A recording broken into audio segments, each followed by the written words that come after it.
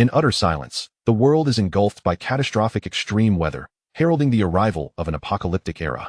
In a little-known corner, the reborn Chu Hao feverishly accumulates supplies in an alternate dimension, armed with a list of provisions. In a matter of months, an unprecedented heat wave will erupt, leading to a catastrophic devaluation of currency and skyrocketing prices, plunging the globe into panic. At that time, money will be rendered nothing more than a pile of worthless paper and a series of futile numbers.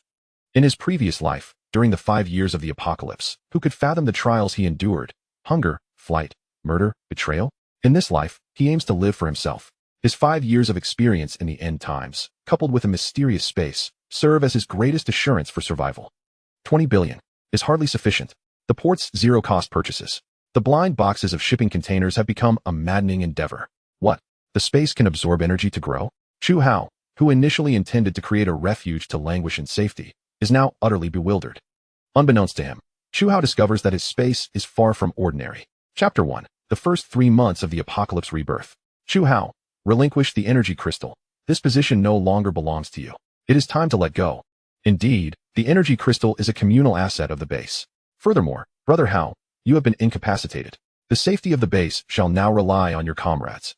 Brother Hao, we are all struggling to survive. You have offended Big Boss Chi, and I am certain you understand the consequences better than we do. Consider this your final act of assistance for your brothers, will you? In the biting cold of winter, a portly man clad in a heavy military coat finds himself encircled by a hostile group. Chu Hao leans against a frost-covered billboard, laboriously raising his right hand to remove his cold weather mask and goggles, revealing a face that appears youthful yet gaunt. He glances at his empty left arm, then silently fumbles through his clothing pocket, extracting a crumpled pack of cigarettes with great effort. After a considerable struggle, Chu Hao finally ignites the cigarette clamped between his lips with a kerosene lighter, inhaling deeply. The acrid smoke mingled with the biting cold triggers a series of coughs, bringing a sickly flush to his complexion. So, this is your final choice, is it not? Chu Hao slowly raises his head, his voice raspy, and his deep-set eyes calmly sweep over the crowd before settling on his girlfriend's face. Tang Yue instinctively averts her gaze from Chu Hao, swallowing hard. Suddenly recalling something, her tone turns icy as she states, Chu Hao, all of this is the result of your stubbornness. Yes, you have sacrificed much for everyone, but you cannot expect everyone to perish alongside you. Enough. Speaking further is futile. You are simply too selfish. If you still care for me, you must hand over the energy crystal. Perhaps then you might survive. Observing his girlfriend's attitude, the last glimmer of hope within Chu Hao shatters instantly. Death does not frighten him. He has dreamt of dying from heat, thirst, starvation, and being brutally slain by enemies. Yet he never imagined he would perish at the hands of his own. Truly, fate is capricious, a tragic irony. Reflecting on the bitter journey of the past 5 years in the apocalypse, for the first time, Chu Hao feels he may have erred. Kindness can sometimes be a sin, if only there were a next life. Forget it. What use is there in pondering the what-ifs? I am weary. Let it all be obliterated. Chu Hao is acutely aware that his demise is imminent. If that is the case, then let us descend into hell together. In the next moment, a dark, round-hand grenade unexpectedly appears in Chu Hao's hand, his final trump card. Boom. Good day, sir. The flight has safely landed. Is there anything else I can assist you with? At the Bowen Airport in Pengsheng, a blonde, blue-eyed flight attendant approaches a handsome young man with a professional smile. She has encountered numerous anxious passengers, especially during takeoff and landing. Clearly, the man with an East Asian visage before her fits this description. No sooner had she spoken than Chu Hao's eyes flew open, his pupils dilating violently, his chest heaving, and sweat beading on his forehead, all betraying his inner turmoil. What is happening? Did I not die? Chu Hao gasps for air, scanning his surroundings in disbelief. He suddenly raises his right hand, astonished to find it perfectly intact. In an instant, he is left in a daze, his mind spiraling into chaos. 5 years of the apocalypse, extreme heat, torrential rain, frigid cold, eternal night, the betrayal of loved ones. Everything felt so real. Could it truly have been a dream? Chu Hao, lost in thought, instinctively follows the crowd off the plane and into the airport terminal. Gazing at the throngs of people, he slowly regains his senses. He retrieves a small black leather wallet and a paper ticket from his coat pocket, as well as a mobile phone, gradually awakening dormant memories. Have I returned to 5 years ago? Am I traversing time? Or have I been reborn? Chu Hao stares blankly at the time displayed on his phone, April 2nd, 2035. Less than 3 months remain until the heatwave's arrival, and he has just returned from graduating in Europe.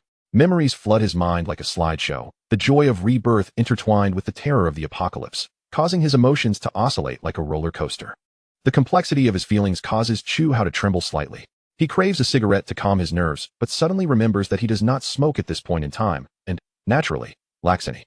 Suddenly, Chu Hao bursts into a wild laugh, drawing the attention of those around him. Their gazes resemble that of onlookers observing a madman, as they distance themselves from him, wary of contagion.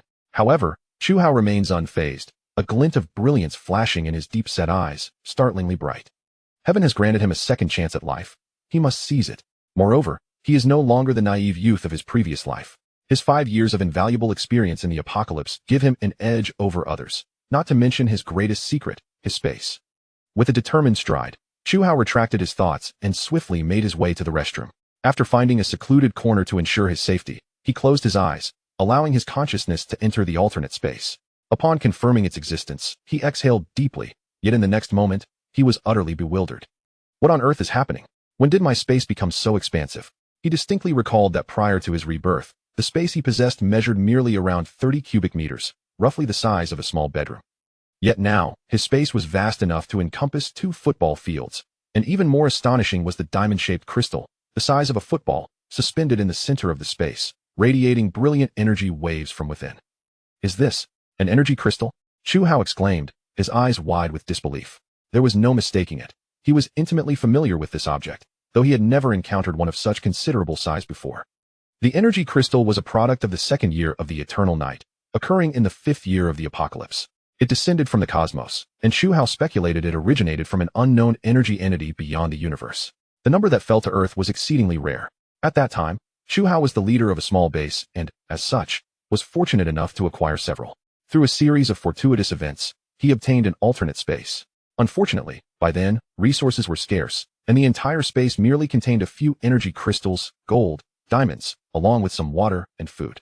After extensive contemplation, Chu Hao's consciousness returned, and he began to ponder in confusion. The expansion of the space was undoubtedly a tremendous surprise for Chu Hao, as it signified he could stockpile a substantial amount of resources. In the apocalypse, essential supplies were severely lacking, and every day countless individuals died of thirst or hunger. For a morsel of food, one would go to great lengths, a reality unfathomable to those who had not experienced it. However, Chu Hao was preoccupied with another query. Why had the alternate space undergone such a drastic transformation? The alternate space was immensely crucial to him, and he had to treat it with the utmost seriousness. Regrettably, his understanding of this enigmatic realm was rather limited. Although many in his previous life had acquired energy crystals, he had never heard of anyone obtaining similar capabilities. Everything felt so perplexing. Could it be? A sudden realization struck Chu Hao. In his past life, his space contained dozens of energy crystals, all of which had mysteriously vanished, likely absorbed by the space itself.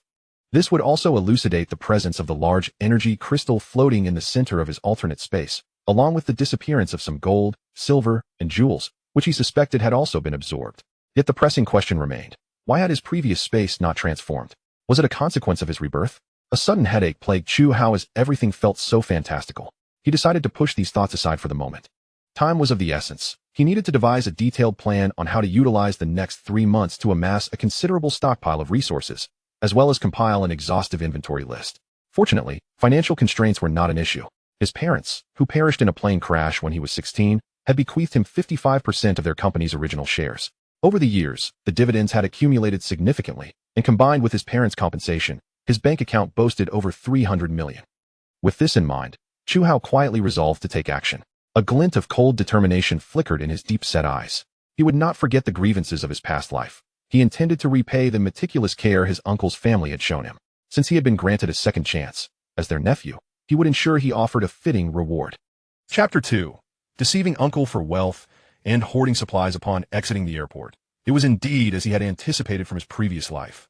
His uncle had merely sent a chauffeur to collect him. This was not due to his uncle's stinginess, but rather because certain subtleties hinted at deeper truths. As he settled into the luxurious Mercedes, Chu Hao gazed calmly at the simultaneously familiar and foreign cityscape. Who would have imagined that this bustling economic metropolis would be submerged in a torrential downpour a year hence, leading to the demise of countless souls? In the Yuhei Bay Villa district, one of the most affluent areas in Peng City, Chu Baoquan welcomed him with a warm, elder smile, his beer belly protruding as he ushered Chu Hao into the house. Shun Kailan, Chu Hao's aunt, wore a similarly cordial expression, personally fetching a pair of new slippers for him. It was such a heartwarming scene. Had Chu Hao not been reborn, he might have genuinely believed in its sincerity. Welcome back. You've grown into quite a sturdy young man, Chu Baoquan exclaimed with a hearty laugh, patting Chu Hao on the shoulder before collapsing onto the couch, lamenting. It has been 4 years in a flash, and no one to look after you abroad. It must have been tough. While they conversed, Shun Kailan emerged from the kitchen, placing a platter of fresh fruit before Chu Hao. You won't be leaving again this time, will you? She asked with a smile. Upon seeing the vibrant fruits, Chu Hao's eyes widened, and he felt an involuntary surge of saliva in his throat. After 5 years, he had nearly forgotten the taste of fruit. He offered a perfunctory reply and immediately seized a slice of watermelon to devour. The unique sweetness of the watermelon tantalized his taste buds. It was exquisite. Who could fathom how he had endured 5 years in a world devoid of such delights? Watermelon existed only in dreams. Who could even hope to eat it in the apocalypse? Slow down, child. We have plenty of watermelon at home, Shun Kailan exclaimed, startled by Chu Hao's ravenous demeanor. Despite her smile, a flicker of disdain danced in her eyes. And you claim to be an overseas scholar? Such table manners are quite unbecoming. Unperturbed, Chu Hao continued to consume slice after slice of watermelon, followed by a bunch of grapes and half a plate of strawberries, finally stopping with a look of utter satisfaction. This left both Chu Baoquan and Shun Kailan in a state of bewilderment. Had he not encountered such fruits abroad, or were they simply unpalatable? Chu Hao saw no reason to elaborate. Who could maintain composure upon suddenly encountering fresh fruit after 5 years of acute scarcity? I have decided not to leave this time. I plan to start my own business and establish a law firm, he declared, having premeditated his response. He knew well his uncle's intentions, coveting the shares in his hands. Little did he know, this aligned perfectly with Chu Hao's own intentions. Following the impending heat wave, which would bring economic turmoil and currency devaluation, stocks would plummet to worthlessness.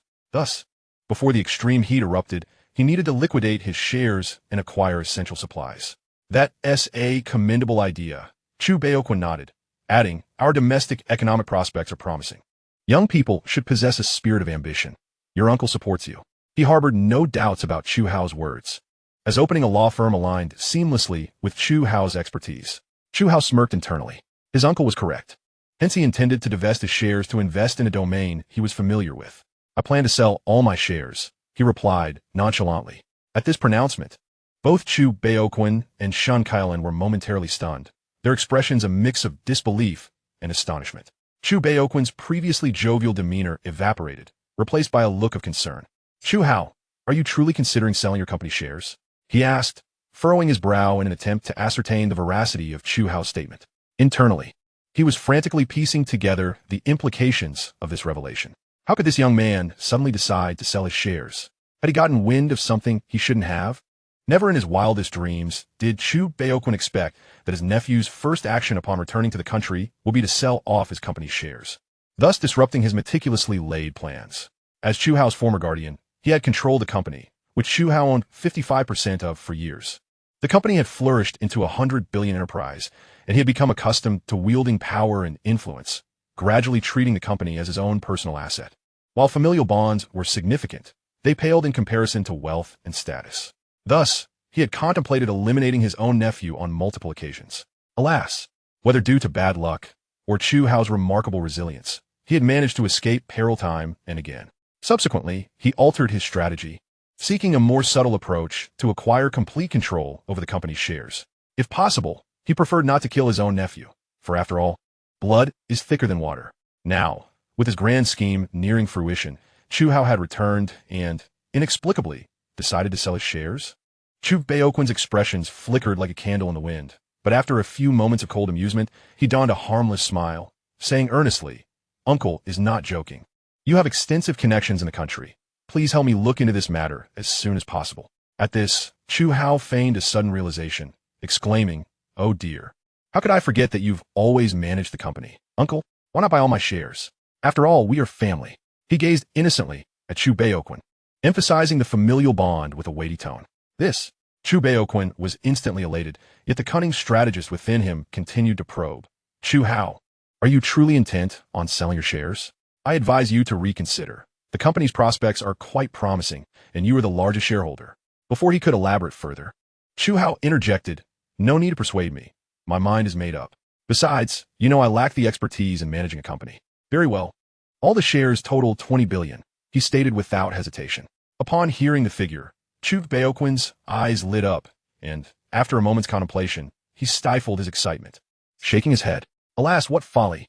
Very well, since you are so resolute, I shall take on this matter. Though he feigned regret, his heart was already brimming with joy. Though this meant his previous efforts were in vain and would cost him an additional 20 billion, he felt it was the best outcome. After all, committing murder carried significant risks, and truth be told, should he kill his own nephew, he would bear guilt for a lifetime. Thus, resolving the issue with money was preferable.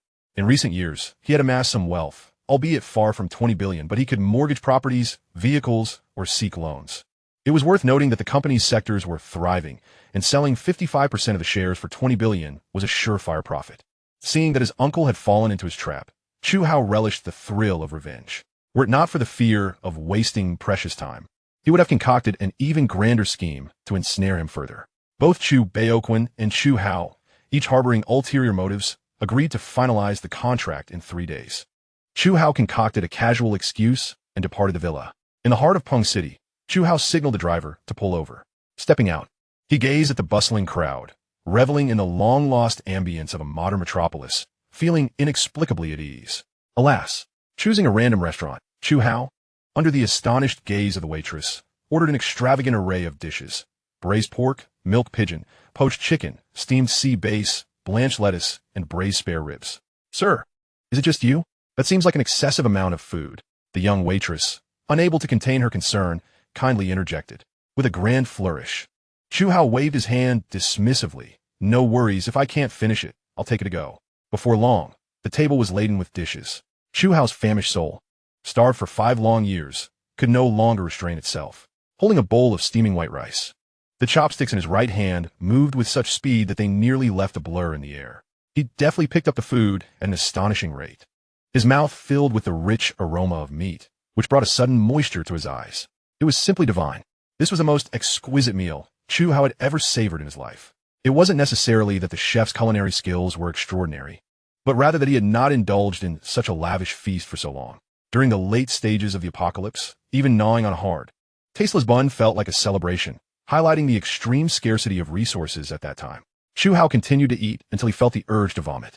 He recognized that this was merely a lingering illusion of hunger, a sensation that would require time to adjust to. Thankfully, he had reserved a private room. Otherwise, his dining manner might have terrified the staff. After settling the bill in cash, Chu Hao leisurely exited the restaurant with his takeout in hand. A hushed conversation erupted among the waitstaff, astonished that this strikingly handsome young man turned out to be a voracious eater. He sought out a chain hotel, opting for a standard room. Once he meticulously scanned the area to ensure there were no hidden cameras, he stored the takeout in his spatial pocket. He then retrieved a notebook and pen he had purchased and began to contemplate the creation of a resource list.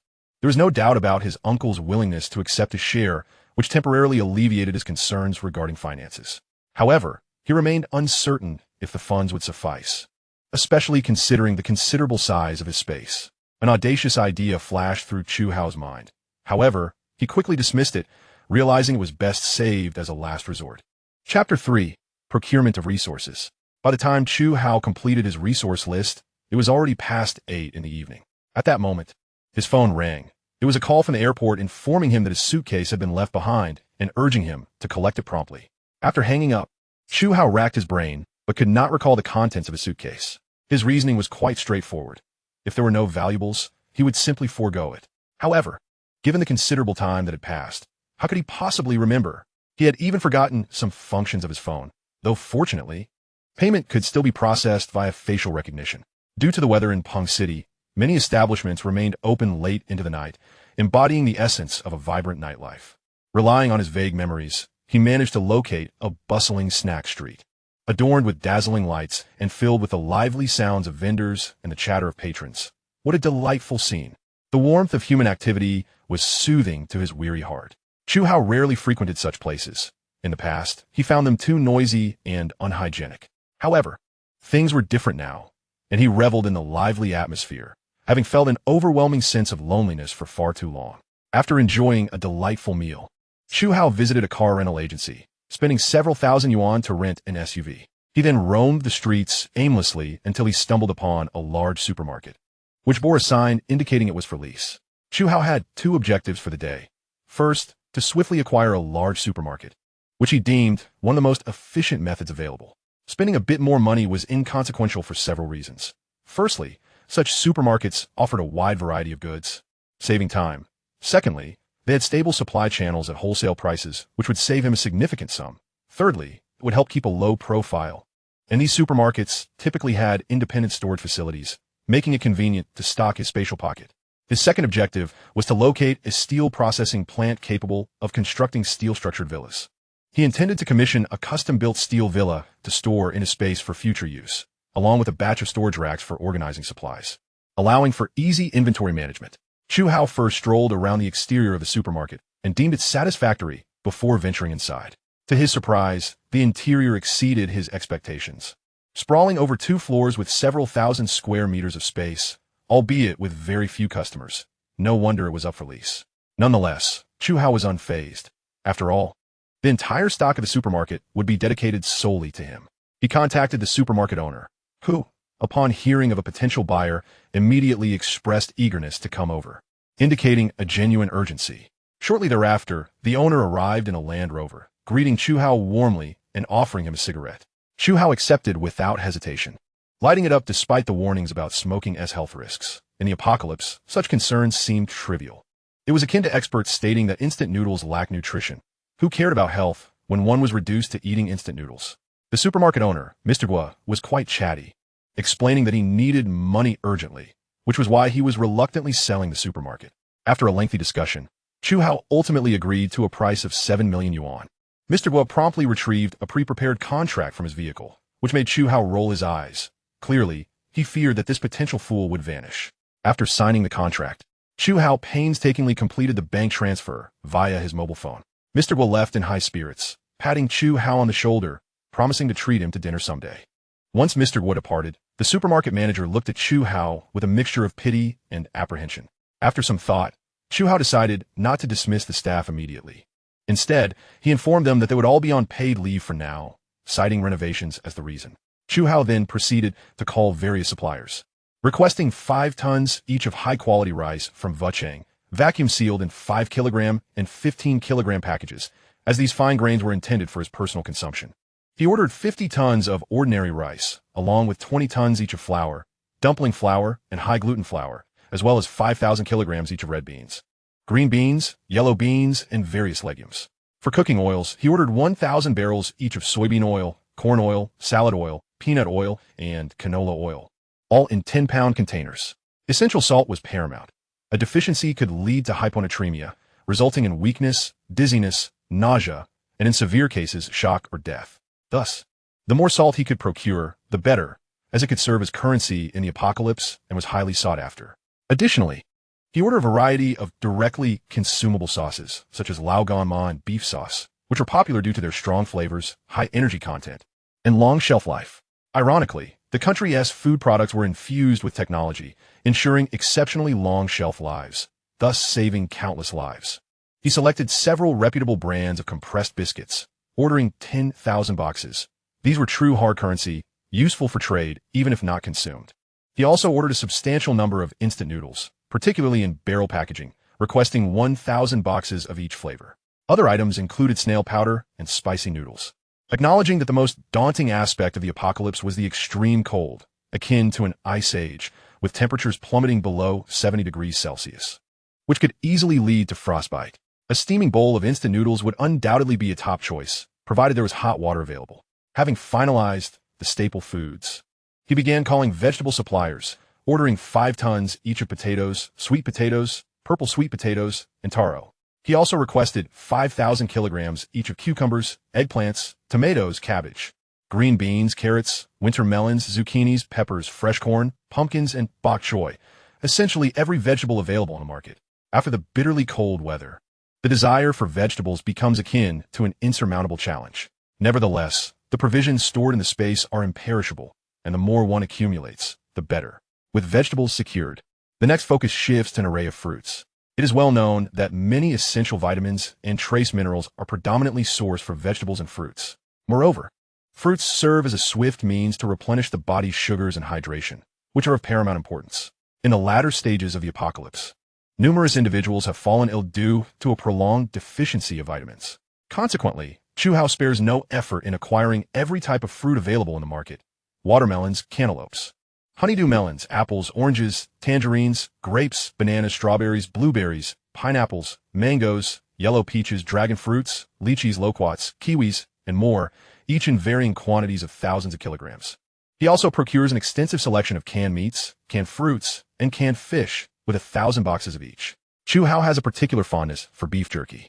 Thus, he purchases a considerable variety of flavors, all meticulously vacuum-sealed for easy storage. Furthermore, he indulges in an assortment of candies. The more diverse, the better, acquiring several thousand kilograms. A significant quantity of dried seafood is also among his acquisitions, which can serve as barter in the future.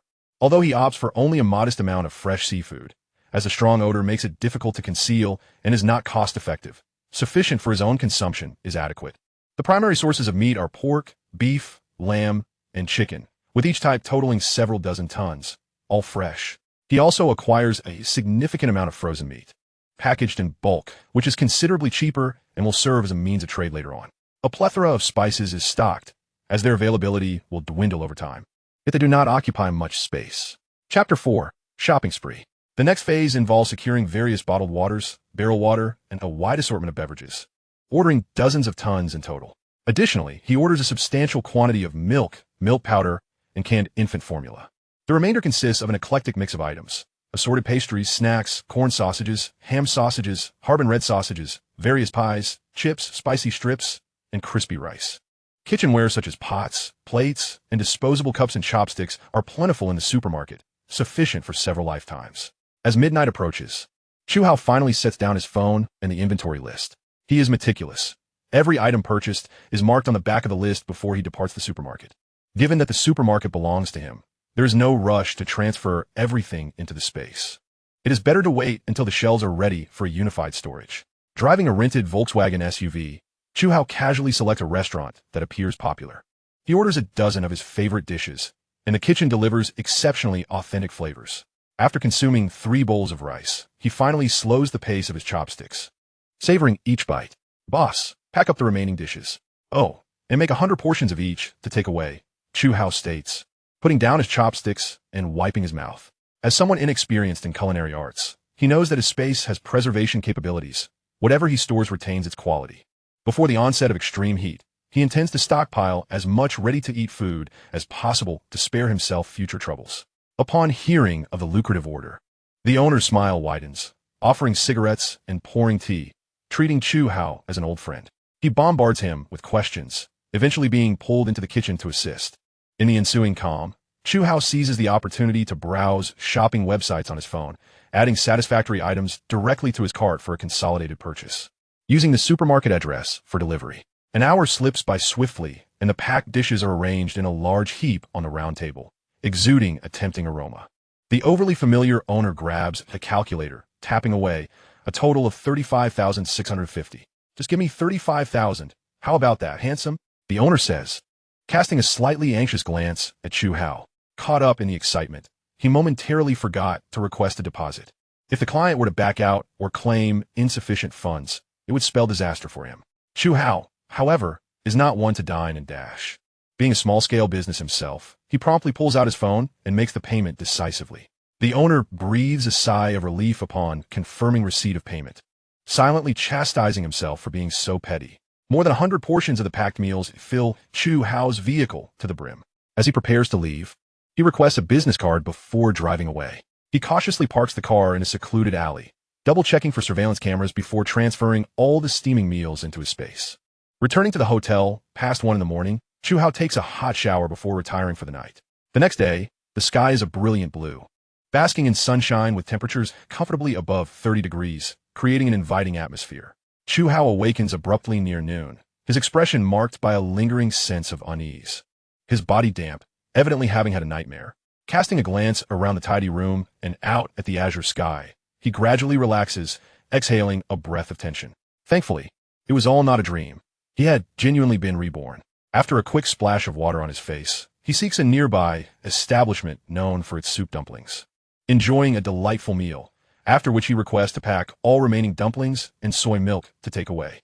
He subsequently finds a secure location to store his bounty in the space.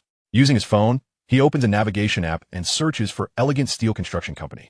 The distance is not far, merely over 50 kilometers, and his online research reveals a commendable reputation, ensuring the company can meet his needs. He is greeted by a professionally dressed young woman with a sweet smile and long, slender legs, prompting Chu Hao to steal a few glances as they ascend to the third-floor office. The person in charge is a middle-aged man, genteel and bespectacled, whose slightly gaunt frame contrasts with his warm demeanor. After a handshake, he settles back into a leather sofa, smiling broadly. "Hello, I am the manager of this company. Feel free to discuss any queries with me." Chu Hao's lips twitch slightly at the man's peculiar accent, which is a blend of Cantonese with a slight lisp, rendering it somewhat awkward to hear. "I require a steel structure villa, one that is movable," he states, handing over a set of blueprints. "Additionally, I wish to customize a batch of storage racks. The material is of no particular concern, as long as they are sturdy." The man takes the blueprints, adjusts his glasses, and examines them closely. Upon comprehending the layout and Chu Hao's specifications, he cannot help but feel a rush of excitement. Coincidentally, a previous client had recently ordered a similar light steel villa, all materials prepared, just awaiting the final payment before installation. However, that client had abruptly canceled, leaving him perplexed about how to proceed. Upon hearing this, Chu Hao's spirits lift, and he decisively agrees to the proposal. Time is of the essence for him, and although he may not utilize the light steel villa in the future, it serves as a contingency plan, with the primary focus being the storage racks. Ultimately, Chu Hao pays a deposit of 500,000 and signs the contract, with specific delivery details to be communicated later. Once everything is settled, he departs, needing to swiftly locate a spacious and discreet warehouse. For 3 consecutive days, Chu Hao is engrossed in his endeavors. First, securing a warehouse that meets his criteria for a month at a rental fee of 8,000, while workers assemble the villa and storage racks within. In recent days, he has procured a substantial quantity of supplies online, consisting primarily of winter outdoor gear, men's soft-shell jackets, polar thermal suits, insulated pants, polar boots, thick cotton boots, thermal masks, thermal gloves, and self-heating undergarments, purchasing 1,000 of each item. Curiously, he also acquired 100 sets of unisex women's winter clothing, along with various ladies' undergarments. Chu Hao's intentions were straightforward. Although he was likely destined to live a solitary life, who could say for certain? Furthermore, these winter supplies would be in high demand once the frigid weather arrived, transcending gender distinctions. In addition to these, he selected several reputable brands online, ordering 12 inflatable boats, along with 2 speedboats. He was acutely aware that after extreme heat, torrential rains would ensue, flooding homes and submerging everything in sight, rendering any means of transport essential for survival. He meticulously crossed off the items he had already acquired from his supply list with a red pen and continued his online shopping spree. Having already spent nearly 100 million yuan in just a few days, yet this sum represented only a fraction, 1/5, of his total supply list, with the priciest items still to come. He selected various models of gasoline and diesel generators, ordering 100 of each. He also purchased 1,000 units of high-capacity batteries from CATL, as the demand for such items was crucial. In the future, one could very well find themselves in a semi-primitive era devoid of electricity, water, internet, and signal. Thus, it was prudent to stockpile as much as possible, as these were consumables. With technological advancements, many breakthroughs have occurred, particularly in battery technology. In the past, a 220V 3000W battery could only power a few small appliances when fully charged, and its performance was lackluster. However, after recent breakthroughs, the same battery, when fully charged, could sustain an air conditioner for a staggering 100 hours, boasting stable voltage and high conversion rates, and could even be powered by solar energy, truly an essential for both home and travel. Chapter 5, 2 billion. The solar panels he purchased were of the highest quality, and he acquired a significant amount, ensuring that replacements would be readily available should any fail, costing him several 100,000 yuan. The vendor was generous enough to include numerous standard capacity batteries and maintenance tools as a bonus. He also stocked up on electric heaters, multifunctional air conditioners, rice cookers, and various other household appliances, ensuring he had ample batteries to power them, especially the heaters and air conditioners, which were vital for survival during extreme cold and heat. After a simple lunch, Chu Hao visited his uncle's house once more. After signing a series of complex contracts, his bank account swelled by 20 billion yuan. His uncle, Chu Baoquan, was beaming with joy, feeling as though a heavy burden had been lifted from his shoulders. As the chairman of Haosheng Industrial Company, he finally felt his title was well-deserved, despite having emptied his savings and mortgaged all his properties and enterprises. It was all worth it. A glimmer of scorn flickered in Chu Hao's eyes, and he silently scoffed. Let them revel in their triumph. There would come a time for them to weep. In his previous life, not long after the onset of extreme heat, Chu Hao was taken in by his uncle. Initially, he was well cared for. But as the oppressive heat escalated, leading to a shortage of food and water, his financial resources dwindled. At first, he could access his funds, but later, cash became the only accepted form of payment, and prices soared. In the face of life and death, familial bonds proved utterly unreliable. His uncle's family underwent a complete attitude shift, ultimately casting him out to fend for himself. Had his uncle's family shown him even a modicum of kindness, he would not harbor such resentment. Eventually, he learned from Chu Mingxian that both his uncle and aunt perished in the extreme cold. This time around, without money, his uncle's family was doomed to an even harsher existence. One could say that Chu Hao's decision not to eliminate them directly was an act of mercy. He was no stranger to violence. It would not be an exaggeration to assert that anyone who survived the apocalypse bore blood on their hands. Only those willing to be ruthless could attain longevity, and in his previous life, he perished due to his own kindness. At the Yuhei Bay Villa, as soon as Chu Hao departed, his uncle's family erupted with excitement, especially Chu Baoquan, who radiated joy, feeling that the weight that had burdened him for years had finally been lifted. Now, as the chairman of Haozhong Industrial Company, he felt he truly deserved the title. Despite having depleted his savings and mortgaged all his assets, it was all worthwhile. Chu Hao settled into his car, lit a cigarette, and played some music, sinking into contemplative silence.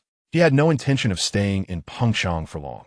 The low-lying terrain made it vulnerable to flooding after continuous rains, with waters rising as high as the 15th floor at their worst, compounded by frequent typhoons. Having been reborn, he was determined to seek better options.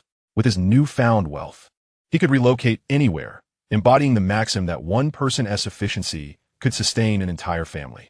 He had a few acquaintances abroad, but their relationships were tenuous at best. A mere phone call would likely be dismissed, and he doubted they would take him seriously, perhaps even deeming him deranged. Although he pondered whether to issue a warning to the authorities, he felt insignificant enough that no one would heed his words. He hoped, nonetheless, that the authorities would prepare in advance, not out of altruism, but because it would ultimately benefit him. A favorable environment would expand his own living space, allowing him to avoid the daily struggles for meager supplies. Now that he possessed ample resources, he no longer needed to live like a dog, constantly on edge and fearful. Ideally, he sought a safer refuge, but the global nature of the impending disaster rendered every place inherently unsafe. Then it struck him north. A moment of clarity dawned upon him. He recalled that the elevation in the north was significantly higher than in the south. Having grown up with his grandparents in the north, he knew that the buildings there were sturdier and typically insulated, providing warmth in winter and coolness in summer. However, the downside was the cold. He was uncertain just how frigid the temperatures would drop during an extreme cold event, but he surmised it would be considerably harsher than in the south.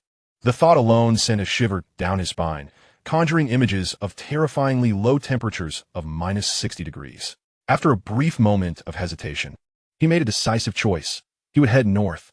However, before doing so, he needed to finalize his supplies. He had already ordered 1 billion yuan worth of goods. Oh, and there was a supermarket too. He estimated the first shipment should be arriving soon. Buzzing in his pocket, his phone vibrated. Chu Hao answered, and his face brightened with joy. His thoughts had manifested into reality, as the goods had arrived at the supermarket. He immediately set off to collect them. Half an hour later, he returned, followed by a Wuling Hongwang. As the doors opened, 6 or 7 individuals emerged, workers he had recruited from the talent market during his travels, as his regular employees were on leave. While he could have called them back, it would have wasted time, and most of them were older women. It would be no laughing matter to have them carry heavy loads. Opening the supermarket's front and back warehouse doors, Chu Hao led the group into a prepped storage area. Approximately 200 square meters, sufficient to accommodate the incoming supplies. The hired hands, despite their age, worked diligently, effortlessly shouldering 50-kilogram bags of rice, moving with remarkable efficiency. Their attitude impressed Chu Hao, prompting him to consider increasing their pay. The shipment consisted of rice, flour, oil, and various legumes, ultimately filling the warehouse to capacity, neatly organized in a manner that would earn the approval of even the most fastidious. Professionalism was evident. Chu Hao was not stingy with refreshments. He prepared a substantial amount of drinks and water. Considering the sweltering heat, one could easily break a sweat, especially while working. After unloading the cargo, Chu Hao compensated the unloading workers with the agreed wages of 200 yuan each. To their astonishment, he then generously added an extra 300. along with 2 packs of inexpensive cigarettes, red double happiness in soft packs. The workers were deeply moved, their rough hands clutching the 500 yuan and 2 packs of cigarettes, their eyes glistening with emotion as they repeatedly declined the extra gifts. Chu Hao waved his hand dismissively, smiling as he reassured them. Rest assured, this money is well deserved. There will be more goods arriving in the coming days. And I will need your assistance.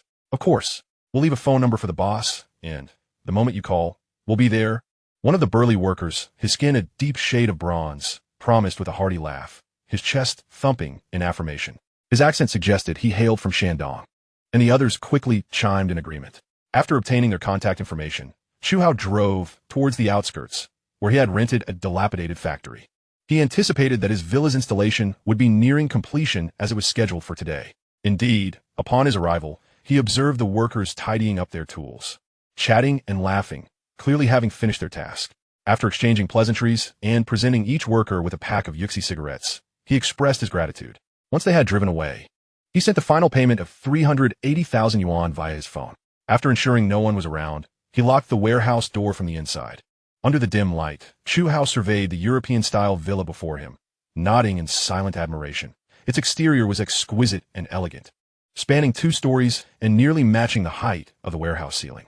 Having never before stored such a large item in his space, he fixated on the villa and concentrated his thoughts. In an instant, the villa vanished from the warehouse without a sound, a surreal experience. Satisfied with his success, a slight smile crept upon his lips, only to be abruptly interrupted by a sharp, piercing pain in his head that lasted for over 10 seconds. Despite the excruciating sensation, Chu Hao remained silent, his resolve unwavering. After a considerable pause, he leaned against the steel frame and sank onto the ground, appearing utterly drained, his complexion noticeably pale. While his current mental strength allowed him to absorb large volumes into his space, it was incredibly taxing on his mental energy, leaving him feeling hollow. Yet, gazing at the shelves filled with goods, he gritted his teeth and persevered. The revolution was not yet won, and efforts were still required. Fortunately, the remaining items were generally small enough for him to manage. After systematically storing everything into his space, he turned off the lights, locked the door, and drove back to the supermarket. Undoubtedly, the warehouse no longer held any value for him. Once back at the supermarket, Chu Hao busied himself, gradually transferring various supplies such as rice, flour, and oil into his space. Over time, he realized the immense power of this mysterious space. Within it, his consciousness felt as if it possessed a divine perspective, granting him complete control over all items. He also discovered that he could absorb objects without physical contact, although the range was limited to half a meter. While this was not particularly useful, he was still exhilarated, as it indicated a deeper understanding of his space. In addition to the warehouse, he also collected items from the original stock, revealing numerous treasures upon closer inspection. There were dozens of boxes of assorted biscuits, spanning various brands and flavors. Surprisingly, he also unearthed several large boxes of small umbrellas from well-known brands, as well as a dozen boxes of sanitary napkins. Without hesitation, Chu Hao accepted them all with a wave of his hand, fully aware of their value in a world beset by scarcity. Moreover, he gathered a plethora of miscellaneous items: paper tissues, toilet paper, shampoo, body wash, soap, toothpaste, toothbrushes, facial cleansers, sealable bags, sunscreen spray, hand cream, and petroleum jelly, all of which he stored within his space. In particular, he recognized the vital importance of toilet paper, having experienced firsthand its scarcity. Of course, unless one was unbothered by using their hands post-toilet visit, a practice he himself had indulged in during previous times. Soon enough, the warehouse's entire inventory was stored within his space. However, out of caution, he refrained from collecting the scattered items on the shelves, leaving everything visible in the supermarket intact. This was merely a ruse to avert suspicion, as many supplies were still en route, and the vast emptiness of the supermarket could easily raise doubts. Next, Chu Hao's attention turned to the cigarettes. As a smoker, he would not overlook this essential vice, determined to acquire all types, regardless of quality or price. Ultimately, he estimated that he had amassed over 1,000 packs of cigarettes, with the majority being ordinary brands priced under 20 yuan, totaling around 800 packs. Without a second thought, he swiftly stored them all within his space, while secretly contemplating the need to raid nearby convenience stores, for such a supply was far from sufficient. In the post-apocalyptic world, the concept of currency had dissipated, replaced by a barter system. It was not until 5 years later, with the emergence of energy crystals, that currency was redefined. Until then, various goods, such as clean water, food, weapons, medications, vehicles, and cigarettes held significant value, especially cold weather gear in later years. Thus, accumulating small, high-value items like cigarettes was essential. No one could predict how long the wretched apocalypse would last, 10 years, 50, or perhaps even indefinitely. Therefore, Chu Hao was fervently eager to fill his space to the brim. Missing this opportunity would lead to lifelong regret. Additionally, based on his current understanding of the space, he had a hunch that it could potentially evolve. Hence, the more supplies he hoarded, the better positioned he would be to exchange them for energy crystals in 5 years. Reflecting on this, a fervent glimmer ignited in his eyes. For years into the apocalypse, following the onset of eternal night, energy crystals had mysteriously fallen to the surface of Blue Star. No one knew the origins of these enigmatic extraterrestrial objects, which resembled diamond-shaped crystals, albeit significantly larger, shimmering with a soft white light and exuding an aura of mystery. Initially, due to fear of the unknown, no one dared to approach these strange objects. For those who had survived until then were not naive. They feared potential radiation and observed from safe distance. Gradually, people discovered these crystals were safe, free from radiation, non-explosive, warm to the touch, and even possessing mild warming properties, as well as the ability to provide illumination. However, the soft white light emitted by the energy crystals was quite faint, barely illuminating a meter's radius. Yet this was enough to incite great excitement among the populace. It wasn't until 6 months later that the largest faction in Peng City, the Dawn Base, began acquiring diamond crystals. Rumors circulated, claiming that the base had developed gene serums or that the crystals contained some unknown energy capable of granting superpowers. Opinions varied widely, and the diamond crystals swiftly became a more robust form of currency than traditional money, earning the name energy crystals. On April 10, 2035, the 8th day of Chu Hao's rebirth, there remained just over 2 months until the onset of extreme heat. During this time, Chu Hao was relentlessly busy, either stockpiling supplies or traveling to procure them. Besides eating and sleeping, he devoted every waking moment to feverishly amassing various resources. Due to his habitual extravagance, several restaurants have ceased to accept other patrons, opting instead to cater exclusively to him. The chefs toil tirelessly, drenched in sweat, yet they utter not a single complaint. For who could fault Chu Hao's discerning palate? It is likely only he is capable of discreetly bestowing red envelopes upon the kitchen staff. Additionally, he has procured an abundance of ready-to-eat delicacies, meticulously sealed and prepared for immediate consumption, alongside a myriad of snacks that he deems delectable. None shall escape his grasp. It seems that, apart from himself, no one else in the world will ever savor these culinary delights again. Beyond his gastronomic pursuits, he has frequented nearly half of the pharmacies in Peng City, particularly for an array of antibiotics, anti-inflammatory medications, vitamin supplements, iodine, bandages, disinfectants, medical cotton, burn ointments, frostbite salves, cold remedies, and fever reducers, among numerous others, amassing quite a collection. Presently, his bank account dwindles to just under 15 billion, an expenditure flowing like water. However, this expenditure is justified, as his overwhelming lack of security can only be alleviated by the gradual accumulation of resources within his space. 3 days later, on April 13, 2035, Chu Hao noticed the weather had become significantly warmer. Alarmed, he checked the weather forecast on his phone, discovering it had soared to a sweltering 30 degrees Celsius. Could the extreme heat be arriving earlier than anticipated? Realizing the urgency, he felt compelled to hasten his preparations. After all, the whims of nature are unpredictable. Today may call for short sleeves, yet the next moment could demand heavy winter attire. Resolute in his decision, Chu Hao resolved to depart Peng City that very day, feeling he had sufficiently stockpiled resources. Without delay, he booked a flight to Feng City for a 1 o'clock departure. And with ample time remaining before his flight, he had no luggage to manage, being a master of spatial manipulation. He first checked out of his accommodation and then drove to the supermarket. After ensuring the store was securely locked and that no one outside could see, he swiftly transferred an array of items from the shelves into his space. Previously, he had dismantled the supermarket's surveillance equipment, obliterating the storage chips and hard drives to leave no trace of his activities. As for the employees, he had generously compensated them with their wages a few days prior, along with a substantial supply of essentials. Having returned the rental car, he signaled for a taxi, instructing the driver to take him to Bowen Airport. The young driver, likely only 5 or 6 years older than Chu Hao, engaged in light banter, sharing crude jokes which Chu Hao found amusing, and they laughed together throughout the journey. As they neared the drop-off point, Chu Hao pulled out 200 yuan bills, signaling that no change was necessary. standing at the airport entrance. Chu Hao cast a final glance at the city, feeling a twinge of reluctance. After all, he had yet to settle certain personal grievances from his past life. Regrettably, he understood that, in the grand scheme of things, his life held greater significance than his vendettas.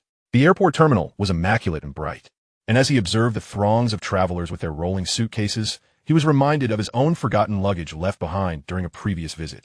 The airport staff had called him, but he had become preoccupied and forgotten about it entirely. Checking the time, he noted he still had 2 hours to spare and approached the service desk for assistance. The process unfolded with surprising ease. Once his identity was verified, a staff member escorted him to reclaim his suitcase. Fortunately, the handle bore a label bearing his details, saving him from the trouble of recalling its appearance. With suitcase in tow, he proceeded to the check-in counter before heading to Gate E for baggage drop-off, ultimately navigating through security. Chapter 7. Purchasing Property in Feng City. As the airplane gradually rolled down the runway, its engines roaring to life, Chu Hao felt a sense of exhilaration as they ascended into the sky. Gazing out at the ever-shifting clouds, a whimsical notion of acquiring a helicopter flitted through his mind, only to be promptly dismissed. Setting aside the impracticality of obtaining such an aircraft, he recognized his lack of piloting skills, and the fragility of civilian helicopters deterred him. A military helicopter, however, might warrant consideration, albeit he acknowledged this was mere daydreaming. After all, some things are not attainable simply through wealth, unless one possesses immense fortune. With his remaining fortune of just over 10 billion, he could hardly be classified as exceedingly wealthy. Nonetheless, this fleeting thought sparked an epiphany. He would soon need to journey abroad. As the procurement of weaponry necessitated a visit to the land of freedom and democracy, America, initially intending to catch a quick nap, he found his mind racing, analyzing what other essentials he might have overlooked. With barely 2 months remaining, he knew he must strive for perfection. Without delay, he closed his eyes, allowing his consciousness to enter his spatial realm. At this moment, it was brimming with various supplies, resembling an expansive superstore. Currently, the space was divided into 8 sections, occupying only 1/5 of its total capacity. Observing the mountains of provisions amassed before him, Chu Hao felt a deep sense of satisfaction and security. However, he recognized it was still insufficient, far from enough. The foremost concern was weaponry, as domestic regulations surrounding arms were exceedingly stringent. Thus, he planned his trip to America, considering the acquisition of transport and other necessary equipment, which were readily available and affordable abroad. Furthermore, he needed to stockpile fuel. Gasoline and diesel were essential. In a moment of realization, he chastised himself for neglecting to stock up on smokeless coal and charcoal, a grave oversight indeed. Thankfully, he made this discovery in time. With the onset of extreme cold weather imminent, securing adequate heating resources became paramount.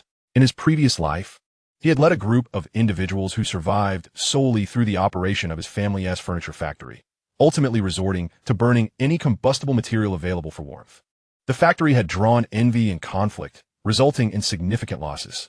Clearly, he needed to expedite his preparations once he secured a safe haven, he thought to himself.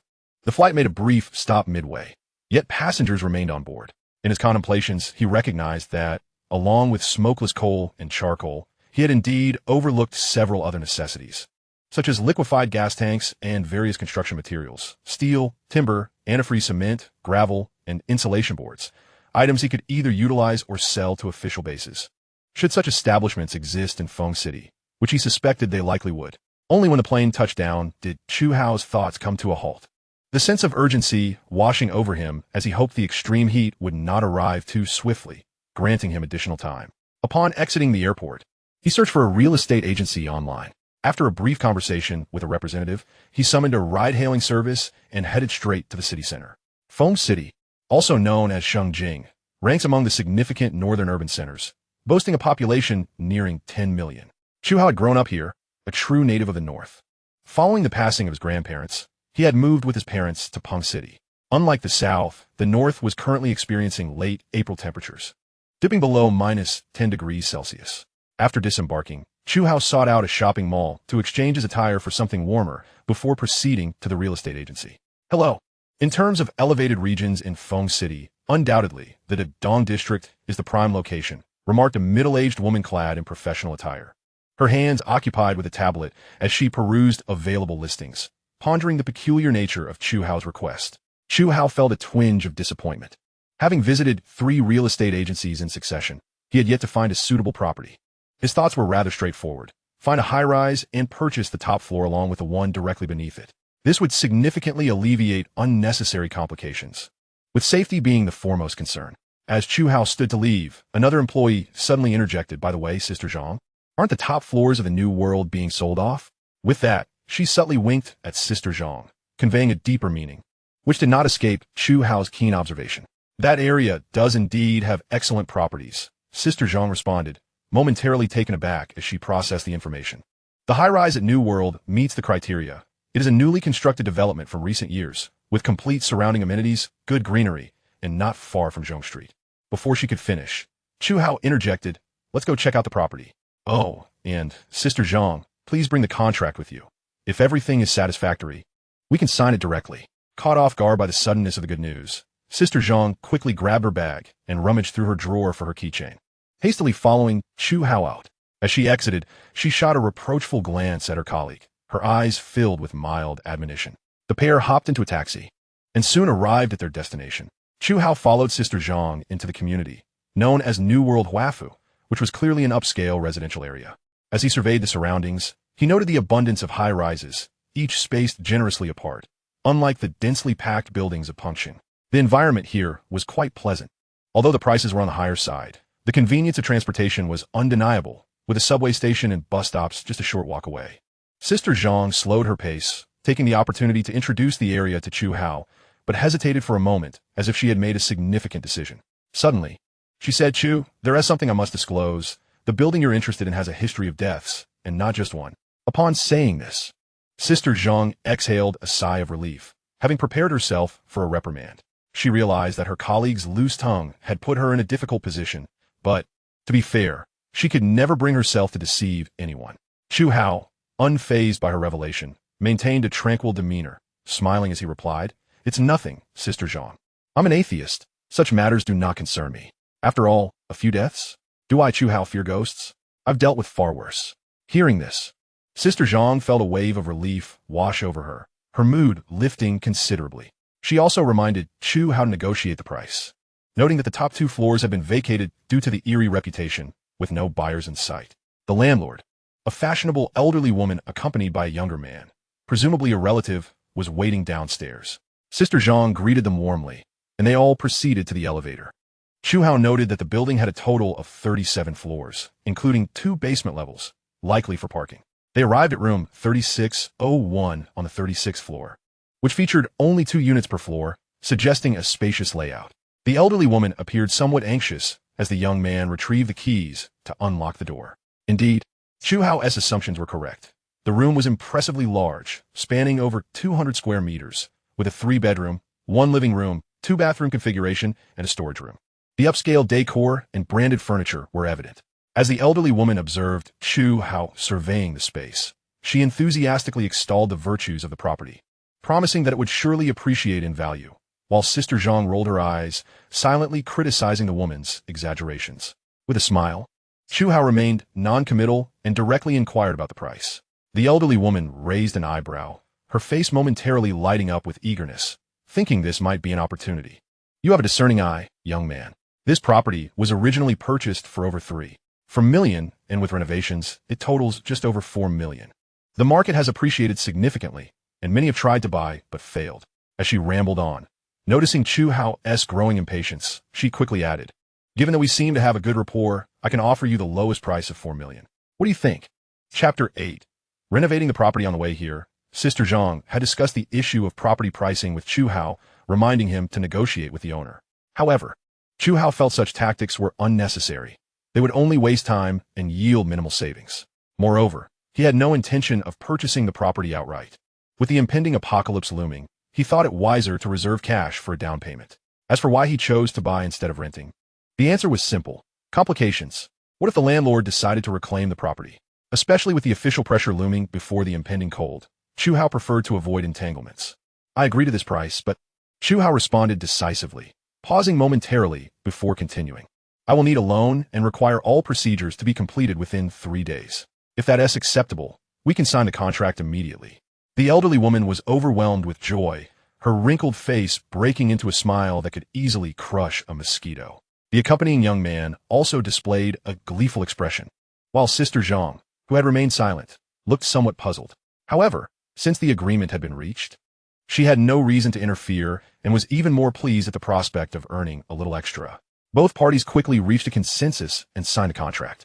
Real estate agents have their own channels, and as long as there is sufficient incentive, the efficiency of their services is remarkably high. Due to the late hour, they arranged to meet the following morning at 8 o'clock. Chu Hao left directly, finding a nearby chain hotel to book a room. After placing his suitcase in the room, his stomach grumbled unceremoniously. The airplane meal had barely satisfied him, perhaps due to the economy class constraints, offering only a small hamburger and a packet of crackers. Quite a far cry from business class. Nevertheless, he understood that you get what you pay for. He entered a northeastern restaurant, noting the bustling atmosphere of the approximately 80-square-meter hall filled with a dozen square tables, mostly occupied, creating a lively ambience that suggested the food would be delicious. After surveying the scene, Chu Hao selected a spot near the corner. No sooner had he seated himself than a young girl in a beige, fuzzy sweater hurried over, armed with a small notebook and a pen, likely the owner's daughter. "Hello, are you dining alone?" she inquired, her delicate features revealing no shyness as her large, bright eyes openly assessed Chu Hao. Upon receiving a nod in response, she presented him with the menu, inviting him to place his order. Chu Hao took the menu. Glancing through it briefly, it featured authentic northeastern cuisine that was incredibly appetizing. "I do like some stir-fried meat, guobao roe, yuxiang roe si, and a couple of cold dishes, please," he said, then added, "Oh, and 2 bowls of rice." "Thank you." With a smile, he glanced at the girl. For reasons unknown, the girl's youthful face flushed slightly, and she hurriedly excused herself, leaving Chu Hao with a hint of amusement. The kitchen's efficiency was commendable. Soon a server began bringing out the dishes. As Chu Hao surveyed the table filled with 3 meat dishes and 1 vegetable, he was taken aback by the generous portions. Surely, these 4 dishes could satisfy 5 people easily. This was no exaggeration. However, understanding it was the North, and especially the Northeast, where large quantities and hearty meals were the norm, he accepted it. After all, the colder climate often led people to have larger appetites and a preference for meat. Holding a steaming bowl of rice, he took a piece of guobao roe and popped it into his mouth. The crispy exterior, mingled with a unique vinegar flavor and meaty aroma, burst in his mouth. It was sweet yet not cloying, perfectly tender and delicious, absolutely delectable. The stir-fried meat was equally impressive. With its distinctive savory taste, each bite revealed a crispy exterior and tender, chewy meat that only heightened his appetite, making it impossible to stop eating. Such authentic northeastern cuisine was a rarity in the South, and he thought to himself that he had longed for this taste, finally able to indulge his cravings. Chu Hao promptly resolved to stockpile an ample supply of delectable northeastern cuisine, for with his culinary skills, even an abundance of high-quality ingredients would not suffice to recreate such exquisite flavors. After devouring 2 generous bowls of rice, he found himself with grease-laden lips and, unable to contain his satisfaction, let out a contented belch. The culinary traditions of the North and South each possessed their unique charm. However, Chu Hao found himself favoring northeastern dishes slightly more, as they offered immense gratification and delight. Upon tallying the bill, he was astonished to find that this sumptuous feast had cost him merely over 100 yuan. Chu Hao marveled at the affordability, reflecting that in Pengcheng, one would scarcely dine for less than 300 yuan. Returning to the hotel with a buoyant spirit, Chu Hao indulged in a refreshing slumber until he awoke naturally. After a brief wash-up, he finally met with the property owner and Sister Zhang, seamlessly proceeding with the necessary formalities. Perhaps due to the elderly lady's connections, everything transpired with remarkable smoothness, and the following day, they promptly completed the transfer of ownership. Chu Hao paid an initial sum of 800,000 yuan and proudly received the keys to his new abode, thus becoming a proud homeowner. On the very day the property was secured, Chu Hao sought out a renovation company, requesting that they execute a complete overhaul within a fortnight, adhering to his specifications. He incentivized the workers with an additional reward of 10,000 yuan each upon successful inspection, motivated by the promise of generous compensation. The foreman of the construction team confidently pledged to ensure quality while striving for completion within 10 days. This timeline was acceptable to Chu Hao, as establishing a secure sanctuary was of utmost importance. Foremost among his concerns was safety. Thus, Chu Hao mandated that all windows be fitted with bulletproof glass, complemented by a layer of reinforced steel mesh for added protection. He also ordered a fortified alloy door directly from the manufacturer, which would be embedded in a thick concrete frame, ensuring unparalleled sturdiness. The exterior was disguised to resemble an ordinary security door, but any attempt at violent breach would be futile. No amount of force, even from 10 strong men wielding axes or gas torches, would suffice. In a world beset by darkness, where desperation drives individuals to commit unspeakable acts for mere scraps of resources, Chu Hao was acutely aware of the dangers. Despite possessing a spatial cheat and 5 years of survival experience in apocalyptic conditions, he remained an ordinary person and thus took every precaution. Alongside these measures, he ensured that all walls were insulated and equipped with moisture-resistant panels to withstand extreme heat and torrential rain. Additionally, he ascended to the rooftop, seeking a discreet corner where he retrieved a number of solar panels and assorted materials from his spatial realm. He enlisted the workers' assistance in assembling them. And under the influence of financial motivation, they worked with remarkable diligence and enthusiasm. Furthermore, Chu Hao rented a large warehouse locally and contacted a coal factory to order several hundred tons of smokeless honeycomb coal and charcoal. Once these tasks were completed, he hastened to a factory to commission a batch of water storage tanks, each capable of holding 8 tons of water, which he planned to place on the rooftop, connecting the pipes to his home for future use in the event of water shortages. After finalizing these arrangements, Chu Hao swiftly sought out a steel factory. However, upon inquiring about prices, he swiftly decided against purchasing, deeming them excessively high, as he had other expenditures in mind. Yet, in a corner of the factory, he discovered an item of interest, a heating stove, colloquially known as an iron stove in the North. This was something he had not considered previously, as it was his first encounter with such a device. After explaining his intentions to the person in charge, he was led to a storeroom filled with heating stoves of various sizes, and he promptly purchased 100 sets. This heating stove was an innovation he had not foreseen in his past life, and it proved to be incredibly convenient. Although it may not have been aesthetically pleasing, its practicality for warmth was undeniable. It could also be used to boil water, cook meals, and even roast potatoes and sweet potatoes. Chapter 9. Smokeless Coal and Charcoal. Before long, the 10-day span had flown by, and Chu Hao's new home was finally completed. He did not hesitate to generously distribute 10,000 yuan bonuses to each worker, their faces lighting up with joy and gratitude. They were astute individuals, and while they were undoubtedly curious about the reasoning behind Chu Hao's emphasis on security in the renovation, none dared to inquire. Once the workers finished cleaning up and departed, Chu Hao surveyed his pristine new home, a smile finally gracing his lips. With the sanctuary established, his heart felt considerably lighter. However, a slight disappointment lingered as he discovered that room 3602 was still occupied by others. In his ideal vision, he had hoped that he would be the sole occupant of the top floor in this particular level.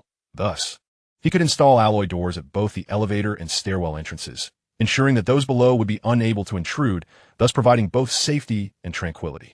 He hoped that the neighbors in 3602 would be amicable, or at the very least, not overly bothersome. Otherwise, a glint of coldness flashed in his eyes. Approaching the window, Chu Hao knocked on the bulletproof glass, producing a dull thud that echoed in his ears, silently commending the marvels of modern technology. Following the extreme heat, a torrential downpour was imminent, with fierce winds heralding the arrival of violent hail that would shatter glass into shards. This foresight was precisely why he had insisted on such fortifications. Most of the furniture from the previous occupants remained unchanged, save for the mattress, which he replaced with a new set of sheets and bedding, all of which he had in abundance from his spatial collection. Glancing at the clock, he noted that it was already noon, and feeling rather lethargic, he retrieved a serving of traditional northeastern spicy hot pot, accompanied by an array of fried skewers and a cup of milk tea from his space. He had stockpiled a considerable amount of these delicacies, envisioning the comfort of savoring a warm drink beside the heating stove during the impending bitter cold. In the afternoon, the smokeless coal and charcoal arrived. Chu Hao ventured downstairs to take a taxi to the warehouse. Once the unloading crew had completed their work and departed, he gradually stored the supplies into his space. After securely locking the warehouse door, he made his way to the largest second-hand car market in the Dadong district. Indeed, he intended to acquire 2 vehicles. Originally, he had considered sourcing them from abroad, but out of caution, he deemed it prudent to secure 2 domestically first, especially as modifications would require time. His choice to visit the second-hand car market stemmed from the recent breakthroughs in battery technology, which meant that the majority of new cars on the market were electric, with fuel-powered vehicles becoming increasingly rare. Crucially, second-hand cars were remarkably affordable, particularly those that ran on gasoline. After articulating his intentions to the staff, The male employee looked bewildered. Are you certain you want to purchase a fuel-powered vehicle, especially a high-displacement one? His reaction was understandable, as few were opting for fuel vehicles nowadays, aside from military applications. Civilian cars were predominantly electric. Nevertheless, customers were always right, and eccentric requests were not uncommon. Chu Hao nodded affirmatively, stating, "Indeed, I have a personal affinity for collecting fuel-powered vehicles, particularly vintage models, such as those from the Predator or George Patton series. Ideally, I would prefer modified versions." Not a problem. Such vehicles would have been unattainable a decade ago, but now, well, let us just say we have options, the staff member replied confidently, slowly producing a set of keys from a dusty corner of the cabinet. As he prepared to lead Chu Hao outside, he paused to inquire, "By the way, what is your budget? Just so I can gauge what to show you." "I have no budget. I will purchase whatever I like," Chu Hao declared with a haughty demeanor, before striding confidently towards the exit. The staff wore an expression akin to having tasted something foul, pondering that this had become a mere facade of grandeur. If this remark had been made a decade prior, it might have elicited a sense of astonishment. However, who today remains unaware that outdated fuel vehicles are now exceedingly inexpensive? Once luxury cars worth tens of millions have dwindled to mere millions, with many languishing in warehouses, gathering dust. Little did he know, a year hence, these so-called obsolete vehicles would each command a fortune, as the advent of electric cars rendered them mere relics, discarded shells beset by various harsh environments, making electric vehicles appear rather superfluous. Chu Hao couldn't help but commend the prowess of this second-hand car dealership. Within the expansive, steel-structured warehouse, an array of fuel vehicles was parked, including numerous supercars such as Lamborghinis, Ferraris, Koenigsegg's, and Rolls-Royces, all now cloaked in a thick layer of dust forgotten. "Follow me. There are a few cars I am certain you will appreciate." The staff casually flicked the light switch on and led Chu Hao further inside, explaining as they walked. "We have a George Patton model here, modified with a bulletproof exterior, and the tires are crafted from the latest materials, resistant to heat and cold, as well as being blast-proof. The internal combustion engine boasts 12 cylinders, delivering unparalleled power, though it is quite fuel inefficient. I believe the previous owner was a doomsday enthusiast. You might take a liking to it. There is also a bulletproof Mercedes off-road RV with ample space."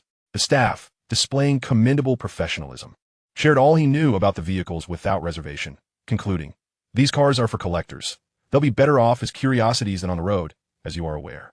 Chu Hao nodded in understanding, recognizing the staff's goodwill. After all, these vehicles fell under restricted categories. Although the mandate for compulsory scrapping had been lifted, fuel vehicles exceeding 10 years were still limited due to their potential environmental impact. Ultimately, Chu Hao purchased 3 vehicles, a George Patton, a Mercedes off-road RV, and a non-restricted ordinary fuel vehicle, spending over $5 million in total. The ordinary fuel vehicle was a domestic model, celebrated as a beacon of national pride, the Wuling Hongguang. This SUV, released in 2028, seats 7 and represents one of the last batches of fuel vehicles in the country. Chu Hao intended to use it for everyday transportation, while the other 2 vehicles were sent for maintenance and modification. Concurrently, he procured numerous sets of spare parts through the dealership for future needs. The modifications for the 2 vehicles were necessary due to the extreme cold.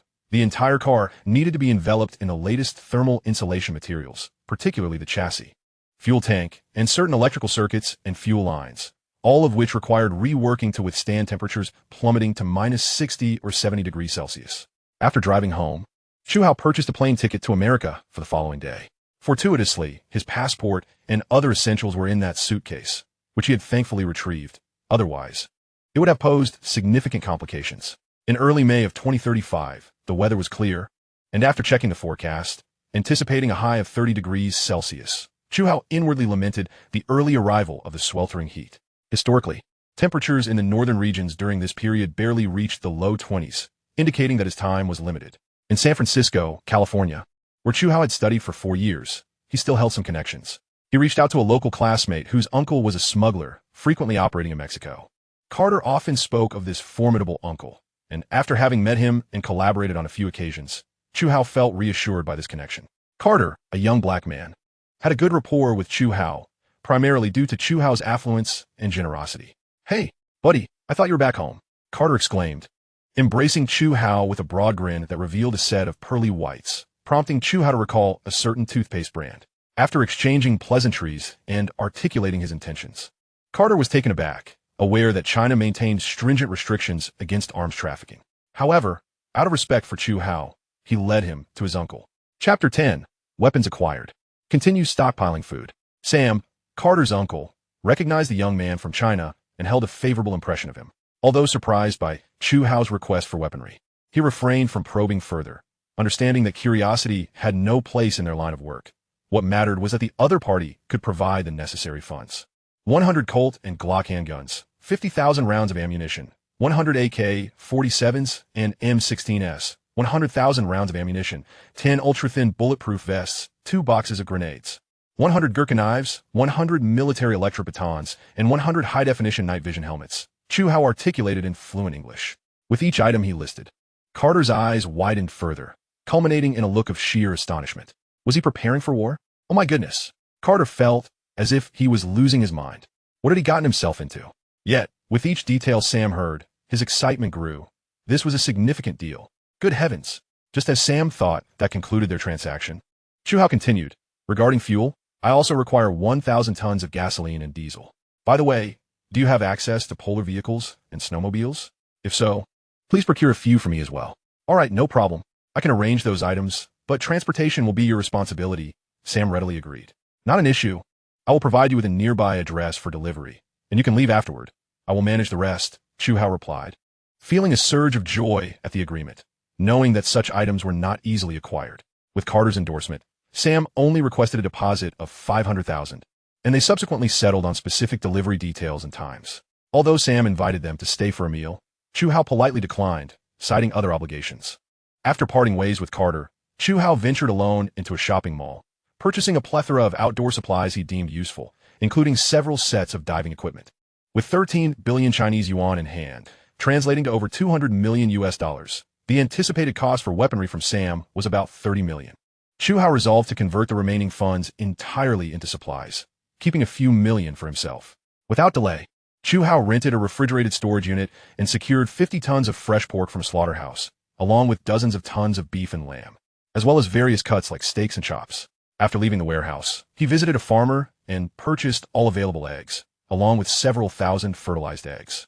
He acquired 100 tons of rice, 100 tons of refined flour, 10 tons each of assorted grains, 1,000 boxes of boxed milk, 100 boxes of various cheeses, 1,000 boxes of dehydrated vegetables, 1,000 boxes of chocolate, and 10,000 boxes of compressed biscuits. In the ensuing days, Chu Hao extravagantly spent his wealth, amassing an ever-increasing stockpile of provisions sufficient to sustain him for 100 lifetimes. On the agreed-upon day, with Sam, Chu Hao, accompanied by 4 bodyguards, whom he had hired from a security firm, made his way to the meeting. Although he trusted Sam was not involved in any underhanded dealings, he refused to take chances. Life was precious, and losing it was not an option. That night, at an abandoned auto repair shop at the San Francisco port, Chu Hao and Sam exchanged money for goods, avoiding any black market shenanigans. Once Sam waved goodbye and departed with his crew, Chu Hao instructed his bodyguards to remain outside while he ventured alone into the dilapidated warehouse. Inside, he retrieved his phone and activated an app that displayed a live feed of the warehouse's exterior, clearly showing the movements of his 4 bodyguards, thanks to the discreet surveillance he had installed in advance. Observing no anomalies among them, he proceeded toward the substantial pile of weapon crates and several shipping containers. After inspection, the weapons were deemed to be in impeccable condition.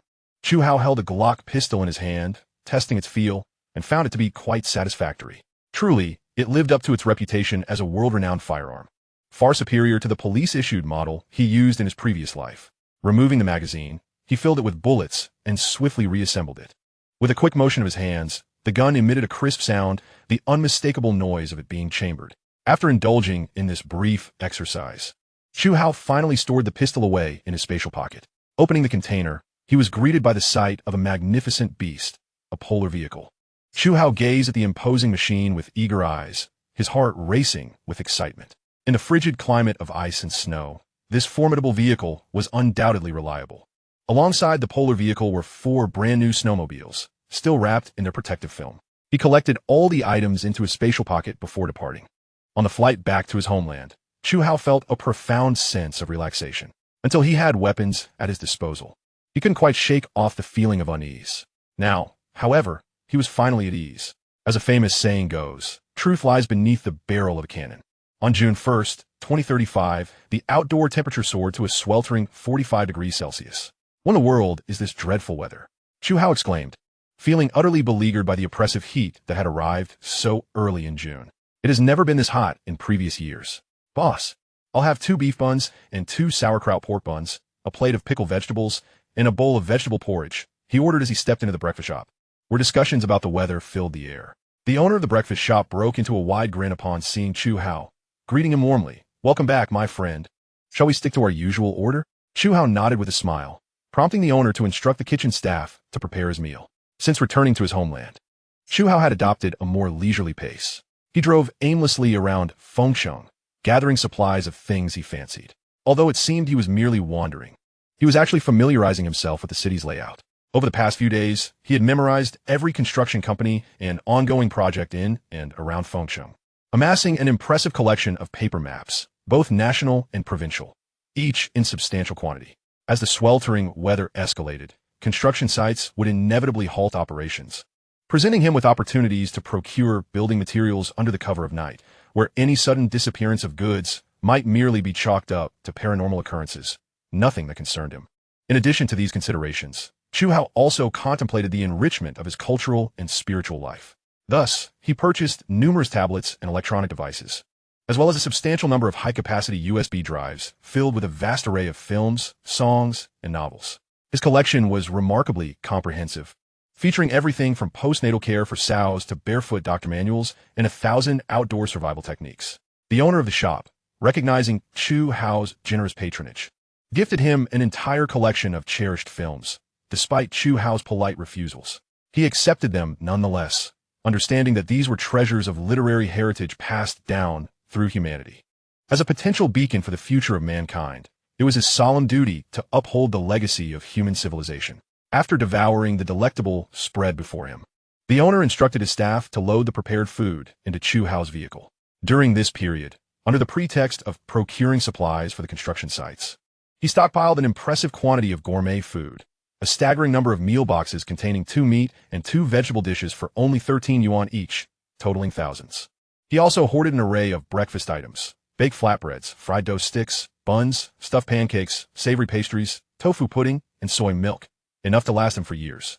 Chu Hao's culinary explorations extended to various regional delicacies, including spicy hot pot, dali rice noodles, unnamed rice vermicelli, wooden bucket rice, board noodles, dandan noodles, spicy noodles, sushi, fried skewers, sour cold noodles, spicy stir-fry pots, cold chicken frames, shangshi cold skin, soy sauce beef, soy sauce pig trotters, roasted duck, roast chicken, and assorted spicy duck delicacies, all of which he diligently stockpiled.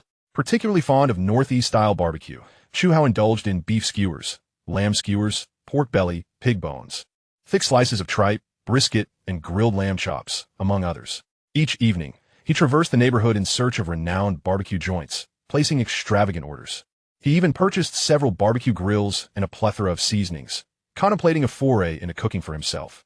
After all, if he lacked talent in regular cooking, surely barbecue would be within his reach. Chapter 11. Physical Training. Here is a breaking news update from the Central Television Station. According to data from the Meteorological Bureau, high temperatures are expected to persist in the coming days due to the El Niño phenomenon. We urge the public to take precautions against the heat. The nationwide abnormal heat wave is intensifying, following a meeting among city leaders to discuss and strategize. An urgent notice has been issued. All districts and counties will provide heat subsidies to outdoor workers. All outdoor activities in primary and secondary schools are suspended, and online learning may be organized as needed. The public is urged to avoid panic and refrain from spreading rumors. This is Fengsheng FM 1035, your news voice. In July 2035, the nation suddenly faced an unprecedented heat wave, with daytime outdoor temperatures averaging 50 degrees Celsius and nighttime temperatures around 35 degrees Celsius. Surface temperatures were so high that they could cook an egg. Many inadequately equipped factories were forced to cease operations, and the streets were sparsely populated. Those who ventured out shielded themselves with umbrellas. Yet even so, they emerged flushed and panting, feeling the scorching heat gnawing at their lungs. The air conditioning industry boomed, with shopping malls inundated with throngs of people queuing to purchase air conditioners, as well as others seeking refuge from the heat. Elderly patrons, equipped with small stools and cheap fans emblazoned with various advertisements, disregarded the staff's disapproving glares, stubbornly claiming corners to sit in, indifferent to anyone else's discomfort. As the availability of air conditioners dwindled, tempers flared among those desperate to cool off, resulting in heated arguments where individuals exchanged heated insults and even came to blows, ultimately requiring police intervention to restore order. As the new owner of Unit 3601 in Building A, Chu Hao inevitably became the subject of curiosity among the residents of his complex. Whispers of disbelief circulated, mocking him for having acquired a property that others would avoid at all costs, a notorious haunted house, no less. His presence in the owners' group had sparked quite a bit of gossip. Just as Chu Hao was about to step into the elevator, he was intercepted by a middle-aged woman with curly hair. "Young man, you must be from 3601, she said, fanning herself with a handheld fan, dressed in cool attire, and dabbing at her brow and neck with a white towel, her eyes scanning him with interest. Chu Hao smiled politely and nodded. "Indeed. I just purchased a while ago. And you are?" he asked, quickly assessing her identity and intentions.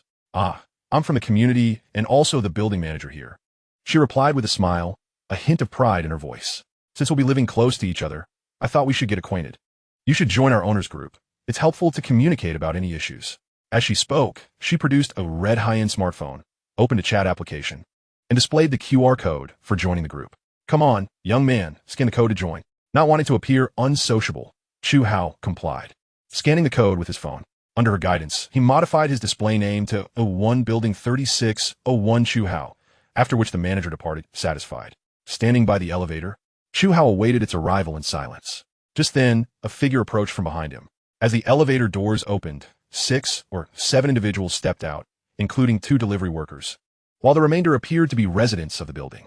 Upon entering the elevator, Chu Hao realized that the person standing behind him was a girl, seemingly of a similar age, though she could also be a young woman, leaving him uncertain. The young woman, in her 20s and sporting a ponytail, wore a mask even on such a sweltering day. Yet, one could discern from her delicate features that she was quite attractive.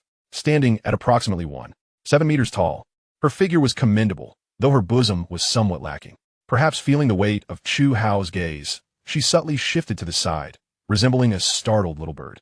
Chu Hao, realizing that his unabashed scrutiny was rather impolite, offered an awkward smile and redirected his attention to the elevator doors, his mind drifting into contemplation.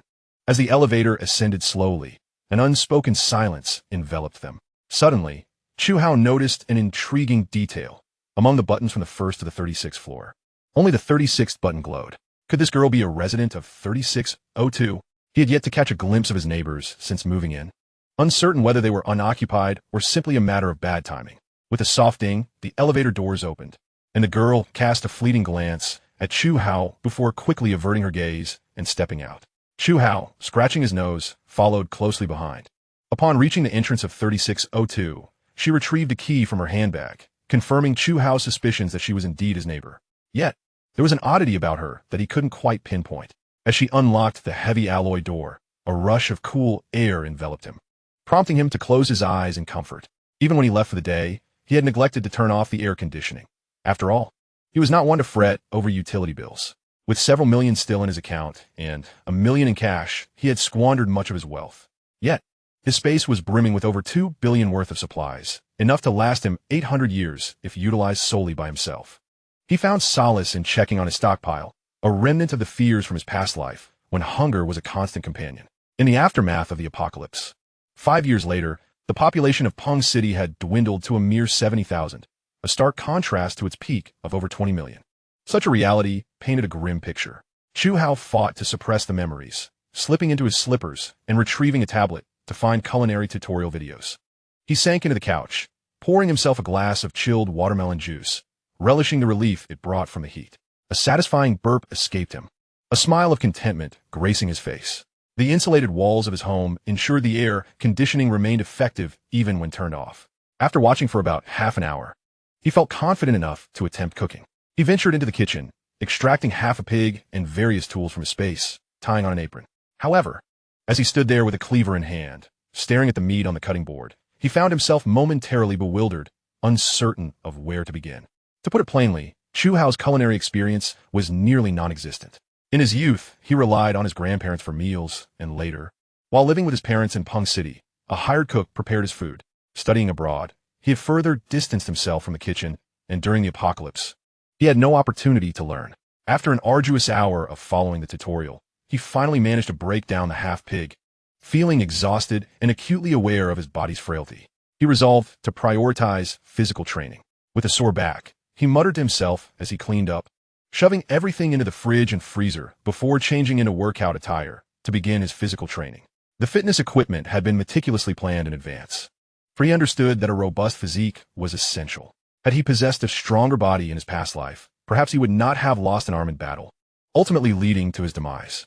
Chapter 12. Purchase restrictions. In mid-July 2035, the outdoor temperature soared to an alarming 57 degrees Celsius. The sun blazed fiercely, deterring nearly everyone from venturing outside. For those who dared, proper sun protection was imperative. Exposed skin could suffer sunburn within moments. Anxiety gripped the populace as officials released daily announcements about the extreme weather. Initially, in an attempt to quell panic, they had enlisted so-called meteorological experts to assure the public that this extreme weather would soon pass. However, as temperatures continued to climb, public fear began to spread despite official reassurances. Supermarkets, convenience stores, and fresh produce markets were swept bare. This calamity was not confined to the nation. Reports emerged of similar extreme heat affecting regions around the globe, including Europe, North America, South Korea, and Japan. Alarming news surfaced about the rapid melting of the polar ice caps and rising sea levels in the Pacific and Atlantic Oceans, with some small islands already submerged. These revelations only fueled the flames of panic, while the situation at home was somewhat better managed, with the government swiftly implementing plans to import essential goods and assuring the public of ample supplies. The more they reassured, the more frantic the public became. Incidents of stampedes occurred, resulting in casualties, and numerous convenience stores and supermarkets faced $0 purchases. The authorities took these matters seriously and the following day issued new announcements. Cities nationwide responded to the orange disaster alert, with certain vital industries coming under government regulation. Policies were implemented to encourage daytime rest and nighttime outings, and provisions would be distributed free of charge to vulnerable populations to meet basic survival needs. Chu Hao reclined on his plush sofa, listening to the news with an air of tranquility, as though these events bore no relevance to him. Aside from the oppressive heat, everything mirrored the trajectory of his past life, and having lived through it once, he felt no emotional upheaval. However, with over $1 million remaining in his account, he knew he needed to spend it soon, lest it become nothing more than a number. He pulled out his phone to check the homeowners group chat, which buzzed with activity. A11502 Shirley. Have you heard?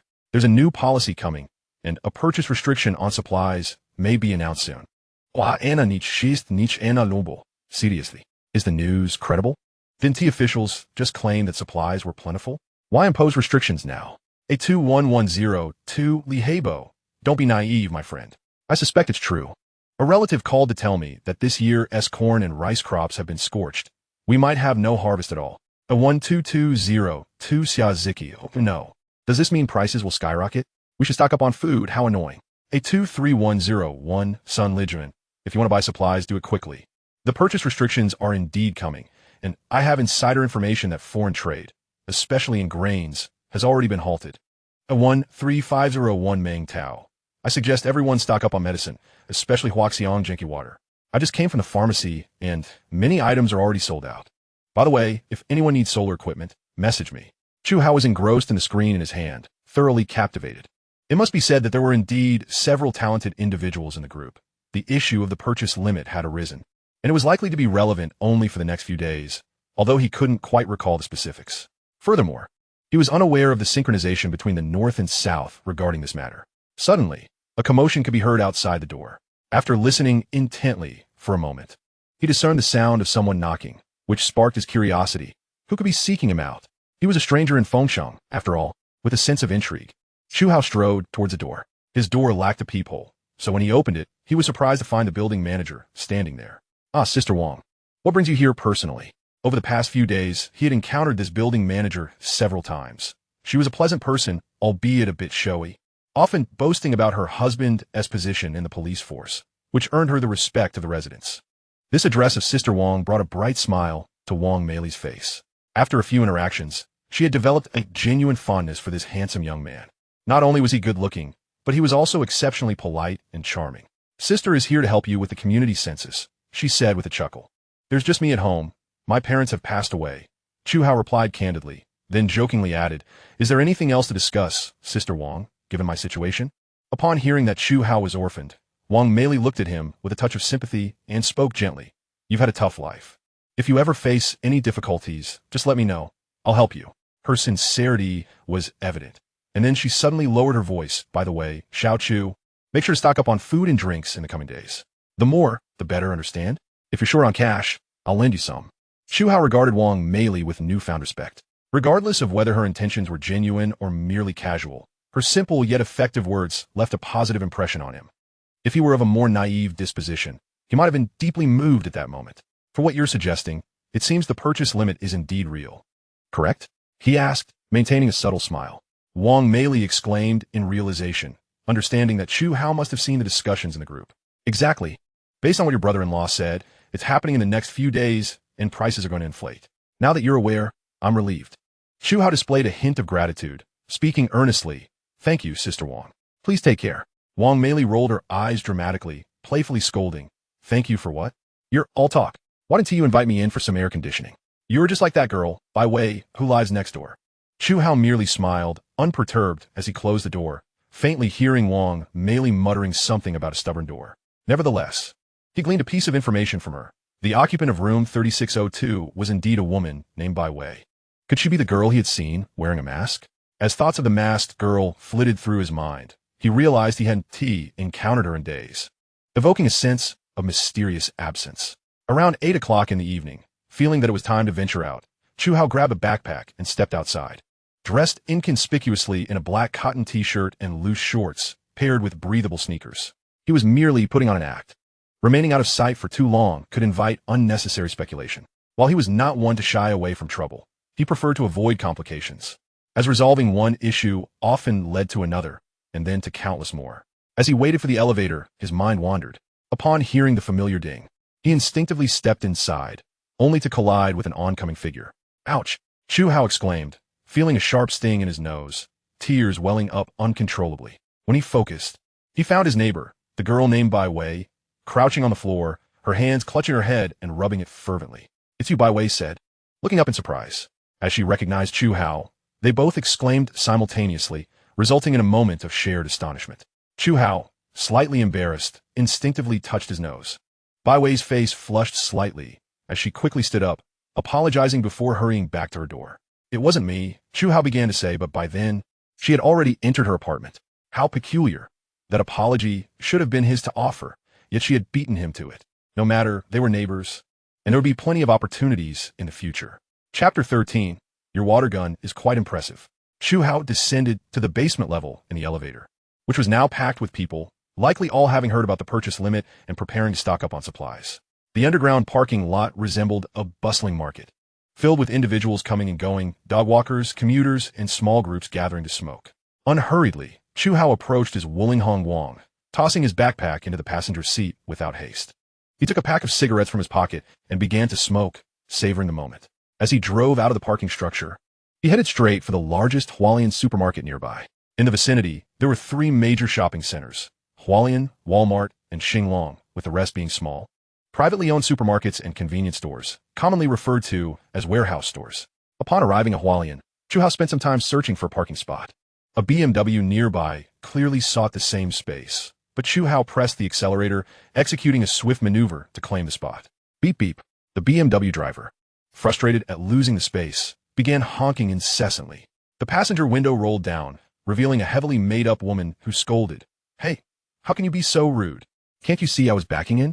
Chu Hao chuckled, shrugged, and replied casually, Forgive my ignorance. I didn't see you. He then ignored her, striding away with a casual air. Watching him leave, the woman gritted her teeth in frustration. Ugh, what a pathetic loser. No wonder he drives that old gas guzzler. After cursing him silently, she turned to her boyfriend in the driver's seat, pouting, Honey, I was just bullied, and you didn't even help me. Oomph. At the supermarket entrance, a throng of people had formed a long line, creating quite a ruckus. However, thanks to the presence of security personnel and armed officers maintaining order, the chaos was kept at bay. Chu Hao, observing the lengthy queue, resigned himself to joining it. Since he was already there, he might as well wait. He pulled out his wireless Bluetooth headphones, placing them in his ears and activating noise cancellation, bringing him a moment of peace. He then opened his phone and began playing a playlist of classic songs he had saved. Despite being only 22, he found little pleasure in contemporary music, preferring the timelessness of older tunes. which he believed truly embodied the essence of song. Though it was nighttime, the nearly 40-degree weather still made him sweat profusely, causing a sense of irritation. Chu Hao noticed that within a short span, several hundred people had lined up behind him, a mix of men, women, and children, many likely having come as families. Several rambunctious kids were playing carefree, each clutching a plastic water gun, spraying each other enthusiastically. One particularly mischievous child, holding a water gun, began targeting strangers, his cheeks flushed with excitement. The drenched adults merely tolerated it, unable to reprimand a child. Seizing the moment, the child grew bolder, setting his sights on Chu Hao. However, instead of being angry, Chu Hao smiled and waved at the boy, causing him to hesitate, momentarily frightened. Yet, sensing no hostility from Chu Hao, the child slowly approached, clutching his water gun tightly. With a smile reminiscent of a friendly neighbor, Chu Hao affectionately ruffled the child's hair and praised, "Your water gun is truly impressive. As a token of gratitude for helping to cool me down, I intend to reward you with 100 yuan. Saying this, Chu Hao remarkably pulled a 100 yuan note from his pocket and handed it to the child. The little boy, overwhelmed with delight, realized that this money could purchase numerous toys. What a generous big brother. Seizing the bright red bill with glee, the boy's admiration for the older lad soared. Chu Hao's lips curled into a mischievous smile as he tucked his hands into his pockets and produced a small bottle of red ink. Here, pour this in. The color it sprays will be spectacular. Excited by the prospect, the boy eagerly accepted the red ink, unscrewed the cap, and poured it into the water gun's reservoir. At that moment, Chu Hao gestured discreetly towards a couple not far behind them and whispered to the child, "Do you see the lady holding the red handbag? Go help her cool down. She must have plenty of money." With 100 yuan securely in hand, the little boy unquestioningly raced towards the designated target.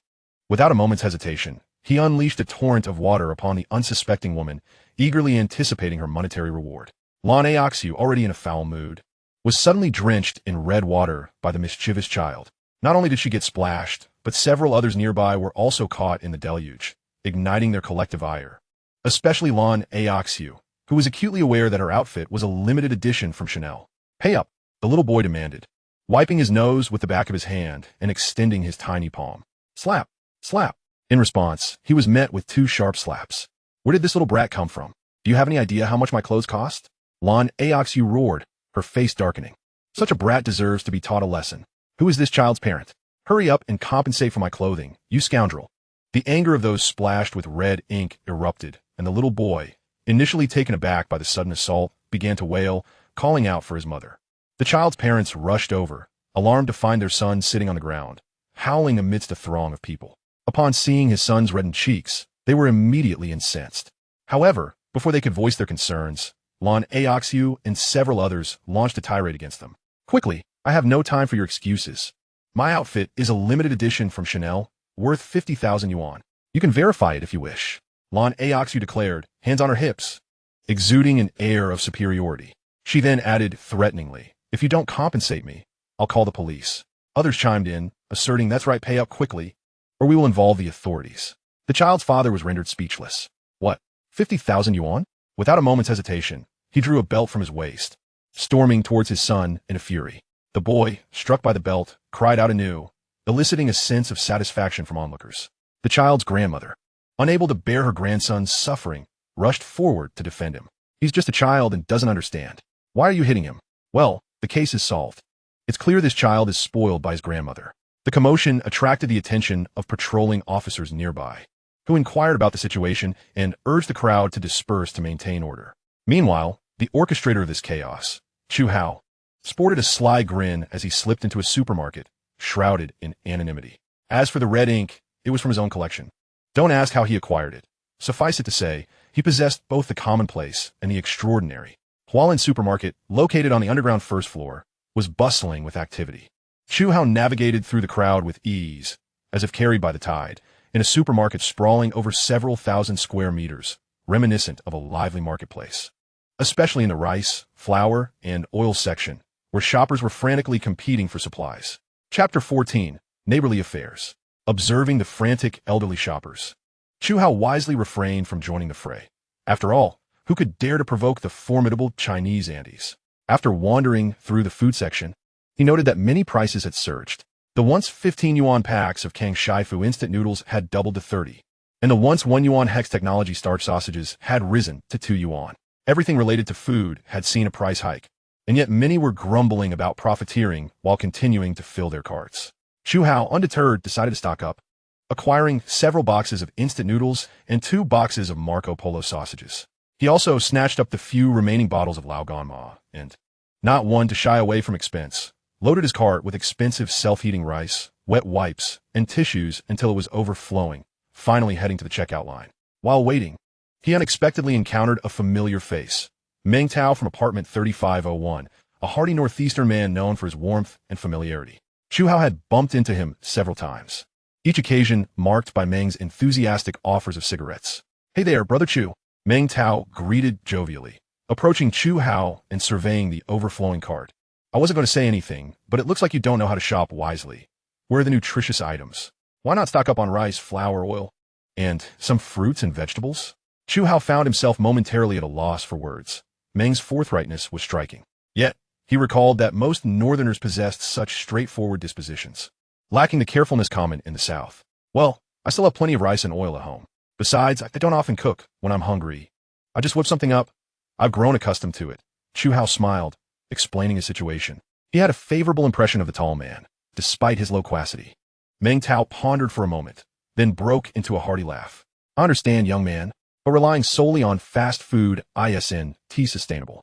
If you don't mind, come over to our place occasionally to sample my wife's cooking. I assure you, her culinary skills are top-notch." Chu Hao sensed the sincerity in Meng's invitation. It was a mere politeness. However, he preferred not to impose on others, content to enjoy skewers and braised pig trotters at home. Nevertheless, with Meng's earnest proposal laid before him, he couldn't refuse. "Sure thing, Brother Meng. I'll make it over one day. Just don't go back on your word." Pleased with the agreement, Meng clapped Chu Hao on the shoulder. "A spit and a handshake seals the deal. We'll enjoy a drink together." At that moment, someone called for Meng, but the supermarket was too crowded to hear clearly. "Brother Chu, you hold your spot. My wife is calling me," Meng said, turning to weave through the throng, leaving Chu Hao chuckling to himself. He found Meng amusing, but remained wary of the unpredictability of human nature, aware that trust should be earned over time. After a lengthy wait, it was finally Chu Hao's turn to check out. "Your total is 5,167 yuan and 6 cents. Would you like to pay by card or scan?" the cashier asked, her impatience evident. Chu Hao cast a dispassionate glance at her, uninterested in engaging with such rudeness. He opted for a quick scan to pay and pushed his card away. The streets were now teeming with cars and pedestrians, some heading to work, while others were out gathering necessities.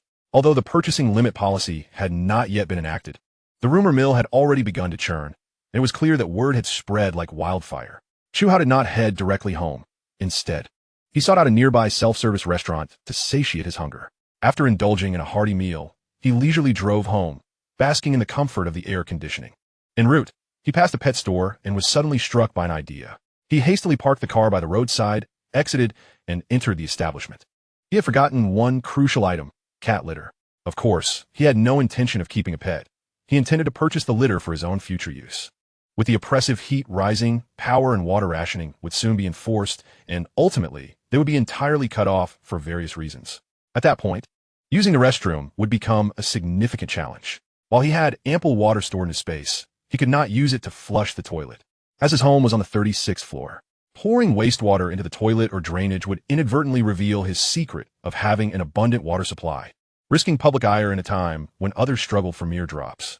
The prospect of using cat litter to address this dilemma seemed a reasonable compromise, albeit with some odor, which he could tolerate by simply disposing of the waste daily. As for throwing it into space, he thought better of it. It would be too distasteful. Upon hearing that a large quantity of cat litter was requested, the pet store owner promptly led Chu Hao to the storeroom, gesturing toward the corner stacked with over 20 bags of cat litter. "Is this sufficient?" he inquired. Each bag weighed 25 kilograms, totaling more than 1,000 pounds. After some calculation, Chu Hao replied, "Not enough. Please arrange for an additional 10,000 pounds, if you would."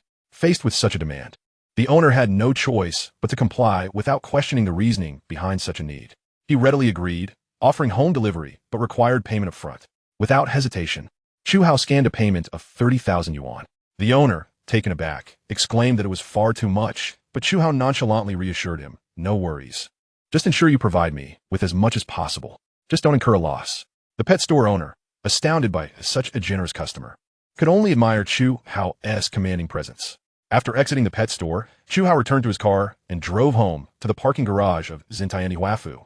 Many residents were seen carrying large bags of goods, and Chu Hao was no exception. Familiarity bred camaraderie as they assisted one another in transporting their items to the elevator. "Thank you, handsome. I truly couldn't manage all this by myself," Jiang Yu said, wiping the perspiration from her brow, a smile of gratitude gracing her lips. Yet, she couldn't help but wonder who this handsome stranger was, as she had never encountered him before. Chu Hao flashed a sunlit smile and casually replied, "No need for thanks, it's just mutual assistance." In the elevator, surrounded by an array of goods, it was just the two of them. Jiang Yu discreetly assessed Chu Hao, increasingly captivated by his aura. His skin, remarkably pristine, and his striking features exuded an air of freshness. "Oh, by the way, are you new here? I've never seen you around before," she inquired. Chu Hao quickly appraised the impeccably made-up girl before responding politely, "Yes, I just moved in recently."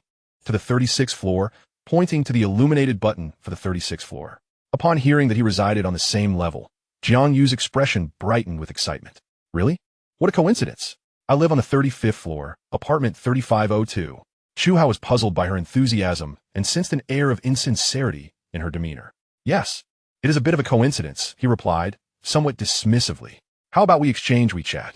Jiang Yu suggested, pulling out her phone, her gaze filled with anticipation. After a moment's hesitation, Chu Hao nodded, and they exchanged contact details. Upon returning home, Chu Hao first took a refreshing shower, discarding his previously worn clothes into the fully automated washing machine. Satisfied with his moderately toned physique reflected in the mirror, he nodded approvingly. His recent dedication to fitness was certainly yielding results, promising a bright future.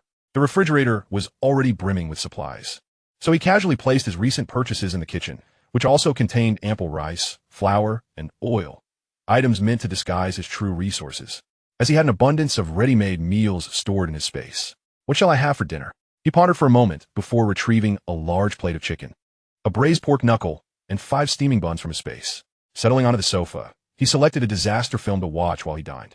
Although he occasionally felt a pang of loneliness, he had grown accustomed to it. However, that did not negate the fact that humans are inherently social beings, a truth that remained unchanged.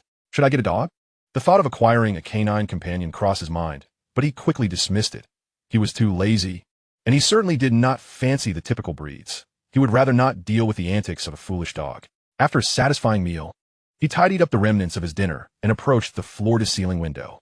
Lighting a cigarette, he gazed out at the illuminated cityscape, occasionally wishing that all of this were merely a dream, indifferent to the prospect of being utterly destitute for it. But alas, there are no what-ifs. Once he finished smoking, Chu Hao retrieved 2 ice makers from his space and began the simple yet repetitive task of preparing ice cubes, diligently storing them in containers for later use. Over the next 3 days, he rarely ventured outside, dedicating his time to exercising, butchering pork, and organizing his space, busy yet content. In the process, he inadvertently noticed something amiss with the energy crystal suspended in the center of his space. It seemed to emit a diminished glow compared to before. This revelation stirred a sense of unease within him. The space was his greatest asset, housing over 2 billion worth of resources, essentially his lifeline.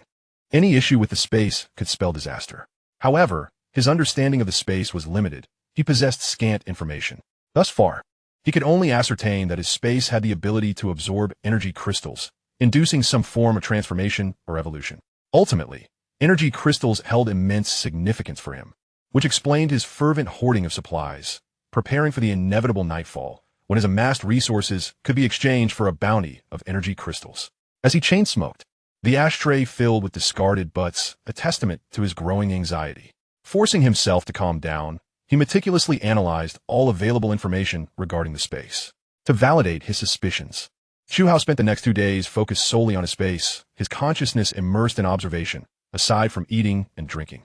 Upon such scrutiny, he became increasingly convinced that the energy crystal hovering at the center of his space was indeed problematic. He speculated that this energy crystal was likely the core of the space's energy, a necessary force for its existence, sustained by the energy emitted from the crystal.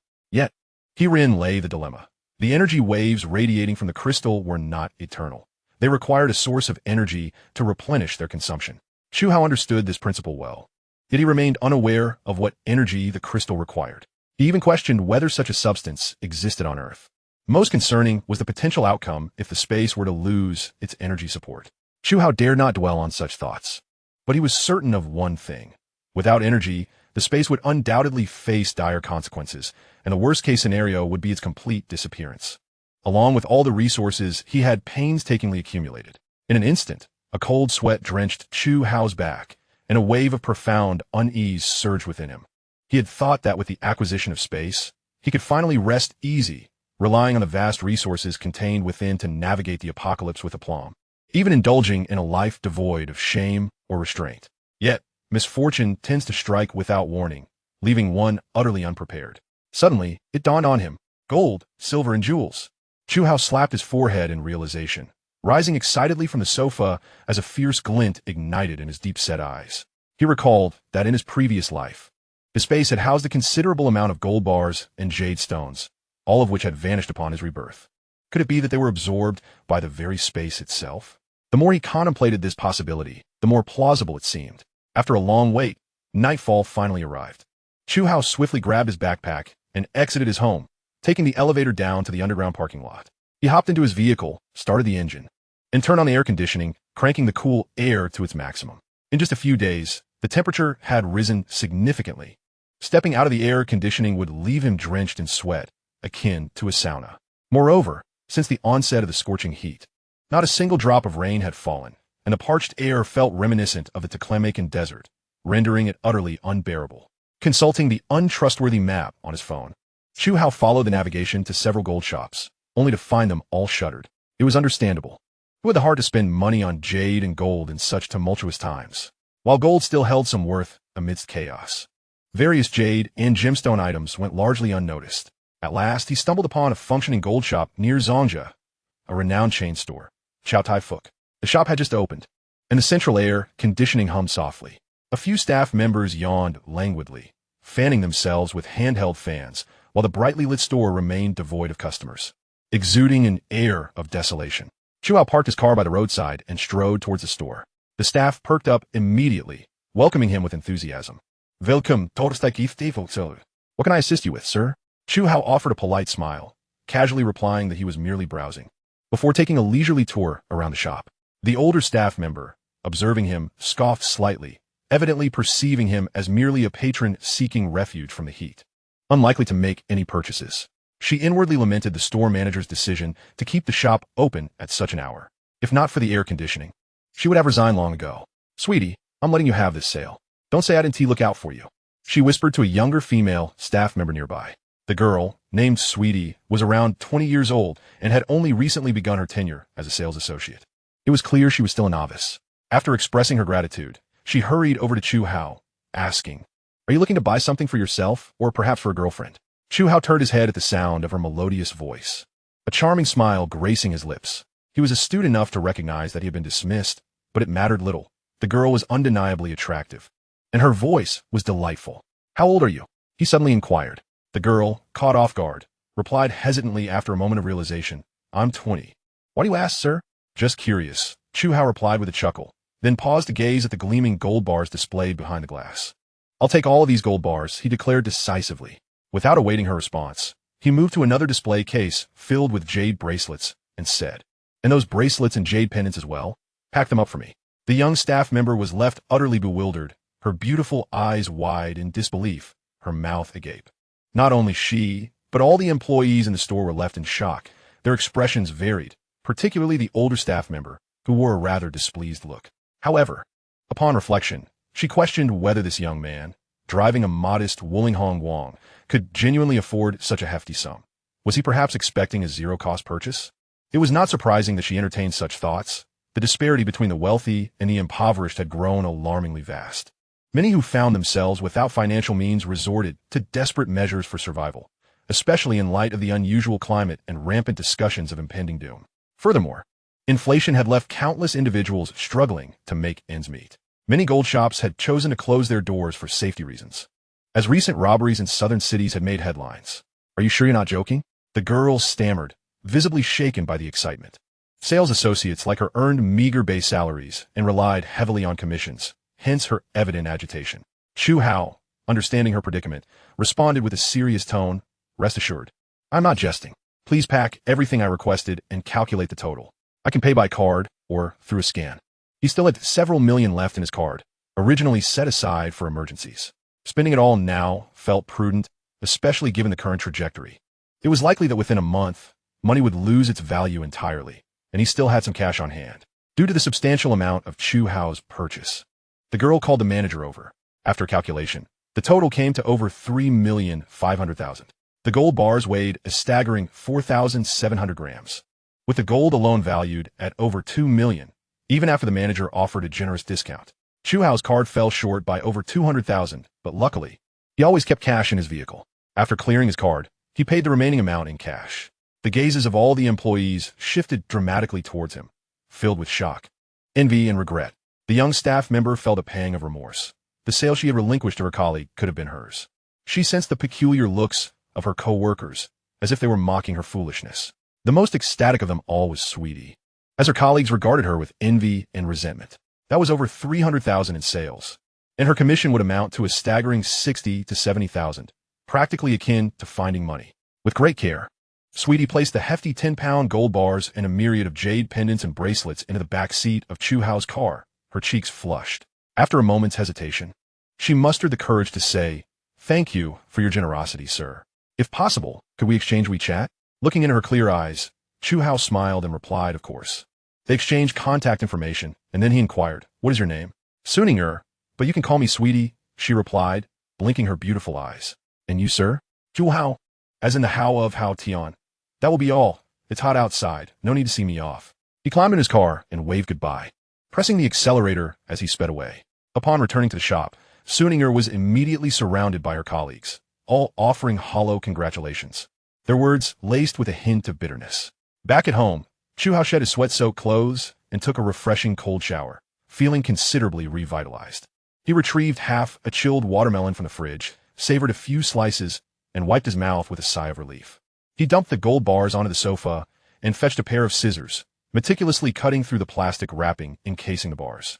Soon, he would have answers to his speculations, and an involuntary surge of anxiety gripped him. What if his assumptions proved incorrect?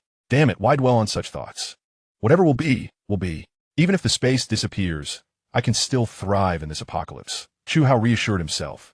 You've already faced death once. What is there to fear? Chu Hao murmured to himself, offering encouragement, before placing his hand upon a pile of gold bars, swiftly absorbing them into his spatial realm. Without hesitation, he also gathered the jade pendant and bracelet, then closed his eyes, allowing his consciousness to enter the space. Indeed, the gold bars had vanished along with the pendant and bracelet, filling Chu Hao's heart with unbounded joy. He had surmised correctly that these items could indeed be converted into energy within the space, as his awareness settled upon the energy crystal hovering in the center of the space. He could distinctly sense that the energy fluctuations emanating from it were markedly more intense than before, and the spatial realm seemed to have expanded just a tad. Huzzah! Upon returning to his consciousness, Chu Hao excitedly pumped his fist, the exhilaration he felt rivaling that of his rebirth. How splendid! The future appeared exceedingly promising. That evening, in celebration, he prepared a lavish spread, albeit in small portions to avoid waste, ensuring he could consume it all. He sipped on sour plum soup, a refreshing and palate-cleansing drink he favored. Chu Hao rarely indulged in alcohol, particularly disliking it, especially in the apocalyptic world where excessive drinking would accelerate alcohol metabolism, leading to significant dehydration, a perilous situation in both sweltering heat and frigid cold. Of course, this was his perspective. It is worth noting that many affluent individuals thrived in the apocalypse, either possessing considerable influence or being high-ranking members of shelters, living lavishly with revelries every night. The Don base in Pengsheng during his previous life exemplified this, where the elite enjoyed abundant food and drink.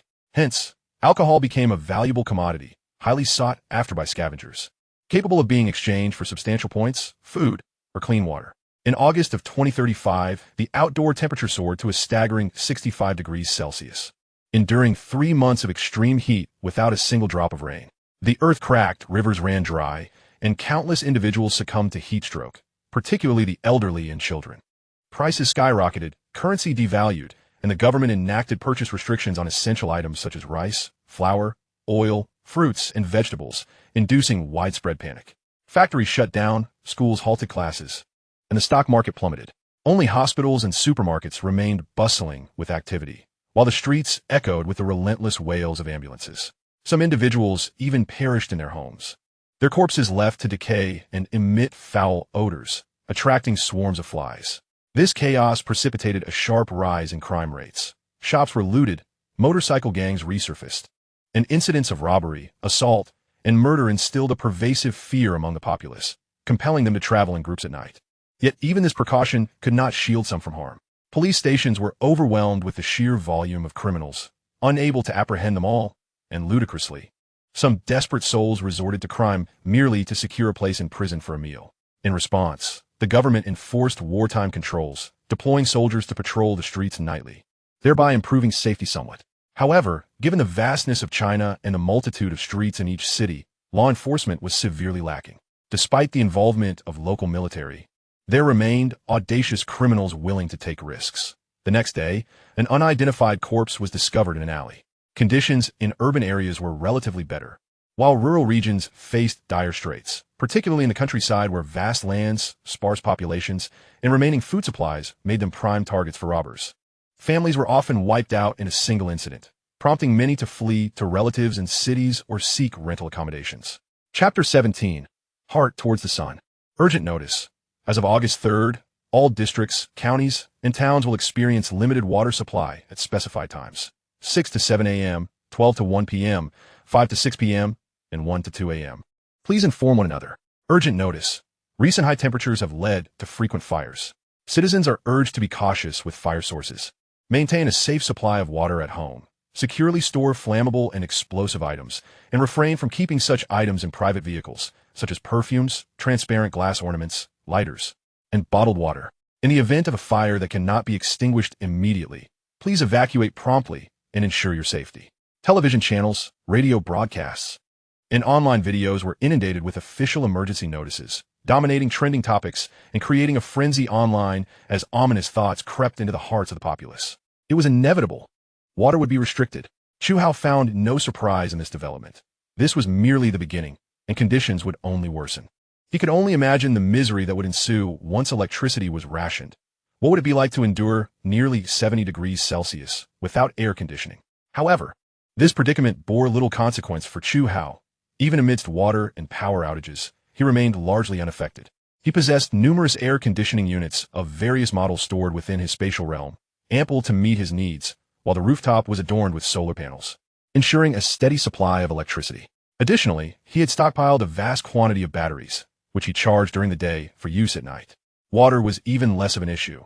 He had several hundred sterile water tanks, each capable of holding 8 tons of water, all filled to capacity, supplemented by several water towers on the rooftop. Currently, Chu Hao found himself with an abundance of leisure, engaging in fitness, watching films, dining, reading, and sleeping. Nothing else occupied his time. He had long since abandoned culinary pursuits, though he discovered a certain talent for barbecuing. Yet the oppressive heat rendered him reluctant to indulge in such activities, especially when provisions were readily available in his space, to be addressed at a later time. Unquestionably, Chu Hao had adopted a rather lackadaisical lifestyle. Nonetheless, he ventured out every few days, ensuring to make an appearance and return with supplies, striving to blend in with others. Recently, Meng Tao from 3501 had messaged him, inviting him to dinner. After some consideration, Chu Hao politely declined, citing a cold as his reason, promising to meet another time. Jiang Yu from 3502 also reached out intermittently, having invited him to her home to express gratitude for his assistance, but he similarly turned down her invitation. Jiang Yu struck him as a woman of dubious repute, a streamer on a certain platform whom he had visited once, after which he decided to maintain a distance. She was not the type he found appealing. As for fleeting encounters, such thoughts never crossed his mind, for he was quite discerning. Furthermore, he harbored the secret of his spatial realm, naturally preferring to keep a safe distance from those around him, as the true nature of a person is often revealed over time. The following noon, while enjoying a deep slumber, Chu Hao was abruptly awakened by a thunderous noise. Instinctively, he reached beneath his pillow for a knife, only to find nothing. This habit stemmed from his previous life of instability, where he would hide a blade beneath his pillow while sleeping. However, with his spatial realm and the security of his own home, such measures were no longer necessary. Rubbing his eyes to clear his vision, Chu Hao focused, deducing that the sound resembled an explosion, and quite a powerful one at that. He strode bare-chested to the floor-to-ceiling window, drawing back the heat-insulating curtain and pushing aside the protective panel. Instantly, blinding sunlight streamed through the bulletproof glass. and he raised a hand to shield himself from the searing rays, then gazed intently northward. Several kilometers away, thick plumes of smoke billowed, reaching skyward like a colossal black mushroom cloud. Indeed, an explosion had occurred. Based on the location, Chu Hao surmised it was likely the gas station in the northern part of the city. He had filled up there on several occasions, and the magnitude of the disturbance could only be attributed to a gas station. Perhaps it is better to perish in these times than to endure such suffering. Chu Hao mused, shaking his head in resignation. He promptly closed the protective panel and drew the curtain, plunging the room into darkness. Yet in that brief moment, the temperature inside had escalated by at least 6 or 7 degrees. After soaking in the water, Chu Hao once again threw himself onto his bed, and before long, he succumbed to slumber. Meanwhile, residents of a nearby community were jolted awake by a deafening explosion, speculating about yet another disaster and lamenting the likely loss of life. For nearly a month, explosions triggered by soaring temperatures had become tragically commonplace across various regions, some in residential buildings, others in factories or shops, with vehicles suffering the most frequent casualties, as reported daily in the news. In room 3602, a bedroom adorned with a youthful charm, Bai Wei curled up on her bed, her light pink pajamas already drenched in sweat. At the head of her bed stood a princess bear plush, over half a meter tall, appearing old yet impeccably clean. Upon first glance, one might easily mistake this room for that of a teenage girl. Since the passing of Bai Wei's parents, the room had remained untouched, including the cherished princess bear, which was the last birthday gift her parents had bestowed upon her. The tranquil atmosphere was abruptly shattered by a shrill ringtone. Bai Wei slowly opened her beautiful eyes, which sparkled with a clarity that could captivate anyone.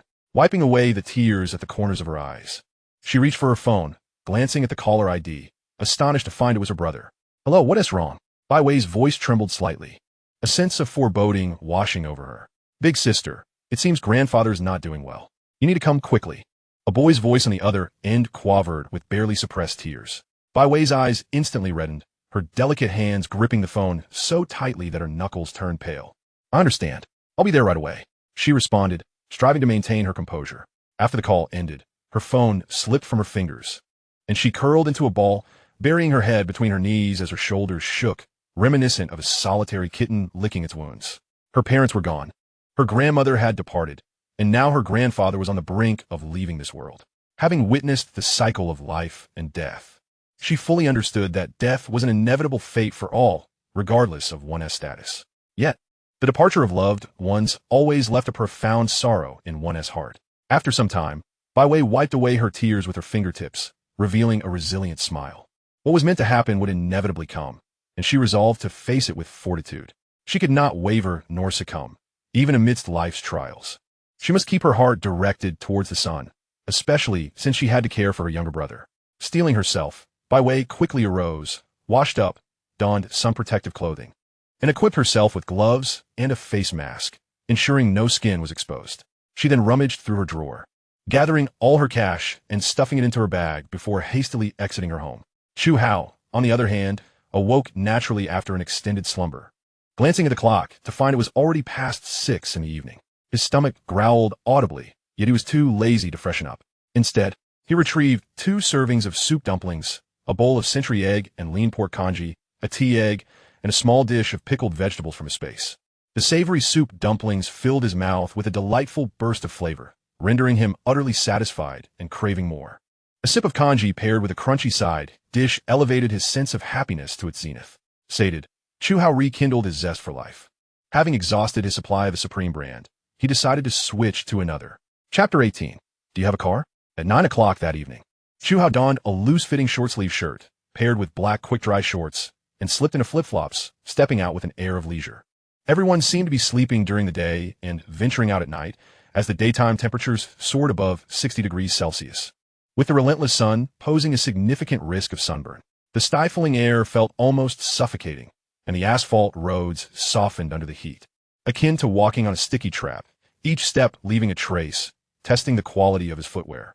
Driving during the day was unfeasible, especially for private vehicles without garages, which endured relentless sun exposure, leading to softened and warped plastic parts, while the paintwork became marred and chipped, making flat tires unavoidable. In response, the authorities mobilized all available engineering vehicles to clear the asphalt roads as the sun set, transforming the once smooth and beautiful streets into uneven gravel paths.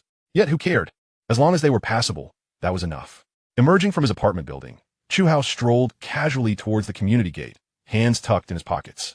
The reason he wasn't driving was that his car had been stolen, along with hundreds of thousands of cash. Truthfully, he found it laughable to stand there with his keys, staring at an empty parking space. However, he didn't mind much and didn't report it, considering it merely a loss of a worthless vehicle. Though he regretted the lost cash, yet he held himself accountable. He should have secured the cash in his space. His decision not to report the theft stemmed from the chaotic state of the nation, where daily crimes and major incidents proliferated, with local jails reportedly overflowing. He chose not to burden anyone further, rationalizing that perhaps this misfortune was a fortune in disguise. Currently, Chu Hao found himself in a dire financial state, truly impoverished. Exiting the community gate, he glanced around before heading south. In no time, his shirt was damp with sweat, and each breath felt scorching. Nevertheless, he welcomed this discomfort, believing that leaving his comfort zone would enhance his physical resilience. After all, one could suffer from air conditioning sickness if they remained indoors too long. Moreover, he had a purpose for venturing out this time, to procure a means of transportation. Although he had several vehicles stored in his space, they were too conspicuous, reserved for the harsh winter ahead. On the main street, patrol officers on motorcycles zipped by, while private vehicles were few and far between. A handful of individuals rode electric bikes, their baskets and rear compartments laden with rice, flour, and oil, likely freshly acquired from the supermarket. Chu Hao walked with a purposeful stride, gradually distancing himself from the brightly lit main street, deliberately meandering into more secluded areas, keenly aware of his surroundings as he searched for his target. The sparse pedestrians mostly traveled in pairs, hurriedly and warily, many wielding makeshift weapons such as sticks or baseball bats, ineffectual against real threats, primarily serving to bolster their courage. An hour later, Chu Hao removed his damp shirt, twisting it vigorously to wring out the sweat, droplets falling to the ground as he shook out the creases and donned it once more, his expression one of disappointment. Damn it, these poor folks. Not only do they lack a car, but they can't even manage an electric bike. And here they are, trying to act like robbers. He cursed under his breath, frustration boiling within him. Initially, he had hoped to acquire a vehicle from a robber, but instead, he encountered two individuals even worse off than himself. Incensed, Chu Hao swiftly incapacitated them, blinding one with a stick, leaving them to fend for themselves. He felt no mercy for such societal miscreants. In his previous life, he had resorted to stealing and unsavory acts to survive, yet he upheld his principles, never preying on the weak, especially the elderly, children, or the ill. He would never kill for the sake of theft. Taking a life without just cause was morally reprehensible unless one had a valid reason to judge another. Pulling out a pack of red Nanjing cigarettes, he intended to light one when suddenly he paused, ears pricking at the sound of a cry for help. He returned the cigarette to its box, his eyes gleaming with a predatory intensity in the dim light of the night. Here we go again, he thought, hoping for better luck this time. A galvanized steel pipe appeared in his hand, and he licked his lips with a hint of mischief before heading towards the source of the commotion. Those observant enough would notice that Chu Hao navigated through the shadows, skillfully avoiding the gaze of overhead surveillance cameras, moving like a specter in the night. At a T-junction, approximately 400 to 500 meters away from Chu Hao, under the dim light of the moon, an electric tricycle lay overturned by the roadside. The contents of its cargo were strewn across the ground, a 50-kilogram bag of rice, a partially open sack of flour tightly bound with rope, scattered potatoes, cabbages, gourds, and some garlic, along with various household utensils. On the sidewalk, just a few meters from a tricycle, a youth clad in a white tracksuit was struggling on the ground, his forehead smeared with blood, clearly suffering from significant injuries. Nearby stood 3 hooded figures, each wielding a sharp butcher's knife. "Wow, brother, we really hit the jackpot this time," exclaimed a tattooed masked man, his eyes gleaming with excitement as he surveyed the spilled provisions. He added, ingratiatingly, "You've got quite the eye, brother, to recognize this tricycle-'s worth from so far away." Haha. The second masked man rolled his eyes in disdain, inwardly cursing the fool, thinking that with a decent night vision scope, he too could have made the same deduction. Enough chatter. Third, go fetch the vehicle, but for heaven's sake, keep the headlights off, commanded the masked leader, glaring at the tattooed man. The latter nodded in compliance and disappeared into a nearby alley. At that moment, the injured youth, using all his strength, pushed himself up from the ground, wiping the blood from his face, his expression hardened with resolve. "Damn it, how dare you touch my things? I'll fight you," he shouted, attempting to charge at them empty-handed, only to be kicked several meters away by the tall masked man. landing with a thud as he clutched his abdomen, groaning in pain. "Little brat, who are you trying to mess with?" The tall man scoffed, taking a couple of steps forward before turning to his leader and asking, "What should we do with this kid?" How about he mimicked a throat-slitting gesture, clearly accustomed to such grim tasks. The masked leader hesitated momentarily. He did not wish to take a life unless absolutely necessary, as his intent was merely to acquire wealth. And murder was a grave crime, two concepts that bore significant difference. However, with a murder already weighing on their conscience, it seemed inconsequential now. Just keep it clean and avoid drawing attention, he decided. The tall masked man nodded and approached the youth, seizing his arm and dragging him towards a shadowy corner, all the while chuckling ominously. The youth, terrified, pleaded, "Please let me go. I promise I won't call the police." Yet, no matter how he begged, his pleas fell on deaf ears. His frail physique was no match for the towering figure, and he was ruthlessly pulled into the darkness.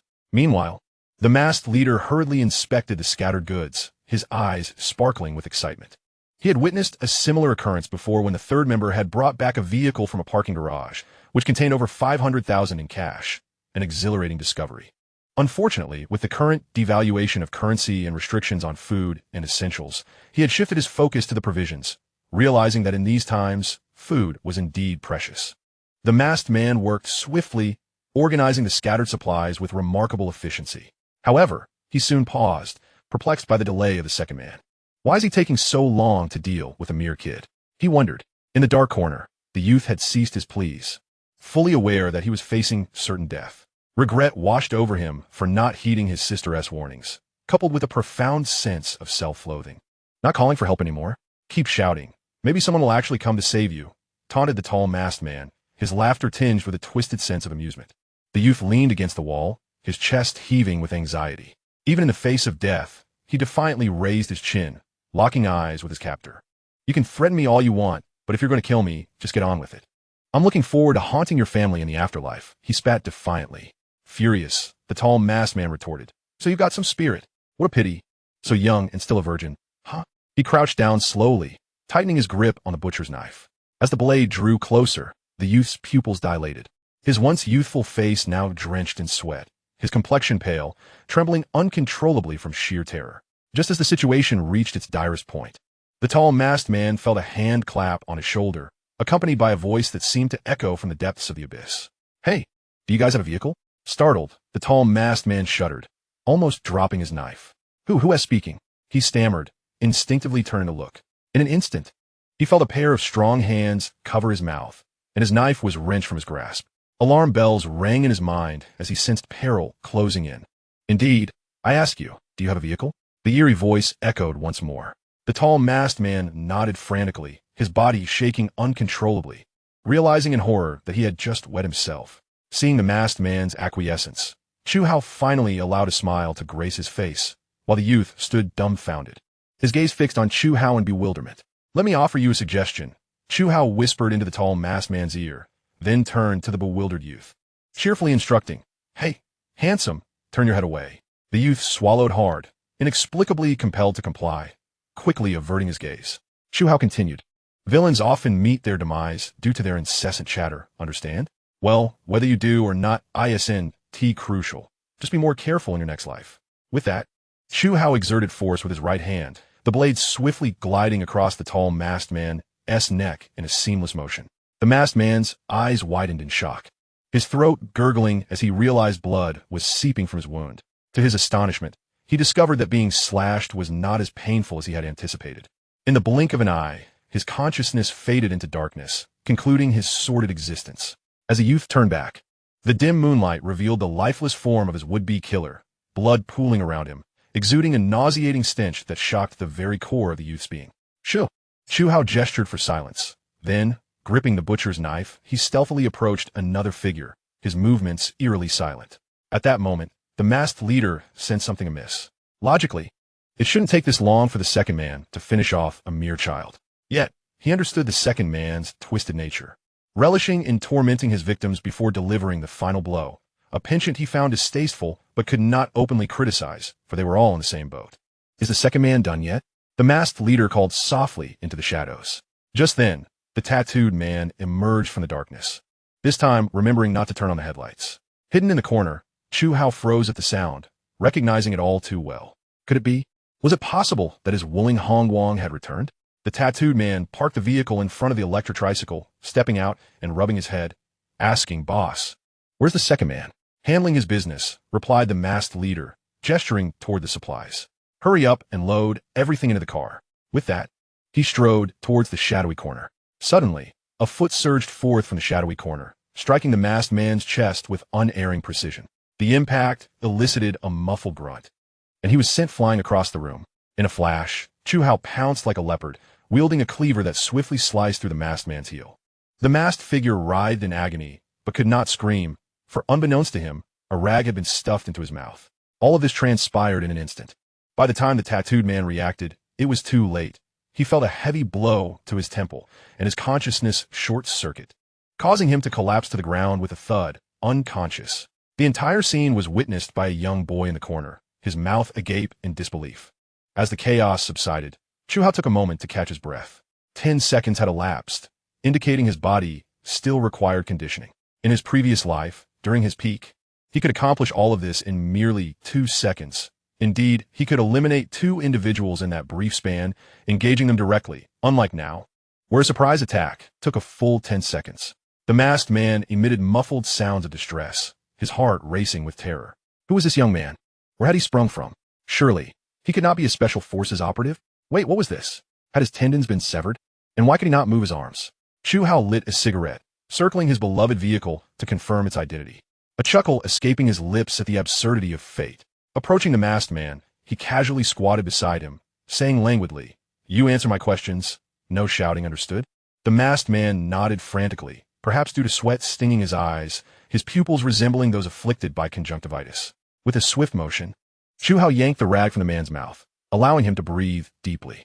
Chu Hao exhaled a smoke ring toward the man's face and asked slowly, "Where's the cash from the car?"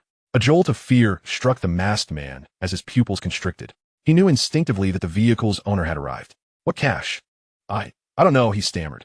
Chu Hao smiled without replying. After taking a deep drag from a cigarette, he pressed the burning end onto the masked man's face. The sound of sizzling filling the air. As the masked man opened his mouth to scream, the rag was stuffed back in, muffling his cries to pitiful whimpers. "Where's the money?" Chu Hao whispered again, pulling the rag from the man's mouth once more. This time, the masked man dared not lie, hastily responding. "Some of it was spent, the rest was used to buy gold." He swallowed nervously and added, "Big brother, I was wrong. We shouldn't have stolen your car. Please spare me." A charming smile graced Chu Hao's lips as he reassured, "No need to be anxious. I don't blame you for the car theft. Money spent is spent. However, now that I've found you, you ought to return what is mine." The masked man nodded vigorously, repeating, "Yes, yes, we'll compensate. We'll—" His words were cut short as another rag was shoved into his mouth. Chu Hao approached the tattooed man, nudging him with his foot. The tattooed man lay still, prompting Chu Hao to scoff. "Hey, stop playing dead and get up." Realizing he could no longer feign unconsciousness, the tattooed man flung a handful of dirt at Chu Hao's face and scrambled to his feet, attempting to flee into an alley. However, Chu Hao was prepared. As the tattooed man threw dirt, Chu Hao swiftly positioned himself to block the alley's exit, a familiar cleaver now poised at the man's throat. A grimace of desperation crossed the tattooed man's face as he raised his hands in surrender, exclaiming, "It's all a misunderstanding." With a chilling glint in his eyes, Chu Hao raised the cleaver, delivering several swift stabs to the man's body, deliberately avoiding vital arteries and only inflicting muscle damage. He then led the limping tattooed man into a shadowy corner. Minutes later, Chu Hao emerged with a calm demeanor, while the masked man trembled at the sight of this reaper, knowing that his companions would likely meet grim fates. "Listen carefully. You answer my questions," Chu Hao stated, his expression devoid of emotion, his tone frigid. After a few minutes, Chu Hao had extracted the desired information. The masked man gazed at him with hopeful eyes, filled with the fervent desire to survive, yet he was met with a cold smirk in return. "Robbery is not disgraceful, but killing a child is unforgivable," Chu Hao admonished. "Be more cautious in your next life," he concluded, as a flash of cold steel glimmered. The masked man gasped, his mouth opening in shock before he ceased to breathe. With 3 lives extinguished, Chu Hao bore an expression of ease. Given the presence of the young boy, he refrained from using spatial manipulation to erase the evidence, opting instead to simply tidy the scene and eliminate any traces of his involvement before turning his attention to the boy. The boy swallowed hard. Surely, this fierce individual who seemed only slightly older than himself, would not silence him to keep a secret. "Thank you for saving me," he said earnestly, bowing deeply. Upon rising, he added solemnly, "Rest assured, I will keep your secret." Chu Hao beckoned the boy closer, who hurried to comply, his eyes filled with admiration. After scrutinizing the boy for a moment, Chu Hao felt an inexplicable familiarity in his features, as if they had met before, yet he could not recall when perhaps they had crossed paths at some point. "Indeed, you are quite brave," Chu Hao remarked, patting the boy's arm. "You nearly witnessed death and then saw 3 lives taken. Most would have crumbled under such pressure, yet you maintained your composure." Chu Hao opened the door of his Wuling Hong Wang and the trunk, transferring all supplies back onto his electric tricycle. After wiping the sweat from his brow, he donned a fatherly smile and advised, "You should head home quickly. It's best not to venture out alone. And remember to stick to the main streets." With that, Chu Hao returned to his vehicle. The boy, in hot pursuit, called out, "Big brother, what's your name? Where do you live? How can I find you? I want to hang out with you." Chapter 20. The Delusional Youth. "Ah, indeed he is a delusional youth. Calling me big brother." Chu Hao silently rolled his eyes, hurrying home.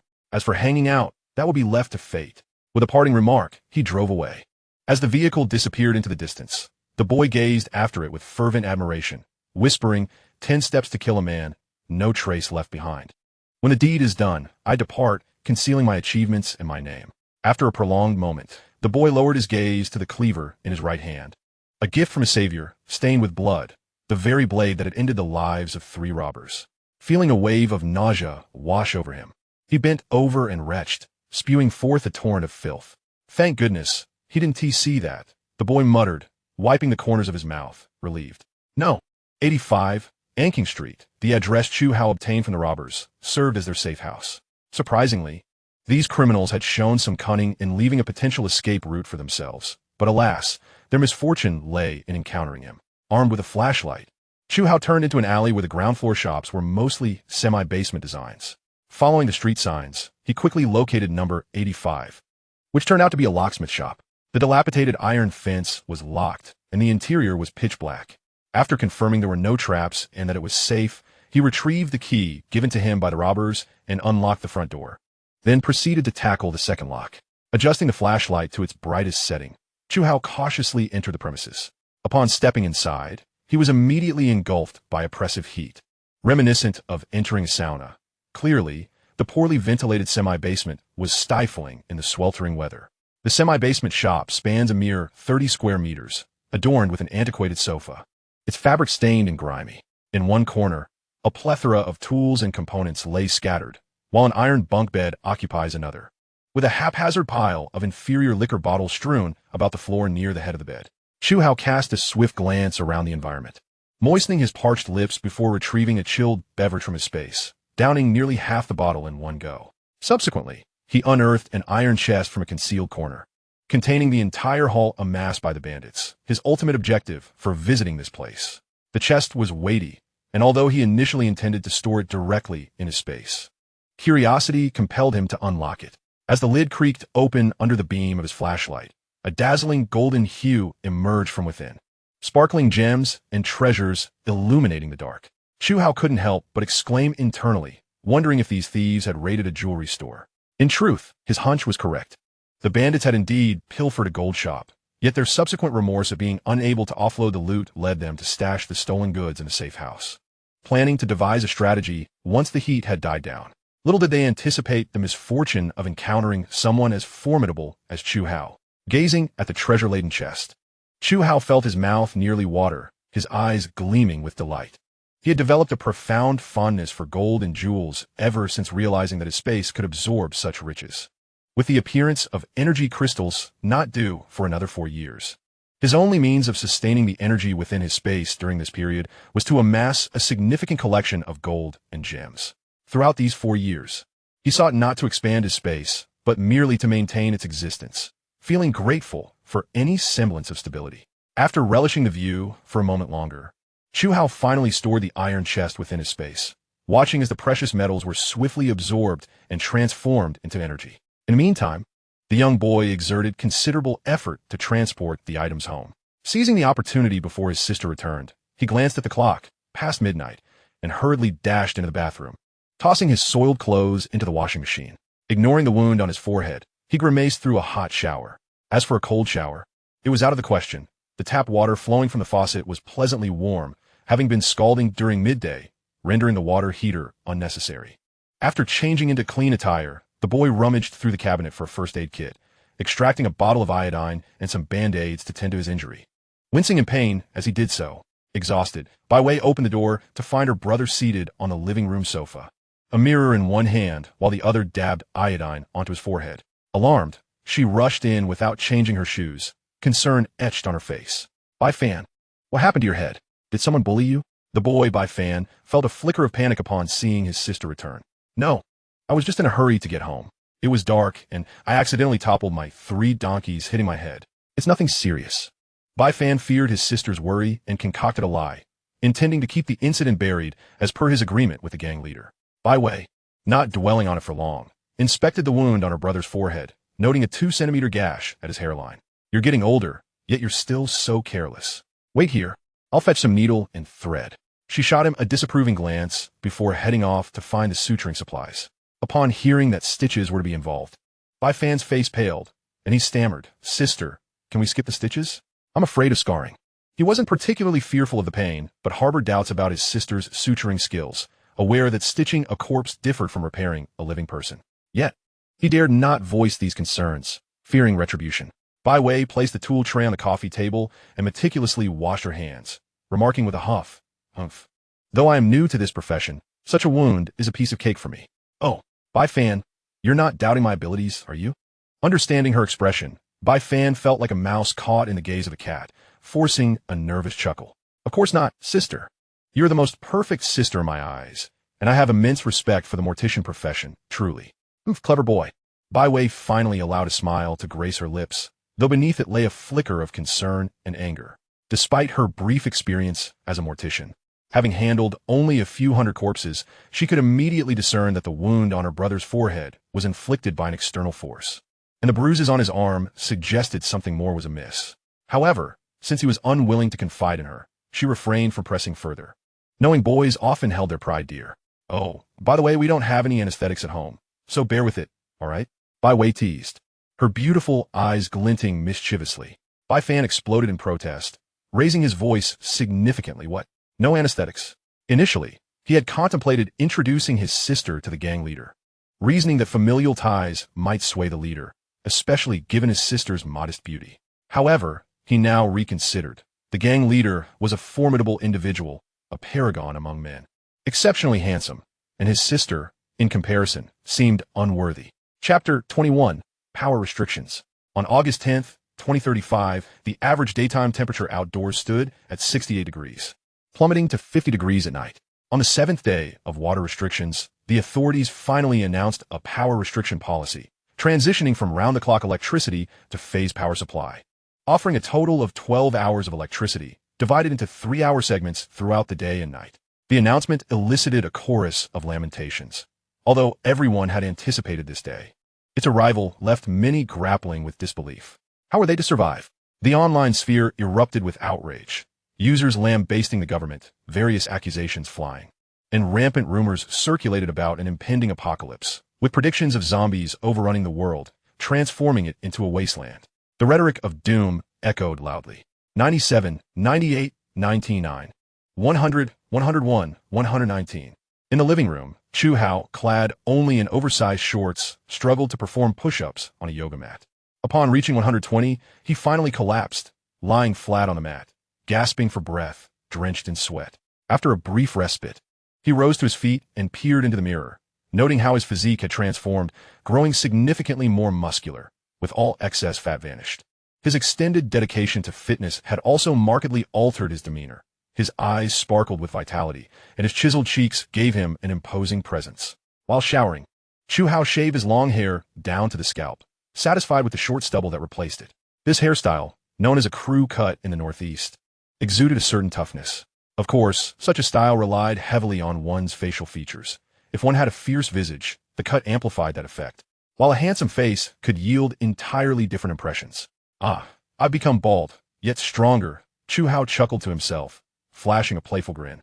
For dinner, he planned a hasty meal, retrieving a box of 2 meat and 2 vegetable dishes, alongside a bowl of cold noodles, 10 skewers of lamb, 2 grilled kidneys, and a bottle of pineapple-flavored soda.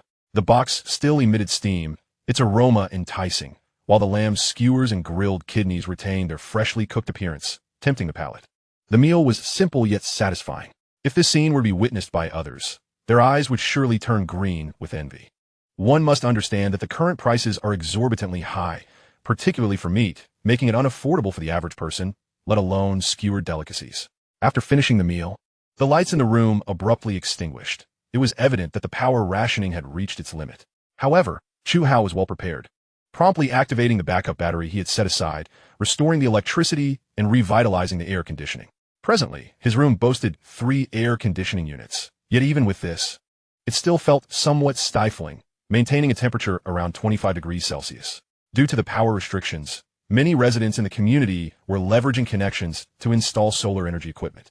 Consequently, following the surge in the air conditioning industry, solar devices were also experiencing a boom, with batteries being swiftly depleted from the market and flashlights, lamps, and candles flying off the shelves. The devaluation of currency had led some merchants to refuse cash altogether. One could barter for goods with food or other items deemed acceptable by the vendors. As for complaints or police reports, shopkeepers shrugged them off, stating they simply would not accept money. This situation has escalated with the persistent extreme heat, and in today's hyper-connected world, concealing information is nearly impossible.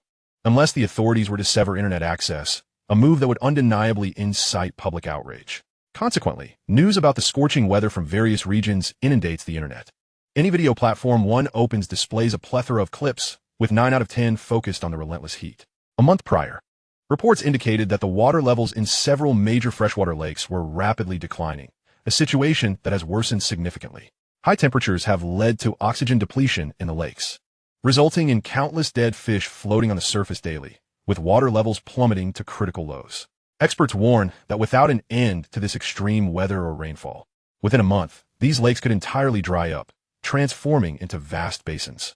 At that point, the groundwater would dwindle, leading to a severe scarcity of water resources, causing countless animals to perish from thirst and massive plant die-offs, heralding a potential apocalypse for humanity. Consequently, many astute individuals have recognized that if this extreme weather persists, it could culminate in a catastrophe for mankind. Water and food would become the most precious commodities, rendering money, fame, status, stocks, vehicles, and properties utterly worthless in the face of hunger, unable even to procure a bag of rice. Regrettably, the authorities maintain absolute control over essential living supplies, and purchase restrictions have shattered any aspirations of stockpiling. It can be said that every move made by the officials is preemptive. They have anticipated every thought conceivable by the public, as well as those that are not. In the nation, as long as the official system remains intact and the military is present, large-scale unrest is unlikely. This is why Chu Hao exercises utmost caution and maintains a low profile, even amidst torrential rains and frigid conditions that could lead to the collapse of the official system and a reshuffling of local governments. In the apocalypse, however, most large shelters were hastily established under the official framework, primarily because the common people are unarmed. In his past life, Chu Hao rose to become the leader of a small refuge largely due to his acquaintance with 2 individuals, a retired veteran and a police officer. The veteran, a martial arts champion in his youth, had served in the military but retired due to injury, while the police officer, wielding a firearm, commanded considerable respect and leadership among Chu Hao's group. Ultimately, both met untimely ends, but before the veteran's demise, he imparted numerous survival skills to Chu Hao, along with a handgun, which became instrumental for his survival. In truth, Chu Hao lamented not having learned more skills from the veteran, particularly the art combat. Such opportunities are exceedingly rare. Unfortunately, he was preoccupied with the struggle for daily sustenance and lacked the time or mental space to acquire knowledge. After his rebirth, he contemplated seeking out the veteran, given the debt of gratitude he owed, yet he knew little of the veteran's past, and the veteran was reluctant to discuss it. He did not press further, lamenting, such is fate. Suddenly, his reverie was interrupted by a series of knocks at the door. As he rose to answer, he realized he was clad only in boxers, an indecorous choice, and hurriedly returned to don a short-sleeved shirt before proceeding to the door. He initially assumed it was Sister Wang, the building manager, but to his surprise, it was Meng Tao from downstairs. Meng Tao wore a goofy grin, exclaiming, "I knew you were home." He extended a bag in his right hand, stating, "Here, your sister-in-law made dumplings, pork and sauerkraut." Chu Hao glanced down at the bag, and then at the amiable giant before him, feeling a warmth in his heart. Without hesitation, he accepted the bag, saying, I must savor your sister-in-law's culinary skills. Come in, Brother Meng. We can't let all this cool air escape. Chu Hao gestured for him to enter, acutely aware that food was a precious commodity nowadays. In the past, neighbors might have casually shared dumplings, but in these times, food was invaluable.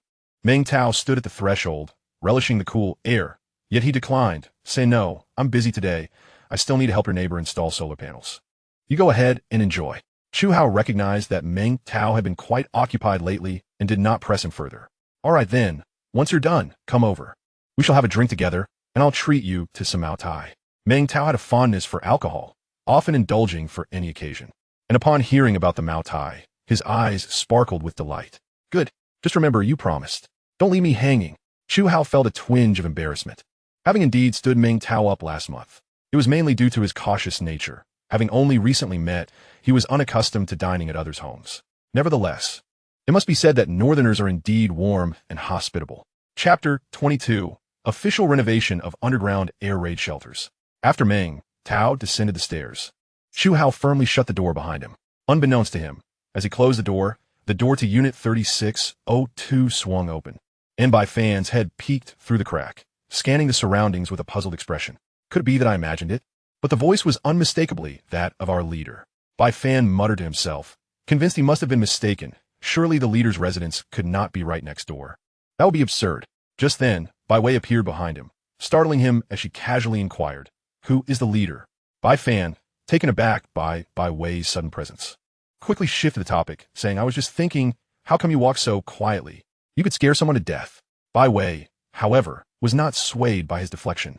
She reached out with her delicate hand and pinched Bai Fan's ear, her demeanor serious. Don't change the subject. What leader? Are you sneaking around without my knowledge?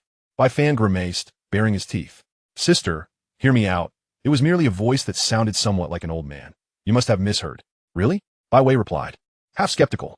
Bai Fan hastily pointed to the sky with his right hand, earnestly swearing, I swear if I were to join a gang, heaven would strike me down with thunder. Though inwardly, he thought, what a stretch. Bai Wei playfully swatted her brother's head, admonishing, watch less of those nonsensical movies and read more books. By the way, Uncle Meng will be coming to install the solar panels downstairs soon. Give him a hand. Got it, sister. Bai Fan nodded obediently. The installation of solar panels was his suggestion, and, fortuitously, his sister shared the same consideration. The siblings quickly contacted Meng Tao, as everyone in the community knew he was the go-to person for solar energy equipment. Nearly all of the solar installations in the community were managed by Meng Tao and his crew. Meng Tao had become a long-standing resident, well aware of the circumstances surrounding Bai Wei's family. Both of her parents had perished in a tragic car accident, leaving the siblings to rely on each other, while also bearing the responsibility of caring for their grandfather. Were it not for a compensation fund, it was likely that the siblings would struggle to afford even basic sustenance. Their hardships truly poignant. Therefore, he accepted a few thousand yuan as a mere token of support. However, Bai Wei was unwilling to accept this, promptly gifting Meng Tao 10 kilograms of rice instead. She detested the notion of being a recipient of charity, even though it was offered with good intentions. She felt compelled to acknowledge the kindness without taking undue advantage. At midnight, when the elevator was restored to power, Meng Tao, accompanied by another worker, transported the necessary equipment into Bai Wei's home. The solar panels were readily available, and the installation was completed swiftly, taking approximately half an hour. These solar devices were basic models, equipped with a current converter and a household battery, capable of powering an air conditioner for around 4 hours when fully charged. Meng Tao made a special effort to leave Bai Wei an additional battery along with some spare parts, a gesture of exceptional care. In recent times, he had accrued a considerable amount of supplies through these solar devices. Indeed, he did not accept money but rather relied on goods, an approach suggested by Chu Hao, which he found to be quite sensible. After all, what use is money if one cannot spend it? Moreover, with a large family to feed, he truly required ample provisions. Initially, he had contemplated providing Chu Hao with a solar setup free of charge, but he soon discovered that Chu Hao had already acquired a superior system. This was evident from the temperature in Chu Hao's home, even when the air conditioning was running in both the living room and bedroom. The indoor temperature barely dipped below 30 degrees. In contrast, upon delivering dumplings to Chu Hao, he was immediately struck by the refreshing coolness upon entering, an unmistakable contrast. Indeed, Chu Hao's solar equipment was the finest available on the market, including commercial-grade batteries from the top tier of CATL. And he had covered his rooftop with an extensive array of solar panels, ensuring an abundant supply of electricity. Life in this apocalyptic setting was monotonous and dreary, prompting Chu Hao to stockpile various gaming devices within his space. He retrieved the latest PS console and began playing a competitive game, while also possessing 2 advanced gaming helmets that connected to the neural system, containing over 20 immersive simulation games. For the subsequent 5 days, Chu Hao remained a recluse, indulging in a routine of culinary delights, gaming challenges, exercise, and sleep, blissfully oblivious to the turmoil raging outside. The relentless heat had persisted for 3 months, and the patience of the populace had reached its breaking point, particularly following the implementation of power rationing, which led to an increase in mortality rates. The most tragic victims were the elderly, especially those bedridden with chronic illnesses.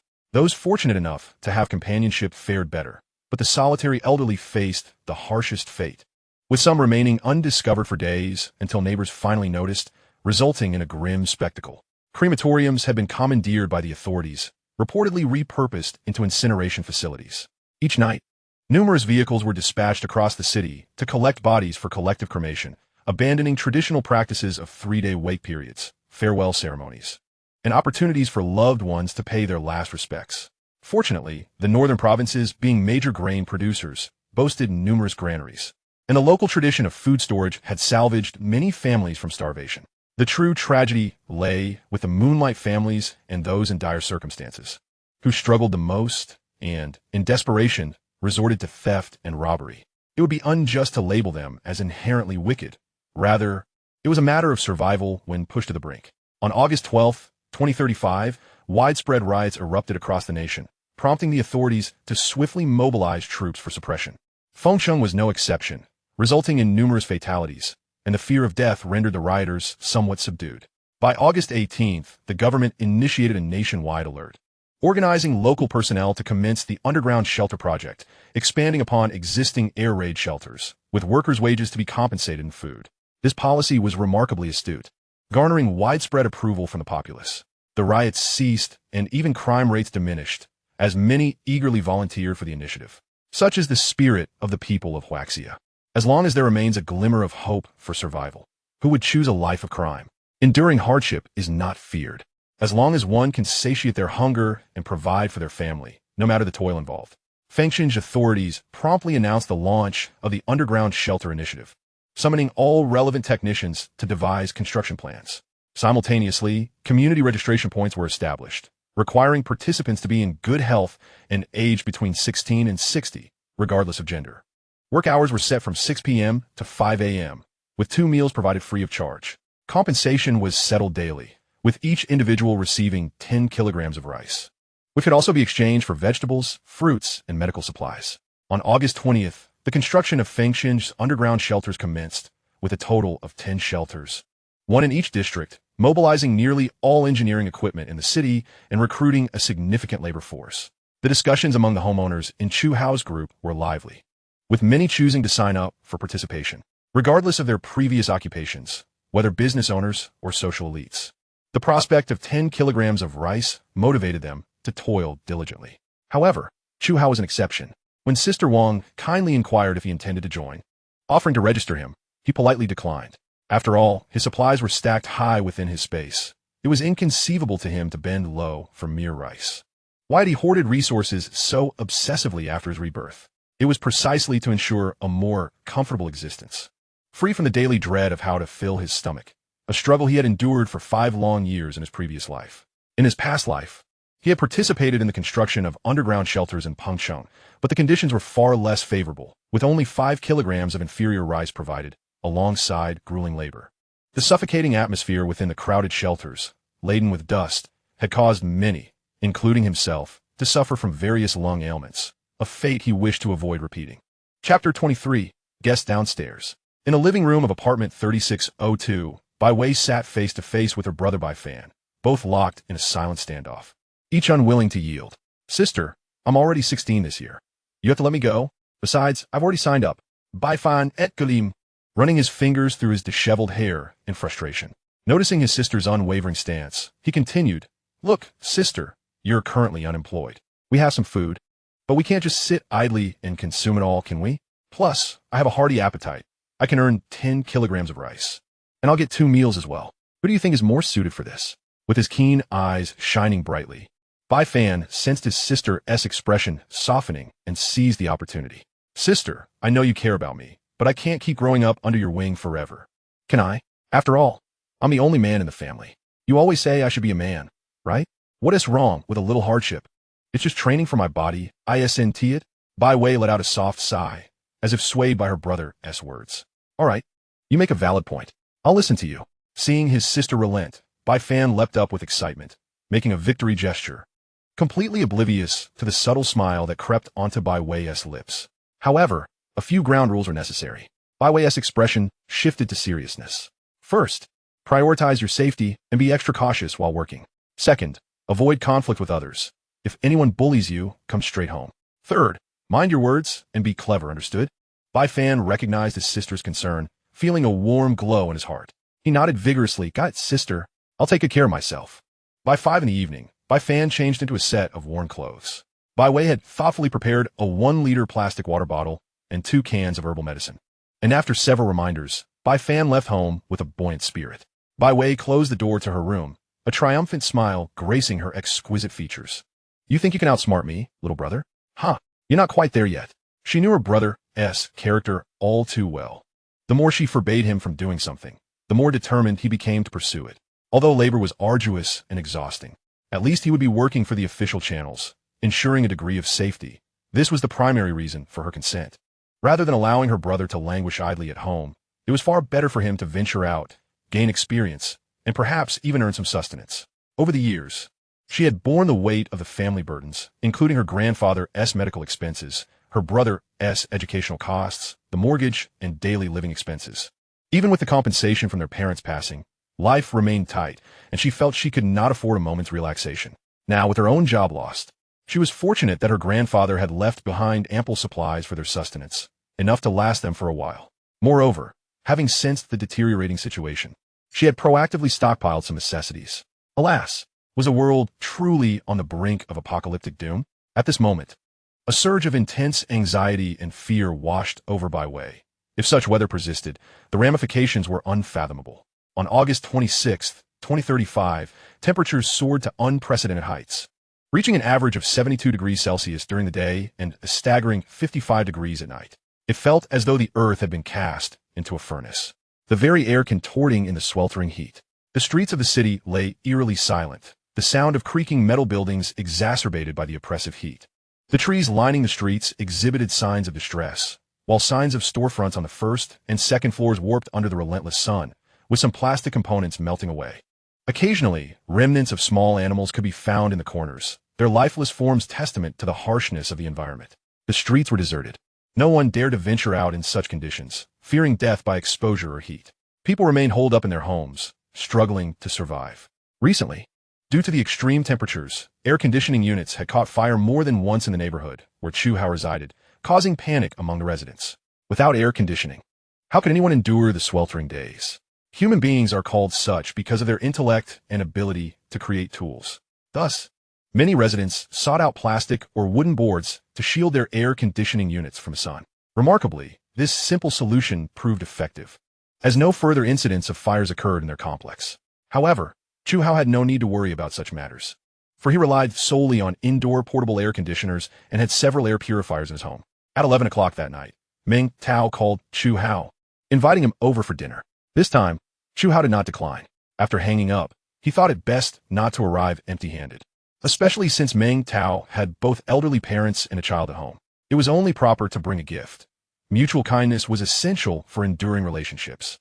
After pondering for a while, he retrieved 2 bottles of Moutai liquor, 2 cans of probiotic milk powder, a box of assorted canned goods, and from the freezer, 2 pounds of frozen pork belly and a bag of shrimp. He packed these items into 2 bags and quickly tidied himself up before heading out.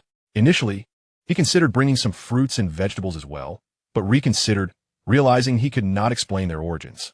Although fresh produce was available in stores, the prices were exorbitant, far beyond what an average person could afford, and he deemed it unnecessary to complicate matters. Upon arriving at Meng Tao's doorstep, Chu Hao balanced 2 heavy bags in his left hand and gently knocked on the security door with his right. Before long, the door swung open, revealing Meng Tao. Well, look at you. You didn't deceive me this time. Meng Tao's voice boomed, his face adorned with a sincere smile. He quickly retrieved a brand new pair of slippers from the shoe rack and placed them at Chu Hao's feet.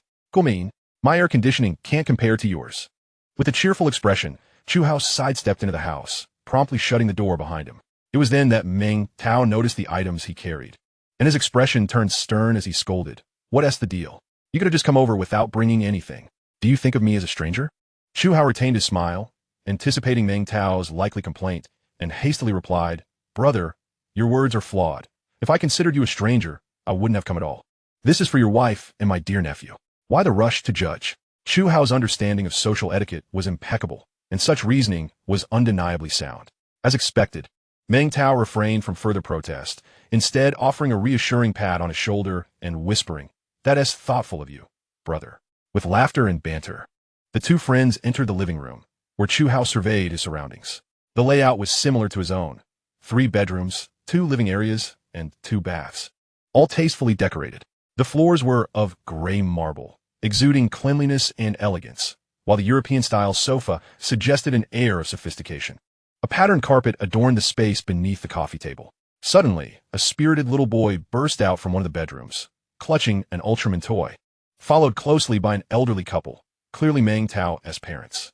Come here, brother, let me introduce you, Meng Tao said, pointing at the lively child. This is my son, Meng Gidi. He then turned to the older couple, and these are my parents. Hello, uncle and aunt, Chu Hao greeted politely, feeling a twinge of awkwardness. Meng Tao seemed to sense his unease and chuckled heartily, announcing to his parents, Mom, Dad, this is Chu Hao, the one I mentioned from upstairs. He then directed his gaze back to his son. What are you staring at? This is your Uncle Chu. Say hello. Hello, Uncle, the little boy replied, somewhat reluctantly. The elderly couple smiled warmly at Chu Hao, their kind eyes sparkling with friendliness. Come, dear, don't be formal. You're welcome here. Meng Tao has mentioned you, saying you've helped him. Our son has always been sincere. Cultivate your friendship well, Meng Tao's mother said, warmly ushering Chu Hao to sit on the sofa and personally pouring him a glass of warm water. Chu Hao accepted gratefully, repeatedly expressing his thanks. Meng Tao's father was a sprightly old man, tall and robust, dressed in loose-fitting attire, embodying the quintessential image of a retiree enjoying life in the park. His cheerful demeanor was accentuated by a pack of cigarettes tucked into his shirt pocket. Not missing a beat, Chu Hao calmly pulled out a box of high-quality cigarettes from his pocket, offering one to the elder. Uncle, do you smoke? He inquired knowingly. Upon seeing the cigarette extended toward him, the old man's eyes brightened, and he quickly glanced at his wife before accepting it with glee, a toothy grin revealing his yellowed teeth, a clear indication of a seasoned smoker. After handing Meng Tao a cigarette, Chu Hao finally lit one for himself and casually asked, Brother, where's your wife? Meng Tao gestured towards the kitchen. Your sister-in-law is preparing dinner. She is making a special chicken dish, just for you since she wasn't sure what you'd like. Before long, a young woman tied with an apron emerged from the kitchen, her face beaming with warmth. Chu Hao quickly greeted her, Sister-in-law, I hope I'm not imposing. Not all. Please, just keep your brother company for a bit. Dinner will be ready shortly, she replied, hurrying back to her culinary endeavors. In the living room, the group settled comfortably around the sofa, with a plate of sunflower seeds and assorted nuts laid out on the coffee table, though the quantity was modest. It was evident that it had been thoughtfully prepared. The lively little Meng Di played with his toy, his big round eyes darting between Chu Hao and the enticing snacks. Drooling with desire. Noticing the boy's longing gaze, Chu Hao reached into his pocket, pulling out a few pieces of candy and offering them to the child. Here, take these to enjoy. The little child's eyes sparkled at the sight of candy, exhibiting a demeanor that was eager yet hesitant. Finally, he glanced toward his father, and upon receiving a nod of approval, he timidly extended his small hand to receive a few pieces of milk candy, whispering, Thank you, uncle. A smile graced Chu Hao's lips as he affectionately patted the child's head, unable to refrain from complimenting him for his thoughtfulness. The elderly couple exchanged knowing glances, both subtly nodding in agreement, clearly impressed by Chu Hao. Before long, Meng Tao's wife completed the meal, presenting 4 dishes and a soup, chicken stewed with dried mushrooms, spicy stir-fried potato shreds, sour cucumber stir-fried with ham, spicy stir-fried meat, and mung bean soup. Under normal circumstances, this feast would seem like a simple home-cooked meal. But given the current dire situation where many were facing hunger, it appeared extraordinarily lavish. The 6 of them gathered around the table. To Chu Hao's left sat Meng Tao, and to his right was Meng Tao's father. Come on, brother, Dig in and taste your sister-in-law's cooking, Meng Tao encouraged, his expression suggesting he awaited praises, which made Chu Hao chuckle inwardly. Just as Chu Hao was about to grab his chopsticks, he suddenly remembered the 2 bottles of Maotai liquor he had brought along. He was about to remind Meng Tao, but reconsidered, deciding it best to remain silent since he was not particularly fond of drinking. It must be said, Meng Tao's wife's culinary skills were genuinely impressive, rivaling those of many restaurant chefs, with a unique flavor reminiscent of home-cooked meals. Chu Hao wasted no time in serving himself 2 bowls of rice, though he consumed only a modest amount of the dishes. After this meal, Chu Hao felt a closer bond with Meng Tao's family, and the atmosphere at the table was quite harmonious. However, there was one downside: the unbearable heat inside the room. By the time the meal concluded, everyone was drenched in sweat, feeling quite uncomfortable. After a brief conversation, Chu Hao expressed his gratitude and quickly made his way home. Once Chu Hao departed, Meng Tao's wife hurried to clear the table and wash the dishes, aware that water would soon be cut off. Meanwhile, Meng Tao lit a cigarette and engaged in conversation with his parents. This boy is quite remarkable, so mature and composed at such a young age, with a pleasant disposition. He is certainly worth befriending, Meng Tao's father remarked, puffing on his cigarette, earning a nod of agreement from the elderly woman beside him. The energetic Meng Di chimed in. Daddy, I like Uncle Chu too. Can Uncle Chu come over often? Seeing his family hold Chu Hao in such high regard filled Meng Tao with joy, prompting him to tease his son. Oh, so a few pieces of candy have won you over, little rascal. That's not it. Uncle Chu also brought us plenty of delicious food, including the big shrimp Mommy loves. Meng Di pouted, pointing towards the items by the corridor in the living room. Meng Tao turned to look, recalling the items Chu Hao had brought, and curiosity compelled him to approach. The elderly couple, having overheard their grandson mention lots of food, also felt intrigued. Upon opening the black bag, the first thing that caught their eye were 2 impeccably packaged bottles of Maotai liquor. Meng Tao gasped in astonishment, internally exclaiming, "Goodness, Maotai? And 2 bottles at that." The packaging indicated that both bottles were genuine, a rare find indeed. If these 2 bottles were sold on the black market, they could easily fetch 30 pounds of grain. The older couple, seasoned from life's experiences, exchanged astonished glances. Without hesitation, Meng Tao pulled out everything from the bag: 2 cans of milk powder for the elderly, a box of canned goods, a slab of pork belly, and a box of premium large shrimp. Gazing at this bounty, it would be disingenuous to claim they were unaffected. Such items would have made a splendid gift during festivals in the past, let alone now. Despite having prepared a chicken for dinner, it was worth noting that this chicken was earned from installing solar panels for a family, and they had not seen meat in over 10 days. Their child had been clamoring for meat, which was why Meng Tao had invited Chu Hao over for a hearty meal. Isn't this a bit excessive? This child is remarkably generous, the elderly woman exclaimed, patting her thigh, contemplating how to inform her son that these items must be returned, feeling uneasy about accepting such gifts. The old man, slightly bewildered, turned to Meng Tao and asked, "Didn't you say that this lad has had a tough life, living alone?" Meng Tao, glancing at the pile of goods, felt a slight flush creep to his cheeks. Such a debt of gratitude was overwhelming. Returning these items was out of the question. Although his acquaintance with Chu Hao was brief, he had gleaned enough to understand that if these items were returned, Chu Hao would likely never dine with them again. Sighing, he pondered, "Yet I must admit, Chu Hao has brought me honor with such generosity. Given this, he is indeed a person worth keeping close. Let us keep these items. Since he brought them, there is no reason to send them back.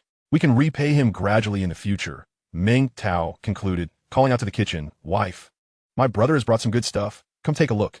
His voice carried a hint of pride. Upon returning home, Chu Hao quickly took a shower and washed the clothes he had changed out of. Noticing that the flow of tap water was significantly reduced, he realized that it would not be long before there would be a complete water outage.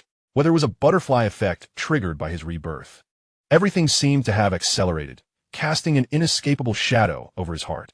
Despite being a reborn individual with a spatial advantage, he was still human, and fear was inevitable when confronting the unknown, unless one were invulnerable. Sighing, he mused about what his space might become. If only it could store living things. That would be perfect. He felt an inexplicable sense that his space was unique, for growth signifies infinite possibilities. Alas, he would have to wait until the eternal night to obtain energy crystals, a feeling of anticipation that was agonizingly tedious. Wrapping himself in a towel, he returned to the living room and casually picked up his phone. Most apps had crashed, leaving only a handful of news outlets operational, filled with various official motivational messages and numerous influencers sharing survival tips and videos from shelters, showcasing grand scenes. In addition, Meteorological experts and outdoor survival influencers had released apocalyptic survival guides and doomsday predictions. Glaciers melting. Beware of ancient viruses invading humanity. Extreme heat persists. Be wary of water source crises. The age of underground cities is upon us. Shocking. Solar flares erupt. Magnetic fields in chaos. The Earth is ailing. Biochemical crisis. A biological lab in the U.S. suspected of leaking fears of a zombie virus. Good news. Good news. Countries enjoying prosperity may face imminent volcanic eruptions. Images attached. Major announcement. The currency system is on the brink of collapse. The era of barter is approaching. Notice, effective immediately, all domestic flights, railways, and long-distance transportation are suspended due to extreme heat. After browsing for a while, Chu Hao exited with a look of disappointment. Titles that were excessively sensational were often mere fabrications, designed to attract attention. However, a few posts were indeed prescient. The collapse of the currency system and the looming water crisis were certainties, and they were imminent. As for human evolution and animal mutations, Chu Hao refrained from making any rash judgments. The first 5 years of the apocalypse were non-existent, but what lay beyond, that was uncertain. Perhaps such phenomena could indeed be possible. After all, he had been reborn and possessed spatial abilities, things that science could not readily explain. If someone were to tell him that ghosts truly existed in this world, he would wholeheartedly believe it. Before his untimely demise, he indeed overheard whispers of rumors suggesting that the Dawn Base had unraveled the secret of the energy crystals, which purportedly had the potential to facilitate human evolution. This uncertain information rendered the energy crystals a coveted treasure, leading to his betrayal by those around him, culminating in a moment of despair where he activated a grenade. The past is a painful memory, and Chu Hao is reluctant to revisit his former experiences, particularly the harrowing instant of death. It is often said that the chasm between life and death harbors immense terror, a sentiment that rings true. However, the most excruciating pain lies in the wounds of the soul, a sensation that is profoundly difficult for those who have not experienced it to comprehend. Regaining his composure, Chu Hao took up his phone and sent a message to Meng Tao, informing him of his observation regarding the diminishing flow of tap water, urging him to store water in the coming days to avoid being caught off guard should a sudden water outage occur. The following day, discussions regarding this matter erupted in the community owner group. In these times, no one is naive. Families began scouring for containers to store water, particularly those residing on higher floors, pulling out every possible vessel, as the water supply on elevated levels is subject to secondary pressure, and a sudden cessation would spell disaster for them. While a person can survive a month without food, the absence of water typically leads to demise within 10 days. Hence it is prudent to prepare. Chu Hao, undeterred, took action. Although he possessed over 10,000 tons of water in his space, he had not stored any at home. Since he had ample containers available in his space, he decided to stockpile some while the water supply remained uninterrupted, opting not to store them in his space. As he lived alone, his residence offered plenty of room, allowing him to place items freely. This would serve as a clever disguise should anyone visit. Without delay, Chu Hao retrieved over 100 white, eco-friendly plastic water buckets, each with a capacity of 20 liters. He had over 500 of these in his space for future use. Additionally, he extracted several larger water tanks made of durable PC material commonly found in rural households. The daytime temperatures soared, prompting Chu Hao to crank the air conditioning to its maximum setting, yet he only felt a slight relief. Consequently, he retrieved an air conditioning fan from his space, designed to accommodate ice at the bottom. During this period, he had been producing ice using his ice maker, and he had stored a substantial amount in his space, perfect for immediate use. Remarkably, in no time, the room became noticeably cooler and the humidity increased, alleviating the previous arid sensation. He then took out a soft water hose, connecting one end to the kitchen faucet while directing the other end into a vacant room already brimming with white buckets. However, Chu Hao was cautious not to store too much water, mindful of the floor's weight capacity. Picking up another hose, he connected it to the sink faucet as well, utilizing dual hoses to expedite the process. Around noon, the faucet finally dispensed water, albeit at a flow even weaker than the previous day, likely due to every household drawing from the same source. After an hour, he had managed to fill only one large bucket, but then the water supply was cut off promptly at the designated time, not allowing even a minute of leeway. In the ensuing days, Chu Hao awaited the appointed time to collect water, utilizing his idle moments to delve into culinary pursuits. This time, he decided to experiment with sushi. Despite the grim state of the nation, he found solace in certain delectable dishes like tempura and sushi, which he enjoyed immensely and resolved to prepare himself. The process of making sushi was relatively straightforward, and it wouldn't cause chaos in the kitchen. After watching several instructional videos, Chu Hao gathered all necessary tools and ingredients from his space. Sushi mats, knives, cling film, sushi vinegar, roasted sesame, crispy golden flakes, salad dressing, seaweed, cucumber, carrot, ketchup, ham sausage, shredded meat, and corn. He also had tuna, salmon, octopus, silverfish, sweet shrimp, crab sticks, and salmon roe on hand. Fortunately, his kitchen boasted ample space. Otherwise, he would have struggled to manage. The method of sushi preparation was clear and accessible, even for a novice like Chu Hao, who swiftly rolled the sushi and sliced it into small pieces, placing them into disposable containers he had prepared in advance. Both the flavor and presentation matched those of store-bought sushi. For the first time, Chu Hao felt a sense of accomplishment in creating a dish, which greatly boosted his confidence. He then embarked on a sushi-making spree, utilizing not just one, but 3 rice cookers from his space, all set to maximum power. All things in the world are fleeting, yet culinary delights must not be neglected. In early September 2035, the entire city of Fengsheng faced a water outage, not due to a lack of official supply, but because the water treatment plant had run dry. Frankly speaking, it was a miracle they had managed to endure this long. The surface water had completely vanished, with only a few deep wells still providing access. Within 3 days, water services in several southern cities also ceased, and in a mere week, every city across the nation issued water outage announcements, inciting widespread panic and fear among the populace once more. Simultaneously, in a conference room of an underground military base in Fengsheng, all eyes were fixated on a massive screen at the front of the room, which displayed a 3-dimensional map. A middle-aged man wielding a slender stick was animatedly explaining something on the map, while the attendees listened intently, albeit with somber expressions. Currently, the water source from the Diguavang Reservoir had been entirely depleted. For nearly half a month, the water treatment facility had relied solely on underground water. And due to the extreme heat and a nationwide reliance on this dwindling resource, the groundwater levels plummeted, rendering further extraction impossible. The middle-aged man appeared to be in his 40s, with a dark complexion and a tall, lean frame. Perhaps due to sleepless nights, his eyes were bloodshot, and from excessive talking, foam had gathered at the corners of his mouth. "Professor Shi, we appreciate your hard work. Please take a sip of water," remarked a man in his 50s with fish-like eyes and thinning hair. He should not be underestimated, as he was the second-in-command in Fengsheng, a person of significant authority. A woman dressed as a secretary promptly handed him a bottle of water. Professor Shi, parched, felt as though his throat was on fire. He unscrewed the cap and gulped down the water voraciously. Once he had quenched his thirst, the second-in-command resumed the conversation. "Professor Shi, water is a critical issue that affects the lives of millions in Fengsheng. As an expert in this field, do you believe there are any solutions available? We cannot simply endure this thirst." Upon uttering these words, the conference room erupted into a cacophony of whispers and murmurs. The second-in-command leisurely lit a cigarette, and as he coughed lightly, the previously bustling room fell into an immediate hush. With narrowed eyes and a satisfied expression, he slowly continued. "The purpose of this meeting is to find solutions. Professor Shi, please share your thoughts boldly." Professor Shi had evidently formulated a plan in his mind. Clearing his throat, he stated, "Esteemed leaders, there is currently only one solution: drilling." After making his declaration, he pointed at the map on the screen with his stick. The underground water can be divided into 2 layers, shallow and deep. The shallow water lies approximately 50 meters below the surface, and as this source is facing depletion, we must tap into the deep water. I propose mobilizing all drilling equipment and personnel within the city, with a minimum of 3 deep wells drilled in each district.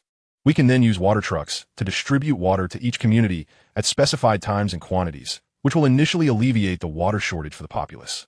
Upon hearing this proposal, the second-in-command slammed his hand on the table with force, exclaiming, "Excellent! There is no time to waste. Let us implement this plan immediately." Rising from his seat, he approached Professor Shi and added, "Professor Shi, as this plan originates from you, it is imperative that you shoulder this responsibility. I hereby declare that the second-in-command's demeanor shifted to one of solemnity, exuding a commanding presence as his gaze slowly swept across the crowd.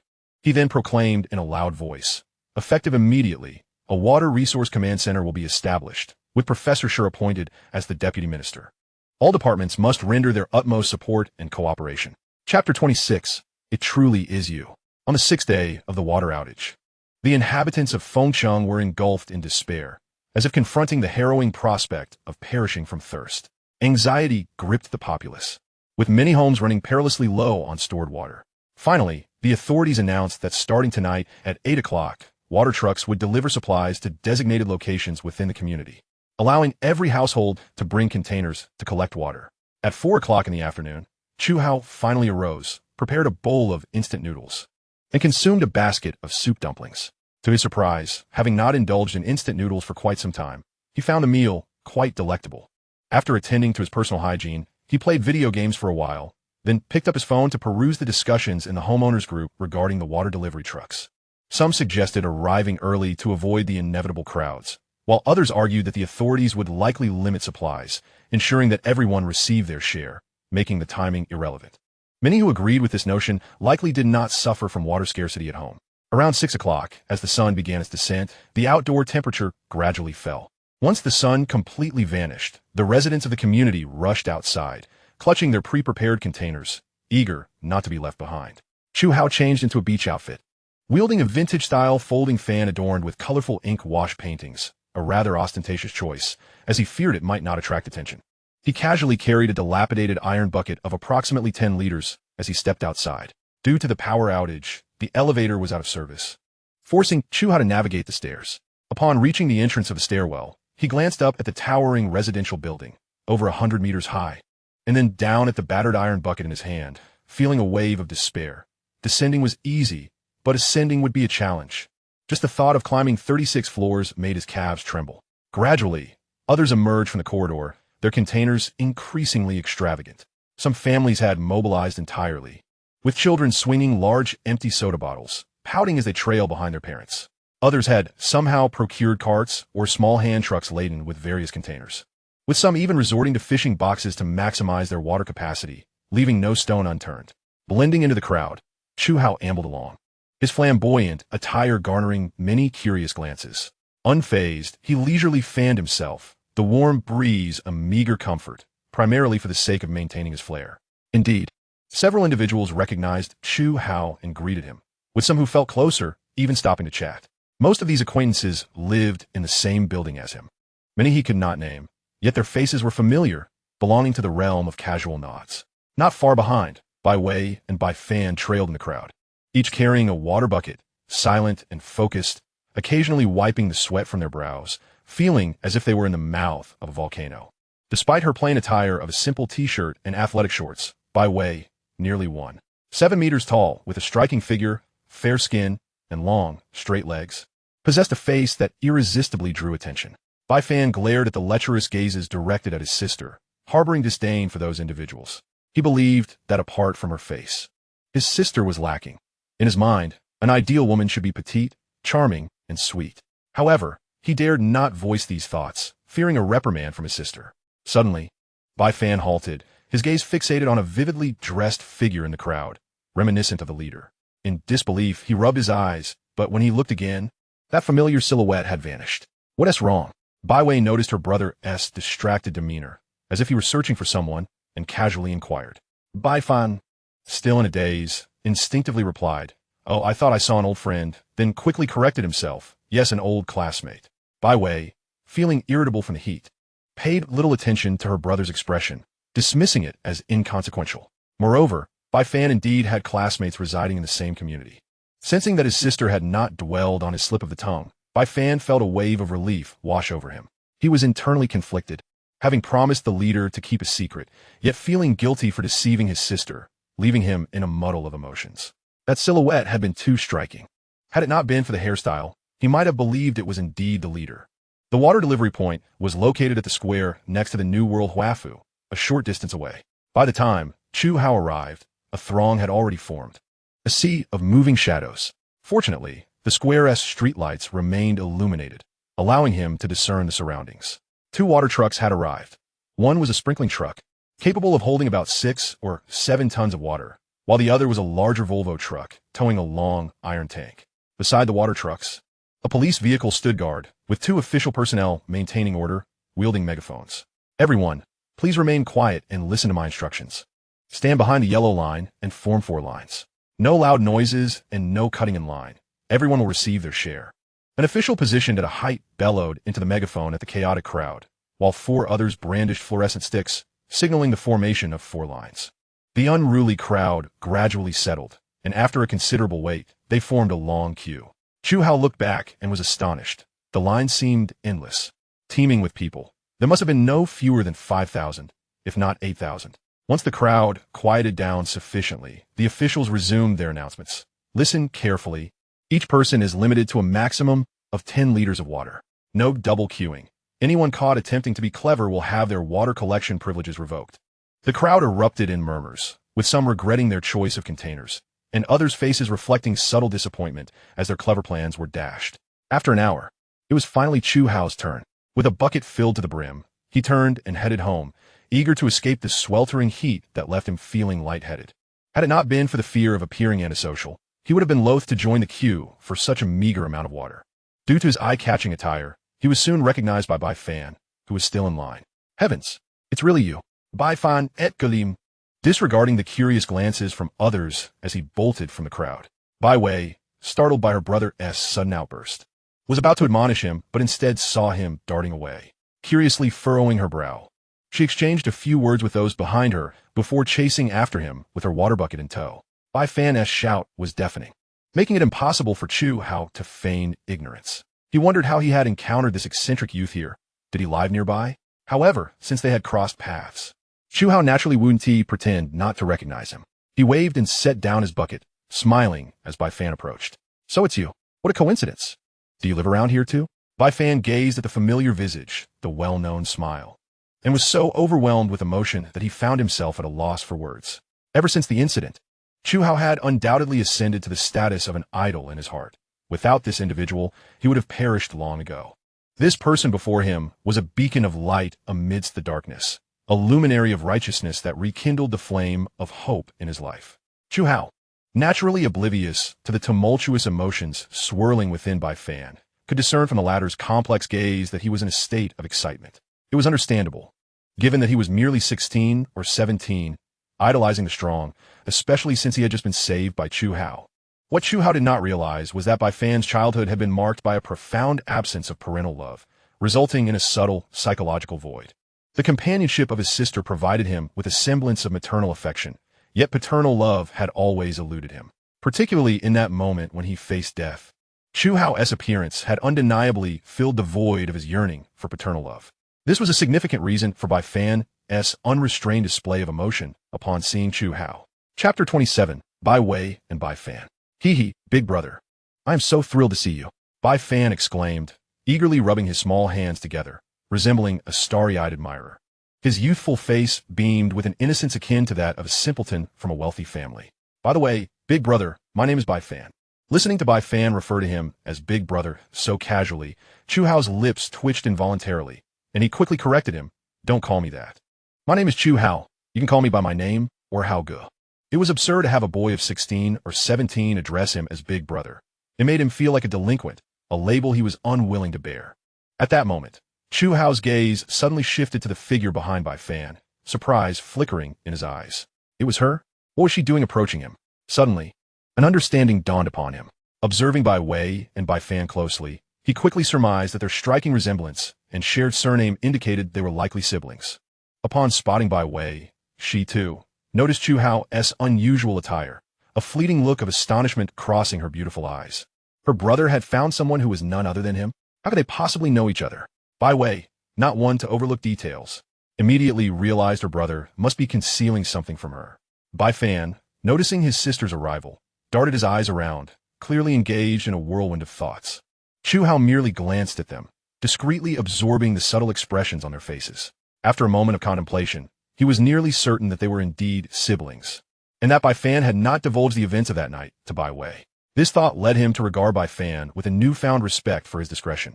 Ah, hello again, Chu Hao greeted politely, offering a smile and a wave of his folding fan to Bai Wei. Bai Fan, perplexed, scratched his head, wondering if the two were already acquainted. Bai Wei's eyes flickered as she discreetly assessed the young man before her, his neatly cropped hair, chiseled features, and piercing yet innocent gaze. Despite his scrutiny, there was no trace of desire in his eyes. They were pure. She found it challenging to describe his unique style, ultimately settling on the term distinctive. Hello, Bai Wei replied, feeling an unexpected flutter of nervousness as he continued to appraise her. Perhaps it was the heat. but she sensed a slight flush creeping onto her cheeks, her heart racing. At that moment, Bai Fan stepped between them, scrutinizing both with uncertainty. Cease. Do you two know each other? Bai Wei nodded gently, casting a quick glance at Chu Hao before averting her gaze. He lives on the same floor as us. In 3601, our neighbor. Bai Fan's eyes widened in disbelief. What? Big brother is our neighbor? His reaction was not surprising. The enigmatic figure who had saved his life and swiftly dispatched 3 robbers was living right next door, and he had been utterly unaware of it. You too? Bai Wei began to inquire further, but Chu Hao interjected, explaining, one night, Bai Fan was being bullied, and I happened to pass by and intervened. Didn't your brother tell you? Chu Hao spoke nonchalantly, casting a subtle glance at Bai Fan. Bai Fan instantly comprehended the unspoken message in Chu Hao's gaze and began to perform, squeezing his thigh discreetly to feign distress. Almost immediately, his eyes glistened with unshed tears as he looked up at his sister, guilt written all over his face. Sis, I didn't want you to worry. So I didn't tell you. Thankfully Hauge showed up just in time. Otherwise, the bandits would have taken everything. Chu Hao feigned looking up at the sky, his lips twitching. Bai Fan's little act was too clever to escape his notice. This kid had a real talent for drama. He had to suppress his laughter. Upon hearing her brother's account, Bai Wei realized the truth. She had sensed something was amiss when her brother had returned with an injury to his forehead that night, but he had not spoken, so she had refrained from questioning him. Now, everything made sense. All right, you're old enough not to be crying like a baby, she chided playfully, though her eyes were filled with affection. No matter what happens in the future, you must hide anything from me, understood? Bai Fan adopted a pitiful expression. Got it. Cease. With that, Bai Wei affectionately ruffled her brother's hair before turning to Chu Hao and bowing deeply. Thank you so much. I apologize for the trouble. Chu Hao Godin, appearing nonchalant. No worries. It was just a small effort on my part. Well then, you two should head on. I'll take my leave. As he wiped the sweat from his brow, he winked at Bai Fan and made his way out. Seeing Chu Hao depart, Bai Fan eagerly called out, Big brother. I'll come to your house later. Chu Hao did look back, but merely waved his folding fan. Bai Fan suddenly broke into a childlike grin. Well, he was indeed still a child. For reasons unknown, he felt a strong sense of security in Chu Hao's presence. Observing her brother's unrestrained joy, Bai Wei felt a pang of jealousy rise within her, a surge of unamiable irritation compelling her to kick Bai Fan lightly before storming off into the crowd. Bai Fan steadied himself, rubbing his rear in confusion. What was that for? But the thought of having his big brother living next door filled him with delight. He could visit him whenever he wanted. Whether or not Chu Hao welcomed him was of little consequence. If necessary, he could have his sister play the role of small wife. He wondered, though, if Chu Hao would even be interested in his sister. That seemed unlikely. On his way home, Chu Hao found himself navigating through a throng of people, reluctantly hauling the water bucket step by step to the 36th floor. The moment he entered his apartment, a sense of relief washed over him. He swiftly shed his clothes, tossing the water bucket carelessly into a corner of the kitchen before heading straight to the shower. The stickiness of sweat was unbearable, and he needed to cleanse himself. After refreshing himself, Chu Hao considered that Bai Fan would likely visit him. So he retrieved a considerable amount of supplies from his space and stored them in an empty room. The refrigerator was stocked to the brim, and a freezer full of various meats and seafood overflowed. The kitchen was brimming with supplies, including hundreds of pounds of rice and flour, multiple barrels of various cooking oils, and an assortment of instant meals, everything one could desire. These visible supplies were merely for show. The secrets of his space were not to be disclosed to anyone. It was his ace in the hole, and he had to remain vigilant to keep it hidden.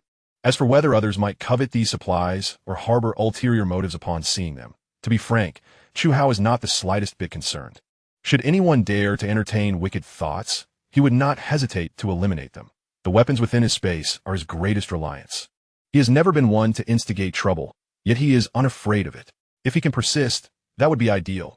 However, if survival becomes untenable, he is prepared to unleash chaos. As long as he is not under official scrutiny before the sweltering heat abates, his safety is assured. Meanwhile, Bai Fan and his elder sister Bai Wei returned home, each carrying water. The moment they stepped inside, the first order of business was to immediately activate the battery switch, allowing the air conditioning to commence operation. Bai Wei turned back to her room, emerging shortly after with a set of clean clothes, before disappearing into the bathroom. Bai Fan, on the other hand, discarded his short-sleeved shirt onto the floor and poured himself a glass of cool water from the table, gulping it down eagerly. He had been parched for quite some time, yet he was uncertain if the water from the tank truck was safe for direct consumption. Thus, he had refrained from drinking it until now. In extreme heat, the human body's need for water becomes paramount, as perspiration depletes fluids at an alarming rate. Failing to replenish hydration promptly can lead to heat exhaustion or heat stroke. Inside the bathroom, Bai Wei stood nude, employing a damp towel to wipe her body. The meager amount of water in the basin was disheartening, but there was little choice. Water had become a precious commodity. Since the complete cessation of running water, she had foregone bathing, instead opting to wet a towel daily for a brief wipe down, saving the remaining water for laundry, with the final rinse water reserved for flushing the toilet, utilizing every drop to the fullest. Dressed in a cool home outfit, Bai Wei emerged from the bathroom just as Bai Fan rushed in, the sibling duo displaying no reservations as they casually wiped themselves with moist towels, stepping out bare-chested. "Hey, put on some clothes," Bai Wei chided, akin to a mother hen, rummaging through the closet to find a rather unattractive tank top for her brother. A makeshift garment she had altered from a long-sleeve shirt. The heat was relentless, making frequent changes of attire impractical. Bai Fan accepted the tank top with a grimace. Yet sensing his sister's displeasure, he dared not protest and reluctantly donned it, his face a picture of resignation. "I'm heading out, sis," Bai Fan announced, tossing the words over his shoulder as he made for the exit with palpable eagerness. "Wait a moment," Bai Wei called after him, hastily retreating to the kitchen. After a noticeable delay, she emerged, struggling to carry 2 bags. Finding her brother still standing idly, frustration surged within her. "What are you doing? Come help." Only then did Bai Fan snap to attention, bounding toward the kitchen with childlike innocence. "What's up, sis?" he inquired, his expression one of delightful confusion. Sighing internally at her brother's obliviousness, Bai Wei reflected on his intelligence, yet recognized his emotional intelligence was lacking. She patiently explained, "You can't go empty-handed to see someone who has helped you. It's important to show gratitude." In an instant, realization dawned on Bai Fan. "Oh, how could I have forgotten? I'm such an idiot." He chastised himself inwardly, grateful for his sister's reminder. Without her, he would have approached their benefactor empty-handed, utterly disregarding basic decency. "Yes, gratitude is essential," he mused, casting a grateful glance at Bai Wei. "Sis, you're truly wonderful. You are the most perfect woman in the world." Bai Wei was thoroughly disgusted, shivering at his words, her skin crawling. Just go find your boss," she urged. Waving him off, Bai Fan chuckled foolishly and rushed out the door, leaving Bai Wei to gaze at the closed security door, a radiant smile gracing her face. The reason for which she kept to herself. At the entrance of Building 3601, Bai Fan knocked vigorously, calling out, "Boss, open up, it's me, Momins Latte." The door creaked open, revealing Chu Hao's somewhat handsome visage. "Come in, but remember to change into slippers," he smiled warmly. As the door swung open, a rush of cool air enveloped Bai Fan, sending a delightful shiver down his spine. "Wow, how's it so cool in here?" he exclaimed, only to realize he needed to close the door tightly. "Why is this door so heavy?" he pondered, struggling against its weight, but noticing nothing amiss. "Hey, boss, this is a little something my sister asked me to bring you, a token of gratitude for saving my life," Bai Fan said, placing the bags aside and taking in the spacious, bright living room, suddenly feeling a tad awkward, his hands fidgeting as he offered a sheepish grin. Noticing Bai Fan's discomfort, Chu Hao beckoned him over, his tone relaxed. "Come, sit down. Since you're here, there's no need to stand on ceremony." "All right, boss," Bai Fan replied, his smile a mix of shyness and excitement as he stepped further into the room, his eyes darting around, utterly astonished. He realized that despite being in the same building, his boss's living space was at least twice the size of his own home. In one corner of the living room, stacks of colorful boxes hinted at a wealth of food supplies. Inner Mongolia beef jerky, chocolate wafers, crispy snacks, Dalian pastries, Longan 8 treasure porridge, and Kong Shuefa braised beef noodles. The open kitchen was equally impressive, filled to the brim with various grains, oils, and staples, far more than he had ever seen in one place. He even suspected that behind the tightly shut doors lay an abundance of provisions. Indeed, he had no doubt about it. Moreover, the room's temperature left him astounded. Although it was night, the outdoor temperature hovered around 60 degrees, yet inside was refreshingly cool. Almost surreal. Bai Fan swallowed hard, striving to compose himself. Even though none of these items belonged to him, he felt an overwhelming sense of wonderment. The visual impact was simply staggering. In an instant, Chu Hao's stature in Bai Fan's eyes grew significantly, shrouded in an air of mystery. Sitting on the sofa with his legs crossed, Chu Hao wore a relaxed expression, a smile gracing his lips as he observed Bai Fan's every subtle reaction. This was a test. Should he detect even a hint of greed from Bai Fan, he would be compelled to establish a clear boundary. Despite the boy being merely a 16 or 17-year-old youth, in this post-apocalyptic world, where the constraints of law and morality had eroded, humanity's darker facets had been unleashed. Do not underestimate the seemingly harmless child or the kindly old lady. Neglecting their potential for malice could lead to dire consequences. Yet to his relief, Chu Hao discerned no signs of malevolence or even a trace of greed in Bai Fan's expression or gaze. Internally, Chu Hao nodded in acknowledgement, having reached a fundamental acceptance of the boy. After 5 years of surviving in this harsh world, Chu Hao had undeniably become a pragmatist. However, within the scope of his abilities, he was willing to extend help to those he deemed worthy, especially when their intentions remained pure. He had encountered many who, despite being ensnared in darkness, cherished a glimmer of hope within. Such individuals had often been his benefactors, like the old soldiers who, despite their naivete, would lay down their lives for others. In a sense, they were the most admirable among humanity, the true heroes. Oh my goodness, boss.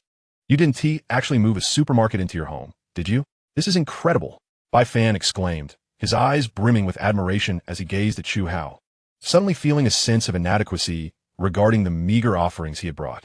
Chu Hao chuckled knowingly, replying, "You might be surprised, but I really did bring a supermarket home." In truth, it was not merely a supermarket. The resources within his space likely surpassed those of dozens of supermarkets combined. As Bai Fan witnessed Chu Hao's acknowledgement, his heart raced uncontrollably, a dizzying sensation washing over him. Suddenly, a thought struck him. How could the boss place such unwavering trust in him? If he possessed a wealth of resources, would he allow strangers to freely enter his home? The answer was a resounding no. This realization stirred a wave of emotion within Bai Fan. What he overlooked, however, was the fact that someone capable of effortlessly dispatching 3 robbers would harbor fear of an inexperienced youth. "Thank you, boss." Bai Fan suddenly raised his head, his tone, expression, and gaze imbued with profound sincerity, leaving Chu Hao momentarily puzzled. All right, some matters are best kept in the heart and not spoken aloud. One must learn to control their emotions, Chu Hao remarked, lighting a cigarette and pushing the fruit platter on the coffee table towards Bai Fan. "Here, try some fruit. Although it may not be the freshest, it's still edible." Bai Fan then lowered his gaze to the platter, which contained 2 apples, half a red grapefruit, an orange, and several avocados. The fruits appeared somewhat wilted, the apple skins wrinkled, clearly having been stored for quite some time. Yet they were still fruit. Bai Fan gulped hard, his dark eyes darting between the fruits and the composed face of Chu Hao. "Is this for me?" he asked, pointing to himself, his voice unexpectedly hoarse, likely due to his excitement. Chu Hao smiled, a paternal grin gracing his lips. "Calling me boss shouldn't mean you get nothing in return. Feel free to eat. If it's not enough, there's more in the fridge." Bai Fan was overwhelmed with gratitude, seizing an apple and devouring it in earnest. It had been over 2 months since he had tasted fruit, and as he savored the apple's unique sweetness, tears streamed down his face. "Oh, this is delicious. Truly delightful." Seeing Bai Fan moved to tears by the simple fruit stirred something within Chu Hao, a sense of resonance, as if he glimpsed his own reflection in the boy. He recalled the days before the apocalypse when people indulged recklessly, wasting vast quantities of food. This withered apple, which many would dismiss without a second glance, would soon become a rarity, perhaps forever unattainable. In that moment, Bai Fan grasped the weight of the saying, "Every grain of rice is hard-earned," a lesson he had memorized in childhood, but only now comprehended. Chu Hao remained silent, reclining on the sofa, observing Bai Fan as he ate and wept, his deep-set eyes flickering with memories.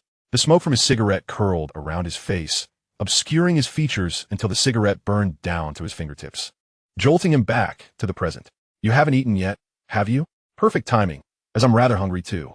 Join me for a bite," he said, extinguishing the cigarette in the ashtray and heading towards the kitchen before Bai Fan could respond. Chu Hao was indeed hungry, but due to Bai Fan's presence, he couldn't indulge in the plethora of delicacies stored away. Reluctantly, he resolved to cook for them. Upon hearing that dinner was on the horizon, Bai Fan instinctively wanted to decline, but remembering that his life had been saved by the boss, he quickly acquiesced. The debt of gratitude he owed was immeasurable, and he could certainly serve Chu Hao in return. A sudden thought of his sister crossed his mind. "Boss, what delicious meal are you preparing? Let me help." Bai Fan exclaimed, his demeanor shifting to one of eagerness, a carefree smile returning to his face. Chapter 29, Moments of Happiness. In the kitchen, Chu Hao ignited the gas stove, the natural gas line long since decommissioned, relying instead on a gas canister.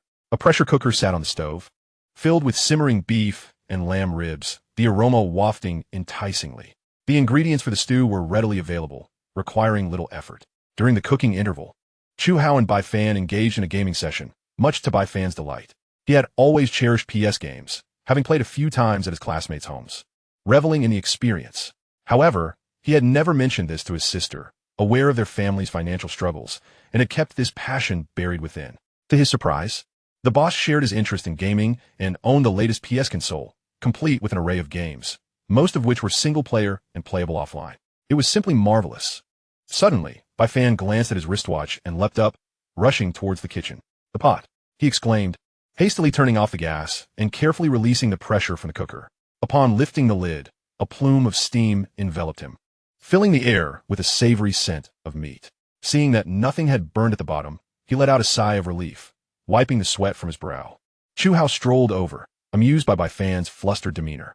"You really are still a child, unable to contain your excitement," he chuckled, unaware that he was only 22 himself. At the dining table, a large white porcelain platter was heaped with beef and lamb ribs. Chu Hao retrieved several boxes of sushi he had prepared from the fridge, along with dipping sauces like chive flowers, and even brought out a few bottles of soda. Bai Fan's eyes nearly bulged out of his head. "Goodness, sushi? Just how much good food does the boss have?" Surely, if he shared this with anyone, they would hardly believe it. In a world where most families struggled to survive, battling sleepless nights and hunger, Chu Hao lived a life of abundance, with water, electricity, and various resources. Truly an impressive figure.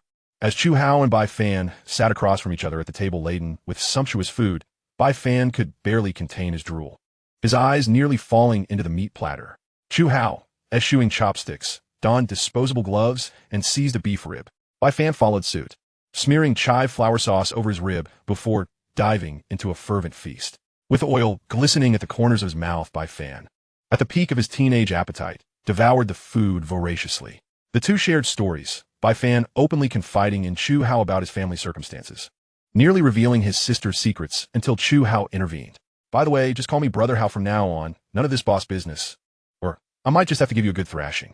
Chu Hao Zima, feeling slightly irked by Bai Fan's constant reference to him as boss. If it were a burly man across from him, he might have accepted it, but with Bai Fan, it felt different. Bai Fan, now completely compliant, nodded eagerly. "No problem, Brother Hao." He returned to devouring the lamb ribs and suddenly blurted out, "I could call you brother-in-law too." Chu Hao nearly lost his composure at this unexpected quip, shooting Bai Fan a fierce glare and retorting in the local dialect, "Stop talking nonsense." After their feast, Bai Fan rubbed his swollen belly and volunteered to clean up the kitchen. Chu Hao reclined on the sofa, generously showering Bai Fan with praise, which made the boy beam with pride as he worked diligently to tidy up. Once the kitchen was spotless, he even tidied the living room. It wasn't until the late hours of the night that Bai Fan reluctantly took his leave. Before he departed, Chu Hao insisted he take home the leftover beef and lamb ribs, along with a few not-so-fresh apples, a pineapple, a grapefruit, and a box of ice cream.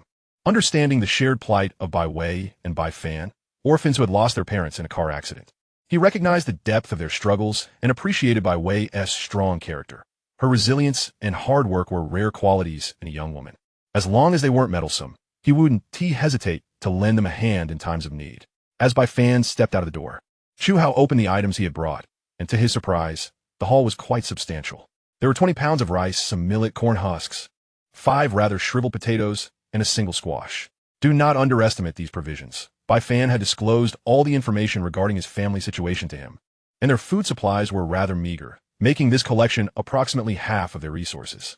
On the other side, the moment Bai Fan exited Chu Hao's home, he felt as though he had entered a fiery abyss. It was indeed a thin line separating paradise from hell. Such is the nature of humanity. Transitioning from frugality to extravagance is easy, yet reverting from luxury to simplicity is a formidable challenge.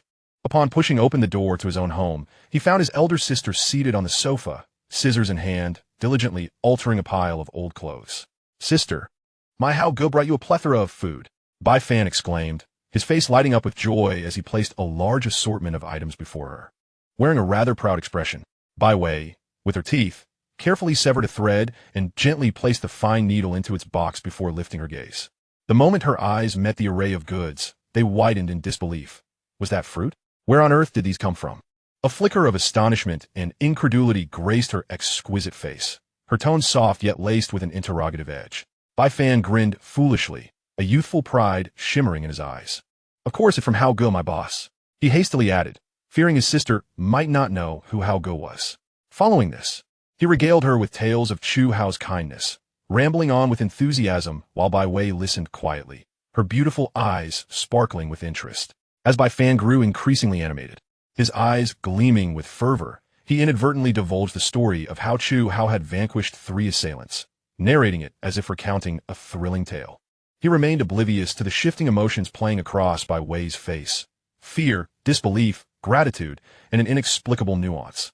Sister, at that moment, I truly thought I would perish. But then Hao Ge appeared out of nowhere, snatched the robber's knife, and with a swift motion, he slit the robber's throat, blood spraying everywhere. Oh, and there were 2 other robbers. Hao Ge executed a magnificent maneuver. After a while, Bai Fan noticed something amiss in his sister's expression, realizing he had overshared concerning the murders. Panic washed over him as he stammered, "Sister, do you believe me if I say I was just making it up? Please, just keep this to yourself. I have but one request. Do not let this matter escape your lips." Hao Ge acted to save me. With that, Bai Fan collapsed onto the floor, tears streaming down his cheeks. Bai Wei finally comprehended why her brother had refrained from sharing this harrowing incident. It was indeed a matter of life and death. Yet, as she processed his words, a profound sense of dread enveloped her. What if Chu Hao had not been there that day? The thought was too terrifying to entertain.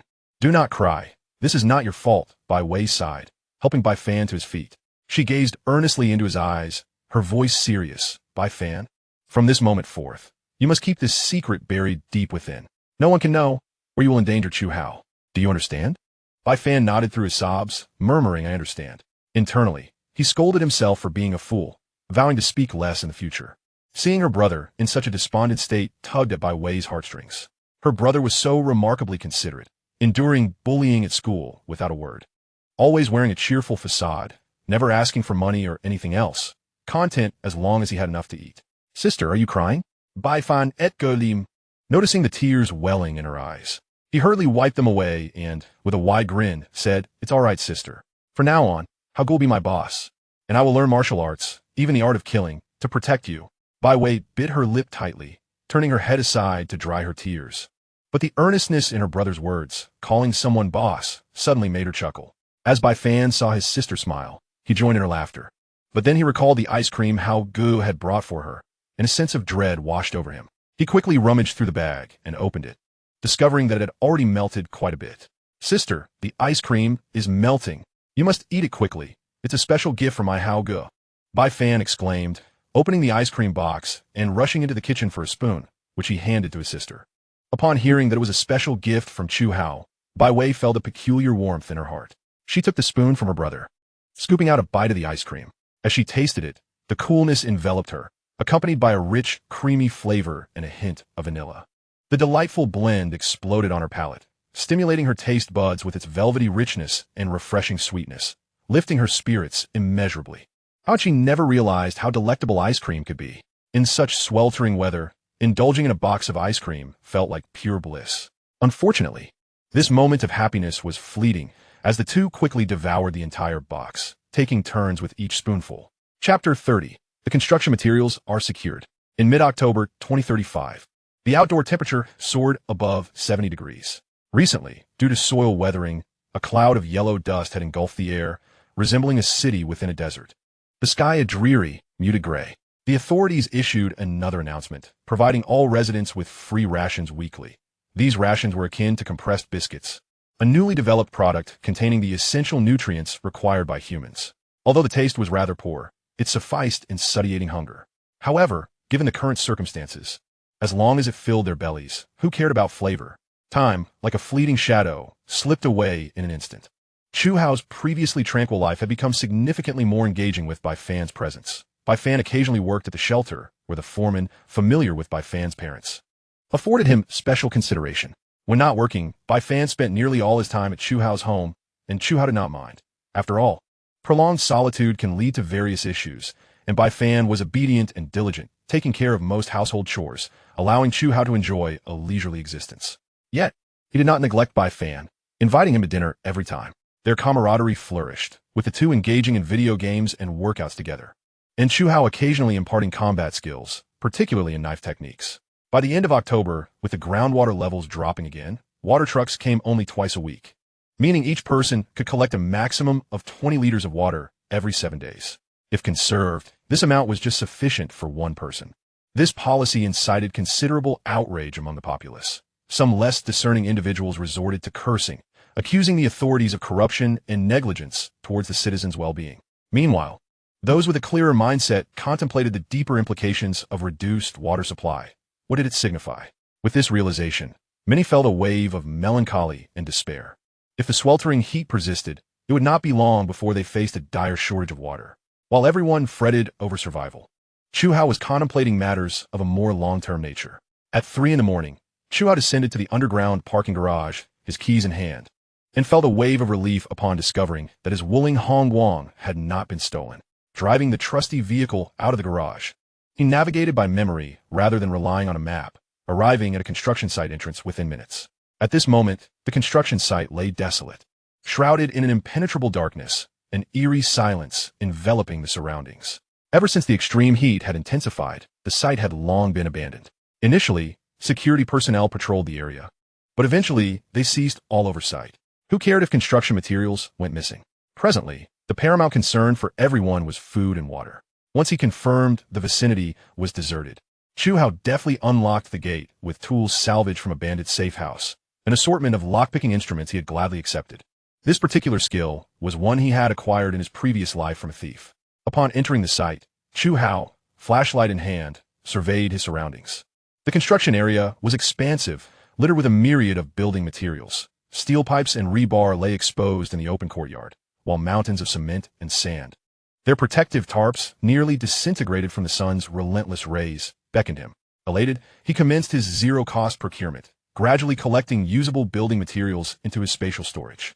In a few months, the oppressive heat would subside, giving way to torrential rains that would inundate these resources. Thus, one could argue that he was salvaging remnants of human civilization.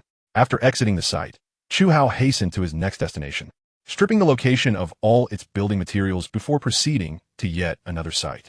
It was not until 5 in the morning that he finally paused. Any further effort would surely fill his storage to capacity. As the sun began to rise, he made his way home, navigating through eerily empty streets that bore the scars of desolation. Shops lining the road were either shuttered with rolling gates or had shattered glass strewn across the pavement. Faint traces of dark brown blood still visible. Strangely, the black market should have been bustling at this hour, yet he saw no signs of it. Chu Hao muttered to himself, having scoured the nearby streets and alleys without encountering any trace of the black market, which he could not believe did not exist in Feng City. The black market, colloquially known as the folk trading market, served as a venue for ordinary citizens to barter goods. In his previous life, Chu Hao had spent a considerable amount of time immersed in the black market, where individuals like him, dubbed scavengers, exchanged valuable finds for food and water, occasionally acting as middlemen to profit from price disparities. In Chu Hao's strategic foresight, he planned to leverage the impending water crisis to trade food and water for substantial amounts of gold and jewels in the black market. Confident that many would be eager to comply, this was precisely why he needed to locate the black market urgently. Moreover, an unsettling premonition gripped him. He recalled that the extreme heat had ceased around April 2036 in his previous life, with the highest temperature barely reaching 70 degrees Celsius. Perhaps due to the butterfly effect, this timeline appeared markedly different. The extreme heat had erupted earlier, and now, in October, temperatures had already surpassed 70 degrees, heralding ominous signs. Thus, in a bid for prudence, he resolved to locate the black market ahead of time to exchange for more gold and jewels. Naturally, he had a contingency plan, but given the multitude of unknown variables, he remained on standby. Upon nearing his residential complex, Chu Hao found a secluded spot to siphon all the fuel from his tank, the remaining amount barely sufficient for a few kilometers. He then re-entered his vehicle and drove into the underground parking garage. Inside the parking structure, his gaze fell upon a multitude of people huddled in the corners, a diverse assembly of men, women, and children. Several individuals had spread moisture-proof mats on the ground, with a few lying atop them, their faces flushed as they intermittently wiped sweat from their brows with towels. Chu Hao had long grown accustomed to this scene.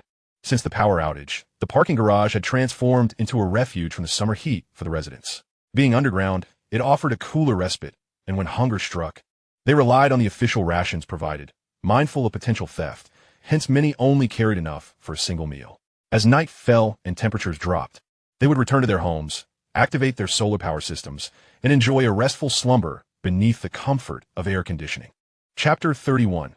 A deplorable encounter. After parking his vehicle, Chu Hao paid little mind to the gazes of onlookers as he made his way toward the stairwell. Just then, a striking figure emerged from the shadows, intentionally or not, obstructing his path. Unfazed, Chu Hao took a discreet step back, maintaining a calm demeanor. Though a flicker of displeasure crossed his eyes, the person in question was Jiang Yu from apartment 3501 below him. At this moment, she bore none of her previous alluring makeup. Her hair was greasy and unkempt, clad in a revealing, tight-fitting top that exposed much of her midriff, paired with scandalously short pink shorts. Her toes, protruding from her flip-flops, were grimy, and an overpowering, unpleasant odor enveloped her, reminiscent of spoiled seafood. "Ah, Chu Hao, you're out," she exclaimed with a feigned coyness. "I came to your place looking for you, but no one answered." "I thought."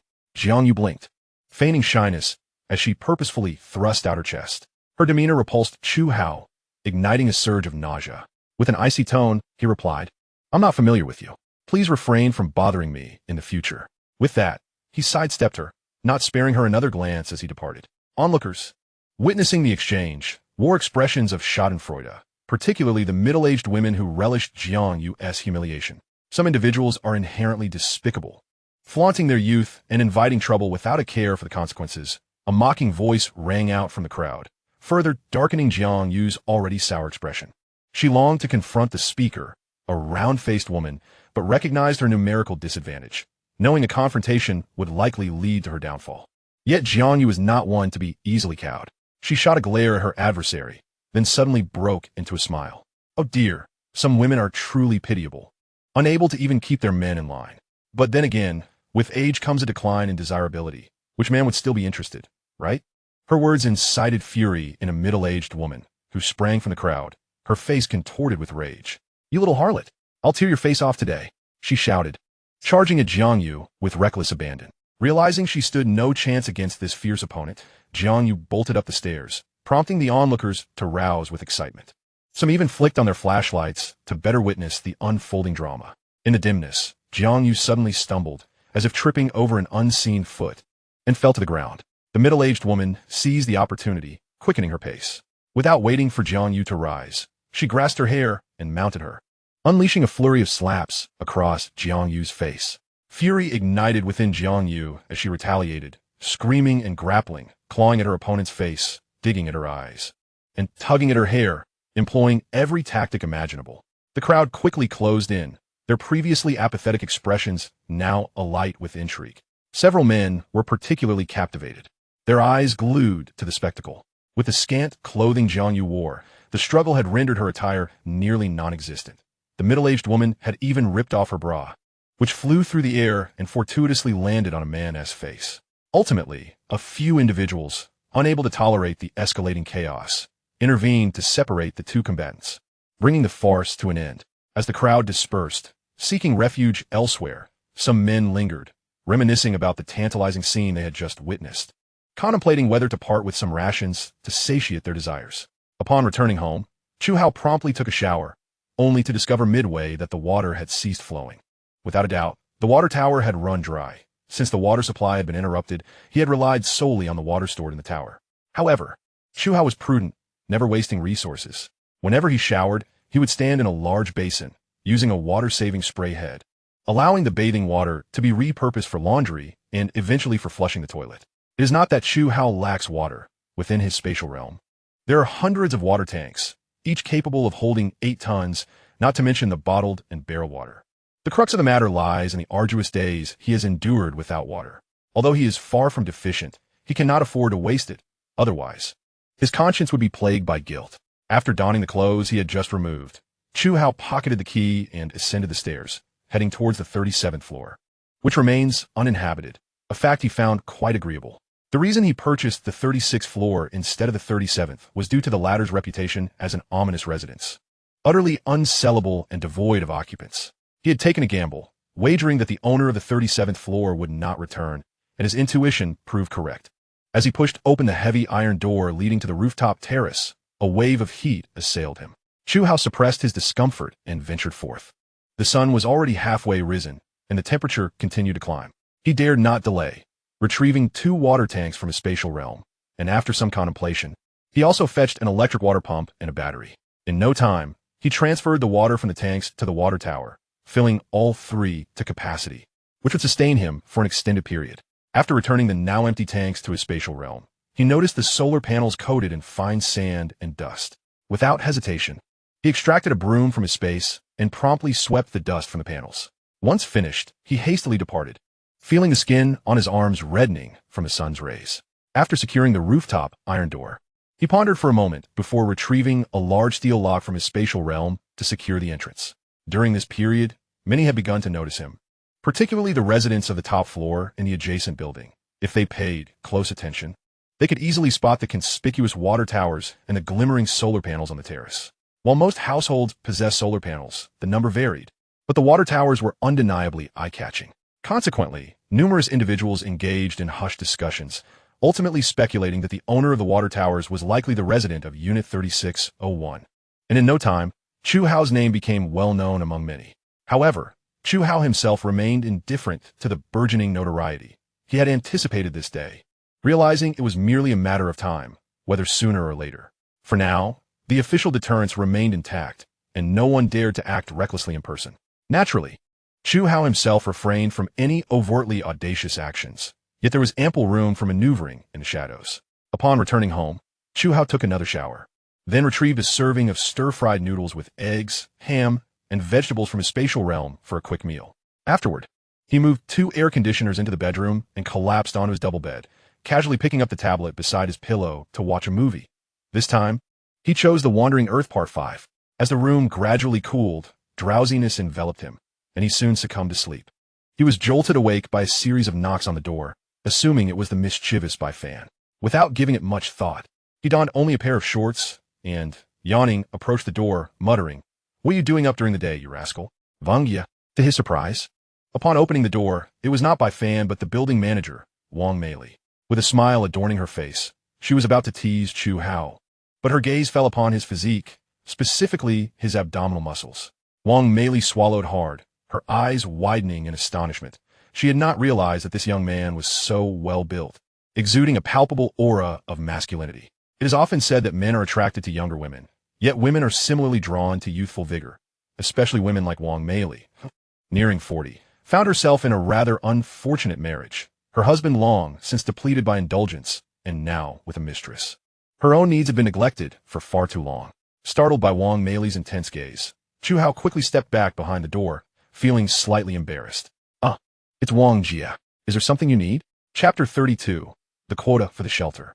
Wang Meili reluctantly averted her gaze, casting a meaningful glance at Chu Hao before she softly stated, "The underground shelter was completed a few days ago. I came to ask if you wish to sign up. If you do, we will gather at the square at 10 o'clock the day after tomorrow, and transportation will be provided."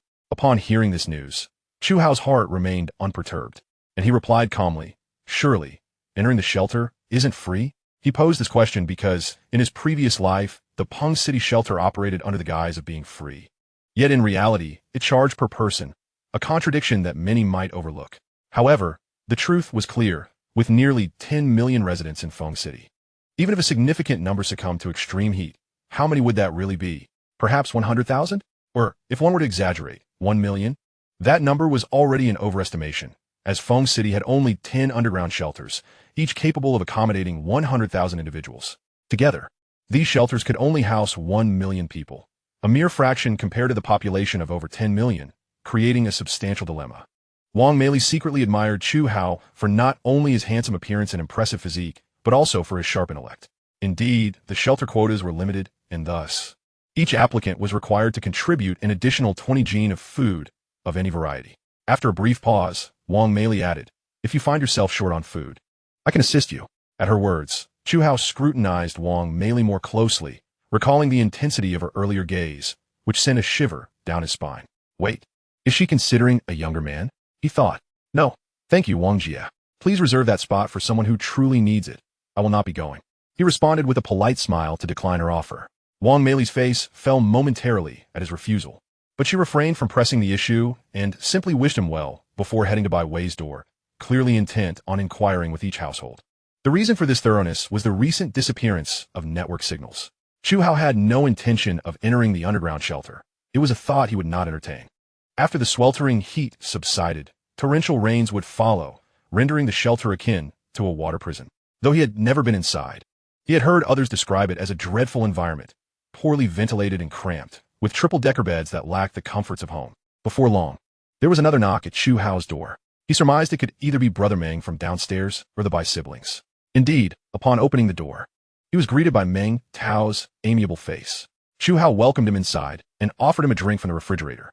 Having grown accustomed to Chu Hao's generosity, Meng Tao accepted without hesitation, taking a small sip before intending to save the rest for his son. Brother, you've heard about the shelter, right? What are your plans? Meng Tao inquired after a moment of contemplation. Chu Hao's fingers tapped rhythmically on his thigh, indicating his deep thought. After a while, he replied casually, Wang Jie asked me, but I turned it down. What about you, Brother Meng? What are your intentions? Meng Tao sighed, visibly troubled. Don't even get me started. I was under the impression that the shelter was free, but it turns out each person has to pay 20 jin of food. This is just sigh. He initially intended to vent further, but thought better of it. Noticing Meng Tao's distress, Chu Hao chuckled softly and offered him a pack of cigarettes. Meng Tao accepted without reservation, lighting one and smoking contemplatively. Having lived 2 lives, Chu Hao could discern the underlying meaning in Meng Tao's words and promptly asked, Is everything all right, Brother Meng? Are you in some kind of trouble? In truth, he did not wish for Meng Tao's family to enter the shelter, but he could not voice this concern, especially at such a critical juncture. Given Meng Tao's demeanor, it was highly probable that he had come to seek assistance with food. If Chu Hao were to dissuade him from the shelter, it would undoubtedly lead to further complications. Indeed, Meng Tao felt a tinge of embarrassment as he spoke. Dear brother, since you have already discerned my intentions, I shall speak candidly. Did you not mention your fondness for collecting jade and similar treasures? I have been contemplating this matter. As he spoke, Meng Tao's face flushed deeper, chiding himself for resorting to such a humiliating act. Yet, for the sake of the children and the elderly, he steeled himself to continue. I wish to exchange some of my jade for a bit of grain with you. This matter, concerning the child who lacked a mother, was indeed lengthy to elaborate upon. Chu Hao had previously broached the topic with Meng Tao on several occasions, inquiring whether he knew anyone who collected jade, gold, or precious jewels, as he had a particular affinity for such items and was willing to barter food for them. Thus, Meng Tao finally brought this matter to the fore, especially since Chu Hao's household possessed a considerable stock of grain, and he was indeed capable of such a transaction. Upon hearing this, Chu Hao's interest was piqued, and he readily replied, No problem at all. As long as the items are genuine, I am open to trade at any time.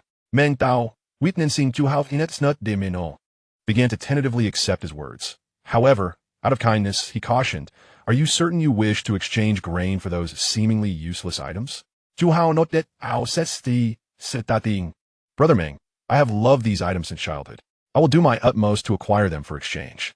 In addition to food, I also possess some water that can be traded. Hearing this, Meng Tao's excitement surged as he exclaimed, Excellent. Your words are all I need. I have many friends who collect jade and gold. I shall seek them out immediately. With that, Meng Tao rose and hurriedly departed. Not long after Meng Tao left, the door was knocked upon again. Upon opening it, Chu Hao was greeted by the sight of Bai Fan and his sister Bai Wei. Bai Wei, adorned in a delicate silk nightgown, had casually gathered her hair and secured it with an adorable rabbit clip, presenting an image of a languid yet charming young lady. Though she wore no makeup, her exquisite features and porcelain-like skin momentarily captivated Chu Hao's attention. In a fleeting moment of distraction, Chu Hao's gaze lingered on Bai Wei, who perceptively noticed his stare. Although her countenance remained calm, a flicker of joy ignited within her heart, her pulse racing as if a fawn were bounding about. Such a sensation was peculiar.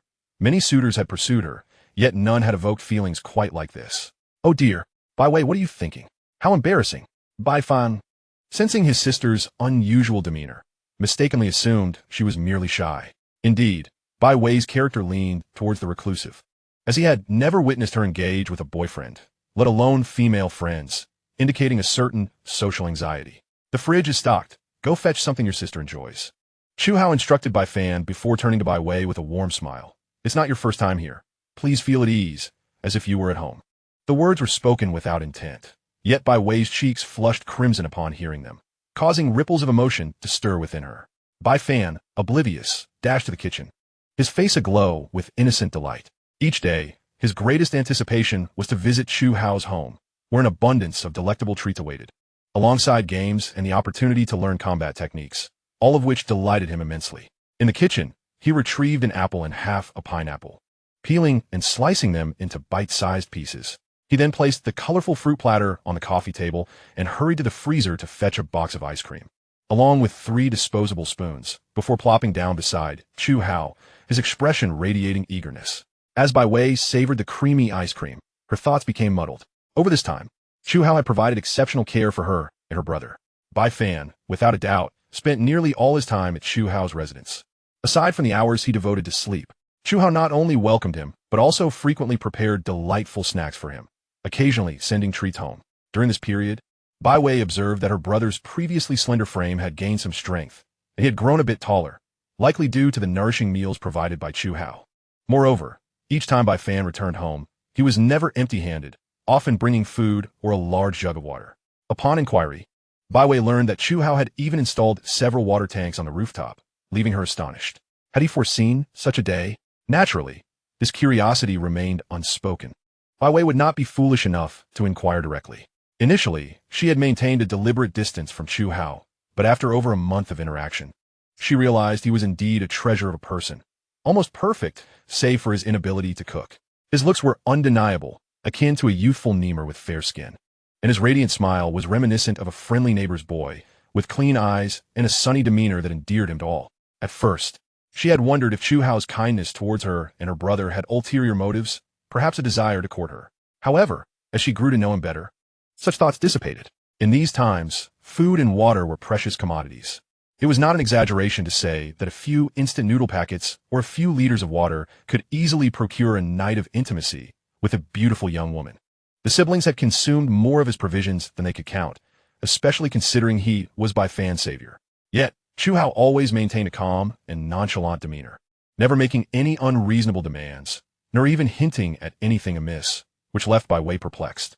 She could not fathom his true intentions. If not for the peculiar glances he cast in her direction, she might have doubted her own appearance and figure, except for her chest, of course. Little did she know, Chu Hao was not as altruistic as he seemed. His care for the siblings stemmed from a simple affinity for them. Furthermore, according to his future plans, he indeed required capable assistants, thus nurturing them in advance, particularly Bai Fan, who exhibited significant potential. Unbeknownst to her, Bai Wei had silently consumed nearly half a box of ice cream, while Chu Hao, after symbolically sampling a few pineapple pieces, set down his spoon. He had long understood Bai Wei's character. She seldom visited without a compelling reason. This time, it was evidently to discuss matters regarding the shelter. As he had anticipated, Bai Wei succinctly recounted the conversation with Wang Jie, expressing her uncertainty and inquiring about his thoughts. Clearly, the siblings were growing to trust him more and more. Chu Hao did not withhold his opinions, openly stating his refusal to go to the official shelter while patiently sharing his views and speculations, aiming to dissuade them from that course of action. After all, he had formed a bond with the entire building, save for Meng Tao's family. And if Bai Wei and Bai Fan were to seek refuge in the shelter as well, he would be left utterly alone, which would be unbearable. Moreover, he had other objectives, naturally wishing for the siblings to remain. Very well, I shall heed your advice. We will not register either, Bai Wei decisively concluded, her beautiful eyes glancing at Chu Hao with a sense of satisfaction. Upon hearing that both his sister and Chu Hao had decided against the shelter, Bai Fan erupted into an impromptu street dance, relieved that his sister and Chu Hao were in agreement, thus sparing him from a dilemma. Brother Hao, I would like to play some games.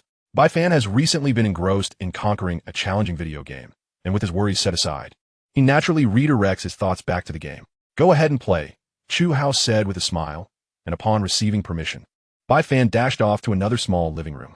This sight caused Bai Wei to feel a surge of irritation. Those who knew better would recognize him as her brother, while those who did not might mistakenly think he was Chu Hao's sibling.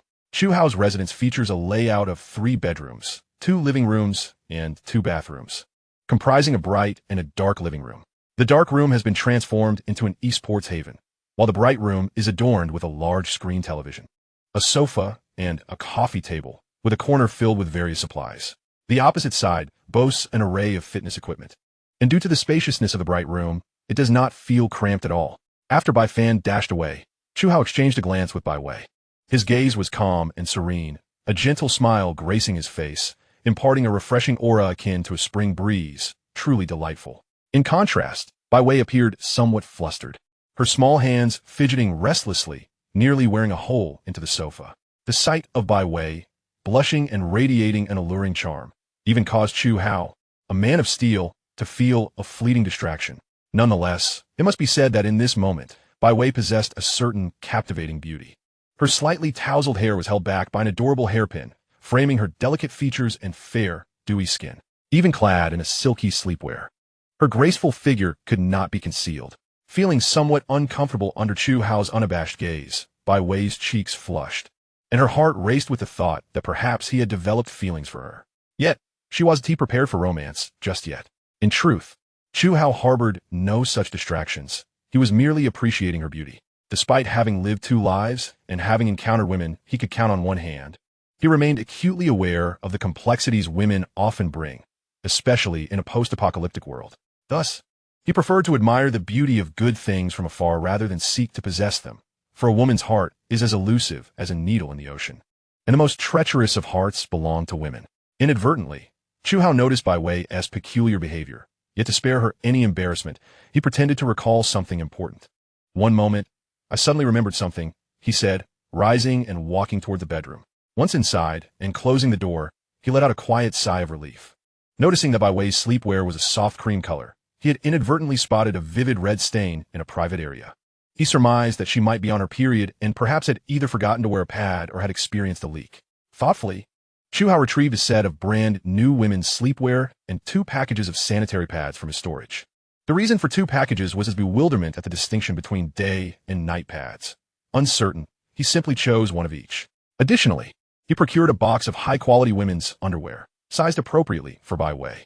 Emerging from the bedroom, he casually carried the items into the bathroom, arranging them neatly before returning to the sofa across from Bai Wei, nonchalantly lighting a cigarette. This wretched weather makes me feel filthy if I don't shower every minute. By the way, Bai Wei, since we have water in the shower, why don't you take a bath? Bai Wei instinctively considered refusing. After all, she had never contemplated bathing at someone else's home. However, just as the words were about to escape her lips, she swallowed them back, feeling an unexpected flutter in her heart. Having not bathed for over a month, despite wiping herself down with a damp cloth daily, there was no comparison to the comfort of a proper shower, especially since her period had just ended. All right then, thank you so much, Chu Hao. I'm sorry for the trouble, Bai Wei replied with a shy smile before rising to head towards the bathroom. Chu Hao waved his hand dismissively, uttering polite words as he sauntered off to the esports room. Upon entering the bathroom, Bai Wei curiously surveyed her surroundings. The shower was designed with a wet and dry separation, offering ample space. Due to the absence of air conditioning, it felt somewhat stifling, but the ventilation system was functional. As she realized this was the place where Chu Hao bathed, her face flushed with warmth, and suppressing her peculiar feelings, she slowly began to unbutton her sleepwear. Noticing the stains on her sleepwear, a wave of dread washed over her. Oh dear, this is a disaster. I hope he didn't see it, otherwise it would be an absolute mortification, Bai Wei thought, smacking her forehead. However, the next moment, she spotted the items Chu Hao had prepared for her, immediately recognizing them by a hastily scrawled note that simply read Bai Wei. Without further thought, she hurriedly examined the items. A perfectly packaged silk sleepwear set, a box of pure cotton underwear, and 2 packages of sanitary pads. Bai Wei felt a rush of warmth flood her entire being, her embarrassment overwhelming as she realized that Chu Hao had noticed her predicament. Rather than confronting her directly, he had thoughtfully prepared these items for her. Although she was puzzled as to why a man would have such items at home, that concern quickly faded.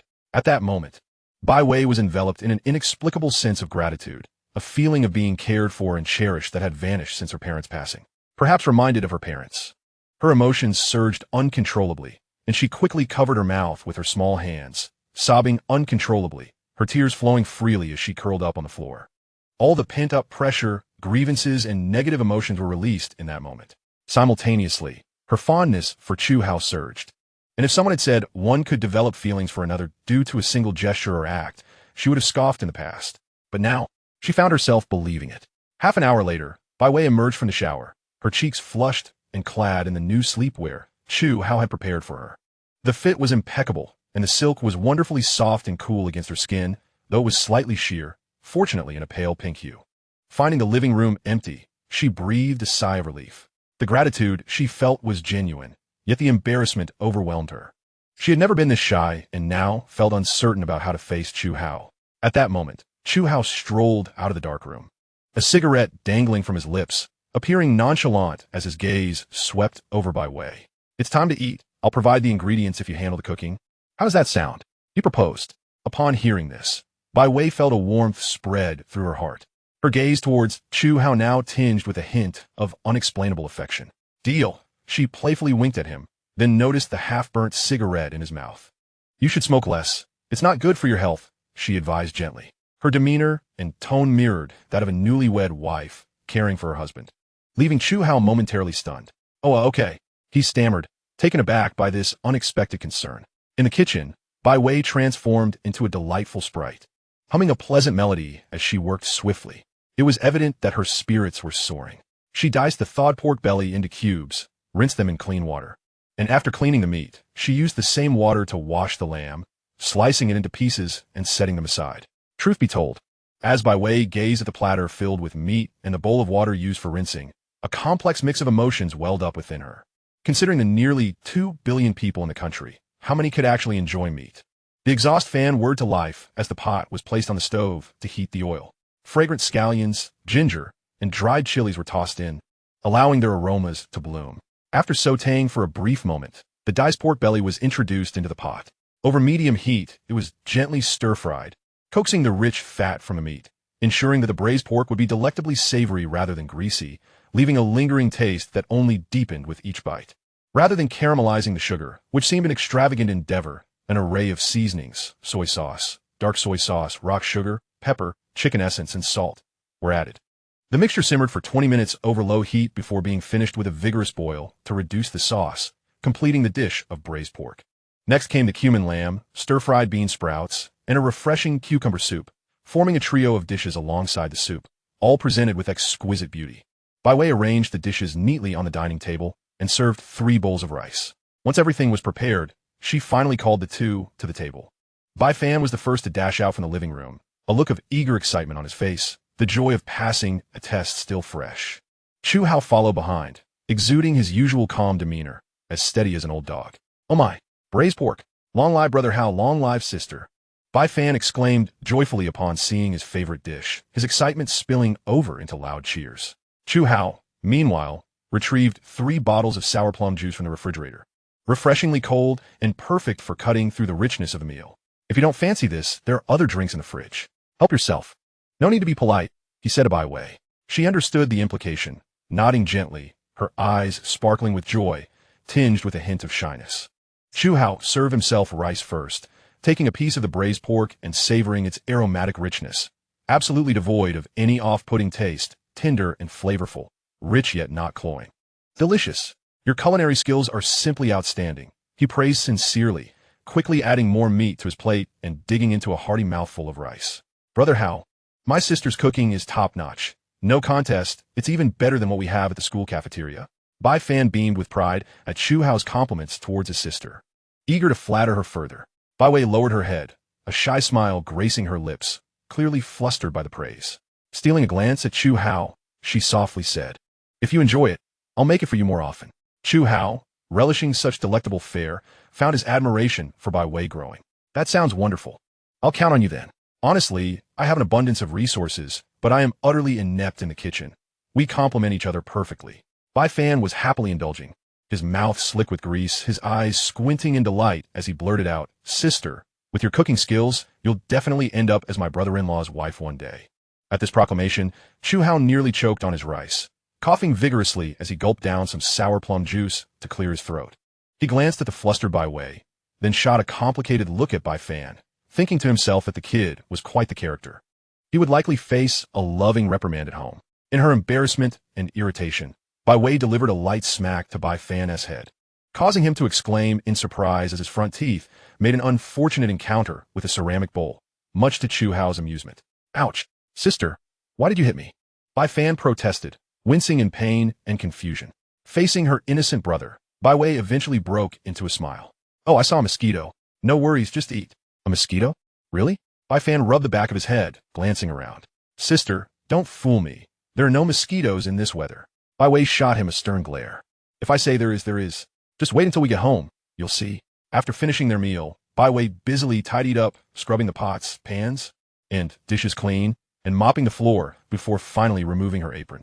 She waved goodbye to Chu Hao, affectionately tugging on Bai Fan's ear as they left. Just as the door closed behind them, Chu Hao could faintly hear a yelp. Chapter 35. A bit more space at 3 in the morning. Meng Tao brought a few friends to his home, meticulously giving them instructions before heading upstairs to find Chu Hao, who followed him downstairs without hesitation. Upon arriving at Meng Tao's residence, his family greeted Chu Hao warmly before retreating to the bedroom. In the living room, there were 2 men and a woman, to whom Chu Hao politely nodded. Through Meng Tao's introductions, Chu Hao learned that the trio were residents of the same community. The woman owned a jewelry store, while the 2 men were notable figures in their respective fields. A stout gentleman was a seasoned enthusiast and jade collector, and the tall, slender man with gold-rimmed glasses ran a jade procurement shop in Fengchong, having made his fortune in Myanmar through stone gambling. Possessing a considerable collection of quality jade and open stones, Chu Hao offered cigarettes to each of them, much to their delight. For they were seasoned smokers who had long run out of cigarettes at home and had been craving them for quite some time. They had once enjoyed wealth, but now money seemed worthless. Spending it felt as foolish as using sandpaper for a delicate task. They could trade food and water, but that was out of the question. Even fools knew that food and water were more precious than life itself. Who would exchange them for cigarettes? Unless one had a mountain of grain at home. To Chu Hao's surprise, the female shop owner was also a smoker, quickly smoking 2 cigarettes in succession before licking her dry lips and expressing her gratitude. Thinking to herself that even if the transaction didn't go through, the trip hadn't been in vain, as she had at least scored 2 cigarettes. My young brother, just for that cigarette, no need to discuss further. What do you propose for the exchange? The stout man, exhibiting a straightforward personality, thumped his belly as he spoke. Chu Hao couldn't help but scrutinize him, pondering how this man managed to maintain such a figure while others had slimmed down from lack of food. At that moment, Meng Tao spoke up in a low voice. Everyone is aware of the current situation. My young brother here is a genuine person. Although he has a penchant for collecting gold, silver, and gemstones, I know he is intentionally supporting us.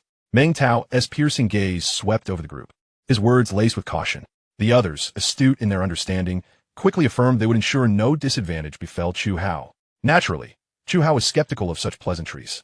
Self-interest reigns supreme in human nature, especially among merchants, who merely sought mutual benefit. He needed gold, silver, and jewels to sustain the energy of his space, while they sought supplies to secure their spots in a refuge. It was that simple. After a brief discussion, they decided to prioritize the lady. The jewelry store owner wasted no time, producing a substantial array of jewelry from her suitcase, including gold necklaces, bracelets, earrings, rings, agate necklaces, jade bracelets, as well as numerous loose diamonds and silverware. No one spoke, their eyes fixated on the pile of gold and silver treasures and the jewelry store owner. The tall man with gold-rimmed glasses was particularly engrossed, his gaze frequently drifting toward her, filled with intensity.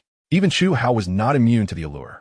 Stealing a few glances at her, her figure was captivating, and she wore a loose, short-sleeved top that left little to the imagination. Most notably, she appeared to be wearing nothing underneath. Brother Chu, how much can all this be exchanged for? The jewelry store owner asked softly, straightening her back. Seeing her drenched in sweat, Meng Tao kindly offered her a towel. Chu Hao stepped forward, scanning the items before his gaze settled on the bag of loose diamonds. After a moment of contemplation, he finally said, I can't say for certain how much this can be exchanged for. Here's the deal. Since we're all friends of Meng, I'll be straightforward. I can offer a maximum of 200 pounds of supplies, plus an additional 500 liters of purified water. Upon hearing this, the others exchanged glances, each calculating in their minds. Their expressions shifting as they regarded Chu Hao with newfound respect, a shared understanding dawning that this young man was not easily deceived. The strategic maneuver of retreating to advance is indeed remarkably astute. They do not adhere to your line of thinking, nor do they afford you the opportunity to bargain. You desire to exchange resources?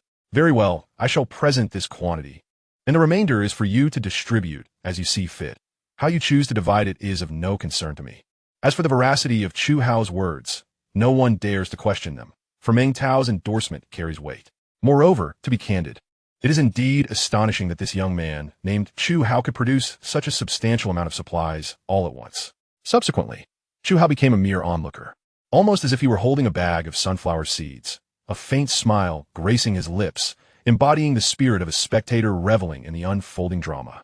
Everything was under his control. His decision to present only 200 pounds of supplies was calculated, as this amount precisely met the needs of a few individuals. However, dividing it among 4 would surely be insufficient. Thus, those possessing more gold and jewels would acquire a greater share of resources, maximizing his benefits in the process. In truth, an auction model would yield even greater profits. But considering his relationship with Meng Tao, he thought better of it and chose not to engage in further negotiations. After all, he stood to gain regardless. In the end, Chu Hao accompanied Meng Tao to retrieve 4 bags of 50 pounds of rice, comprising aged and broken grains, and made several trips to transport water, which was drawn from the tap prior, as the others lacked containers. Chu Hao even provided them with a dozen large water buckets, eliciting another round of gratitude. After each person shouldered their belongings and returned home, Meng Tao assisted in transporting the gold, silver, and precious stones to Chu Hao's residence. The two labored for quite a while, exhausted and drenched in sweat, primarily due to the oppressive heat. Even at midnight, the hallway felt stifling. Had it been daytime, the wall exposed to the sun would have been unbearably hot, rendering the room uninhabitable. As Meng Tao prepared to leave, Chu Hao called out to him and presented a few items he had set aside as a gesture of goodwill. In Chu Hao's eyes, one must repay enmity with enmity and kindness with kindness. Meng Tao's family had always treated him well, often bringing him delectable gifts, and he cherished these gestures. He offered a bag of 20 pounds of rice, a 10-pound bag of flour, a bucket of soybean oil, 2 bags of refined salt, and several boxes of cold and fever medications. Meng Tao was moved to tears, the nearly 6'3" giant weeping profusely. Chu Hao said little more, offering a comforting embrace.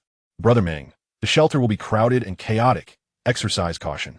Should any uncontrollable events arise, I suggest you return to your family swiftly." That was all he could do. With a stroke of luck, perhaps they would meet again, but if fortune did not favor them, this farewell could be everlasting.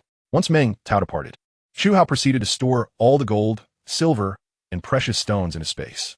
Indeed, the space expanded slightly, likely by about 100 square meters, and the energy crystal suspended in the center appeared to glow more brightly, emanating a subtle increase in energy fluctuations. Although faint, Chu Hao could still perceive it. Perfectly aligned. The future holds promise. Chu Hao thought joyfully, and after taking a shower, he relocated all the portable air conditioners to his bedroom and indulged in a much-needed nap. Fireworks rise to illuminate the world. Let us raise our glasses to this year. May the new spring bring prosperity and fulfillment, with every wish coming true. Each year brings its gifts, a measure of joy, happiness, and success. May all things be within reach. Chapter 36, Panic Spreads. On the evening of November 2nd, 2035, the authorities of Fengcheng deployed all transport vehicles in an orderly fashion. Across the 10 districts of the city and 10 shelters, resources were distributed evenly, eliminating the need for cross-district pickups, thus ensuring remarkable efficiency. By 9 o'clock that evening, the entrance of the New World Huafa community was already teeming with people, most of whom were accompanied by family, burdened with numerous packages as if fleeing from disaster. Some even pushed bicycles laden with heavy supplies, their back seats tightly bound with an assortment of goods. Before long, a dozen buses appeared in the distance, their headlights illuminating the path, followed by 7 or 8 empty transport vehicles, presumably for loading supplies. A checkpoint was hastily erected in front of the crowd, where official personnel conducted brief information registrations. Designated staff collected 20 pounds of supplies from each individual, and upon confirming compliance, issued identity cards that permitted boarding the buses. Once filled, the vehicles promptly departed for the shelters, returning empty to repeat the cycle, demonstrating impressive efficiency. Chu Hao by way and by fan watched as Meng Tao's family boarded the bus, exchanging waves. After the vehicle departed, Chu Hao turned to ascend the stairs, with Bai Wei and Bai Fan closely following. According to unofficial estimates, more than half of the New World Huafu community, approximately 4,000 individuals, had left. Those remaining did not wish to stay, but were unable to afford the 20-pound supply fee, and some were perhaps reluctant to part with their resources. The once bustling community now felt eerily desolate, half its residents gone. The greenery was stripped bare, having succumbed to the relentless sun, and the flower beds that once flourished were now littered with debris and desiccated waste, occasionally revealing remnants of animal carcasses, while corners were cluttered with various refuse.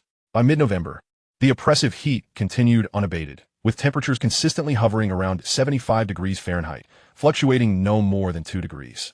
Everyone began to harbor the illusion that this sweltering weather would persist indefinitely, leading to humanity's gradual decline.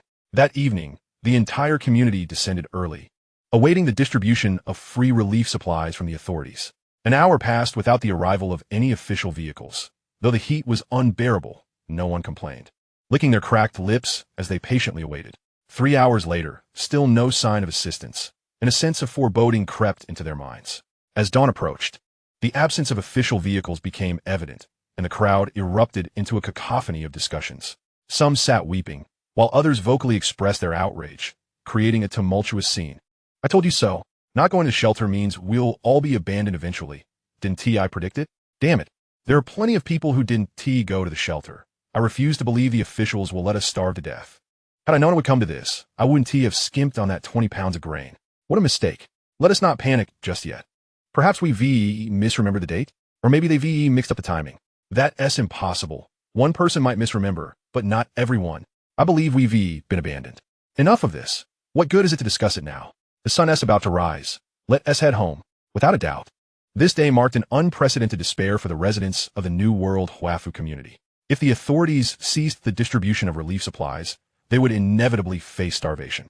The following evening, the community once again mobilized collectively, despite their belief that the officials would not return. Yet, to their astonishment, the authorities did arrive. Providing an explanation for the previous absence, the shipment of relief supplies had been ambushed, resulting in the death of all 11 personnel involved. This news sent shockwaves through the crowd, instilling fear and prompting them to remain indoors after dark, recognizing that safety should take precedence in these turbulent times. The next night, Chu Hao contemplated venturing out to explore the possibility of locating the black market. He descended the stairs to the underground parking lot, grateful for his commitment to daily exercise and good nutrition. Otherwise, facing a 36-story building would have left even the stoutest of hearts quaking. Driving out of the underground garage, he maneuvered the vehicle into a secluded corner. Ensuring that the surroundings were clear, he retrieved several gas canisters from his spatial compartment and placed them atop the car. Utilizing the principle of pressure differential, he filled the fuel tank, casually returning the empty canisters to the space before departing with haste. Once he exited the Dong district, Chu Hao parked by the roadside and proceeded to extract a compact air conditioning unit and a battery from his spatial compartment, placing them in the back seat. Upon activating the battery, the air conditioner hummed to life, sending a refreshing breeze toward the front. The heat was unbearable. The car's air conditioning had become ineffective, and his pockets were soaked with sweat, akin to catching eels. Given his resources, there was no reason to endure such discomfort. Regaining his composure, he resumed his journey, connecting his car's USB drive to play a classic old song, Sea of Stars. The familiar melody gradually filled the air, and Chu Hao's body instinctively swayed to the rhythm, his right index finger tapping in time on the steering wheel. The nightlife of Fengxiang had long dissipated, leaving behind a desolate darkness devoid of the vibrant lights that once adorned the evenings, as if the entire city had been cursed by a dark sorcerer. As he entered the new district, a flash of blinding light caught his peripheral vision, emanating from a vehicle less than half a kilometer away. Without hesitation, he pressed the accelerator, speeding towards the source of the light. It seemed to be the headlights of a car, and anyone capable of driving in these times must possess some significance. Either official vehicles or individuals from special circles, perhaps even factions beyond a government. He felt a surge of luck and decided to take a chance. As he drew nearer, the distant lights multiplied, and he could faintly hear the rumble of motorcycles. Chu Hao's eyes brightened.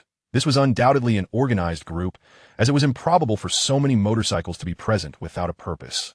Finally, after turning a corner, he caught up with this peculiar convoy.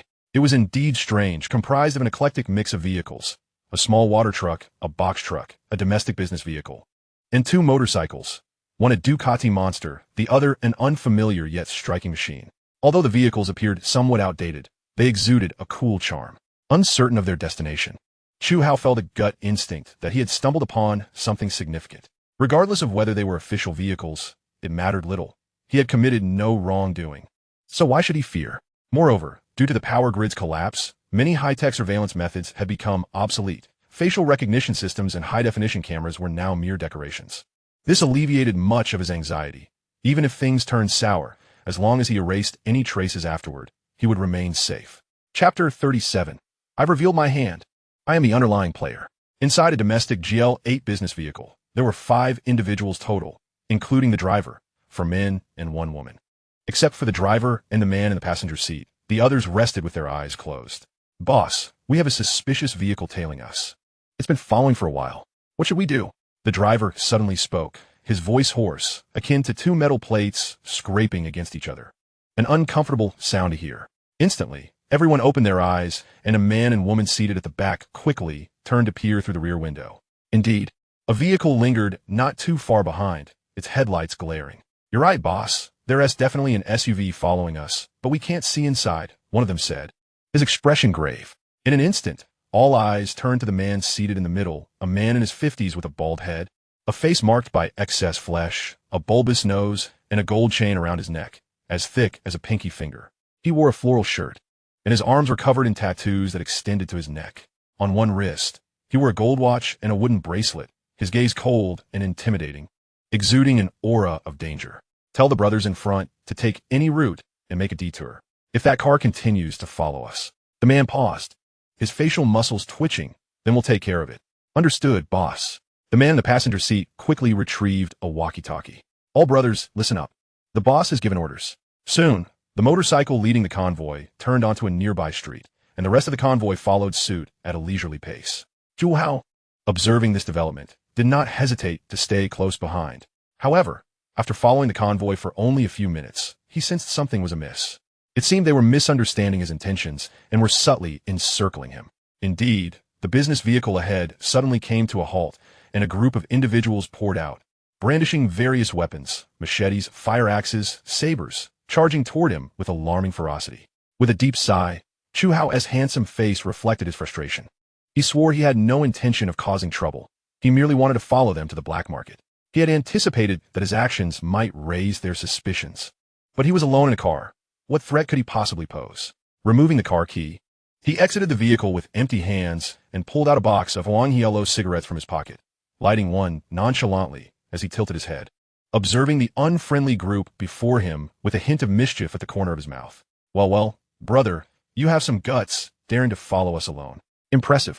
You must be one of the authorities. Your boldness is remarkable. A burly man in a black tank top approached Chu Hao, his tone unfriendly, laced with mockery, clearly mistaking him for an official. Chu Hao assessed the group, his expression unperturbed, while internally analyzing the situation. These individuals did not seem like mere thugs. They exuded an aura of latent aggression, their cold, ruthless eyes betraying a history of violence. I sigh. If I were to say my only purpose in following you is to find the black market, and that I am not affiliated with any authorities, you wouldn't believe me, would you? I knew it. Chu Hao initially intended to explain himself, but upon witnessing their skeptical expressions, he realized it would be futile. As expected, the man in the black tank top was terse and menacing, his cold eyes fixed on Chu Hao as he uttered slowly, "Get him. Kill him." Upon hearing this command, the group sprang into action, weapons raised, charging toward Chu Hao with lethal intent. Chu Hao's smile vanished instantaneously, replaced by a sharp glint of determination in his eyes. He swiftly took 2 steps back, narrowly evading their attack. Yet before he could catch his breath, another wave of strikes came at him, each aimed to kill. Wow, this group is surprisingly coordinated. Who are they? Chu Hao thought, dodging their blows and refraining from underestimating them. He promptly retrieved an AK-47 rifle from his spatial compartment, unleashing a barrage of fire at the advancing attackers. They were utterly taken aback. Several unfortunate souls were struck by 7.62mm bullets, collapsing to the ground, their brains splattering in a crimson mist, their vacant stares lingering in disbelief. "You have a gun," a short-haired woman exclaimed, her pupils dilating in shock. She attempted to speak, but choked on her own blood, dropping her saber as she fell lifelessly to the ground. With the rifle in hand, Chu Hao approached, glancing down at the dying individuals. Suddenly, he broke into a grin, his voice sincere as he declared, "Indeed, I have revealed my hand. I am the underlying player," originally intending to boast further. He recalled the adage that villains often perish due to excessive chatter. Thus, he fell silent and fired another shot into the heads of those remaining before turning back toward the convoy. In the business vehicle, the aging leader in his 50s reacted swiftly. Upon hearing the gunfire, he realized he was in dire straits, having stumbled upon an insurmountable obstacle. Although he was perplexed as to how the assailant could wield an AK-47, his primary concern was to escape with his life. Yet, he dared not make a sound. gambling on the possibility that the individual outside was unaware of his presence within the vehicle. Simultaneously, he cautiously retrieved a silver handgun from the small of his back. Moving with utmost care, crouched low beneath the seat, barely daring to breathe. Were his adversary armed only with a handgun, he would have been confident enough to confront him head-on, for he held a certain faith in his marksmanship. However, the reality was that his opponent possessed a rifle, an undeniably formidable AK-47, rendering his own handgun a mere child's toy in comparison. Outside, Chu Hao aimed his rifle and fired 2 shots at the business vehicle's tires, causing them to deflate instantly. He scanned the surroundings and, indeed, spotted a figure crouched beneath a cargo truck. With a swift motion, he seized the individual by the ankle and yanked them out, eliciting a terrified scream as the person begged for mercy, trembling in sheer panic. "Please don't kill me. I know nothing." The figure knelt on the ground, kowtowing fervently, their face ashen and lips quivering, too fearful to meet Chu Hao's gaze. Chu Hao crouched down, positioning the muzzle of his AK-47 against the person's head, and spoke in a low tone, "Tell me, where is the black market?" The individual quaked even more violently, feeling the heat of the gun's barrel. Without a moment's hesitation, they blurted out, I know. The black market is located at the West District Clothing City, next to a Wanda Plaza." Bang! Having obtained the information he sought, Chu Hao wasted no time and decisively ended the person's life with a single shot, their departure serene and instantaneous. "Come out, I can see you." Chu Hao called out deliberately, choosing not to approach the business vehicle recklessly, but rather maintaining a safe distance while aiming his rifle at it. Prepare to unleash a barrage should anything seem amiss. Time passed slowly, the surroundings eerily silent. Was he mistaken? Chu Hao mused inwardly. His sixth sense had always proven reliable, and his intuition told him that others were undoubtedly lurking nearby. "All right, if you don't come out, I will count to 3. If you remain hidden, I will fire. 3, 2. Just as he was about to utter one, he heard the sound of hurried footsteps nearby, confirming his suspicions that he was not alone. In that moment, the door of the business vehicle creaked open, and a figure cautiously emerged, scanning the area before disregarding the joy of survival and stealthily making their exit. Once a safe distance was achieved, they broke into a full sprint, wishing fervently that their parents had endowed them with more legs at birth. Chapter 38. The Black Market of Fengcheng. With one less threat to contend with, Chu Hao finally allowed himself to relax, quickly surveying the battlefield. He gathered all the knives and swords, stowing them away in his spatial storage before approaching the cargo truck. Upon opening the compartment, he was astonished to find it brimming with relief supplies. After confirming their authenticity, officially distributed aid, he speculated that these provisions were likely stolen by the group he had just encountered, especially since there had been reports of food transport vehicles being hijacked recently. With such bounty practically handed to him, he saw no reason to refuse, promptly stowing both the truck and its contents into a space. While the relief food might not boast superior taste or texture, it was nonetheless sustenance, valuable for future use. The water truck was likewise taken, and he also secured the pristine Ducati motorcycle, a machine that, while perhaps impractical, exuded undeniable coolness. As for the business vehicle, Chu Hao merely cast a cursory glance before disposing of all the bodies within, dousing the interior with half a barrel of gasoline and igniting it, ensuring complete destruction of evidence. Once satisfied that all was in order, he returned to his own vehicle and departed nonchalantly, oblivious to the fact that one individual had slipped away unnoticed. Even if he had been aware, it mattered little. In the darkness, unless face to face, it was nearly impossible to discern anyone's features, and ultimately, the individual had merely been fortunate enough to escape with their life. In the West District Clothing City of Fengcheng, Chu Hao felt a mixture of familiarity and strangeness, having resided there for a period during his childhood. Guided by the intel he had gathered, he quickly located the black market. Contrary to its name, it resembled more of a second-hand flea market, akin to Panjiawen in the capital. Modest in scale with a sparse crowd, suggesting it had only recently begun to form, far from the expansive markets of his previous life.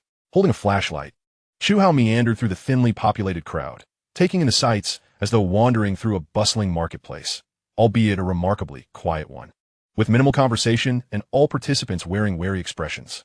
After a thorough exploration, he felt a tinge of disappointment. The black market was evidently in its infancy, lacking established rules or security, resembling a makeshift bazaar where most vendors simply laid out their wares on the ground, scattered bits and pieces with a singular requirement: to trade food, water, or medicine. At one stall, a woman sat forlornly, her sign proclaiming the sale of her body for 500 milliliters of water or half a kilogram of grain, blunt and direct. He also encountered a vendor offering various vegetable seeds and, without hesitation, exchanged a liter of water and several kilograms of relief food for an entire box filled with hundreds of seed packets. Although uncertain of when or if he would use such items, grains, assorted vegetables, and fruit seedlings, he held on to the hope that someday they might serve a purpose in his struggle for survival. As time pressed on, Chu Hao lost interest in further browsing and began to retrace his steps, contemplating that he now knew the location and could return in a few days for another chance. Suddenly, a stall in the corner caught his attention, prompting him to halt and brighten his flashlight. After observing intently for a moment, he confirmed he was not mistaken. A wave of nostalgia washed over him, and he approached. The stall was manned by a couple who appeared to be in their 30s. Though their pallid complexions and cracked lips bore witness to their dire state, their eyes hollow and lifeless. Nearby, a small girl lay on a mat, her hair disheveled and yellowed, her face pale, yet her large, furry eyes sparkled with life. As the couple noticed his approach, they said nothing, merely nodding in acknowledgement, allowing him to browse. The little girl tilted her head and gazed at Chu Hao, blinking her big eyes, and quietly uttered, "Hello, big brother." Her soft, melodic voice was enchanting, albeit faint, a sign of hunger. The family's condition clearly indicated prolonged starvation and malnutrition, as those in extreme hunger often refrain from speaking. Kneeling before the girl, Chu Hao smiled warmly, his voice cheerful. "Hello there, little sister." Without concern for the dirt, he affectionately ruffled her messy hair and pretended to pull a piece of milk candy from his pocket, gently placing it in her palm. "Here, have some candy." At that moment, a pair of scarred arms enveloped the girl. It was her mother. "Kai, return that to the uncle. We can't eat it. Do you understand?" The mother's voice was hoarse, her gaze towards Chu Hao filled with caution and apprehension. Though the young man before her appeared harmless, she understood the importance of vigilance. For her daughter was her last hope for survival. Should anything happen to her, life would lose its meaning. The girl's father gently nudged his wife, and the woman immediately comprehended his intent. With a firm embrace, she lifted their daughter and sheltered behind the man. Only then did the girl's father cast a weary glance at the young man before him, muttering, "Thank you for your kind offer, but my daughter does not like sweets. Please leave." As he spoke, his gaze remained fixed on Chu Hao, discreetly gripping a watermelon knife for self-defense, resolute in his determination to protect his wife and daughter, even at the cost of his own life. The young man's actions could not escape Chu Hao's keen observation, and a pang of sorrow surged within him. He then illuminated his face with a flashlight, managing a wry smile. "Brother Changsheng, it's me. You haven't forgotten me, have you?" Upon hearing this, the other man's expression shifted to one of surprise, not only his, but also his wife's, who shared the same look of bewilderment. Clearly, this individual was familiar enough to recall his name. "Who are you?" The girl's father hastily retrieved a flashlight he seldom used, switching it on and casting a glance toward Chu Hao, finally recognizing his face. The striking features were undeniably familiar. Chu Hao discreetly wiped the corner of his eye, allowing the father to scrutinize him without revealing his identity, his heart brimming with joy. He never anticipated encountering this person in such a place. "My goodness, Huzzy, is that really you?" The girl's father finally recognized the handsome figure before him, his expression transforming into one of excitement. After a moment's struggle, he was helped to his feet by Chu Hao, and the two embraced fervently, sharing their exhilaration as Chu Hao patted the man's back with fervor. This individual was Yi Changsheng, the son of his grandparents' neighbors. Chu Hao had played in his shadow since childhood, forming an inseparable bond.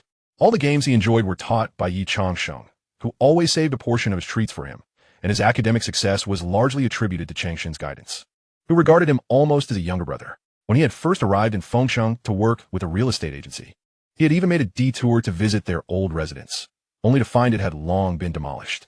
Although disappointed, he had prepared himself for such an outcome, considering it was an old building from the early 2000s.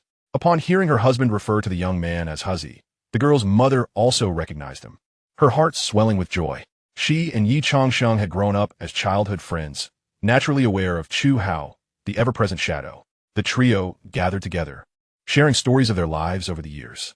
When they learned of Chu Hao's tragic loss of his parents in a plane crash, both Yi Changsheng and Lin Xia expressed profound sorrow once more.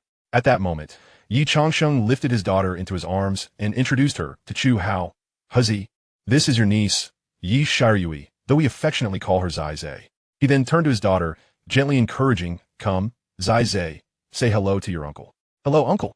The little girl chimed, her voice sweet and innocent, her large eyes blinking as she glanced from her parents to the unfamiliar man, puzzled by their sudden joy. "Hello, Zai. You are truly beautiful," Chu Hao exclaimed with an enthusiastic grin, personally peeling a piece of candy and placing it in the little girl's mouth. Chapter 39. An Unexpected Reunion. Glancing at his wristwatch, Chu Hao noted that it was already past 4 in the morning. The temperature continued to rise. Many individuals in the black market were hastily packing their belongings to leave. He turned to Yi Changsheng and suggested, "Brother Changsheng, let's be on our way. I drove here, so I can take you home and also reacquaint myself with the area." It was evident from the demeanor of Yi Changsheng's family that they were enduring significant hardships, and he felt compelled to assist them. A small act of kindness should be repaid with great gratitude. Despite the selfishness that the apocalypse had instilled in him over 5 years, he remained grateful to those who had once helped him. Yi Changsheng retrieved a small cart from behind the stall, while Lin Shuya busily packed the assorted items from the stall into bags. Chu Hao joined in, sorting through an array of perfumes, skincare products, exquisite jewelry, toys, designer bags, shorts, essentially a collection of frivolous items. In total, they managed to fill a single cart.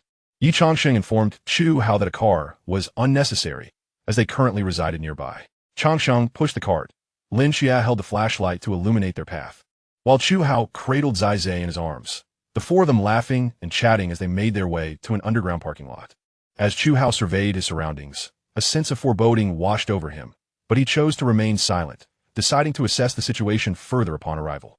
In the underground parking lot of Wanda Plaza, Yi Changsheng pointed with the flashlight to a makeshift dwelling in the corner, offering a sheepish smile as he said, "Here we are. This is our home, though the conditions are rather rudimentary." Yi Changsheng fetched a small stool from the shelter and offered it to Chu Hao. However, Chu Hao declined, instead adjusting the flashlight to its brightest setting, slowly approaching the extremely basic abode, scrutinizing it from top to bottom. The shelter was haphazardly constructed from various wooden planks, metal sheets, plastic boards, and waterproof cloth, leaning against the wall without even a proper roof for ventilation. The space, measuring over 10 square meters, had a damp mat strewn across the floor along with pots, pans, and other household essentials. Lin Xia sighed softly, explaining, "Our previous relocation building had quality issues. Over a month ago, the gas pipeline exploded downstairs, rendering the entire building unsafe. Changsheng was concerned about the staircase collapsing, so he led me and Zai to move out." After a brief pause, she forced a smile, adding, "But honestly, it's quite nice here. It's much cooler than being upstairs." Chu Hao remained silent, lost in thought. He had initially intended to leave some supplies for Changshen's family, but given their current situation, it was far from what he had anticipated. This place was far too unsafe. If he left supplies, they could very well become a death sentence for Changshen's family. Moreover, once the sweltering heat subsided, heavy rains would inevitably flood this area. It was imperative to find them a safer residence. A decision formed swiftly in his mind. Simultaneously, an idea sparked within him. Wasn't the 37th floor of his building still unoccupied? It could certainly be utilized. Room 3701 was reserved for another purpose, but 3702 was inconsequential. As for the security door issue, well, he was quite the craftsman himself. Furthermore, given the high mortality rate these days, it was highly likely that the residents of the 37th floor had perished. If someone would show up one day, it wouldn't matter. He could simply offer some supplies as compensation, and they would likely be quite agreeable. With this thought in mind, Chu Hao wasted no time and promptly shared his idea, intentionally omitting some less significant details, fabricating a tale that the homeowner was a friend who had gone abroad and entrusted him with the property. Yi Changsheng and Lin Shuya exchanged glances, clearly intrigued. However, the next moment, Yi Changsheng gently declined. It wasn't that he didn't wish to go. Rather, he didn't want to burden Chu Hao. He understood the kind of person Chu Hao was. If you offered him a bit of kindness, he would repay it tenfold. It was precisely because of this that he hesitated to impose, especially in these difficult times when survival was a challenge for everyone. Seeing her husband's refusal dimmed the light in Lin Xia's eyes. While she felt disappointed, she understood that her husband was right. They couldn't rely on past relationships to unconditionally receive help. As dawn approached, Chu Hao grew impatient with the couple's hesitation and said earnestly, "Changsheng, Xia, you are both acutely aware of your current physical condition. While this place may provide some respite from the heat, it is far too unsafe. Moreover, you must consider your child. If you acknowledge me as your brother, pack your things and come with me." Chu Hao's demeanor was resolute, and as Yi Changsheng opened his mouth to interject, he was gently nudged by Lin Shuye, who advised, "All right, just heed Chu Hao's words. We're not strangers here." So there's no need for such inflated pride. With that, she turned and entered the shed, beginning to tidy up their belongings. Yi Changsheng wiped his tear-streaked face with the back of his grimy hand, his eyes red and clearly moved. You look after the little one. I will assist you with the packing, Sister Shuye, he offered. Although his tongue faltered, struggling to express his gratitude, the words remained unspoken, swallowed back down. The little girl, upon hearing her parents mention their impending move, obediently began to gather her toys. At merely 8 years old, she was at an age of innocent understanding. The specifics of their residence mattered not. What was paramount was being close to her parents. Before long, Yi Changsheng and Lin Shui had managed to pack everything. Some change of clothes, 2 suitcases, and 2 woven bags. This constituted their entire earthly possessions. Their resources were pitifully scant. Less than 5 kilograms of relief grain, merely about 20 pieces, and a little over half a barrel of water. Estimated to be less than 10 liters. Beyond these, they possessed nothing else. Stirring a pang of concern in Chu Hao's heart as he pondered how this family of 3 had endured. With one hand grasping a suitcase and the other hefting the heaviest woven bag, Chu Hao led the way. Yi Changsheng, despite his labored steps, took on more than half of their load for the sake of his wife's ease, his face flushed and breath coming in gasps, revealing his physical exhaustion. Fortunately, Chu Hao's vehicle was parked nearby and, by a stroke of luck, it had not been stolen. He opened the trunk, forcefully cramming in the 2 woven bags, stacking the suitcases atop them. Once everything was secured, he made his way to the back seat, activating the battery and setting the small air conditioner to its lowest setting before starting the car. Yi Changsheng settled into the passenger seat, while the remaining space in the back was just enough for 2. As they relished the cool air within the vehicle, a collective sigh of relief escaped them. This long-awaited sensation was utterly delightful. Chu Hao drove while engaging in light conversation with Yi Changsheng, who appeared quite cheerful at the prospect of a new home. Lin Shuye, on the other hand, bombarded Chu Hao with questions, evidently surprised by his return to function. Chu Hao spun an elaborate web of fabrications, concocting tales of his entrepreneurial ambitions upon returning home after graduation, casually mentioning that he had sold his parents' company shares. By sheer coincidence, a friend required funds, and he seized the opportunity to take over a large supermarket that was for sale. He then acquired a house in Fengcheng, and as the sweltering heat approached, he prudently transported supplies from the supermarket back to his home, only to find that his efforts had backfired. Yi Changsheng and Lin Shui listened, momentarily taken aback by his story, yet they were convinced of his sincerity, for there was no necessity for him to deceive them. Chapter 40. You have water here. 40 minutes later, Chu Hao maneuvered the Wuling vehicle slowly into the underground parking garage. Due to the height of the building, it was necessary to ascend the stairs, prompting Chu Hao to suggest taking a portion of their luggage first, leaving the rest in the car. Upon hearing that they would need to climb 37 flights, Yi Changsheng and Lin Shui readily agreed to his proposal. After considerable effort, the trio of adults and 1 child finally reached their destination, each one panting heavily, glistening with sweat as droplets cascaded from their chins, evaporating upon contact with the concrete floor. He first ushered them into his home, offering each a pair of new slippers and inviting them to make themselves comfortable. He then wheeled out all the portable air conditioners from a bedroom and returned to swap the battery for a fully charged one. After a flurry of activity, with 5 air conditioners now operating, the living room gradually began to cool down. The sheer size of the room posed a challenge, but fortunately, during the renovations, all 4 walls, the ceiling, and the floor had been outfitted with thermal insulation. Otherwise, it would have been even hotter and the cold air would not have been retained. The Yi family stood somewhat awkwardly in the opulent, spacious living room, hesitant to even sit on the couch, gazing around as if they had been magically transported, one moment in a refugee camp, the next in a resplendent palace. Chu Hao observed their astonishment and promptly entered a room filled with various supplies, gathering several sets of short-sleeve shirts and shorts for each of them, including new undergarments. Knowing they were familiar faces and thus avoiding any awkwardness, he placed the clothes in the shower room before turning to Yi Changsheng, saying, "Brother Changsheng, please take Sister Shui and the child to enjoy a proper shower. I prepared clothes for you, and there are fresh towels and toothbrushes inside." At this proclamation, Yi Changsheng and Lin Shui stood momentarily dumbfounded, questioning whether they had misheard. "You have water here?" Yi Changsheng asked cautiously, licking his cracked lips. The mere mention of water made every cell in his body yearn with thirst. Chu Hao chuckled and explained the presence of a water tower on the rooftop, reassuring them to use it freely without concern for conservation. Hesitantly, the family of 3 entered the shower room, still somewhat skeptical. Meanwhile, Chu Hao took his toolbox and ascended to the 37th floor. Standing in the corridor, He surveyed his surroundings before finally opting for room 3702, a space of just over 100 square meters, perfectly adequate for the family of three. It was only later, upon visiting Bai Wei's residence, that he learned the layout varied from floor to floor. Room 01 measured 200 square meters, while room 02 was only slightly over 100 square meters in a standard two-bedroom, one living room configuration. After unlocking the security door of 3702, Chu Hao promptly replaced the existing lock with a less advanced model, tidied his tools, and took a leisurely look around the home. It was warmly decorated, clearly new, but the curtains were drawn, making the air feel stifling. He quickly retrieved several thermal insulation boards from his space, fitting them over every window, and then drew the curtains shut, wiping the sweat from his brow as he continued to explore. He recalled hearing that the previous occupants had been a couple, but the woman had been caught in an affair, leading the man to commit a heinous act of vengeance, brutally slaying the pair and dismembering them in a pressure cooker, an act of unspeakable cruelty. Both bedrooms contained beds and mattresses, along with tables and chairs.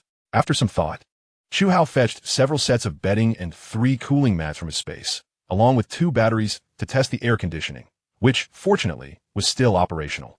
In the kitchen, he observed that it was nearly barren, save for the stove and exhaust fan.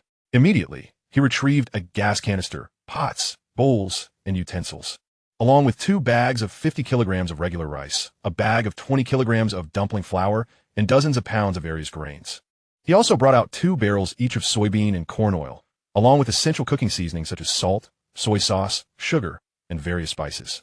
As for vegetables, he decided against it, as those in his space were fresh and impossible to explain.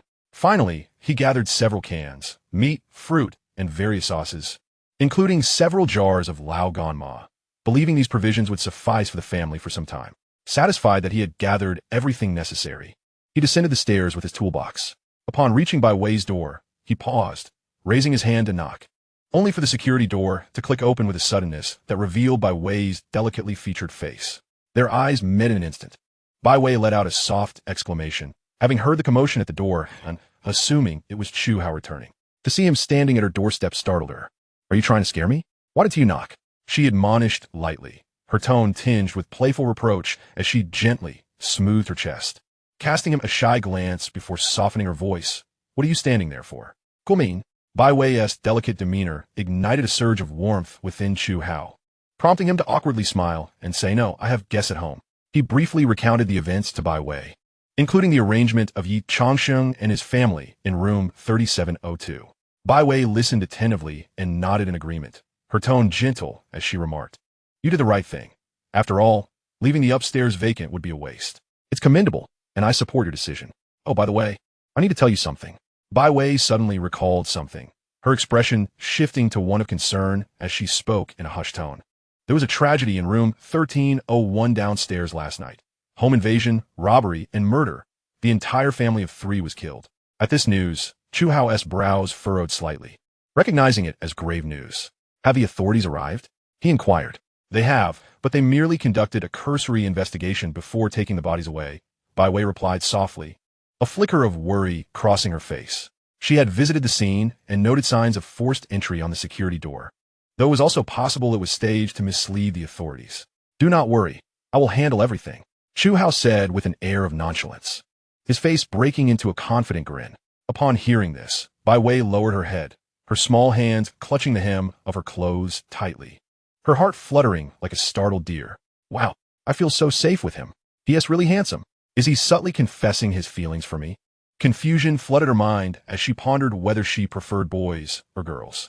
Just then, she lifted her gaze and found her silly younger brother, Bai Fan, staring at her with a puzzled expression. "Get out of the way, you're annoying." Bai Wei pushed Bai Fan aside and retreated to her room. Bai Fan rubbed his bewildered head, utterly perplexed. What's up with her? What has gotten into my sister? In Chu Hao's home, Yi Changsheng, Lin Xinya, and their daughter had all finished bathing and donned fresh clothes. Although their faces still bore traces of distress, their spirits appeared revitalized. Though the redness around Yi Changsheng and Lin Xinya's eyes suggested they had wept profusely, tears of overwhelming joy, a sentiment Chu Hao could comprehend. "Thank you, Chu Hao," Lin Xinya said, biting her lip, her eyes filled with gratitude as she gazed at him. Understanding her unspoken words, Chu Hao chuckled and replied, "Come on, You're all grown up, still crying? What kind of relationship do we have? If you keep this up, it'll lose its charm. With that, he knelt down in front of their daughter, affectionately lifting her in his arms, playfully pinching her nose as he grinned. Little one, what do you like the most? Tell Uncle. The little girl blinked her big eyes in confusion, pondering for a long moment before replying in a soft, childish voice, I like eating meat. And I also like big bears. Chu Hao burst into laughter. All right, if Uncle treats you to some meat and gives you a big bear today, how about you call me Godfather from now on? Yi Changsheng and Lin Xinya exchanged glances, their expressions softening with affection as they quietly observed this heartwarming scene. Upon hearing about meat and a big bear, the little girl's eyes sparkled with excitement, and her cherubic face broke into a sweet smile as she exclaimed, Godfather. This endearing call filled Chu Hao with immense joy, his smile stretching from ear to ear. Haha, splendid. You've certainly inherited your mother's cleverness. After gently setting the girl down, Chu Hao retrieved a fruit platter from the refrigerator filled with pineapple, cantaloupe, and watermelon, along with a box of crispy snacks and 3 bottles of chilled beverages. Brother Changsheng, Sister Xinya, please have a bite while I prepare dinner for you, he said before heading into the kitchen. Chapter 41, Everything felt surreal. Yi Changsheng stared blankly at the fruit platter before him, his worldview nearly overturned. He was plagued with doubts that this was merely a dream and that the real him lay starving in a dilapidated shack. Lin Xinya was not faring much better. She pinched Yi Changsheng's thigh hard, causing him to yelp in surprise and rub his leg while gasping for air. Seeing her husband in such a state finally eased her worries. I'm so relieved. This isn't a dream. Thank heavens. Yi Changsheng felt aggrieved but remained silent. Everything seemed too fantastical, as if they weren't in the same dimension. Lin Xinya picked up a slice of watermelon, its coolness making her hands tremble with excitement. Here, little one, have some watermelon. She placed the slice into her daughter's hands and then took a bite herself, savoring the sweet, refreshing taste. She vowed that this was the best watermelon she had ever eaten. Mommy, this watermelon is delicious and so sweet, the little girl exclaimed, her eyes narrowing with delight as she munched on the fruit, her short legs swinging back and forth, clearly overjoyed. Watching the scene, Yi Changsheng felt a wave of relief wash over him. The past few months had left him utterly exhausted. He had expended every ounce of strength just to survive. Yet even then, he struggled to find enough to eat and sleep well. He had tirelessly worked at the shelter to save up food for his family. But it seemed that fate enjoyed playing cruel jokes with the elderly passing away and supplies being looted, leaving their only refuge a crumbling structure. Nonetheless, at this very moment, the 3 of them were undeniably happy and fortunate, for they had encountered Chu Hao. In the kitchen, Chu Hao hummed the lone hero, his heart brimming with joy at having met Yi Changsheng and Lin Xinya, especially at the opportunity to assist them, which brought him even greater happiness. Given his culinary skills, he simply boiled 3 pounds of lamb chops and beef ribs, an easy task, merely requiring the addition of ready-made seasoning packets. Eating just meat wouldn't suffice. So he also prepared 5 packs of instant noodles, adding several marinated eggs. Surprisingly, the dish turned out quite appetizing. At the dining table, the 3 adults and 1 child devoured the meal with fervor, akin to a whirlwind sweeping through. Lin Xinya, in particular, was so engrossed in gnawing on her beef ribs that the notion of being a lady was entirely forgotten. After the meal, Chu Hao emerged from the pantry, carrying a brand new teddy bear plushie, no doubt retrieved from his space. The little girl bounced around excitedly, repeatedly shouting, Thank you, Godfather. Long live Godfather. After some light-hearted conversation, Chu Hao sensed that Yi Changsheng and Lin Xinya seemed somewhat distracted. After a moment of contemplation, he surmised they were likely preoccupied with thoughts of their new home. When he departed, he left the air conditioning in the shaded bedroom on, hoping the temperature had dropped by now. It would still be warm, but at least bearable. He didn't linger, promptly ushering everyone out, with Yi Changsheng and Lin Xinya eagerly following behind, while their daughter, full in content, struggled to keep her eyes open, yawning repeatedly. As Yi Changsheng witnessed Chu Hao unlocking the security door, the last remnants of his anxiety dissipated. It was clear he trusted Chu Hao's words. If their relationship were strained, who would entrust their key to another? This realization allowed him to feel at ease in his new abode. Upon entering the living room, he first led them to see the bedrooms. Upon opening the door to the secondary bedroom, Yi Changsheng and Lin Xinya were astonished to find the room considerably cooler. Looking up, they saw, indeed, the air conditioning was operational. Chu Hao smiled and explained, I came up earlier and, fearing you might suffer from the heat, I brought 2 batteries and turned on the air conditioning for you. Lin Xinya's eyes instantly reddened with emotion as she embraced Chu Hao, her voice choked with gratitude. Thank you, Chu Hao, for everything you've done for us. I'm so grateful. As she spoke, tears streamed down her cheeks, prompting Yi Changsheng to turn away discreetly to wipe his own tears. All right now, a family does not speak the language of two families. I have watched both of you grow since childhood. In my heart, Changsheng is akin to a brother, and you are like a sister to me. It is only right to care for you. Chu Hao spoke with genuine sincerity, his expression devoid of any pretense. He spoke from the heart, for in the absence of his parents, he was often bullied by peers, with Changsheng always stepping in to defend him. From that point forward, no one dared to intimidate him again. During his most solitary moments, only his grandparents, along with Changsheng and Lin Shui, were by his side. Naturally, he regarded these two as family long ago. All right, I'm handing over the keys to you. I have heard that the situation abroad is even more dire. It seems my friend may struggle to return. From now on, you can reside here peacefully, Chu Hao said as he passed the keys, stifling a few yawns. I'm feeling tired as well. You both should rest early. I will come to see you later. With that, he turned and exited. As Chu Hao departed, Changsheng glanced down at the keys in his hand, a hint of a smile breaking through his weathered features. This cheeky lad has truly made something of himself. All my care for him during his childhood was not in vain. Lin Shui shot her husband an exasperated look and remarked, Chu Hao has a good heart. He remembers old ties. With a sudden sigh, she lamented, true feelings reveal themselves in times of adversity. Changsheng nodded in agreement. When their home had become uninhabitable, he had hoped to stay with relatives, yet none were willing to take them in. Even those friends who had once been exceedingly kind turned their backs. There were moments of profound despair, often leading him into deep self-doubt. The two of them busied themselves in the living room, sharing smiles as they explored their surroundings. Upon entering the kitchen, seeing bags of rice, flour, and oil scattered across the floor, along with various spices and an array of canned goods, tears flowed uncontrollably down their cheeks once more. Those who have never endured hunger can never comprehend the true value of food. It is no exaggeration to say that Chu Hao has bestowed upon them a second chance at life, igniting a renewed hope for survival. On the other side, upon returning home, Chu Hao took a quick shower. Noticing that his hair had grown long again, he promptly took out an electric clipper to shave it all off. He had grown fond of this short hairstyle, clean, tidy, and easy to maintain. After charging the depleted batteries and rolling the portable air conditioner into the bedroom, he switched on the humidifier and collapsed onto his bed, which was laid with a cooling mat. Grabbing his tablet, he found a new series to watch. But just as he began the second episode, drowsiness overtook him. He tossed the tablet aside, shifted into a comfortable position, and drifted into slumber. Later that night, Chu Hao awoke groggily, his mouth parched and his body drenched in sweat, the cooling mat soaked with his perspiration. Glancing at the corner where the batteries were stored, he noted that the power indicator was indeed off. No surprise, as they had run out of charge. Checking the time on his fitness watch, he realized it was past 9 o'clock. He had slept nearly 14 hours, which explained the depleted batteries. The batteries he had purchased varied in type, and he used the best ones. For standard household use, they would last 2 to 3 days, but given the high power consumption of the air conditioner, which supplied 5 units along with a humidifier, lasting over 10 hours was already commendable. After replacing the batteries he had charged during the day, he grabbed a quick bite to eat and thought of Changsheng's family. He collected 2 boxes of instant noodles and a considerable amount of snacks and chips from the corner of the living room before heading upstairs. When he knocked on the door, it was Lin Shui who answered, her eyes still heavy with sleep, clearly having just awakened. Upon seeing Chu Hao laden with items, she hurried to help him carry them into the living room, grumbling, "Oh, why are you bringing so much? Are you not taking care of yourself?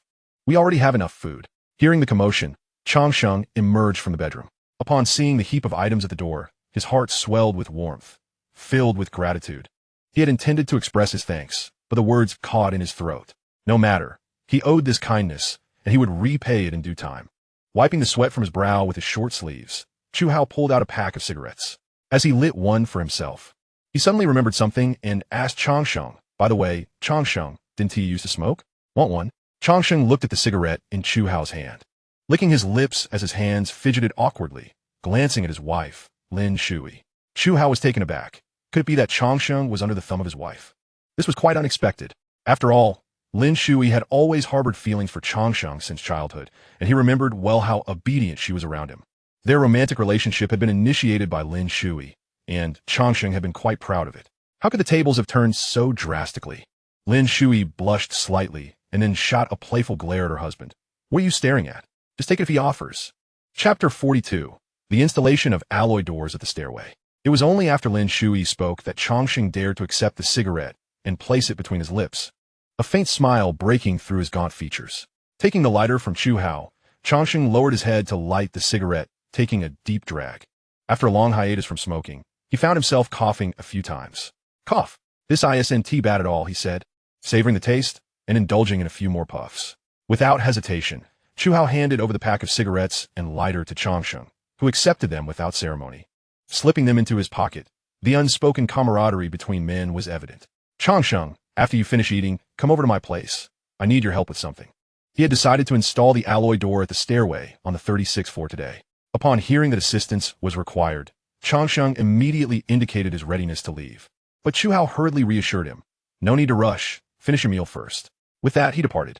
Instead of returning home, he headed straight to the rooftop, where he had previously planned this step. He had prepared everything in advance. The door was made of alloy, light yet durable, and he had personally measured its dimensions to ensure a perfect fit. He simply needed hands for installation. Finding a spacious area, he retrieved the alloy door along with a plethora of materials and an inflatable drill, plus an assortment of tools. The door measured 24 meters in length and 2 meters in height, divided into 2 sections, perfectly sized to fit the rooftop entrance. Descending to Bai Wei's residence, Chu Hao briefly discussed the door installation with Bai Wei and Bai Fan, both of whom readily agreed. Without delay, he led Bai Fan back to his home, transporting the electrical wires and batteries to the stairway. Moments later, Chongqing hurried down, spotting Chu Hao and another young man crouched on the floor, engrossed in some task. Upon hearing the noise, Chu Hao looked up and stood to introduce Bai Fan. Bai Fan quickly stood up, greeting, "Hello, Chongqing, I'm Bai Fan, your neighbor." Chongqing smiled and nodded. "Hello, Bai Fan. We'll be neighbors from now on, living just above and below each other." With everyone gathered, Chu Hao urged, "Let's head to the rooftop." He wasted no time, ascending the stairs, with Bai Fan and Chongqing following closely behind. Noticing Chongqing's bewildered expression, they took turns explaining the plan until clarity dawned on him. The saying that many hands make light work held true. In nearly 2 hours, the three of them successfully installed the alloy door. The frame was secured with heavy-duty steel nails deeply embedded into the concrete, ensuring remarkable sturdiness. The center of the alloy door featured a lock of the same material, allowing for easy entry and exit. Chu Hao distributed a key each to Chongqing and Bai Fan, instructing them to keep it safe. With this, the 36th and 37th floors were rendered exceedingly secure. Chongqing suggested utilizing a welding machine to seal the elevator doors, ensuring absolute safety. Chu Hao readily acquiesced, a notion he had indeed overlooked. As the saying goes, when 3 are gathered, one shall surely be my teacher. After thoroughly welding the elevator doors shut, Chu Hao took up his tools and led the 2 companions to the rooftop. He inspected the solar photovoltaic panels, confirming their intactness, before retrieving the PC pipe he had previously extracted from his storage space. "Brother Hao, what is this?" Bai Fan inquired, embodying a spirit of curiosity. "It's a water pipe, can't you tell?" Chu Hao replied, deftly cutting the nylon rope binding the pipe with his tools. He then instructed Chongqing, "Brother Chongqing, I intend to connect a water pipe to your home, making access to water more convenient for you." Upon hearing that it was for his own home, Chongqing immediately halted his work, vigorously shaking his head in refusal. "There's really no need, huzzy. Your kindness is appreciated, but I can simply fetch water from your place. It's no trouble at all going up and down." He felt deeply grateful for the generous provisions provided by his benefactor, recognizing that even his own brother could scarcely match such generosity. Should he agree to the water pipe, he feared Lin Shui would surely chastise him upon his return. In these dire times, water was a precious commodity. While bathing at Chu Hao's, he had unwittingly indulged himself to the point of satiety, watching the clean water cascade down, causing a pang of sorrow within him. Noting ye Jiangsheng se resultate refusal. Chu Hao relented, reasoning that the oppressive heat would soon pass, and when the frigid weather arrived, the pipe would likely freeze, rendering it useless. They could endure the heat for a little while longer. Upon returning to Chu Hao's abode, the trio took turns bathing. Initially, Chongqing hesitated, suggesting that a simple wash with a basin of water would suffice. Chu Hao had to explain that his shoriad was high pressure and remarkably water efficient, which finally convinced Chongqing to comply. This was no exaggeration. Chu Hao's shoriad was indeed specialized, requiring merely half a basin for a quick rinse. Although he possessed ample pure water in his storage, he adhered to the principle of conservation. After all, in this wretched apocalypse, the duration of their existence remained uncertain, and preparation was always prudent. In the dead of night, Chu Hao summoned Yi Changshan's family along with Bai Wei and Bai Fan to his home, desiring to foster camaraderie among them. In the living room, Chu Hao, Bai Fan, and Yi Changshan settled onto the sofa, engaging in a spirited game of poker around the coffee table. The little ones sat obediently nearby, surrounded by an array of snacks and toys, indulging in their delights. Occasionally, they would extend a small hand, offering treats to Chu Hao, calling him godfather with unabashed affection, evoking a twinge of bittersweetness in Yi Changshan's heart. Such a little darling has some gaps to fill. Meanwhile, Bai Wei and Lin Xia busied themselves in the kitchen, quickly becoming as close as sisters, united in their shared passion for cuisine. The room resonated with laughter and joy, each face illuminated by genuine smiles, an undeniably warm and blissful moment. 2 hours later, the dining table was laden with an array of sumptuous dishes: braised pork, beef brisket with potatoes, lamb soup with radishes, boiled shrimp, spicy stir-fried shrimp tails, and pan-fried knife fish, complemented by fragrant white rice. In an unprecedented move, Chu Hao opened a box of beer, Qingdao's Hongyuan Dantu. Having chilled it in the freezer to combat the heat, it was now perfectly tempered. Everyone relished the meal, gratitude swelling within them for Chu Hao, as they acknowledged that without his assistance, their lives would be far less bearable. Chu Hao felt equally elated, having been able to support Yi Changshan and his family, alleviating a lingering regret in his heart. This was what brought him true happiness. In the following days, Chu Hao frequently ventured into the black market, and fortune smiled upon him when a mysterious woman approached. This woman, clad in the attire of a night wanderer, exuded an enigmatic aura. Chu Hao surmised she was likely a middleman, catering to the privileged elite. Do not be misled into thinking that in this apocalyptic world, equality reigns amidst shared suffering. Such naivete is misguided. Hierarchies and power dynamics will always persist, enduring as long as humanity exists. Even if only 100 souls remained, they would still categorize one another into classes. Handsome, I've been observing you for several days. Is there nothing here that piques your interest? The mysterious woman inquired, her voice resonating with a commanding allure. Whatever you seek, feel free to share. I may be able to assist you. Chu Hao discreetly stepped back, regarding her with a peculiar gaze, suspecting she was engaging in role play, though he could not deny her striking figure, flawless, ample, and alluring. Jade stones, the more the better. Chu Hao responded succinctly. He had previously conducted an experiment, allowing his storage space to absorb various treasures, ultimately discovering that jade possessed the highest energy value, followed by gold, silver, and finally diamonds. His storage currently only absorbed these materials. Upon hearing the term jade, the mysterious woman regarded Chu Hao with an odd expression, as if he were deranged. Coincidentally, Chu Hao returned her gaze with equal incredulity, both wondering if the other might be a fool. She contemplated abandoning this lead, yet her interest in him had been piqued for quite some time. From his attire to his demeanor, and his apparent disdain for all around him, it was evident he was no ordinary individual. In light of this, the mysterious woman asked more cautiously, when you mentioned jade, are you referring to Hessian jade, or perhaps ancient jade or antiques? Noticing her shift in tone, Chu Hao's interest was piqued. Her inquiry indicated she had connections. It seemed luck was on his side today. All of the above, Chu Hao replied, deliberately elongating his words to tantalize her curiosity, observing her reaction. Furthermore, she probed eagerly. Chu Hao's previously carefree smile turned serious. The more, the better. There's no upper limit. The mysterious woman paused, then suddenly covered her mouth, letting out a melodious laugh, her demeanor becoming quite animated. Chu Hao maintained his composure, watching her intently. After some time, her laughter subsided, and she scrutinized him seriously, confirming he was not jesting before teasing. Are you certain there's no limit? You wouldn't want to boast, would you? Otherwise, dear sister might become quite upset, and the consequences could be dire, understood? Chu Hao's lips curled into a slight smirk as he nonchalantly retrieved a cigarette from his pocket, igniting it with a flourish. Taking a deep drag, he languidly remarked, Speak. What do you desire? Internally, he mused, we're both cunning foxes. What are you playing at? The mysterious woman was direct this time, pure water, food, and medicine, any of those will do. Then, fearing he might take advantage, she quickly added, and when I say food, I don't mean relief rations, understood?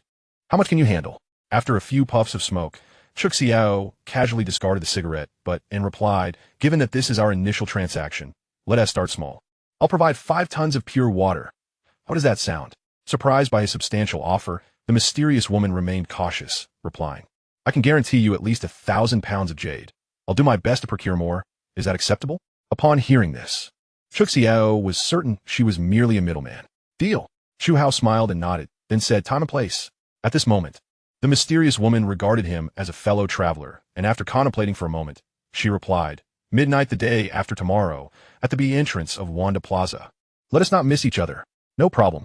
The two exchanged glances before gently shaking hands, and then turned to leave, dismissing the notion of a deposit.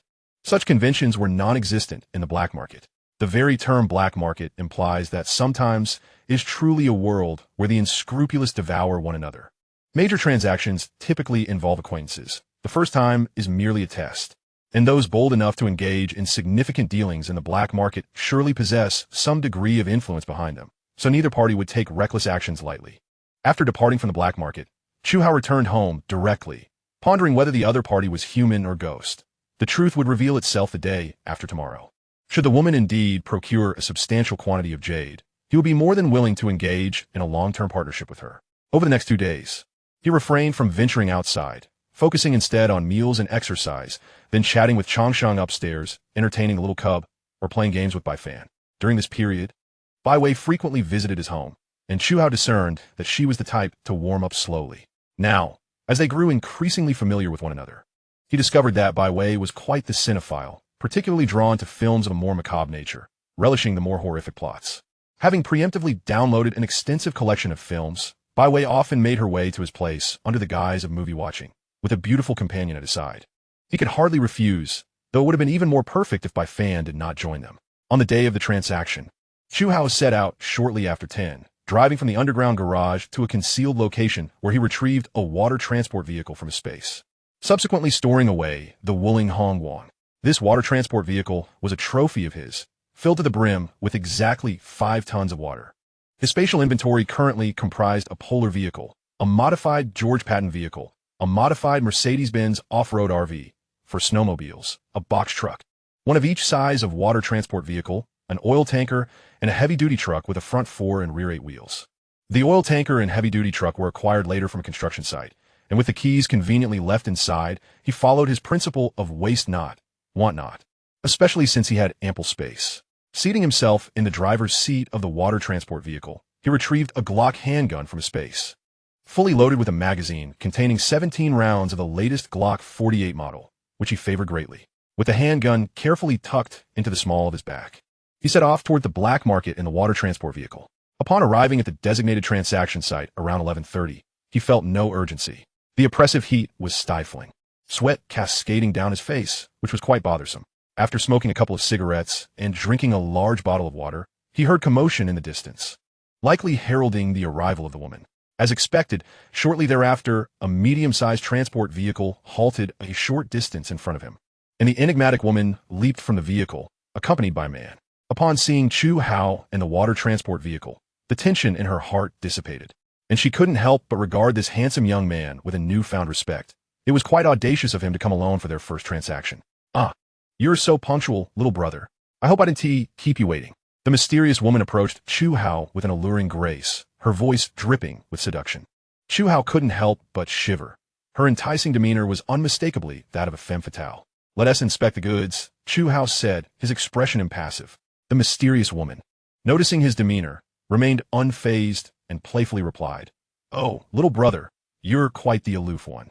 The goods are in the vehicle, all top-notch. Feel free to take a look and see if they meet your satisfaction. I assure you, I've done my utmost. With a pouting expression, she signaled to the man beside her. The man nodded in understanding, then swiftly climbed onto the water transport vehicle, gripping the handle with both hands and adeptly opening the sealed top, filling a bottle with some of the contents and giving it a vigorous shake. No problem. Purified water, he affirmed in a deep voice. Meanwhile, Chu Hao hopped into the back of the transport vehicle and was astounded to find it half filled with sizable jade stones.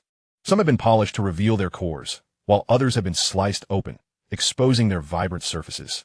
Under the beam of his flashlight, the jade glimmered in a brilliant green hue. In one corner of the vehicle, numerous phone boxes housed an array of exquisite jade ornaments, alongside several rough jade stones, each marked with numerical identifiers on their outer skins. Good heavens! Chu Hao exclaimed inwardly. marveling at the substantial fortune before him. This transaction was incredibly lucrative. The haul certainly exceeded 1,000 kilograms, perhaps even 3,000, and the quality of the jade was remarkably high, leaving him thoroughly satisfied. So, little brother, are you pleased? The mysterious woman sauntered over, the man following closely behind, flashlight in hand. Chu Hao nodded in satisfaction. Indeed, I am very pleased. I look forward to a long-term collaboration. A flicker of joy appeared in the woman's eyes. This was precisely the affirmation she had been awaiting. Okay, let us enjoy this partnership. Should you require anything in the future, just seek me out in the black market. I trust you'll be able to find me. Oh, by the way, about the vehicle, the mysterious woman suddenly interjected. Chu Hao understood her implication and replied with a smile. We can exchange that at our next transaction.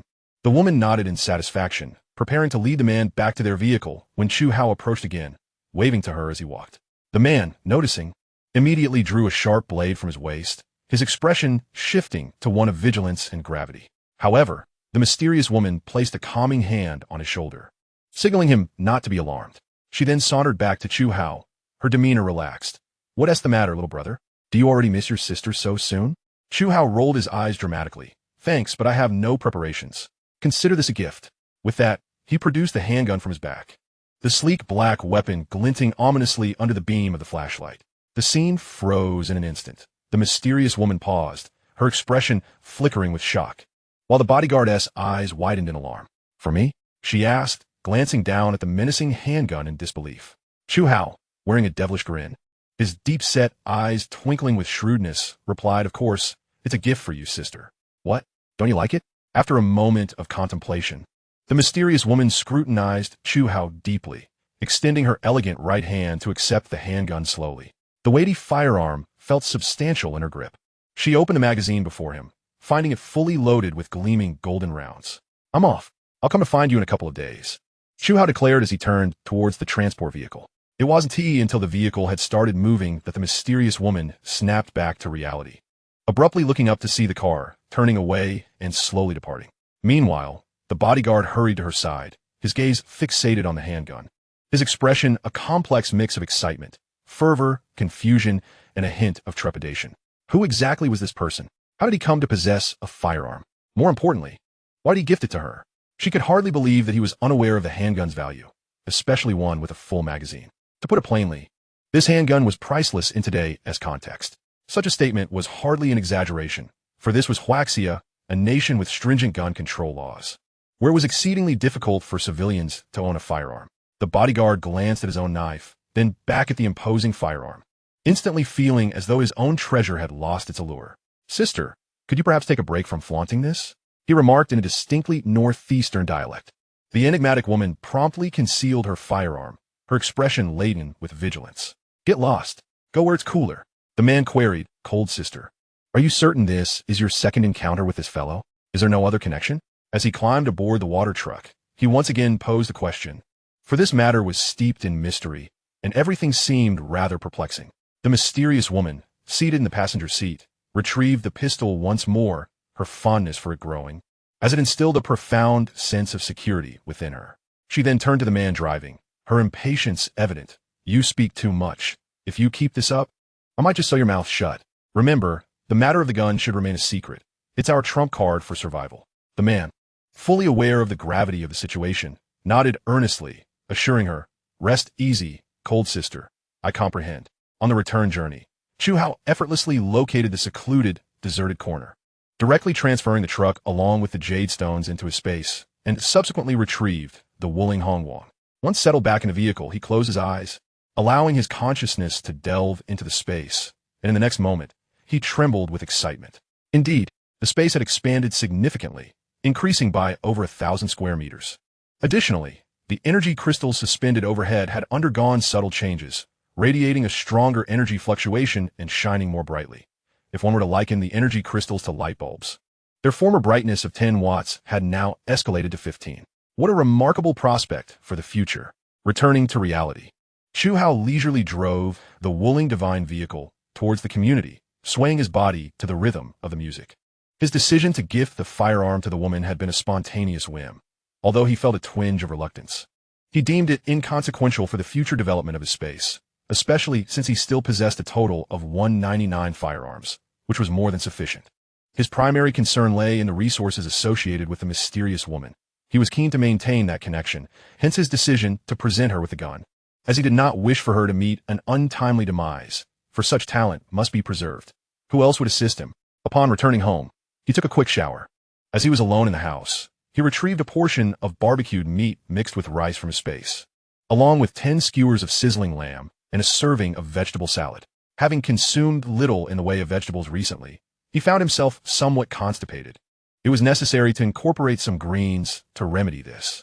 Over the following fortnight, Chu Hao conducted 3 more transactions with the mysterious woman, adhering to the same arrangement. Purified water exchanged for jade stones, both parties content in their mutual understanding and refraining from unnecessary chatter.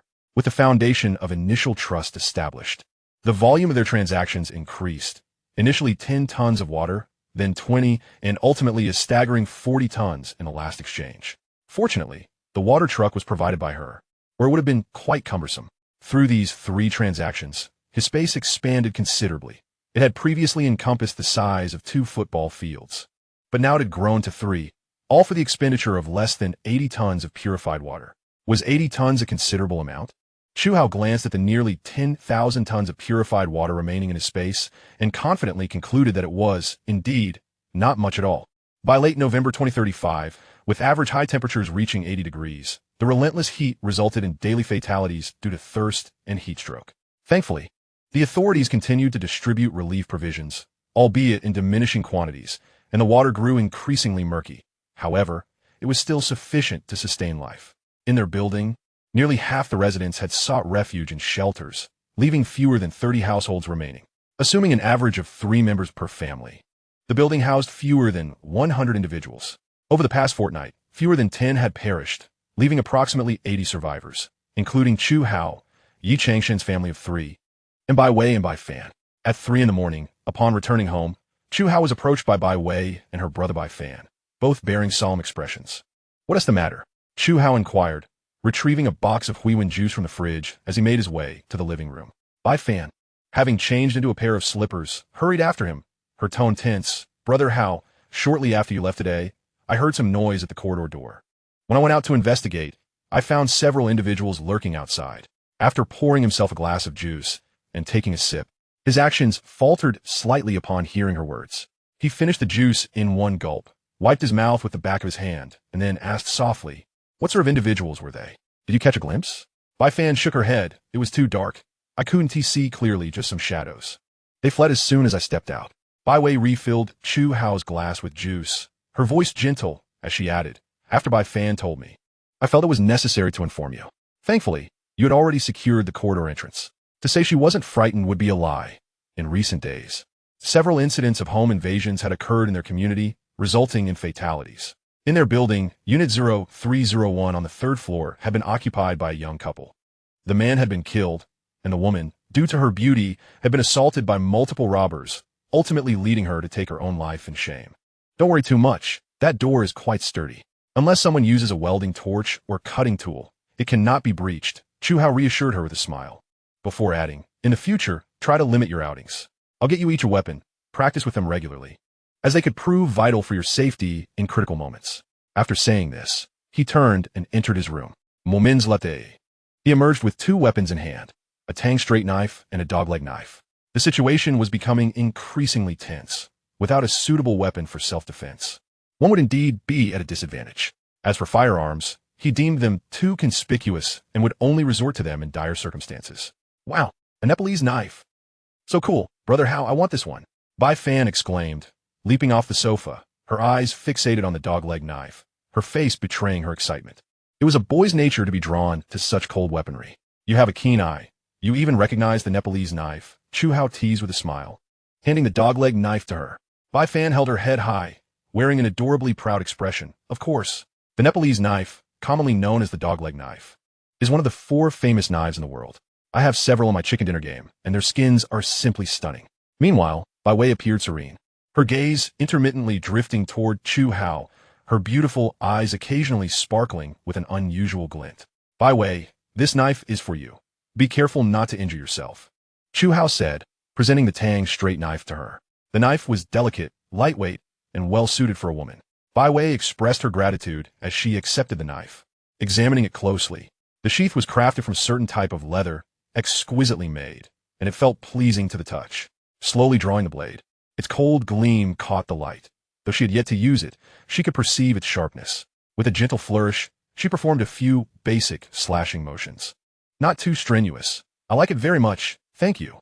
Bai Wei smiled, her delicate face blooming like a flower, sweet and beautiful, causing Chu Hao's heart to skip a beat. So beautiful, he blurted out, captivated by her charm.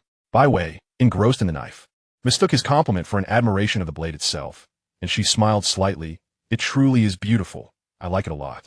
In a bid to mask his embarrassment, Chu Hao coughed lightly and quickly said, I'm going to take a shower, before walking away. In the following days, Chu Hao refrained from going out, while Bai Wei seemed to have transformed, joining the ranks of those exercising and requesting Chu Hao to teach her some basic combat techniques. Bai Wei is no naive romantic, lost in daydreams of love and affection. In this transformed world, survival necessitates strength and the demonstration of one's worth. Undoubtedly, Chu Hao possesses exceptional qualities, mysterious and powerful, but she is an astute young woman, aware of what inquiries are appropriate and which are not. Her trust in Chu Hao is rooted in an intuition unique to women. That is sufficient. Her aim is to grow as much as possible, not to become extraordinarily formidable, but to ensure she does not become a hindrance. On December 5, 2035, the maximum temperature remained around 80 degrees. However, today was peculiar. It was oppressively humid, and the once azure sky was marred by clouds. It was not until 2 days later that Chu Hao sensed the anomaly. He realized the extreme heat was nearing its end, and a cataclysmic downpour was inevitable. Around 3 in the afternoon, while others were asleep, he ascended to the 37th floor, opened the security door of room 3701, and crafted a key with his tools before entering. The layout of 3701 mirrored his own home: 3 bedrooms, 2 living rooms, and 2 bathrooms. Many belongings had presumably been removed by the owner, leaving the space rather vacant, which suited him perfectly. After surveying the room, he discovered numerous yellow talismans affixed to the walls and an array of grains scattered across the floor. He recognized the talismans as protective charms, but the purpose of the grains eluded him. In the kitchen, he retrieved an assortment of materials from his storage: duct tape, soundproofing foam, insulation boards, and more. These preparations had been made well in advance, though he had not anticipated their necessity arriving so soon. He meticulously applied heavy-duty black tape to every window, a laborious task that consumed nearly an hour and required over 80 rolls of tape. With sunlight blocked, the room plunged into darkness. He activated a portable energy-efficient lamp, propped a stool beneath the chandelier, and suspended the lamp to illuminate the space. Next, he sealed all windows with insulation boards before returning to the kitchen to extract a powerful diesel generator. Yes, he had long envisioned this room as a generator space, while the remaining rooms would serve as storage. Once the torrential rain descended, followed by a harrowing cold storm, solar panels would be rendered useless, and electricity could only be sourced from a generator. However, both gasoline and diesel generators share a common drawback: they produce significant noise. Thus, when purchasing the property, he had considered this issue, opting to acquire both the top floor and this one below.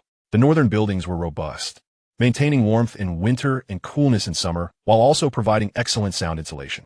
Additional soundproofing measures within the interior would ensure near-total security. In a display of caution, he insulated the area surrounding the diesel generator with both insulation boards and soundproofing foam for double protection. The electrical setup had been prearranged during renovations, where he had generously tipped the workers to ensure their efficiency. In the guest bedroom, he retrieved 5 large industrial barrels filled with diesel sourced from abroad, specifically -50 diesel, with a pour point reaching -50 degrees Celsius. Given that the extreme cold could plummet to over 70 degrees below zero, ordinary diesel was unlit. This was also why he had modified his vehicles, as standard cars would be incapacitated. Having completed these tasks, he withdrew a cigarette from his pocket and contemplated his preparations, knowing that his life depended on meticulous attention to detail. With others around him, the secret of his spatial abilities was a precarious matter. Only he could bear the burden of this knowledge. Should it be disclosed, an avalanche of troubles would ensue. Therefore, maintaining comfort while concealing this secret from those nearby posed a significant challenge. The electricity issue was resolved. He could simply claim it had been prepared in advance. More bizarre occurrences awaited, and he had already devised explanations, asserting that he possessed the gift of foresight. Whether others believed him was inconsequential to him. After a moment of reflection, Chu Hao suddenly smacked his forehead. He had nearly forgotten about the coal.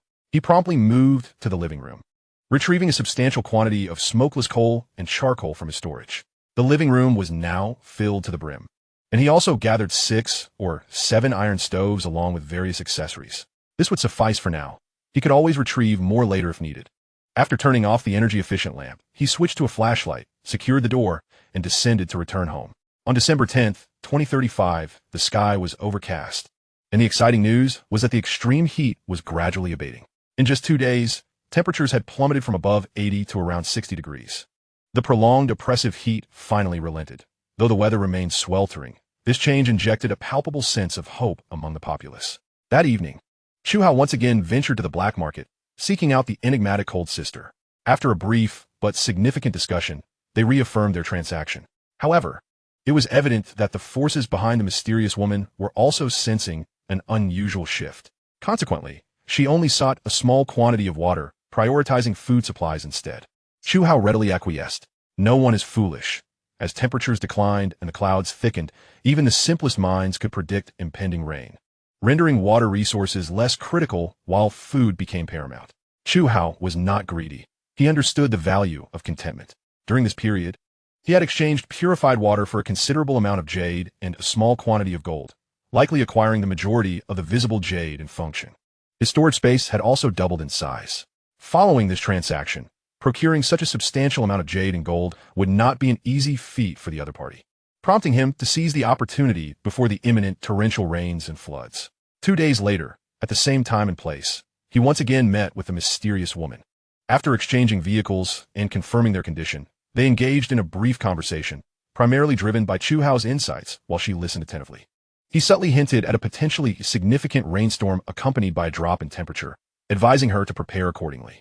With that, he turned and drove away, confident that she was astute enough to grasp the implications of his words without further elaboration. Chapter 46. The End of Extreme Heat on December 15, 2035. The sky was shrouded in dark clouds, flashing bolts of lightning and ominous thunder. The oppressive cloud cover was alarmingly thick, creating a scene reminiscent of an impending apocalypse. Outside, temperatures plummeted rapidly to 30 degrees, and the populace erupted in a frenzy, pouring into the streets to wail joyously, tears streaming down their faces. Countless individuals unleashed their pent-up emotions, finally liberated from the dread of dying from thirst, hunger, or heat. This catastrophic ordeal, one of the most severe humanity had ever faced, was at last over. This spectacle unfolded not just in Fengsheng, but around the globe, as survivors emerged from their concrete confines to congregate in neighborhoods, streets, and plazas, expressing their emotions freely. Little did they know, this calamity was merely the beginning. The extreme heat was just an appetizer for the trials yet to come. The crowd surged chaotically, with everyone descending the stairs in a frenzy. Some tore their clothes off in excitement, dancing and waving their arms, while others sank to the ground, weeping uncontrollably, their cries heart-wrenching. Among them, Yi Changsheng and his family of 3 participated in the jubilation. Bai Fan and Bai Wei managed to contain their emotions despite their own exhilaration, while Chu Hao remained composed, gazing up at the roiling thunderclouds, lost in thought, oblivious to the tumult around him. Suddenly, a warm raindrop landed on Chu Hao's face, and not just him. Everyone felt it, unleashing a cacophony of ecstatic cries. Wah, it's raining. Finally, it's raining. Oh, if only you could hold on a few more days, Mom.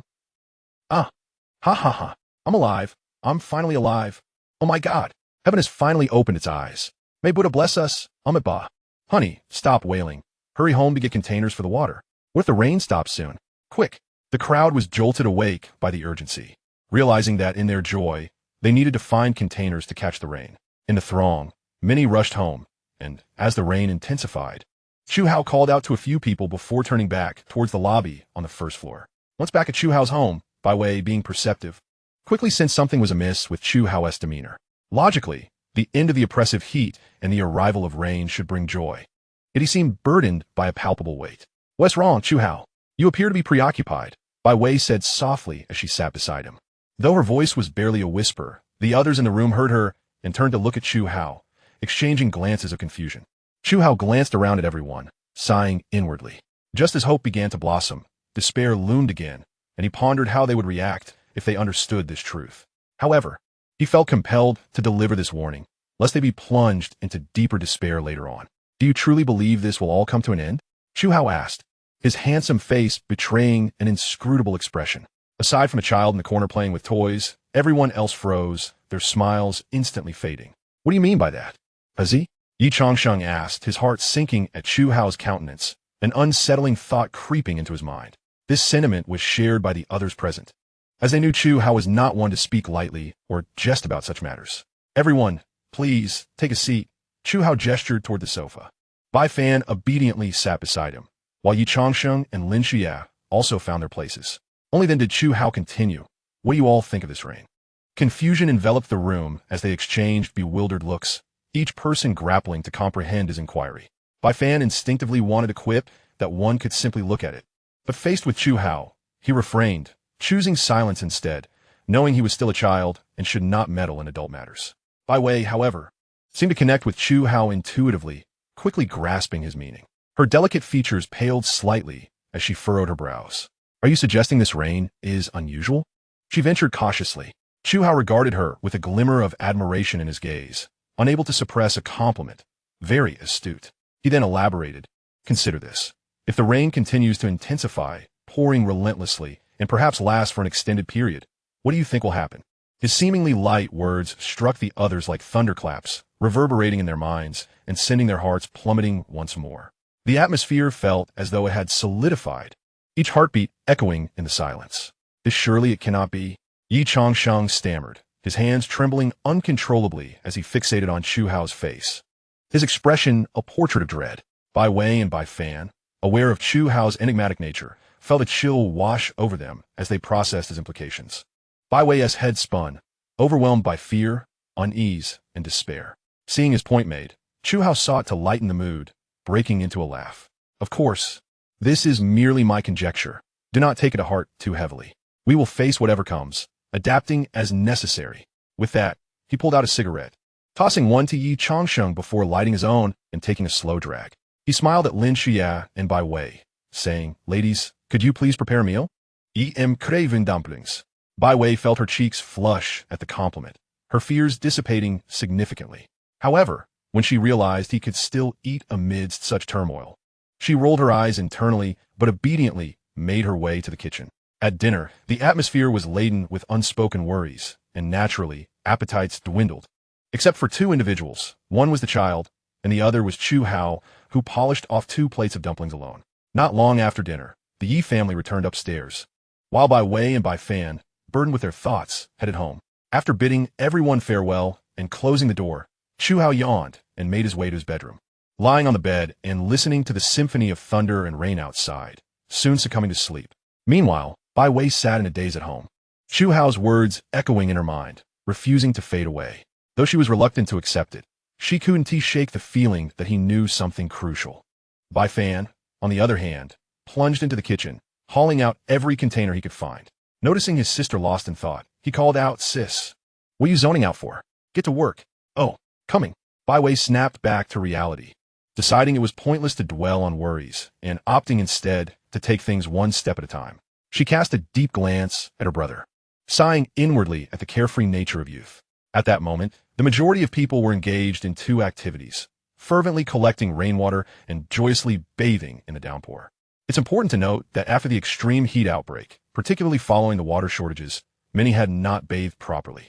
Their skin, long exposed to sweat, bore the brunt of irritation, and some suffered from infections due to neglecting hygiene, particularly in sensitive areas. The discomfort was palpable, and for many women, especially those older, the odors were unbearable, a source of embarrassment.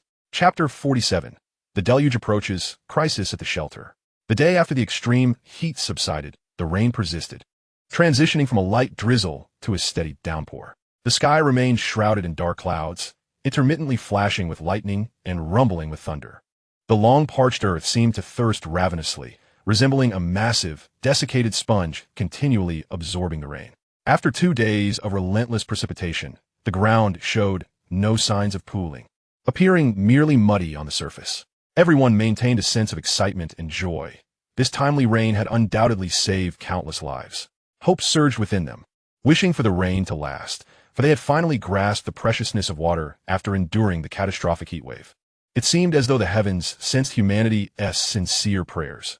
On the third day, the rain intensified into a torrential downpour, transforming the outside world into a blinding sea of white, with the relentless thunder echoing like a primordial beast roaring from some hidden corner of the sky. For days later, on December 20th, 2035, the torrential rain seemed to intensify, as if the heavens had opened wide. The parched earth was finally revitalized by the downpour, and gradually, some low-lying areas began to accumulate water.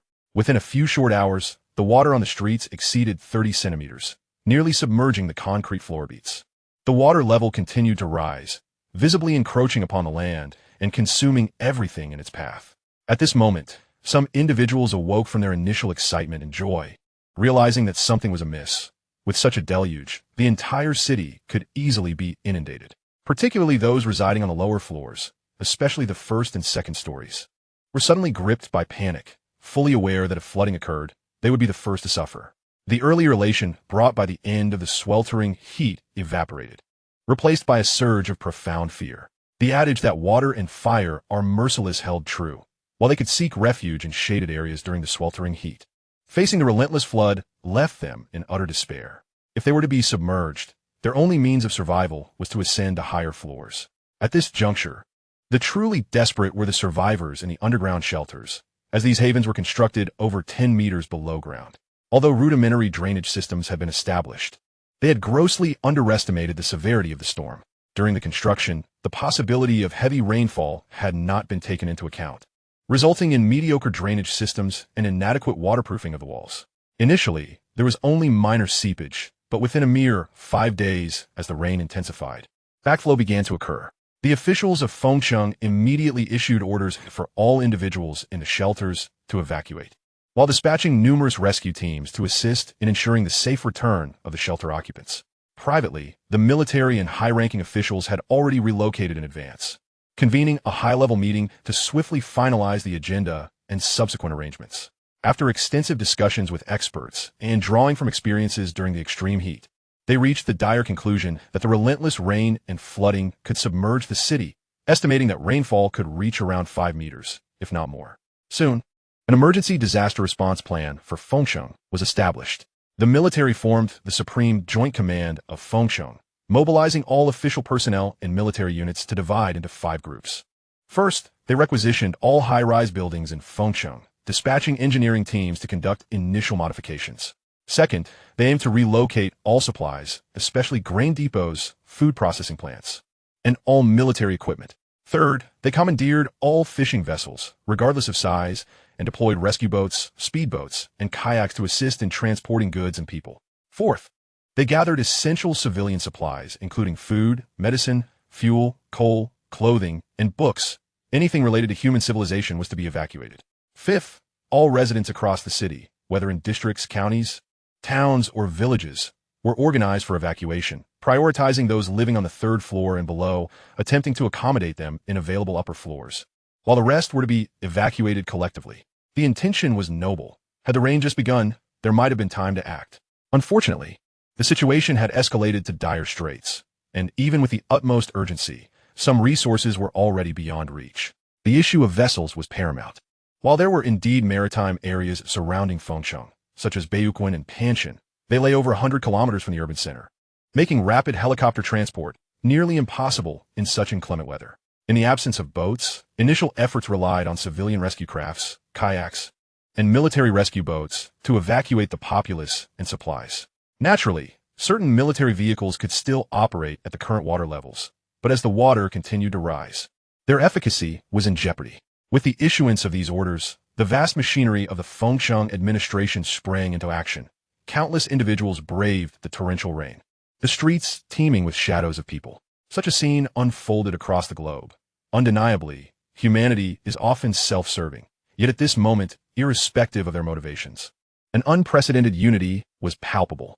In the underground shelter of the Eastern District, this refuge was originally a large underground shopping mall, later modified to connect with the subway tunnels, boasting over 30 entrances and exits. At this moment, these entrances were already overflowing with people, each laden with bundles, amidst a cacophony of chaos. Official personnel clad in raincoats attempted to calm the agitated crowd, brandishing military-grade radios and shouting directives above the din.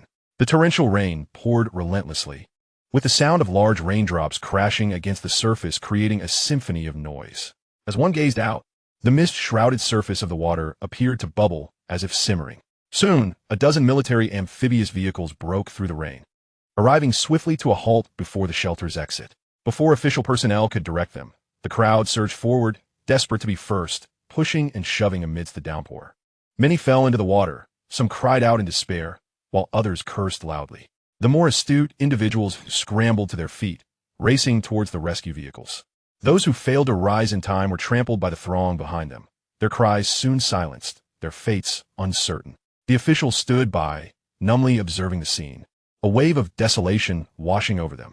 Over the past months, they had come to perceive the depths of human nature.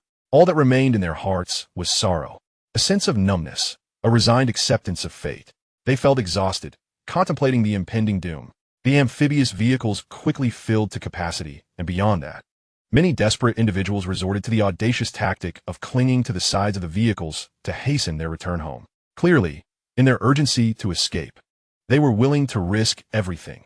Some succumbed to despair, while others found their resolve ignited, seizing the moment to turn their bicycles into motorcycles. Fortunately, the shelter's entrances and exits were previously designated for orderly evacuation, and the official rescue vehicles would not make detours solely for individual convenience unless it was on their route.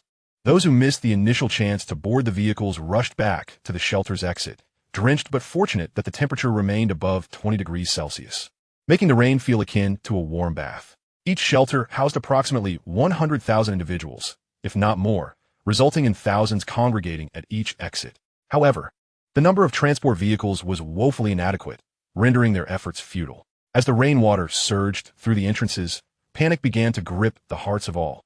With the water soon reaching their calves, some could no longer remain calm. Biting the bullet, they hoisted their belongings and charged into the storm, striding resolutely towards their homes. Chapter 48. Some rejoice, others grieve. The crowd was a cacophony of noise, with one person leading the charge. Others quickly followed suit. Neighbors or friends from the same community banded together, encouraging one another as they plunged into the downpour. Of course, those who dared to take such risks were bold. But more importantly, their homes were not far, typically within 5 kilometers. Given the current rate of rising water, they believed they were still safe. Many were quick to realize that rather than languishing in wait for the next vehicle, it was wiser to traverse the water while it remained manageable. Before long, hundreds began to break away from the crowd, forming chains of hands as they ventured into the storm. In a corner of the bustling crowd, Meng Tao and his family of 5 huddled together, their hearts increasingly anxious as they watched the figures of people gradually vanish into the distance. Truth be told, he longed to abandon the wait, yet upon glancing at his elderly parents and his son squatting on the cement steps, playing with the rainwater, he hesitated. If they failed to board the next vehicle, they would have no choice but to brave the torrential rain and wade back through the floodwaters. They could not remain here, helplessly waiting to be engulfed. With a resolute gaze, Meng Tao instantly resolved to act. The capriciousness of fate is often unfathomable. Previously, many had contorted themselves in a frenzied quest for refuge, with numerous individuals succumbing to despair after failing to secure supplies to complete their registrations, enviously eyeing those fortunate enough to find sanctuary. Yet, the irony of life is often cruel. The very individuals who once reveled in their escape to safety now found themselves steeped in desolation. Chu Hao stood before the expansive window, cradling a cup of instant coffee, his gaze lost in the downpour beyond. Memories of his past life surged within him, some joyous, yet the majority were tinged with sorrow. The wounds of the soul could only be soothed by the pleasures of gastronomy. He resolved to indulge in a sumptuous meal that evening, having developed a craving for hot pot over the past few days. The oppressive heat had previously deterred him from such indulgence. It was not a matter of means, but rather the unbearable warmth. Now, however, with the rain pouring outside, the prospect of enjoying hot pot while singing brought him immense joy. Dining on hot pot is an experience steeped in atmosphere, and thus he resolved against dining alone. Even if it was a bit premature to celebrate the little new year, it was an opportune moment for friends to gather after a prolonged separation. He first descended to Yi Changshen's abode, and upon hearing about the evening's hot pot gathering at Chu Hao's, Lin Shui could hardly contain her excitement, for she adored hot pot. Yi Changshan hesitated, nodding gratefully yet remaining silent, feeling a twinge of discomfort. Since moving here, his family had relied entirely on Chu Hao for sustenance, and he felt a deep sense of indebtedness. However, their only food source was the official relief supplies, and with the oppressive heat now dissipated. The relentless rain outside provided ample water. Boiling, it rendered it potable. Upon hearing of the hot pot dinner, Bai Wei's exquisite face lit up with joy. Although she was not particularly passionate about hot pot, it had been 6 months since her last indulgence, and to claim she was not craving it would be disingenuous. Moreover, she relished the company of Chu Hao. Bai Fan, on the other hand, was indifferent to the specifics of the meal. His only concern was to fill his belly, and he felt no qualms about enjoying Chu Hao's hospitality. To him, Chu Hao was his leader, and adherence to the rules of the underworld was clear. Once one acknowledged a leader, they lived and died by that allegiance. Though he seemed of little use now, he was growing, destined to become a loyal ally to his leader, and thus enjoying the fruits of his generosity was only natural. By 6 o'clock that evening, the rain continued to pour, and the sky was shrouded in darkness. Chu Hao's home, equipped with ample battery storage, was brightly lit, in stark contrast to the gloomy outside world. Yi Changshan's family, along with Bai Wei and Bai Fan, had arrived early. Chu Hao ambled about like a leisurely elder, hands clasped behind his back, engaging solely in conversation. Bai Fan tended to the child, both of them sprawled on the carpet, engrossed in a domestic animation on a tablet. Utterly captivated, the dining table was adorned with an electric hot pot, half filled with spicy broth and half with a clear soup, the base ingredients readily prepared. In the kitchen, Yi Changshan diligently sliced frozen lamb rolls and beef strips, while Bai Wei and Lin Xia cheerfully prepared an array of vegetables.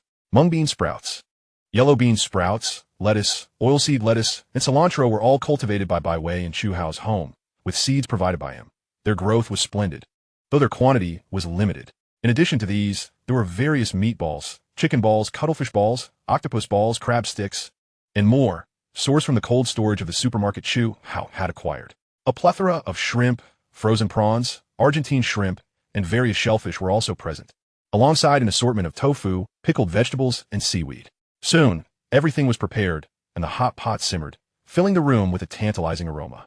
Bai Fan, the little one, stop watching and come eat, Lin Xia called, wiping her hands. Coming. Bai Fan quickly shut the tablet, scooped up the child, and hurried to the kitchen. Before long, the 6 of them gathered around the square dining table. Yi Changshan added the sliced meat and some meatballs and prawns to the pot. Neither Chu Hao nor Yi Changshan consumed alcohol, so the others sipped on drinks and juices. Lin Xia peeled several large shrimp for the child, only for him to pass them to Chu Hao, cheerfully exclaiming, "For Godfather." Yi Changshan felt a pang of jealousy.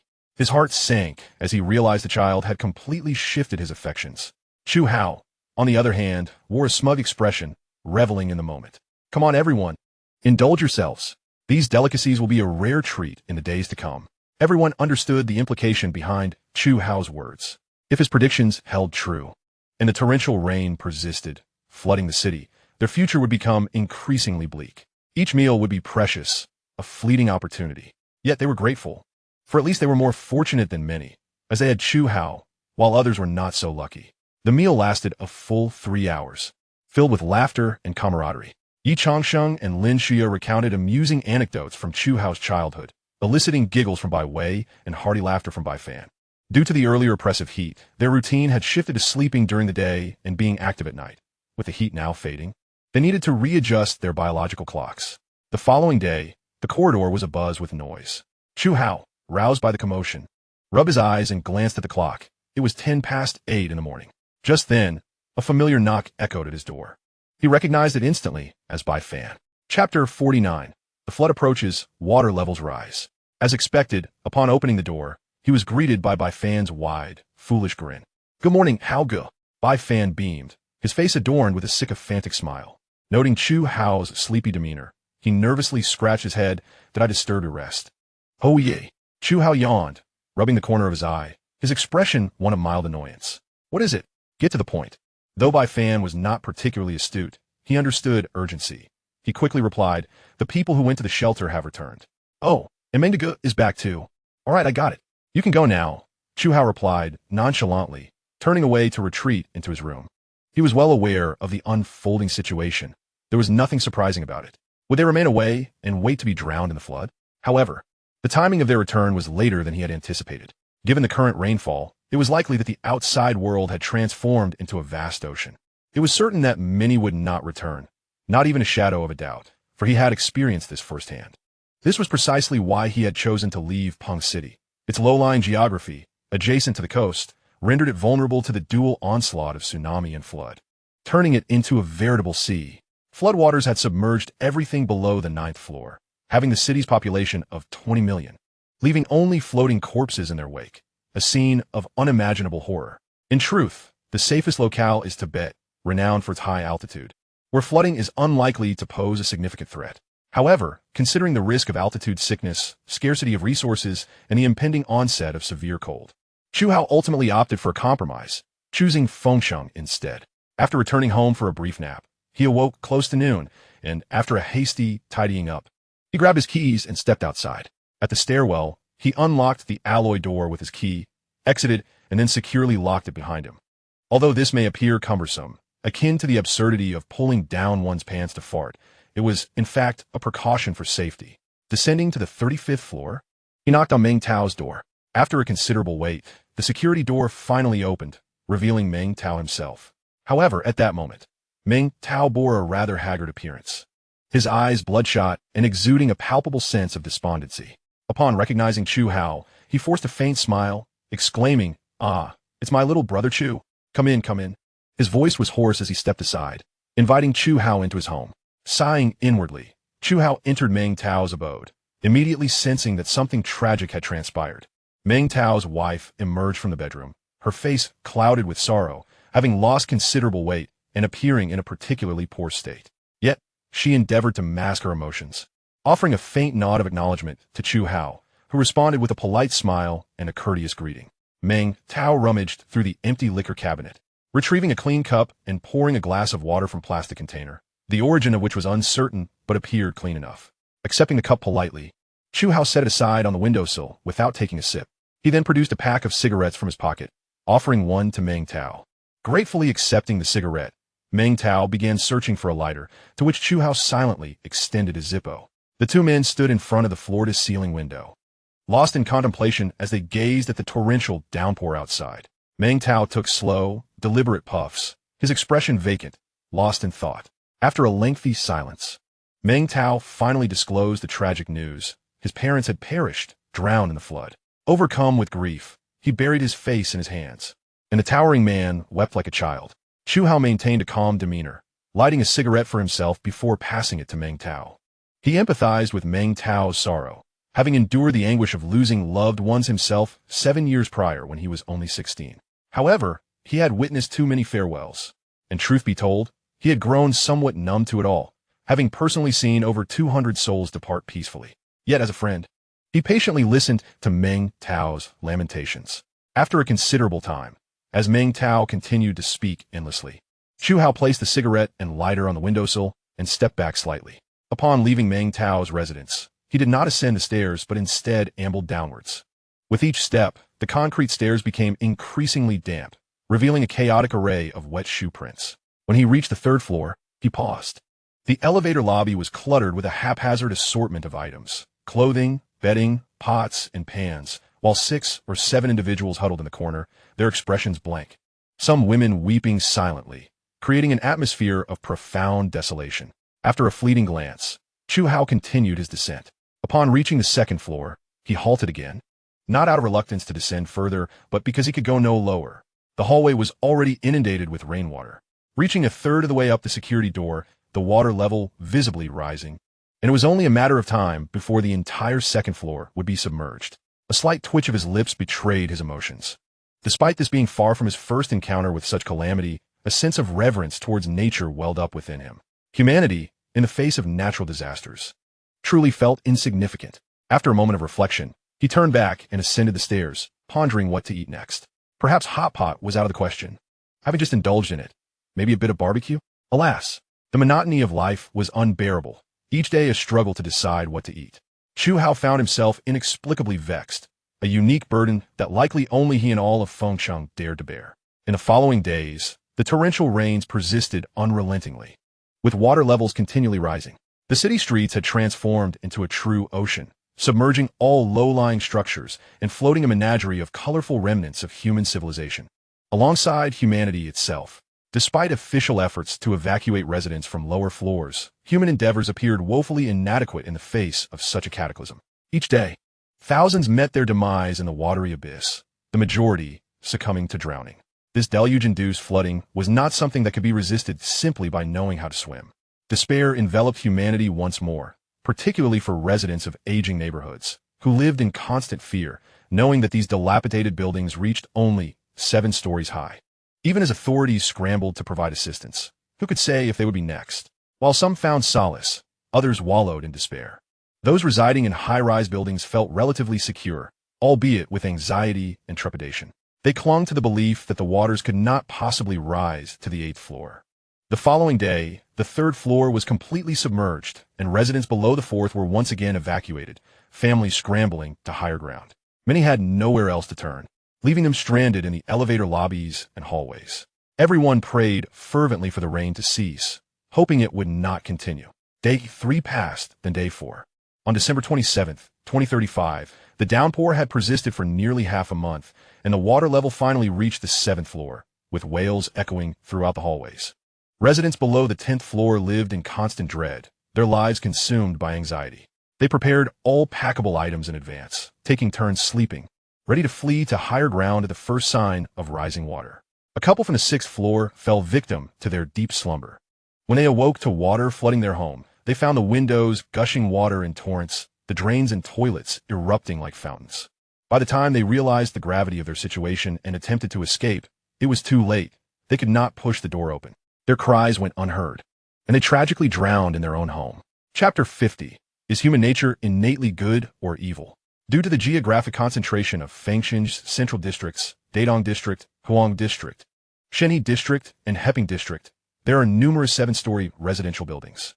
As the water level encroached upon the 6th floor, some residents, realizing they would not be rescued in time, opted for self-rescue.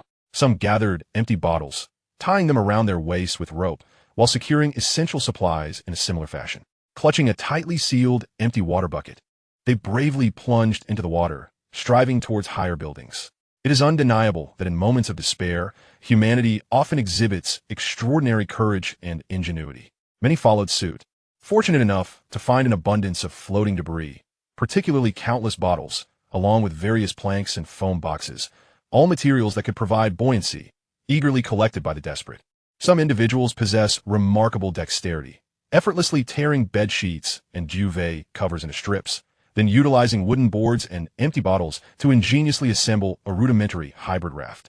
While it may not be suitable for sitting, it can be utilized with one's arms, allowing multiple individuals to share its use. Even more skilled are those who, with a flourish, produce long-preserved umbrellas, deftly inflating them into elongated balloons, 2 of which can be fashioned into a swimming ring, leaving onlookers utterly astonished. As the water level rises increasingly swiftly, the floating escape supplies around them dwindle, culminating in an eruption of internal strife as everyone grapples fiercely, resulting in bloodshed. Some, whether intentionally or inadvertently, thrust others into the floodwaters. In the New World Huafu community, all the buildings are tall, making them particularly conspicuous and naturally becoming one of the primary targets for those desperately seeking survival. Everyone understands that if they can muster the strength to swim to that destination, their lives may be spared. In apartment 3601, seated on the living room sofa are Bai Wei, Bai Fan, Yi Changsheng, Lin Shui, and Chu Hao himself, while the little one slumbers soundly in Chu Hao's room. Chu Hao reclines comfortably on the sofa, crossing his legs, idly toying with a new lighter as he listens to the animated discussions around him. A gentle smile gracing his face as if basking in the warmth of spring. Brother Hao, I will heed your every word. If you tell me to go east, I shall not venture west. If you instruct me to chase a dog, I shall not pursue a chicken, Bai Fan declares, puffing out his chest in a display of loyalty, appearing indifferent to the opinions of others. Yi Changsheng offers an awkward smile, refraining from further explanation, aware that he lacks the authority to voice dissent. Moreover, his family owes their survival to Chu Hao's assistance. Yet witnessing the throngs of people crowded in the corridors, homeless, stirs an uncomfortable sensation within him, akin to a gnawing guilt. Chu Hao perceives the subtle expressions on Yi Changshen's face, feeling a twinge of disappointment.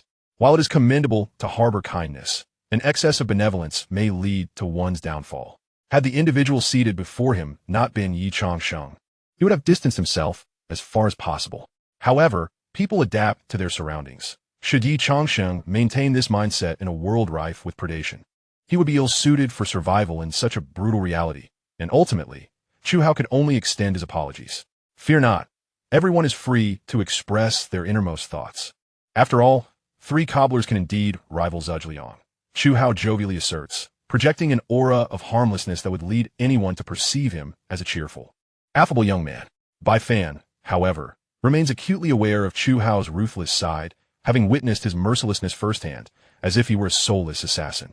I remain steadfast in my convictions, Bai Wei states, holding a strawberry-flavored lollipop in her right hand, her delicate features tinged with seriousness.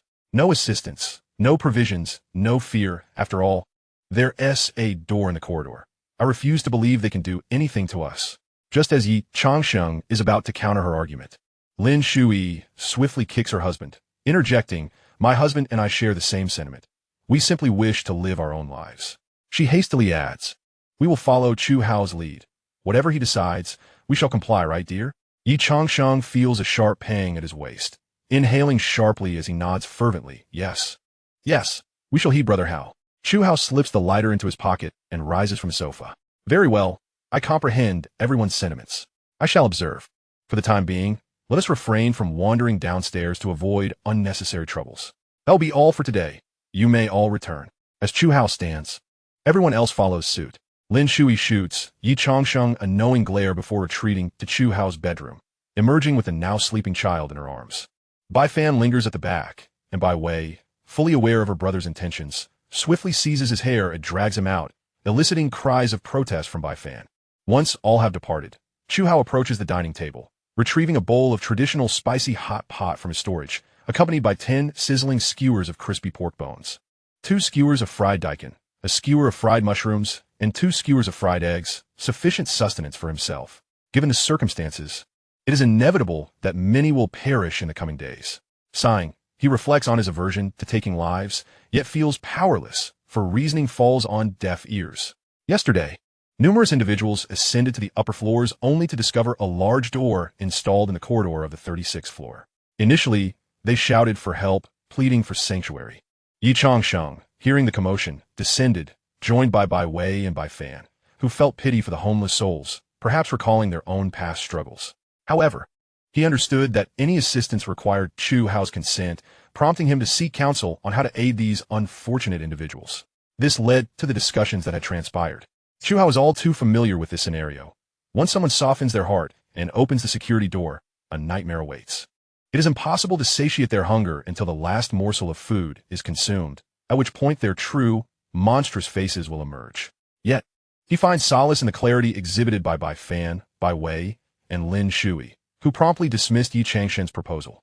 He now awaits the gradual erosion of these people's patience, anticipating the moment when their provisions run dry, at which point he intends to impart the first lesson of survival in this apocalyptic world to Yi Changsheng and the others. That lesson is whether human nature is inherently good or evil. This question is multifaceted. Each individual's character is shaped by their environment and the experiences they encounter. In a harmonious society, the darker aspects of humanity are suppressed by various regulations, leading most people to present only their virtuous sides. This is the influence of their surroundings. Many truths can be discerned through observation. For instance, are the patients in a psychiatric hospital truly unwell? Who determines this? The answer is, of course, the doctors. But this raises another question. Who can ascertain whether those doctors themselves suffer from mental illness? Thus, not all platitudes are capable of cleansing the soul. The world is vibrant due to its diversity. Existence itself is justification enough, so why suppress one's inherent nature? Stripped of societal laws and constraints, humans, much like animals, adhere to the law of the jungle. A lion consumes an antelope to survive. Does it feel remorse? The answer is no. The number of lives claimed by Chu Hao likely exceeds 80, many of whom are fathers, sons, and husbands. If he were to feel guilt for each life taken, he would have long since crumbled under the weight of despair. The apocalypse resembles a vast, dense forest, where humans are akin to the creatures within, resorting to violence to secure limited resources. Kindness will only hasten one's demise. Chapter 51. A display of skill by the end of December 2035. All buildings below the 9th floor are engulfed by floodwaters, and the city of Fengchang appears as an aquatic metropolis, with distant peaks resembling isolated islands. All survivors have sought refuge in high-rise buildings, with many retreating to the mountains, gazing at the boundless ocean, their hearts heavy with despair and numbness. 2 days later, the torrential rain finally subsides, the dark clouds dissipate, and the sun emerges. Yet, no one can find joy in the sunlit skies, for their homes are lost, utterly, irrevocably gone. In the A1 building of the New World Huafu community, the upper floors are teeming with people. Faced with immense pressure, the homeowners reluctantly open their doors, allowing these survivors to take refuge within their homes. Conversely, some homeowners steadfastly refuse entry, provoking the ire of the survivors, who resort to hurling various objects at the doors while unleashing a torrent of vile curses and threats, proclaiming that those who do not comply shall never emerge again, or else their families will face dire consequences. After enduring over 6 months of calamity, the majority of those who survived have fully revealed their true natures: greed, jealousy, and resentment. At this moment, more than a dozen survivors are aggressively barricading the corridor on the 36th floor, each wielding an array of weapons: steel pipes, wooden sticks, rebar, and kitchen knives, relentlessly pounding on the alloy door, which echoes with loud bangs. "Listen up, those upstairs. If you know what is good for you, open this damn door quickly," they shout. Friends, in this time of crisis, humanity should unite. How can you stand idly by? Alas, the hearts of men have grown cold. Those who turn a blind eye to suffering will face retribution. Why waste words with them? If they refuse to open the door, fine. We shall see who can outlast him. If you provoke me, not one of you will survive. The leading men continue to spew threats, their eyes filled with malice, while the others join in with their own harsh insults. Among them, while a few of the leaders are robust, the rest appear gaunt and frail, their cheeks sunken and cheekbones prominently protruding, resembling refugees, giving off a sense of vulnerability. It is evident that these individuals are faring poorly, belonging to the group that barely manages to survive on scant rations. In Bai Wei's home, the security door stands ajar, and Chu Hao sits leisurely on the sofa, idly toying with a faded Rubik's Cube, a hint of an enigmatic smile playing on his lips. Everyone else is present, their faces etched with concern and eyes betraying fear and anger. Yi Changsheng grinds his teeth, his jaw audibly clenching, his gaze ablaze with fury as he laments his previous folly in contemplating pity for these scoundrels. How audacious they are to curse and even threaten to kill them. Changsheng, did I not tell you? These people are unworthy of sympathy, and now you've heard it for yourself. Lin Xia's face flushed with indignation, her heart burning with unexpressed rage, yearning to retaliate verbally, yet hesitating to act, thus channeling her frustration towards her husband. In the corner Bai Fan, arms crossed, smirks in a manner reminiscent of Chu Hao, reveling in the unfolding drama. Ever since Yi Changsheng made his remarks, his favor for this individual has waned, as he deems him excessively idealistic, embodying a quintessential white knight mentality. Chu Hao has repeatedly advised him to steer clear of such individuals, and Bai Fan holds those words in high regard. As the atmosphere thickens, Chu Hao finally tosses the assembled Rubik's Cube onto the table, directing his gaze at Bai Fan. "Have you prepared the items I requested?" "Oh, yes, I have." Bai Fan quickly drops his hands and exclaims, "I'll fetch them right away." With that, he dashes to the kitchen, emerging moments later with a bag that emits the crisp sound of glass clinking. "Here you go, Hao Ge." Bai Fan respectfully hands over the items. Chu Hao accepts the bag, extracting its contents, which to anyone familiar with the game PUBG would instantly recognize as makeshift Molotov cocktails. The glass bottles are filled with industrial alcohol, each containing a piece of cloth, its end secured tightly with tape. "Do you know how to use these?" Chu Hao asks with a playful smile, a glint of something menacing flashing in his deep-set eyes, causing Bai Fan to shudder instinctively. However, the next moment, realization dawns upon him, and his adrenaline surges. I can use them." The others in the living room, though unaware of the unfolding plan, remain silent, while Bai Wei casts a knowing glance at her brother, cautioning, "Take it easy, don't mess it up." She is fully aware of the impending actions, as she personally crafted the 5 firebombs. After handing Bai Fan a lighter, Chu Hao casually picks up one of the Molotov cocktails and saunters out the door. Observing this, Bai Fan hurriedly stashes the remaining 4 back into the bag, calling out, "Wait for me, Hao Ge," as he rushes to follow. Yi Changsheng and Lin Xia exchange a glance before trailing behind, while Bai Wei retrieves the Tang straight knife given to her by Chu Hao and dons a mask.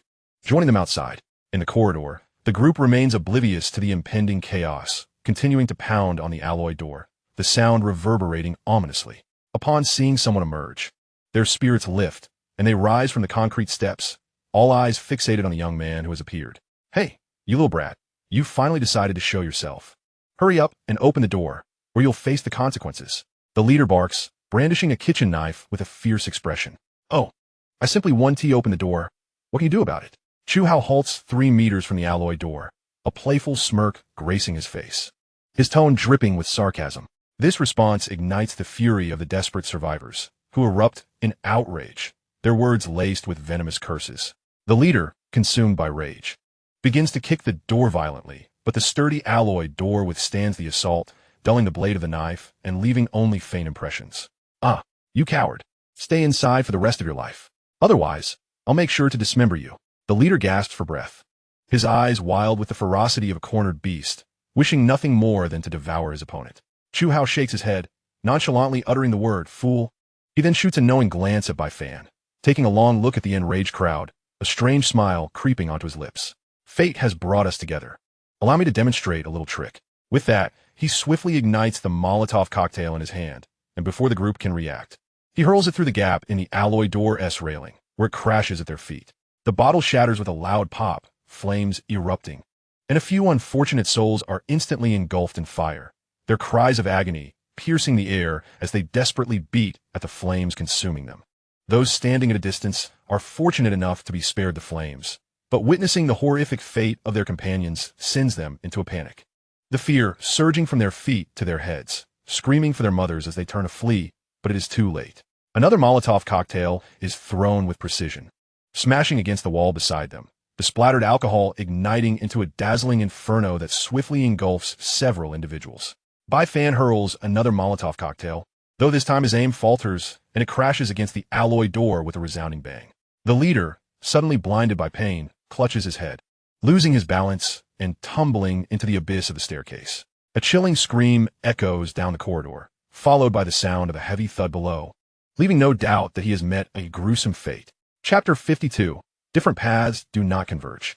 The corridor now resembles a hellish inferno, with all the survivors engulfed in flames, their screams and cries of despair resonating in a relentless chorus. Bai Fan watches in exhilaration, feeling an unparalleled rush, as if he has unlocked a new realm of existence. The surge of adrenaline is simply magnificent. Chu Hao quietly observed Bai Fan's state. Indeed, he exhibited a rather bloodthirsty demeanor, showing potential for cultivation. A glance back at Yi Changsheng and Lin Xinya revealed that the two had already collapsed to the ground, retching uncontrollably, while only Bai Wei remained composed, silently regarding the grim scene before her, her expression devoid of emotion. Truly, she was a mortician. Look at her poise.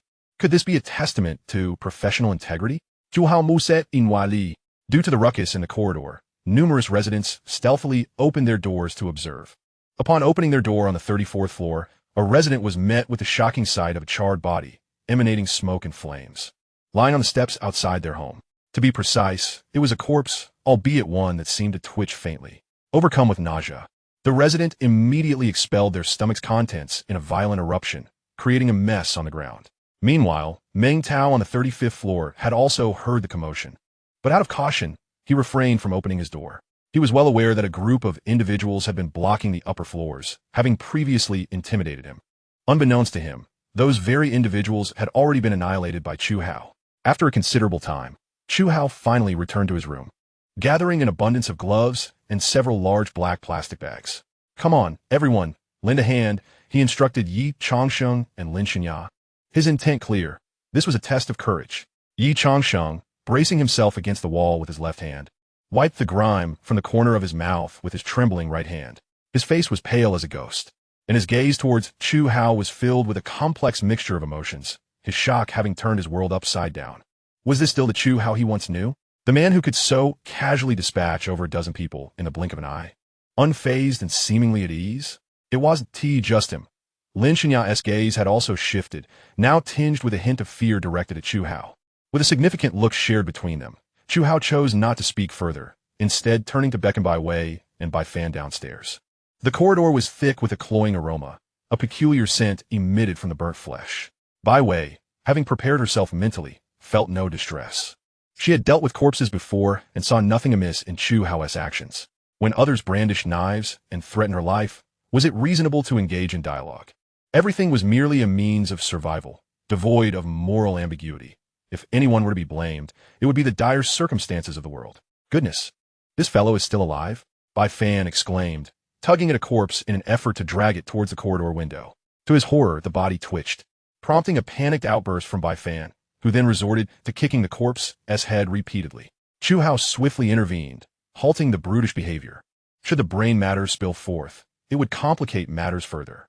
As if responding to Bai Fan's outcry, the door to room 3501 finally creaked open, revealing Meng Tao cautiously peering out with a watermelon knife in hand.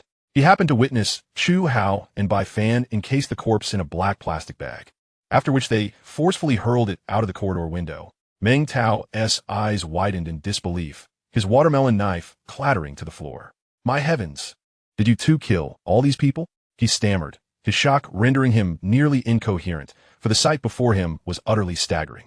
6 or 7 charred bodies lay stacked together, exuding a wafting scent of burnt flesh. Most alarming was one corpse whose face was directly facing him, its mouth opening and closing, eyes slightly rolling, as if attempting to communicate something. Clearly, this individual was not entirely deceased. The spectacle was so shocking that Meng Tao, unable to contain himself, felt a wave of nausea rise within him, yet thoughts of his dwindling food supply forced him to swallow it back down. This scene did not escape Chu Hao and the others' notice, who exchanged incredulous glances. Bai Wei felt a wave of nausea, finding it difficult to remain composed in the face of such horrific corpses, yet Meng Tao's reaction was truly overwhelming. Throughout the corridor, residents cautiously opened their doors, peering upward, some bold enough to arm themselves with weapons, intent on uncovering the truth. Before long, these individuals returned, faces pale and shaken, as if they had encountered something profoundly terrifying. That day, news of the massacre of a dozen invaders on the 36th floor spread rapidly, particularly within this building, igniting fervent discussions among the residents. Eventually, someone mentioned Chu Hao's name, and soon the entire building was aware of the ruthless individual on the 36th floor who had dispatched a dozen troublemakers in an instant. As the tale evolved, so too did its variations, yet one truth remained. Over 10 individuals had indeed perished. Following this incident, no one dared to disturb the 36th floor again until a week later when another group of outsiders targeted the building, specifically the top floor, likely frightened by the torrential rains, believing it to be the safest option. The survivors of this building, upon witnessing this, were invigorated, sharing tales of Chu Hao as a heartless killer, instilling fear in them to avoid provoking him. They were now eager to ascertain the truth of these claims. Chu Hao, having anticipated that his actions would serve as a deterrent, was surprised when, within just 6 or 7 days, another group sought him out. Without hesitation, he resorted to his previous tactics. Since the last incident, he had instructed Bai Wei to prepare numerous incendiary devices, not expecting to utilize them so soon. A dozen Molotov cocktails sent this new group into a frenzy, screaming as they dashed downstairs, causing onlookers to recoil in terror, not out of fear of the weapons in hand, but from the flames engulfing their bodies. This time, the nearby residents no longer questioned the young man from the 36th floor. It was clear he was indeed a formidable adversary, one best left undisturbed. Some, however, remained skeptical, even dismissive, believing that what they initially perceived as formidable was merely the act of throwing Molotov cocktails, lacking in technical complexity, simply a display of ruthlessness. Many felt that, given enough alcohol, they too could muster the courage to do the same. Yet, it was undeniable that the combination of reinforced doors and Molotov cocktails was indeed an effective defense mechanism, practically impregnable. In truth, Chu Hao's intention was straightforward. Evildoers could never be entirely eradicated, as long as they left them in peace. The world's troubles were of no concern to him. In the kitchen, Chu Hao lowered his head, methodically slicing meat on the cutting board. Behind him, 3 large plastic bowls were filled with prepared meat chunks. Initially, he had merely intended to roast a simple skewer for himself, but then thought it prudent to prepare extra, storing them in his space for future enjoyment. After all, he had an abundance of various barbecued items from before the apocalypse. Unless he were to consume barbecue for every meal, which might not suffice, he had more than enough for a lifetime of normal consumption. Retrieving 2 professional-grade barbecue grills from his space, along with a blower, skewers, spices, and charcoal, Chu Hao found that threading the skewers was a meticulous task. After 3 hours of labor, he felt utterly exhausted. His back ached and his neck throbbed. Though the task appeared simple, the monotony was unbearable. Once again, he opted to abandon the endeavor, returning all his materials to his space, dismissing the earlier efforts as mere figments of imagination. He then retrieved the already grilled lamb skewers. Beef skewers, lamb ribs, grilled fish, roasted leeks, and garlic vermicelli from space. In light of recent events, Yi Changsheng and Lin Xinya's expressions remained impassive. But Chu Hao sensed an unspoken rift had formed between them. Or perhaps they were no longer of the same world. He had long been prepared for this reality, providing them with shelter and sustenance as a means to repay their past kindness towards him. However, this does not imply that they are mere passers-by. He felt that he had already given them ample time. After all, he was not lacking in provisions, and if necessary, he could always provide a little extra. It is not that he is ungrateful, but rather that Yi Changsheng and Lin Xuya's temperaments are ill-suited for the apocalypse, and their eventual elimination is merely a matter of time. He could grant them the opportunity to grow, but the environment does not allow for it. Moreover, from June to now, over 6 months have passed. If they are still unable to discern the rules of the apocalypse, then, well, what can be said? Chapter 53, Departure to Yingqiao Port. January 5th, 2036. Everyone lives in dire straits, and the weather is predicted to rise even further, currently reaching a sweltering 40 degrees Celsius. As a reincarnated individual, Chu Hao was bewildered. He recalled that in his previous life, the heavy rains were followed by a drop in temperature. So how could it be heating up now? Could it be that his memories were flawed? Or perhaps it was the butterfly effect. In that moment, he pondered extensively. It seems that he must procure a larger vessel, for he could not shake the feeling of unease. In his recollection, not long after the torrential rains, Earth plunged into an ice age, what they referred to as extreme cold. Therefore, he had not stockpiled large transport vessels, but he had gathered a fair number of inflatable boats and kayaks. Indeed, it is true what they say. One's calculations can never rival the designs of fate. As a man of action, Chu Hao promptly retrieved a tablet stocked with numerous maps and a physical map of Fengsheng. The offline maps were three-dimensional and high definition, with data that was continuously updated. Given that the extreme heat had already set in, the accuracy of the data should be quite reliable.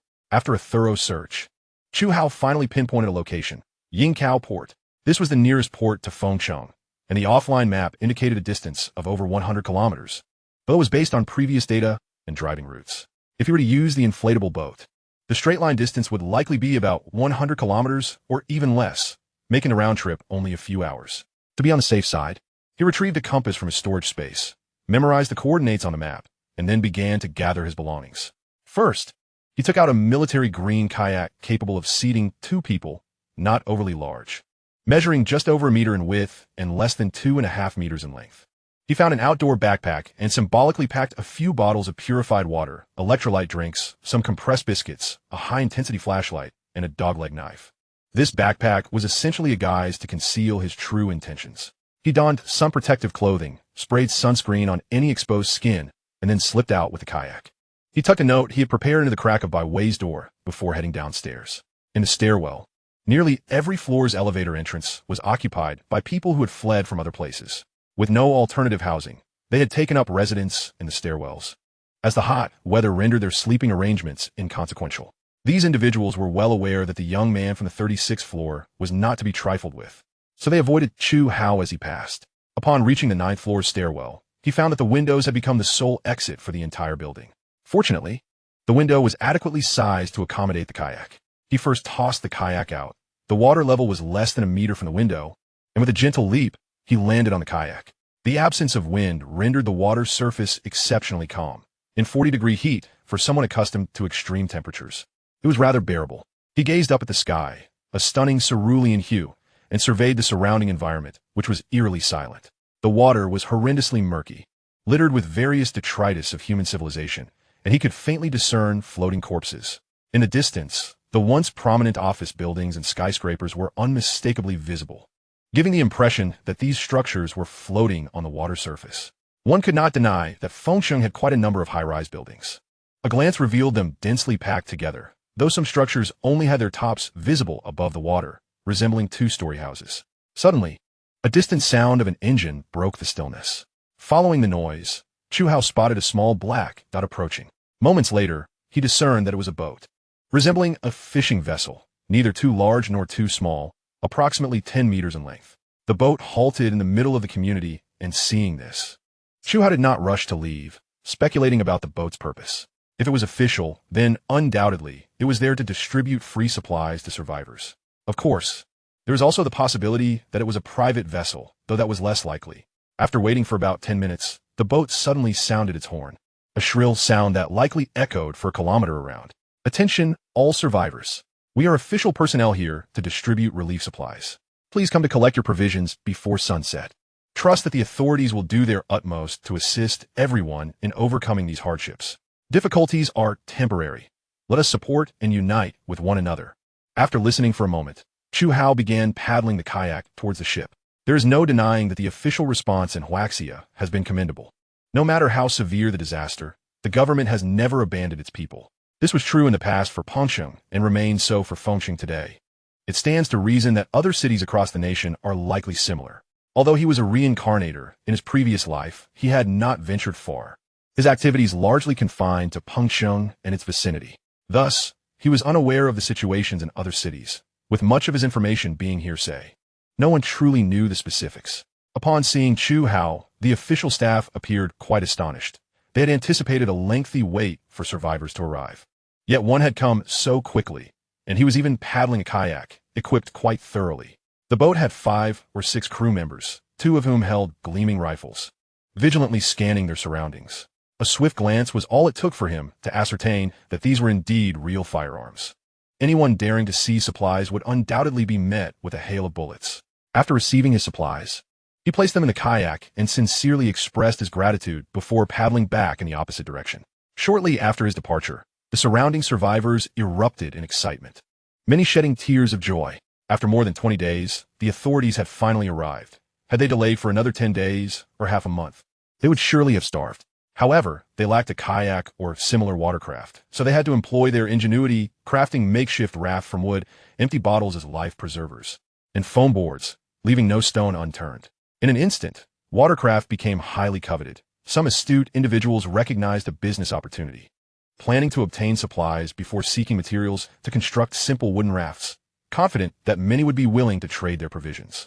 Meanwhile, Chu Hao steered his kayak to an open area, where scarcely any buildings were visible, as if he were submerged in the depths of the ocean.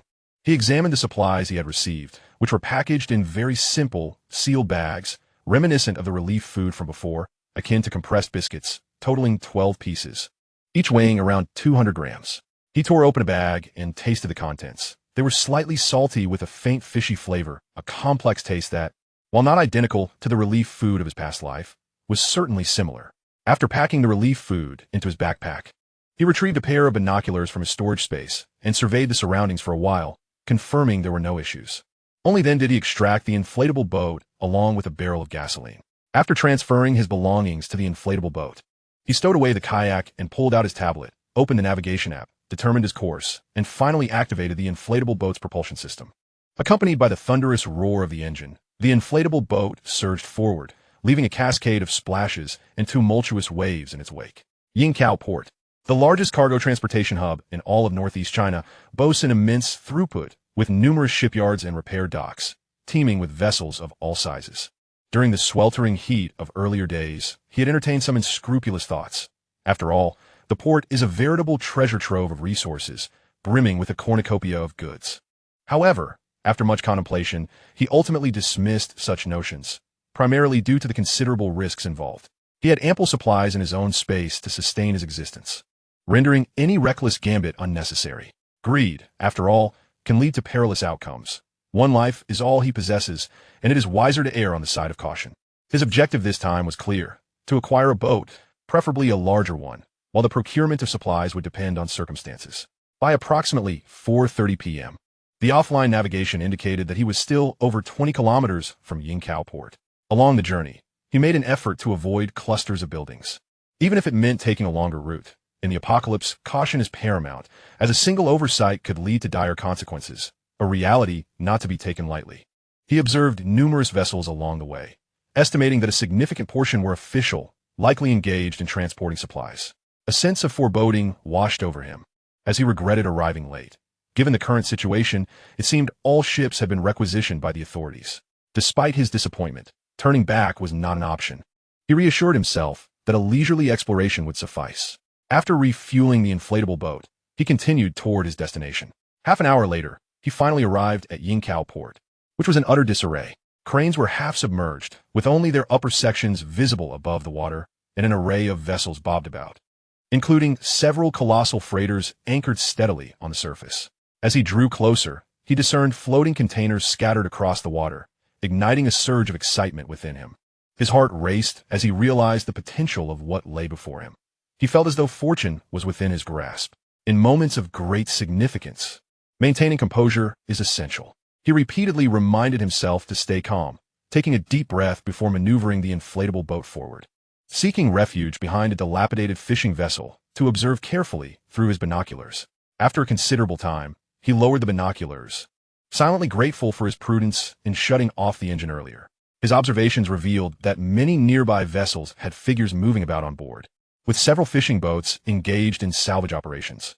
Any hasty approach could alert them, which would not bode well for him. Regaining his composure, he once more scrutinized the scene through his binoculars, his mind swirling with questions. First, the number of vessels in the port exceeded his expectations, and most appeared to be unattended, quietly drifting on the water. Considering the current context, ships are invaluable means of transportation, and the authorities would not neglect their utilization. What could possibly explain this? The possibilities he contemplated were limited. Firstly, a shortage of fuel, and secondly, a lack of manpower. Operating such vessels requires expertise, not merely a random crew member. However, these concerns were irrelevant to him. He simply wished to quietly procure a boat, and any accompanying supplies would be a pleasant bonus. Just then, a soft gasp escaped his lips as a vague white silhouette materialized in his line of sight. Adjusting the focus of his binoculars, the shape gradually became clearer, and his pupils constricted in disbelief. An exquisite yacht. Though the distance obscured finer details, he could ascertain that it was undeniably a yacht. His pulse quickened once more, and he set down the binoculars, his deep-set eyes gleaming with excitement. The unexpected revelation was exhilarating. Yet, he remained uncertain whether this yacht had been commandeered by the authorities or other factions. If it were unclaimed, he would not hesitate to seize the opportunity. Initially, he had intended to acquire any vessel, even a fishing boat, merely as a contingency plan. However, obtaining a yacht would be far more advantageous. Its comfort and comprehensive amenities were unmatched.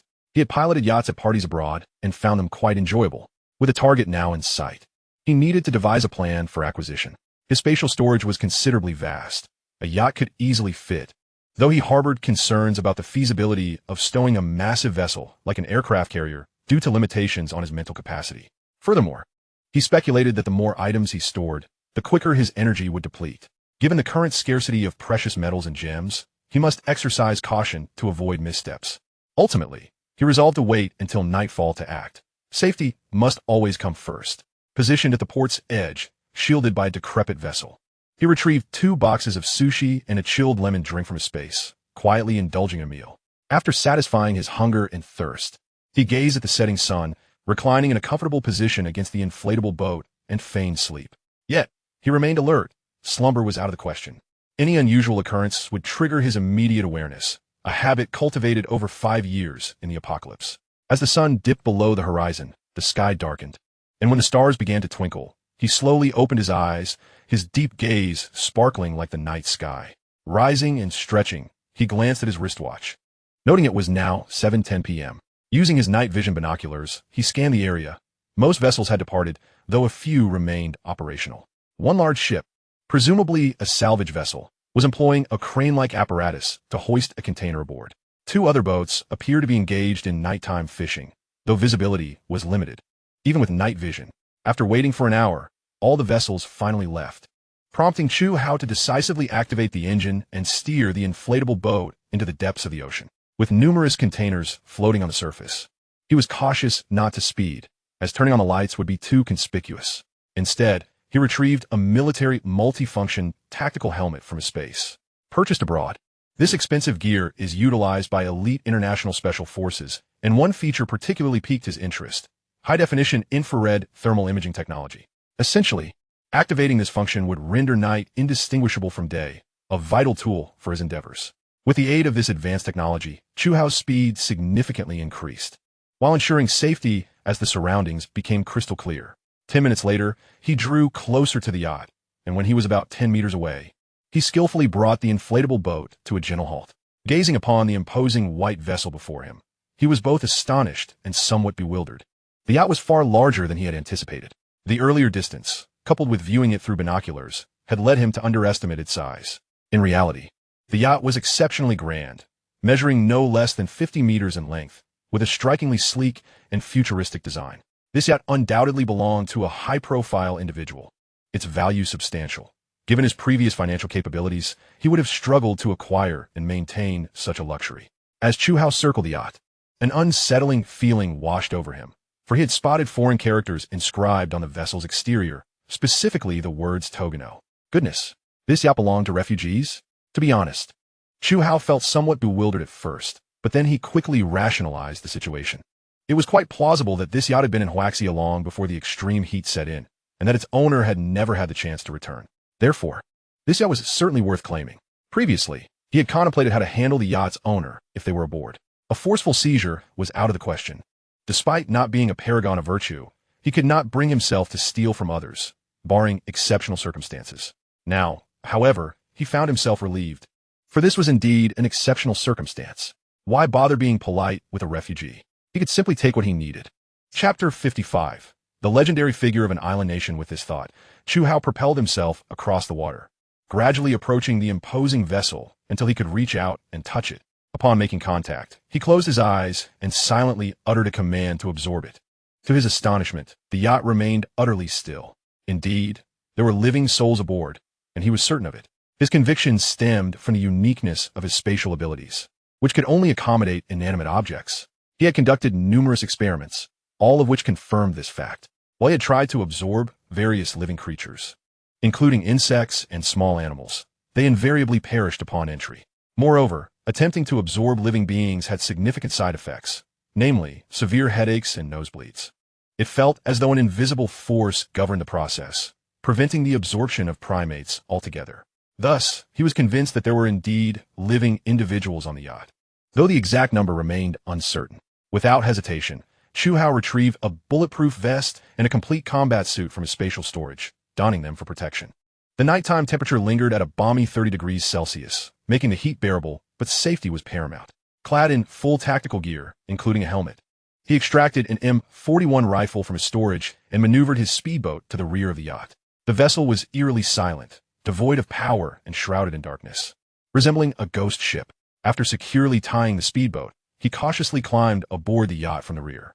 His tactical helmet afforded him excellent visibility, and he noted that luxurious yachts of this size typically boasted 3 levels: the top deck bathed in light, the main deck filled with various recreational facilities, and the master suite located beneath the main deck. Proceeding with utmost care to the uppermost level, he scanned the area and found it deserted. He then searched the main deck, but again encountered no one. Finally, Chu Hao descended, moving with heightened caution, aware that the owner of such a luxury yacht was likely not an ordinary individual, possibly armed with firearms. He needed to remain vigilant to avoid any unforeseen missteps. Meanwhile, in the master bedroom of the yacht's lower level, Murakami Ishii slumped against the headboard, consumed by an overwhelming thirst for food and water. Perhaps due to his extreme hunger, he began to hallucinate, convinced he heard footsteps approaching. Regret washed over him. He lamented not having brought more women aboard the yacht when the torrential rain began, as their presence might have alleviated his suffering. Unfortunately, the heat had caused the bodies to decay rapidly. Simultaneously, he harbored resentment towards those damned Huaxians, who had denied him even a morsel of sustenance, despite his desperate offers to exchange the yacht for food. How cold-hearted they were. At that moment, he found himself reminiscing about his homeland, wondering how things were faring back on the island. Beneath Mount Fuji, the cherry blossoms bloom, he uttered weakly. Suddenly, a ghostly voice echoed around him. I fear your wish cannot be fulfilled. Oh, by the way, I have good news. It seems your island nation has been obliterated by a tsunami. Are you pleased? The words were spoken in the refugee's tongue, and Murakami Ishii understood them perfectly. He bolted upright, panic-stricken, exclaiming, What nonsense are you spouting? Bakayara, Chu Hao spot deep typhoon. Raising his hand to deliver a resounding slap to Murakami's face. Baka, you little brat. Who do you think you're talking to? In that moment, Chu Hao unleashed all his linguistic prowess, delivering blows with ferocity. In no time, Murakami's face swelled grotesquely, his teeth scattering across the floor. Murakami, utterly bewildered, was left grappling with a myriad of questions. Who was this person clad in an American helmet? Why had he suddenly appeared on the yacht? Why was he being struck? And why the face of all places? Who is this? Are you a deity? Have you come to ruin my ship? Murakami asked, shaking his dazed head, struggling to articulate his thoughts. Chu Hao rubbed his aching wrist, contemplating how impressive it was that this refugee spoke Huaxia's language. Listen well. I am the maritime authority of this region. You have illegally entered my waters, and I suspect you of illegal fishing. I hereby sentence you to immediate execution and confiscation of all your assets, stripping you of the right to be reborn in your next life. Murakami's expression turned to one of utter confusion, his eyes filled with bewilderment. What is a maritime authority? Am I being sentenced to death? After finishing the decree, Chu Hao seized Murakami by the collar, dragging him toward the main deck of the yacht with a wicked grin. Murakami pleaded in his native tongue, kicking his legs frantically and slapping at Chu Hao's shins, resembling a lamb destined for slaughter. Chu Hao was not one to indulge a child. He lifted his foot and crushed down on Murakami's arm, eliciting a sharp crack of bone followed by a piercing scream that echoed through the night. To be honest, this kick carried a hint of personal vendetta, but Chu Hao showed no mercy. The suffering he inflicted was a mere echo of the agony endured by his ancestors in Huaxia. An eye for an eye, nothing more. Dragging Murakami to the edge of the yacht's main deck, he exerted his strength and hurled Murakami into the sea. Then, from his tactical belt, he drew a silenced pistol and, without hesitation, pulled the trigger, aiming for the head and heart to ensure the man was thoroughly deceased before turning back to explore the yacht's interior. Thus, the legendary figure of the island nation met his demise. After a brief survey of the yacht, Chu Hao was dismayed to discover that it was out of fuel, fresh water, and provisions. No wonder this refugee appeared so feeble. He had been starving. Serve him right. Unbeknownst to Chu Hao, he had unwittingly stumbled upon a fortunate opportunity. Due to various circumstances, the authorities had not confiscated the yacht, as they were currently focusing all their efforts on fishing and salvaging supplies. The relief rations tasted off due to the mix of seafood, and had it not been for the fuel concerns, the officials would have mobilized all vessels for round-the-clock operations. After familiarizing himself with the yacht, Chu Hao located the refueling port and retrieved 5 barrels of diesel from his spatial storage. These barrels conformed to international standards, each standing 120 centimeters tall and holding 200 liters. He intended to fill the yacht's fuel and water tanks to capacity, preparing for any potential emergencies. Surely, 1,000 liters would suffice. However, after pouring in the entire 1,000 liters of diesel, he was dismayed to see the gauge barely budge. Chu Hao couldn't help but grimace, muttering curses under his breath. Well, it seems I'll have to make do for now, he decided. After all, the yacht was primarily meant for survival and escape. A little fuel would be adequate. Moreover, it is uncertain whether he would ever have the opportunity to utilize a yacht in the future. As he firmly believed that extreme cold would inevitably arrive, it was merely a matter of time. Once everything was settled, he returned to the speedboat, took several deep breaths, and placed his right hand upon the yacht's hull. With his eyes closed and mind focused, he silently uttered the command to gather. In the next instant, the yacht vanished in an instant, and Chu Hao's heart swelled with joy. He had succeeded. However, in the very next moment, he suddenly clutched his head, letting out a high-pitched scream of agony, collapsing onto the speedboat with a pallid complexion, his teeth chattering audibly. Chapter 56, Port Zero Purchase. After a while, Chu Hao finally regained his composure, panting heavily, his face reflecting lingering trepidation. The pain was excruciating. It felt as if someone had thrust a screwdriver deep into his skull and was incessantly twisting it, a sensation that threatened to shatter his very soul. He vowed that unless absolutely necessary, he would never again engage in such reckless endeavors. Fortunately, his mental fortitude had vastly improved compared to before. Otherwise, this ordeal would have left him recuperating for several days. Sitting on the speedboat, he consumed a large bottle of electrolyte water, and after some time, the discomfort finally subsided. With the yacht secured, Chu Hao glanced at the containers floating on the sea's surface, his enthusiasm reignited. He relished the thrill of zero-cost shopping, particularly the exhilarating experience of unboxing surprises, which was utterly delightful and filled with anticipation. The containers were of various types. Those buoyant on the surface were well sealed, while poorly sealed or excessively heavy containers were currently submerged beneath the waves. In terms of value, the well-sealed containers were undoubtedly worth more, so in pursuit of maximizing profit, he prioritized collecting those floating on the surface. As for those submerged, there was no rush. He had diving equipment in his space and could retrieve them at any time, as they were not going anywhere. Without hesitation, Chu Hao maneuvered the speedboat to a nearby container. As soon as he made contact, it disappeared, and he swiftly proceeded to the next. This method was infinitely faster than official salvage operations. Within half an hour, he had already secured no fewer than 100 containers into his space. An hour later, the containers in this maritime area had dwindled significantly, and being a discerning individual, Chu Hao suppressed his desire to continue his zero-cost shopping spree. One cannot overindulge. It was only fair to leave some for others. Checking the time, he noted it was already past 9 o'clock in the evening, and his stomach grumbled in protest. He decided not to return tonight, and instead sought a secluded spot to process the containers in his space. With this plan in mind, he promptly retrieved his tablet. He had noticed several nearby peaks upon arrival and surmised that they would likely be uninhabited. After consulting the offline map to confirm his location, Chu Hao wasted no time and steered the speedboat southward, secretly grateful for having purchased this tactical helmet in advance. It proved to be exceptionally useful. 20 minutes later, Chu Hao finally discovered a suitable hillside, where the mid-slope bore signs of excavation, perfectly aligning with the water level, the uneven terrain blanketed in mud and gravel. At this point, he was indifferent to the surroundings. After a thorough exploration and finding no traces of human activity, he retrieved outdoor folding tables and chairs along with camping lamps from his space. Settling into a folding chair, he removed the tactical helmet and placed it aside, extracting a portion of braised chicken and 2 bowls of rice from his space, and leisurely began to eat. This location was far removed from the urban sprawl. Apart from the mountains, there was an endless expanse of ocean. With no humans or even animals in sight, he felt no need to maintain concealment. Once he had satisfied his hunger, Chu Hao leaned back contentedly, gazing up at the starry sky, his heart enveloped in tranquility. In that moment, it felt as though the entire world had pressed the pause button, silent, devoid of the sounds of honking cars or the rumble of airplanes. Only the gentle crashing of waves against the rocks could be heard. After allowing his meal to settle, he strolled to the center of the open space. And with a mere thought, a container materialized before him, the sound barely perceptible, executed with exquisite precision. Activating the spotlight on his tactical helmet, he retrieved an electric hydraulic cutter from his space. Each container was secure with a lock, but attempting to pick the locks would be a waste of time. So he opted for brute force. Aiming the hydraulic cutter at the steel lock, he pressed the activation button, and the cutter sprang to life. The steel lock emitting a series of creaks before it snapped. Detaching the broken lock from the container, he opened the door valve and pulled forcefully, the metal door screeching in protest as it swung open.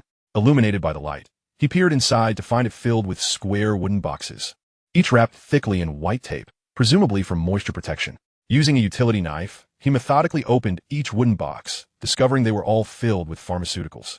A glimmer of excitement flickered in his eyes as he hastily opened a large box for a closer inspection. Amoxicillin. Good heavens, it was an antibiotic! Chu Hao's heart surged with joy, his mouth stretched wide in a foolish grin. What a splendid stroke of luck. Antibiotics were invaluable, especially in a post-apocalyptic world, a veritable currency. Elated, Chu Hao waved his hand, gathering all the pharmaceuticals into his space, then proceeded to the next container.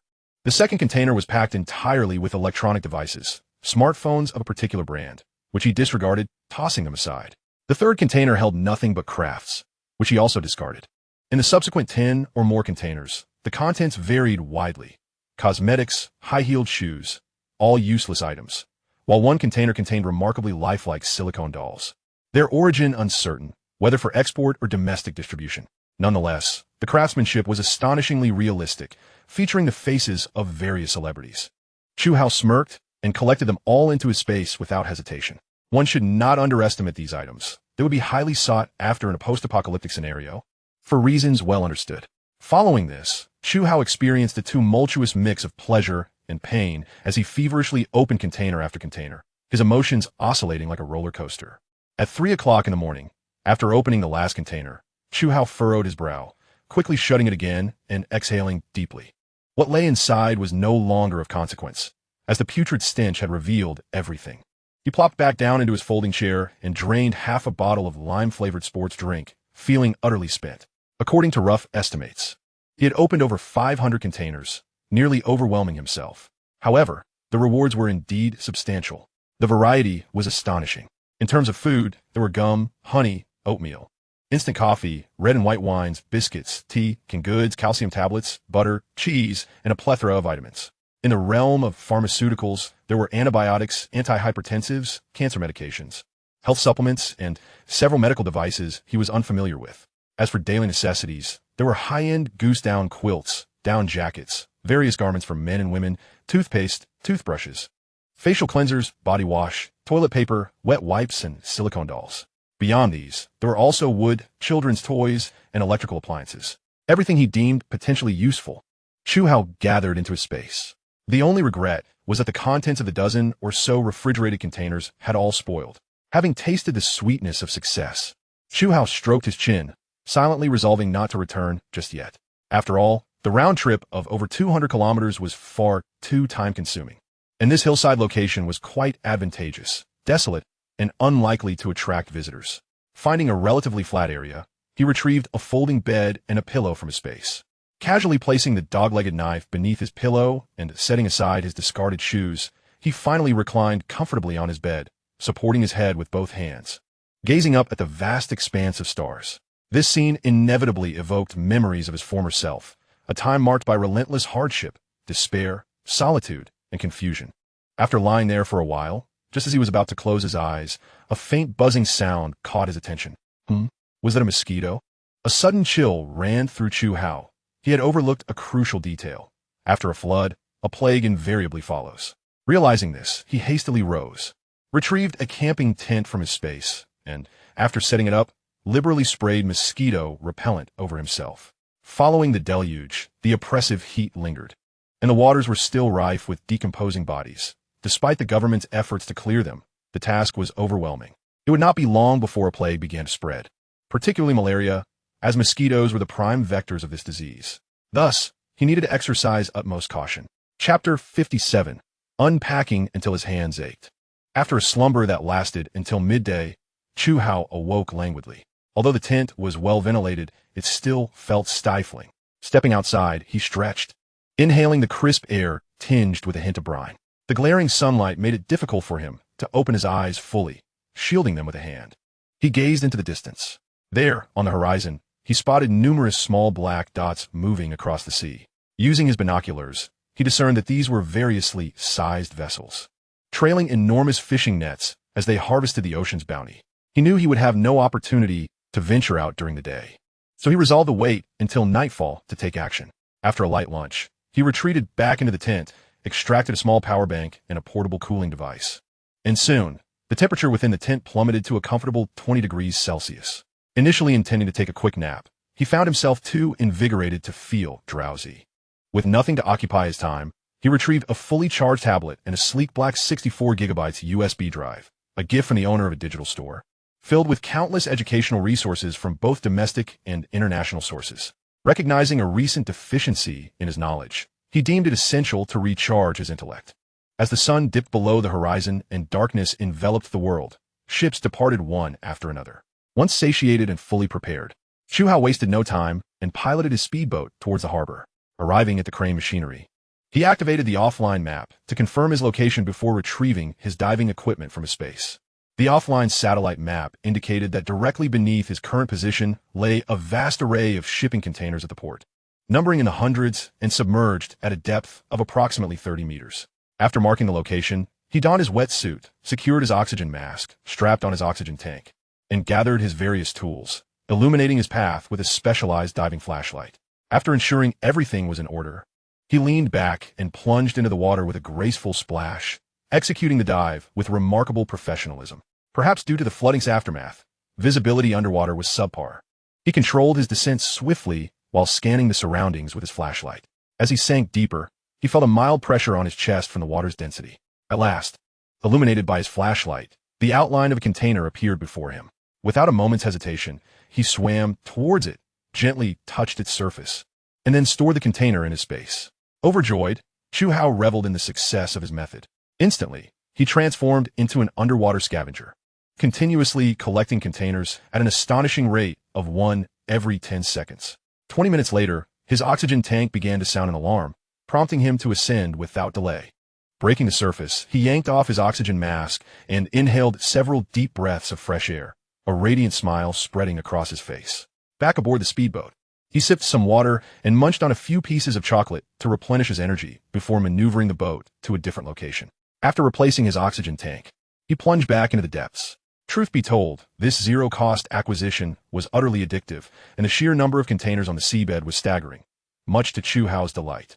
For hours later, his oxygen tank issued another warning, and he floated back to the surface, struggling to climb aboard the speedboat, utterly exhausted, like a lifeless dog.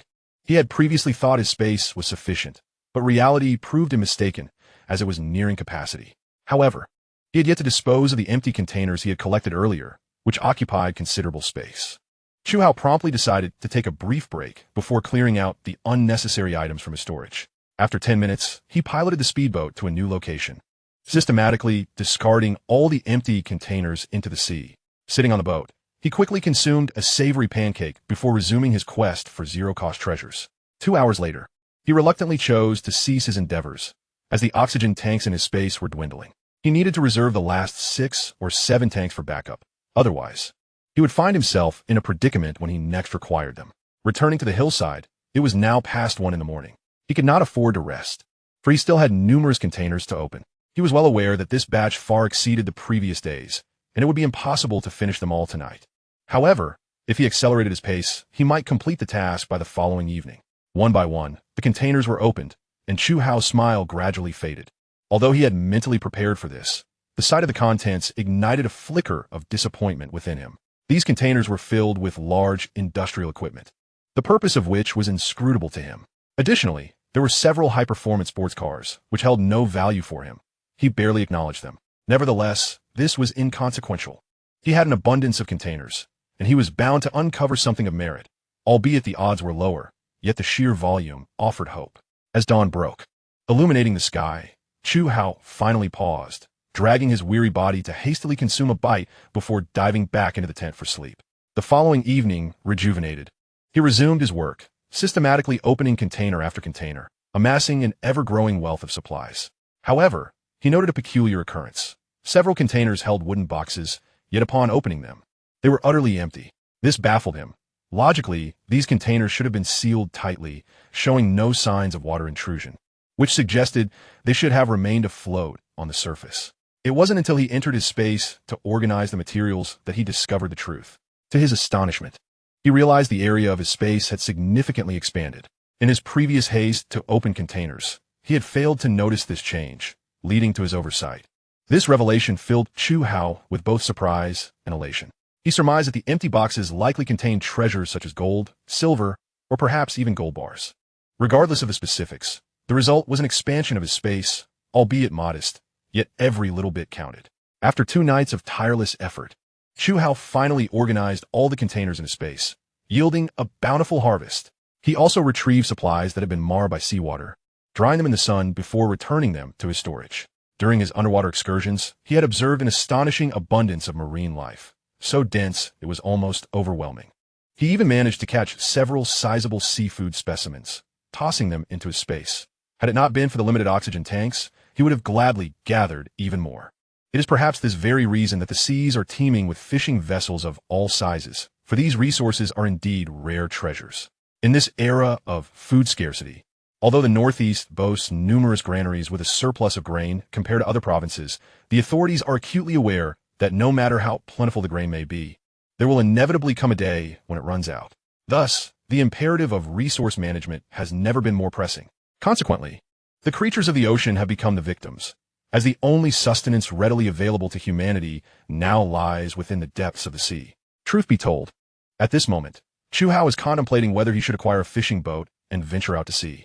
Securing a fishing vessel is not a daunting task. The port is dotted with several small fishing boats, likely left untouched by the authorities due to concerns over fuel. In stark contrast, the larger fishing trawlers have all been commandeered by the government. Once this idea took root in his mind, it became inescapable.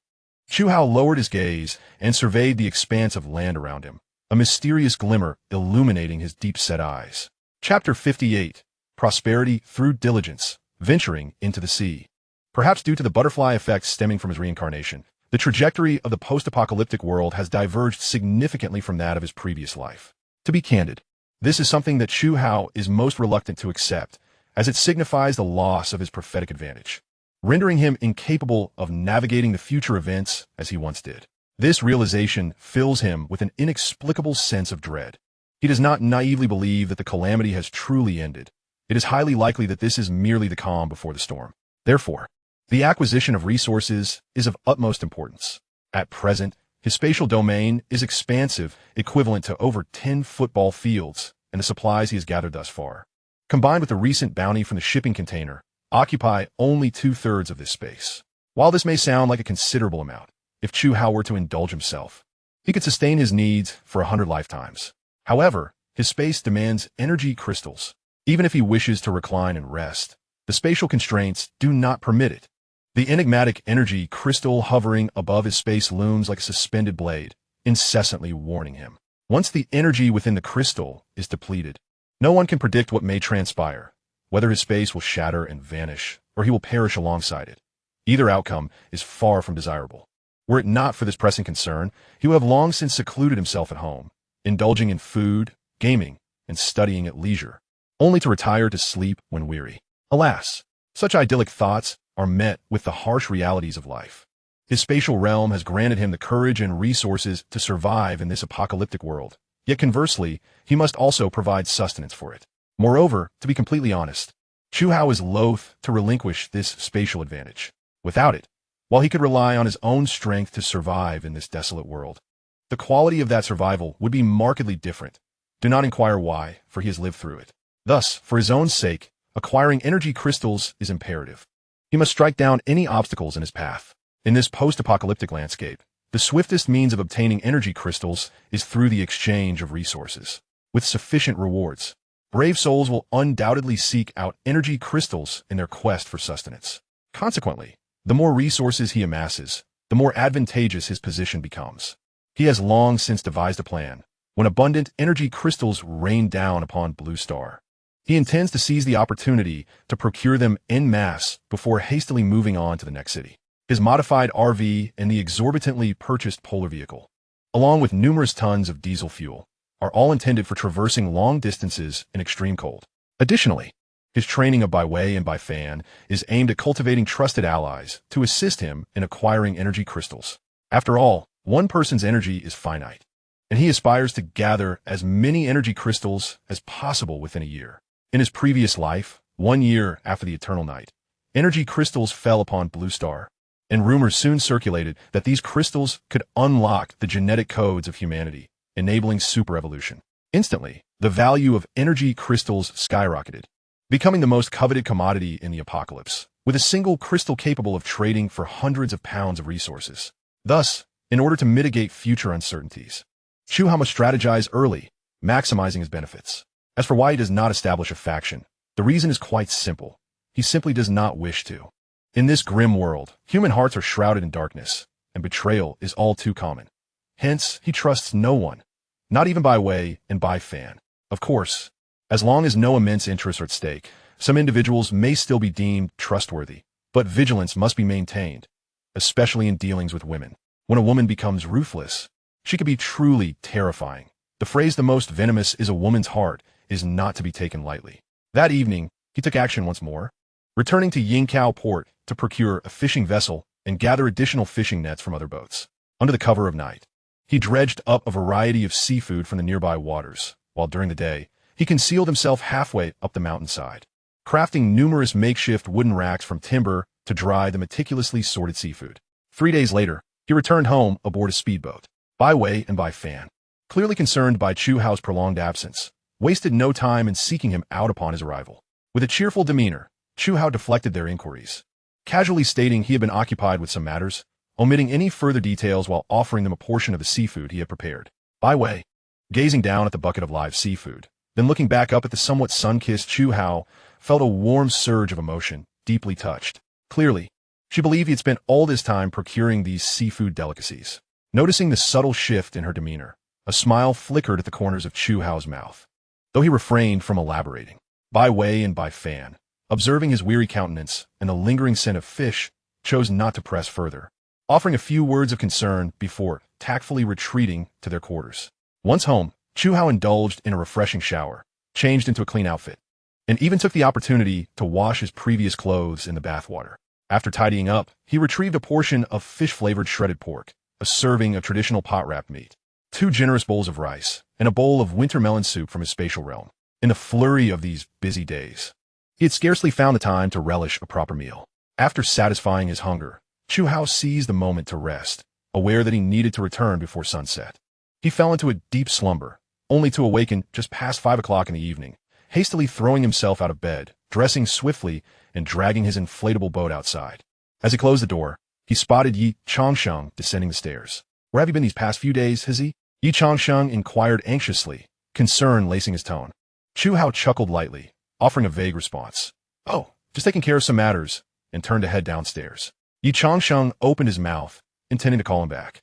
But seeing Chu Hao's hurried demeanor, he swallowed his words, ultimately releasing a sigh of resignation. Being in his 30s, he had naturally detected the shift in Chu Hao's attitude towards him. During this time, he had been troubled, unable to shake the haunting images of numerous lives consumed by flames whenever he closed his eyes. He understood that those individuals had not come with good intentions. Yet the ruthlessness displayed by Chu Hao and his apparent indifference to life left him feeling deeply unsettled. The couple had wrestled with their concerns for several days, believing it necessary to discuss matters with Chu Hao, only to find him absent from home. The following day, their attempts to knock on his door yielded similar results. Later, when they inquired with Bai Wei, she too was at a loss regarding Chu Hao's whereabouts, merely stating he had gone out for some business and might return late. Upon returning home, Yi Changsheng and Lin Xia found themselves increasingly uneasy, particularly as they recalled the events of that fateful day, when their overwhelming fear had prevented them from participating in the handling of the bodies. Afterwards, Bai Wei cast a peculiar glance at herself. At that moment, she failed to grasp the significance of it, but in retrospect, she was overcome with regret. Meanwhile, Chu Hao sat upon a rubber dinghy, wielding a double-ended paddle with vigorous strokes. The sun was setting, casting golden hues across the water surface where a fishing boat lay anchored in the community center, while numerous individuals queued to receive supplies. Notably, many had resorted to using rubber dinghies as their means of transportation, indicating that something significant must have transpired in recent days. In addition to the dinghies, there were makeshift watercraft fashioned from soccer and basketballs, resembling a rather inventive endeavor. One cannot help but marvel at the ingenuity of the populace. Gazing at the sinking sun, Chu Hao chose not to join the line for relief supplies, which was quite lengthy. He needed to hasten back to his base. Given his solitary efforts, his efficiency was already diminished, and with favorable weather conditions prevailing, he aimed to stockpile more resources. Through days of accumulated experience, he had become adept at catching seafood using his fishing boat, consistently reaping over 3,000 pounds daily, and occasionally even 5,000. If fortune favored him with a few larger catches, his bounty was truly remarkable. Unbeknownst to Chu Hao, should the authorities observe his extravagant behavior, he would likely face severe reproach. It is essential to note that fuel was exceedingly precious in these times, particularly diesel and gasoline, which were regarded as invaluable commodities. Many fishing boats now cast nets into the sea, waiting patiently to haul them in manually when the time was right. In contrast, Chu Hao would simply toss a large net overboard from the stern and then power his boat at full throttle, racing about. Although this consumed fuel, the efficiency was undeniable. Chu Hao was not concerned about this minor expense. Chapter 59, A Colossal Wave, a Fight for Survival. Upon returning to his hillside base, Chu Hao first gathered all the dried seafood he had prepared, then retrieved a thick stack of urea bags to pack the dried seafood vigorously within. Once everything was secured, he ventured back out to sea for fishing, donning Bluetooth headphones to alleviate his solitude while immersing himself in a novel titled Natural Disasters and the Apocalypse, hoarding vast resources. For 3 consecutive days, the weather was remarkably favorable, devoid of fierce winds or torrential rains, with temperatures consistently hovering around 30 degrees. As though the apocalypse had genuinely come to an end, after more than a month of evaporation, the floodwaters had receded to the 7th floor, and one could faintly see the rooftops of the old buildings emerging. Mosquitoes and flies had also begun to proliferate, while various green plants gradually flourished on the water's surface.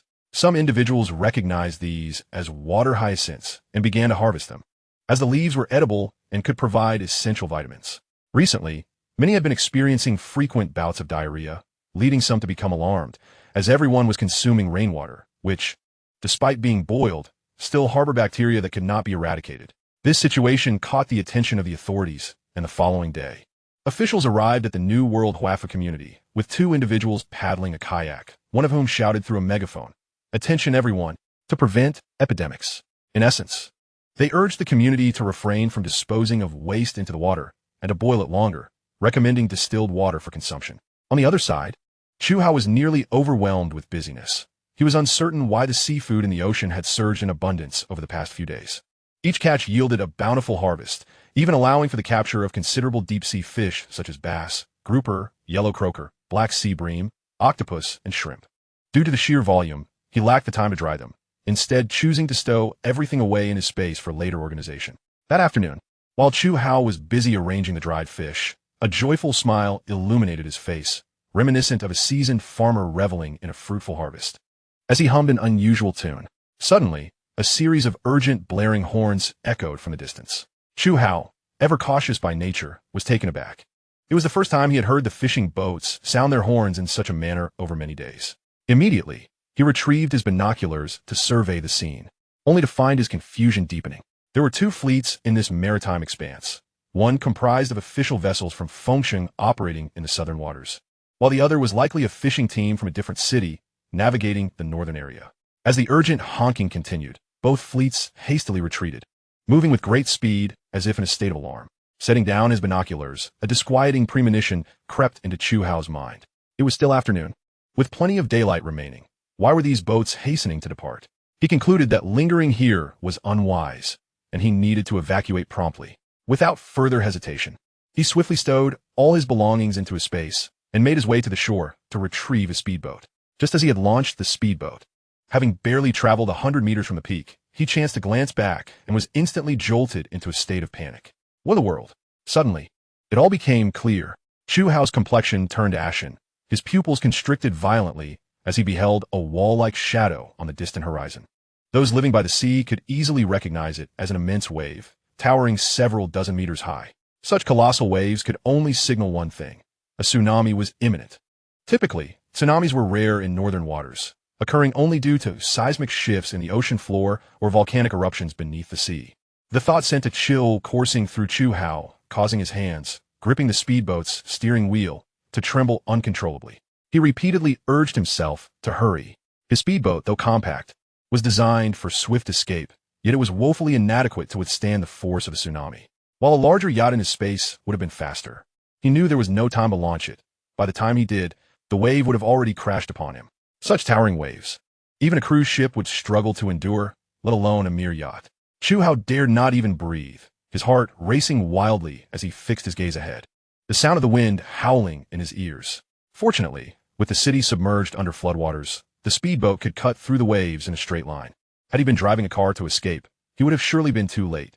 Thus, he considered himself fortunate. The motor of the speedboat roared ferociously, swiftly catching up to the official fishing vessels from Fengsheng, surpassing them with remarkable ease.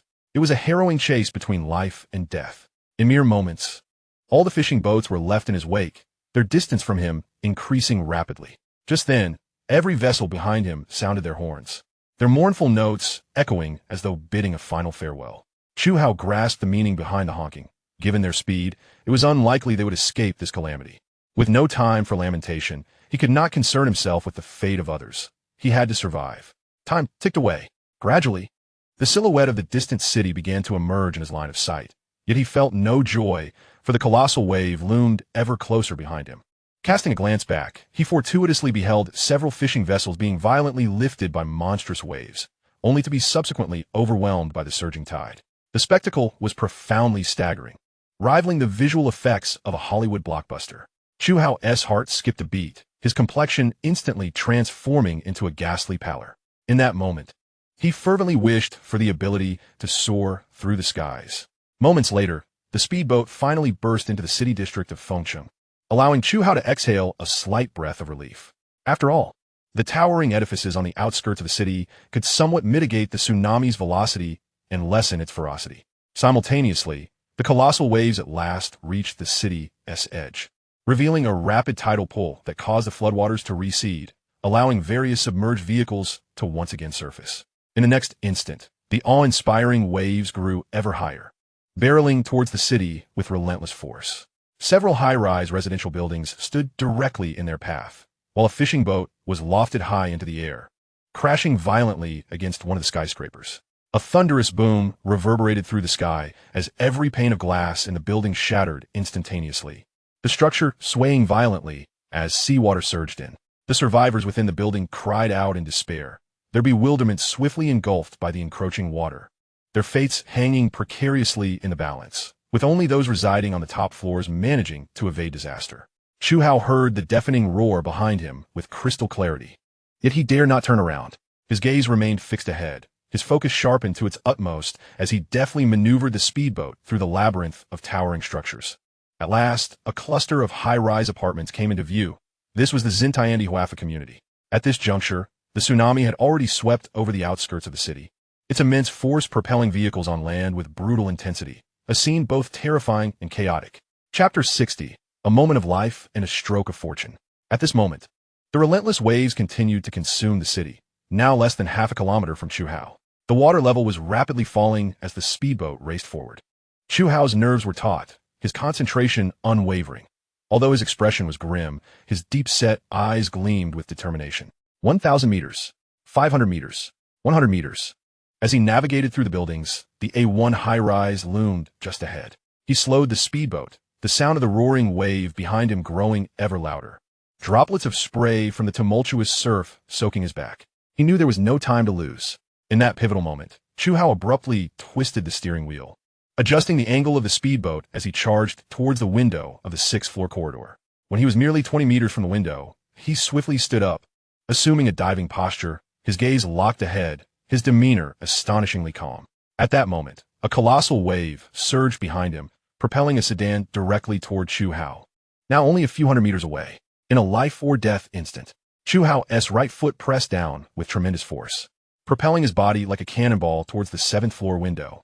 The next moment, the speedboat collided with the sixth-floor wall with a resounding crash, shattering into pieces. Chu Hao quickly adjusted his body mid-air, curling into a ball just as he fell through the window and braced for an imminent encounter with the concrete steps below. Miraculously, a double latex mattress appeared on the steps, cushioning his fall as he crashed onto it. This all transpired in the blink of an eye. Despite the mattress's cushioning, Chu Hao let out a muffled grunt from the impact, yet he dared not linger even for a moment. He swiftly gathered the mattress, using hands and feet to scramble upward like a nimble ape. In a matter of breaths, he ascended to the 12th floor, when suddenly, the building swayed slightly.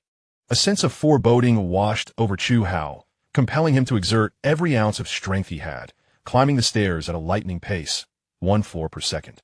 As he reached the 17th floor, seawater began to pour into the corridor, mingling with the faint screams of terror emanating from room 1701.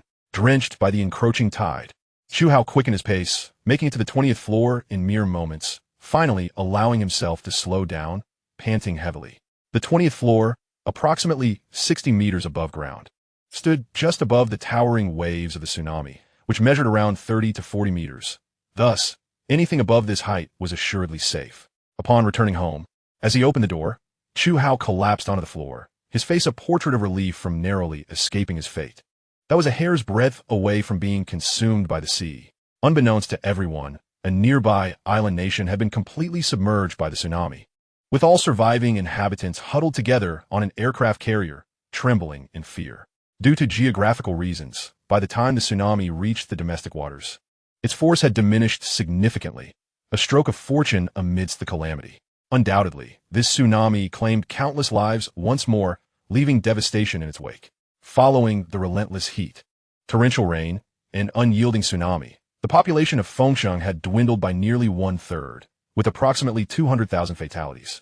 A day later, as the waters gradually receded, the city lay in ruins, with numerous skyscrapers riddled with damage. Virtually all tempered glass below the 17th floor had shattered. The water's surface was once again littered with a multitude of corpses and a myriad of debris. The water level had not only ceased to rise, but had also dropped to the space between the 5th and 4th floors, standing roughly 13 meters off the ground. Once submerged, buildings finally re-emerged from their watery graves. The surviving inhabitants had adapted to the rhythm of this new world, too preoccupied with survival to indulge in sorrow. Those whose homes had escaped the deluge began to venture out in search of useful supplies. The authorities were also active, calling upon survivors to assist in recovering bodies from the water. Given the sweltering heat, failing to promptly handle the deceased could easily result in an outbreak of disease. The survivors, aware of the stakes, mobilized to aid the official recovery efforts, knowing that once a plague struck, none would escape its grasp. Moreover, they relied on the government for relief supplies, so they dared not defy the call. Chu Hao, eschewing passive observation, joined the recovery team, accompanied by Bai Wei and Bai Fan. Yi Changsheng had somehow procured a rubber dinghy and also joined the official recovery team. United in purpose, they toiled diligently. And after a day and a night of effort, nearly all the bodies in the urban waterway had been recovered, subsequently collected by the officials for centralized incineration. As the saying goes, what goes up must come down. While the tsunami inflicted profound trauma on humanity, it was not without its silver linings.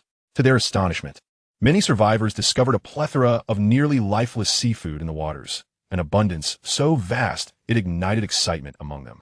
They quickly crafted various tools and embarked on harvesting the seafood, recognizing it as a vital source of sustenance. The following day, the authorities established a resource exchange point, allowing survivors to trade their catches for essential supplies, relief rations, purified water, water purification tablets, rubber dinghies, medications, clothing, and more.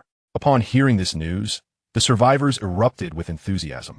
As they were in dire straits, their clothes tattered and worn, yet too frugal to discard them. Thus, familiar survivors quickly formed small teams with clearly defined roles, dramatically increasing their harvesting speed. Due to the tsunami's backflow, the current flood could no longer be classified as mere floodwaters. It was now a mixture of rainwater and seawater, a fact that contributed to the survival of various marine life. However, everyone understood that while the seafood appeared plentiful, it would dwindle rapidly with collective harvesting, prompting each individual to forego rest and labor tirelessly day and night. Such an opportunity was truly rare, a fortuitous encounter not to be missed. Chu Hao, too, did not remain idle. Leading by Wei and by Fan, the three of them with 2 rubber dinghies set out to forage for seafood in their vicinity. Due to Chu Hao's use of the net fishing technique, his efficiency was exceptionally high, evoking feelings of envy and jealousy among the nearby survivors. He claimed 50% of all catches for himself, while the remaining 50% was shared between Bai Wei and her brother Bai Fan. Meng Tao, accompanied by his wife, paddled a raft to catch seafood, but their harvest was modest due to inadequate tools. Observing this, Chu Hao seized an opportunity to return home when the raft was nearly full. In a secluded moment, he stored all the supplies in a spatial storage and retrieved 2 nets before returning. One net was designated for Meng Tao, while the other was for Yi Changsheng. Despite having decided to abandon further cultivation of their relationship due to the latter's personality, the remnants of past camaraderie lingered, compelling him to offer assistance when possible. The thought of witnessing someone starve before his eyes was unbearable, especially considering the help he had once received from them. Such debts of gratitude are exceedingly difficult to repay. To avoid complications, he exchanged all his seafood for compressed relief rations at an official exchange point. With a conversion rate of 5-to-1, 5 pounds of seafood for 1 pound of relief ration, he dismissed any thoughts of trading for other supplies, as he was well stocked with purified water and purification tablets, not to mention an ample supply of medicine and clothing. Thus, food was the most sensible choice. Bai Wei exchanged the majority of her seafood for relief rations, also acquiring some water purification tablets. After much inner turmoil, she shyly traded for a pack of sanitary pads. Previously, she had relied on those given to her by Chu Hao, but she felt uncomfortable continually taking from him without reciprocation. The official exchange point conveniently stocked sanitary pads, albeit at a higher price, which was unavoidable given her circumstances. During this time, she wrestled with her feelings, uncertain whether Chu Hao was genuinely oblivious or merely pretended to be. She had hinted at her affections on multiple occasions, yet each time he deftly redirected the conversation. This left her perplexed, struggling to decipher his true intentions. If he did not harbor feelings for her, why was he so generous? He bestowed valuable supplies upon her without hesitation, and her foolish younger brother frequently enjoyed meals at his home without a trace of annoyance. These signs indicated that, even if he did not love her, he certainly harbored some fondness. However, despite her overt expressions, he remained unresponsive. It was maddening. Chapter 61, The Ocean's Bounty. Everyone harvests seafood. January 28th, 2036, the first day of the first lunar month, 11 days since the tsunami. During these 10 days, all survivors thrived remarkably.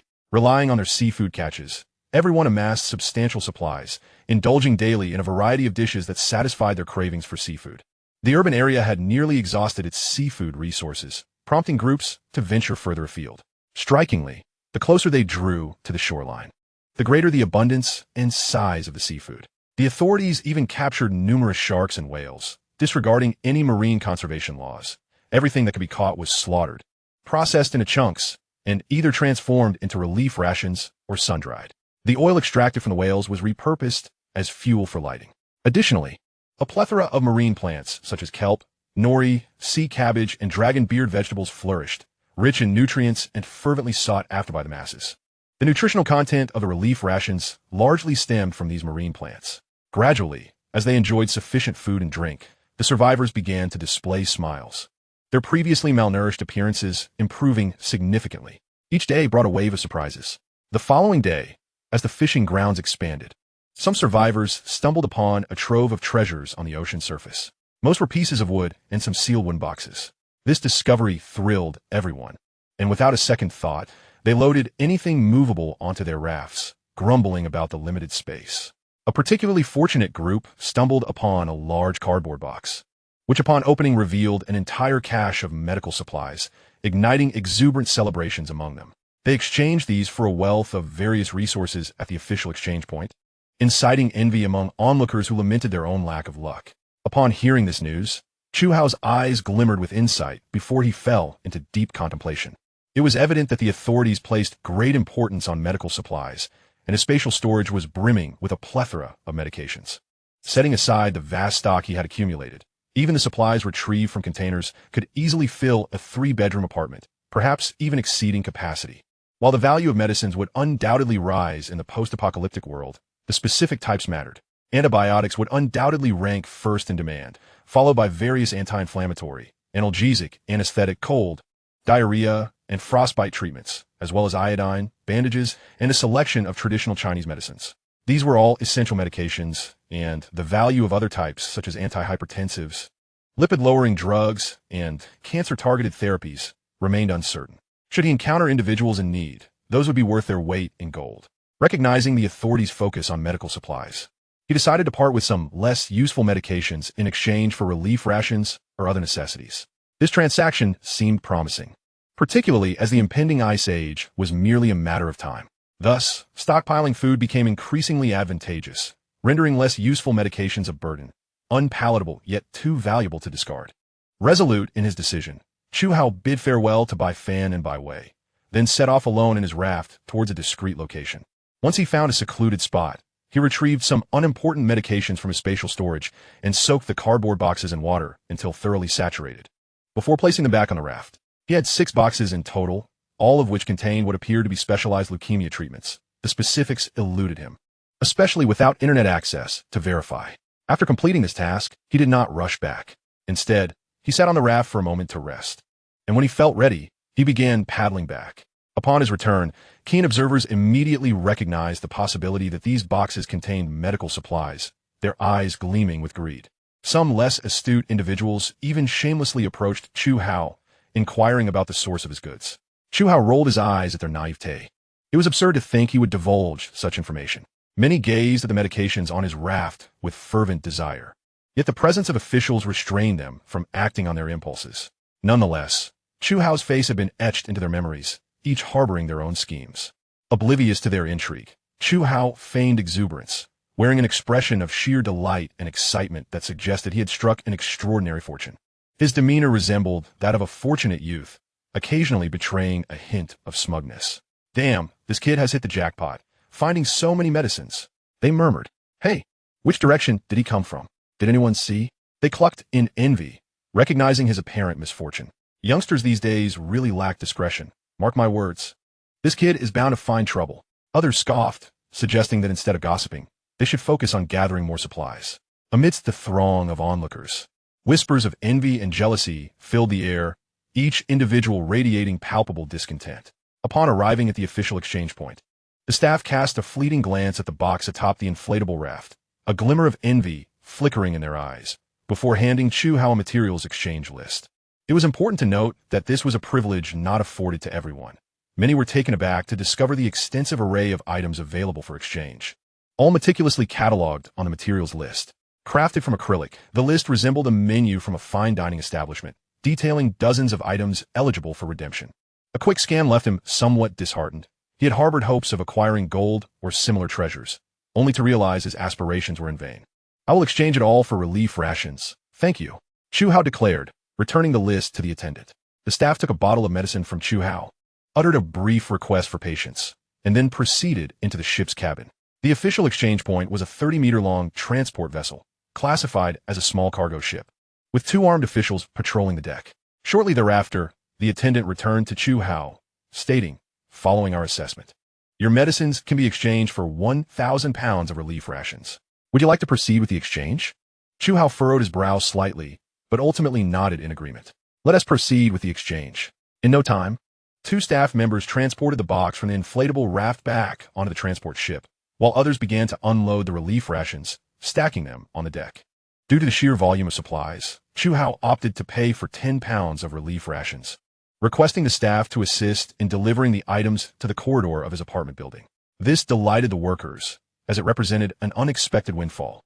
Although they were official personnel, their daily earnings amounted to less than 20 contribution points, which translated to roughly 3 pounds of rations. Truth be told, had they not been reluctant to part with their steady jobs, they might have contemplated acquiring an inflatable boat to forage for seafood, as a fortunate day as catch could yield more than half a month as salary. Once the staff departed and the area was deserted, Chu Hao swiftly stored all the relief rations in his space, then retreated upstairs to rest for a moment and have a simple meal before returning downstairs. Feeling somewhat disadvantaged by receiving only 1,000 pounds of relief rations in exchange for 6 large boxes of medicine, he dismissed any thoughts of further exchanges. Since medicines were no longer an option, perhaps he could barter with other items? His space contained several useless possessions, such as various large machinery salvaged from containers, as well as a considerable amount of crude oil. The crude oil, undoubtedly favored by the officials, would likely hold considerable value. However, it required processing, rendering it of little use to him. The question remained as to whether the officials would accept the machinery, and if so, how he would extract it. This was indeed a conundrum he needed to contemplate thoroughly. Chapter 62, a one-time deal with the authorities. Early the next morning, Chu Hao set out alone in his inflatable boat from the community's waters, navigating to a remote area before retrieving a speedboat to venture further afield. Eventually, he arrived at a location devoid of any structures, with a vast expanse of ocean stretched before him, allowing him to extract a fishing boat from his space. Swiftly, he ascended to the fishing boat's deck and inspected its dimensions, then retrieved an empty container from his space. The container was positioned horizontally on the fishing boat's deck, fitting perfectly, causing only a slight wobble. Seizing the container's iron door, he slipped inside, then began to haphazardly stack barrels of crude oil within. Once the container was filled, he sealed it securely and locked it with a steel padlock. After confirming everything was in order, he returned it to his space. As for the large machinery, he had decided against using it. Aside from the initial few, any machinery discovered was already stored within the container, all still in pristine condition. This time, he aimed to strike it big. After all, one's luck could not persist indefinitely. Such extraordinary fortune would undoubtedly raise suspicions. While he was indifferent to the minor scavengers, the authorities were a different matter altogether. He lacked the power to confront them, which would be tantamount to courting disaster. Thus, to avoid arousing any suspicion from the officials, such a stroke of luck could only occur once. This was a one-time deal. With everything meticulously arranged, he returned the fishing boat to his space and began searching for a secure location aboard the speedboat. At last, he discovered a suitable spot in the ocean near the Fengsheng New District. Thoroughly surveying the area to confirm it bore no signs of prior visitation before casting 6 containers into the sea. He then retrieved the fishing boat and steered it towards the Fengsheng New District. This time, he intended to bypass his usual exchange point, opting instead to seek out another official exchange location across the district. After acquiring the goods, he planned to make a swift exit, thus evading any potential complications. As for whether others might beat him to the containers, the truth remained uncertain. He was gambling on luck, though the odds were likely in his favor.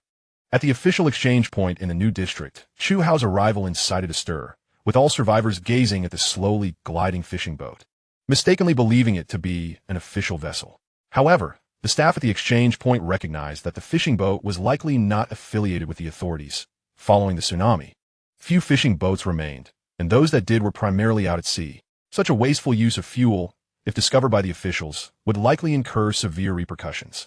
The person in charge of the exchange point was a middle-aged man of unremarkable appearance, exuding an air of authority that commanded respect without the need for anger. This aura was undoubtedly cultivated from years of experience in high positions, suggesting that his identity was anything but ordinary, feigning an aura of mystery and vigilance. Chu Hao rubbed his hands together anxiously, his body trembling with barely contained excitement. After a brief exchange, The middle-aged man scrutinized the young man before him with a piercing gaze, absorbing every subtle expression, and deduced that the young man's claims were likely genuine. With this realization, a surge of excitement coursed through him. If what the young man claimed were true, discovering 6 or 7 intact containers, while the youth would strike it rich, he too would earn considerable merit.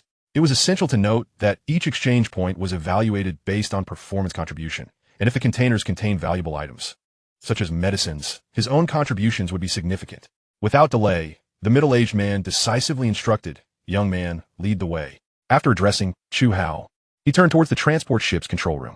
Chu Hao jumped back onto his fishing boat, igniting the engine and hastening towards the destination, while the transport ship followed at a measured pace. Nearby survivors hastily paddled their inflatable boats aside to avoid being caught in the waves stirred by the passing vessels. 20 minutes later, upon reaching the destination, Chu Hao exhaled in relief upon confirming that all 6 containers remained intact.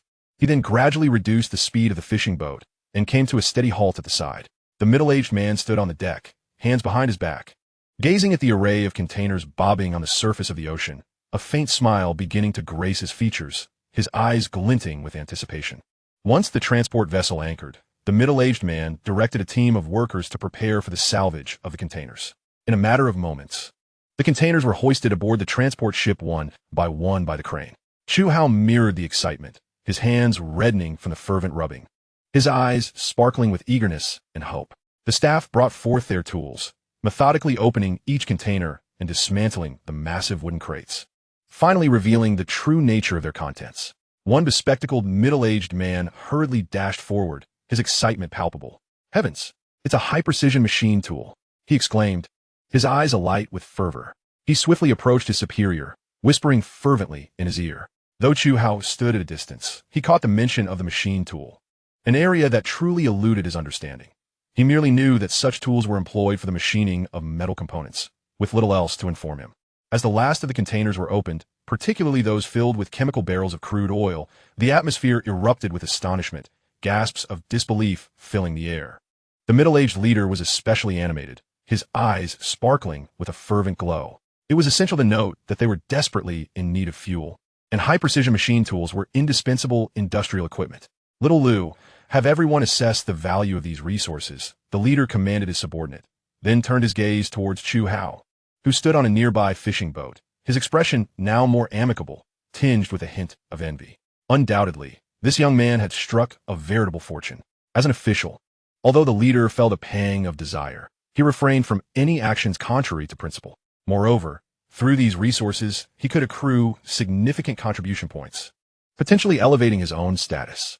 Ultimately, after negotiations, Chu Hao exchanged for 50,000 pounds of relief grain, 500 kilograms of gold, 30 kilograms of water purification tablets, as well as 2,000 sets of thick cotton coats, pants, and boots.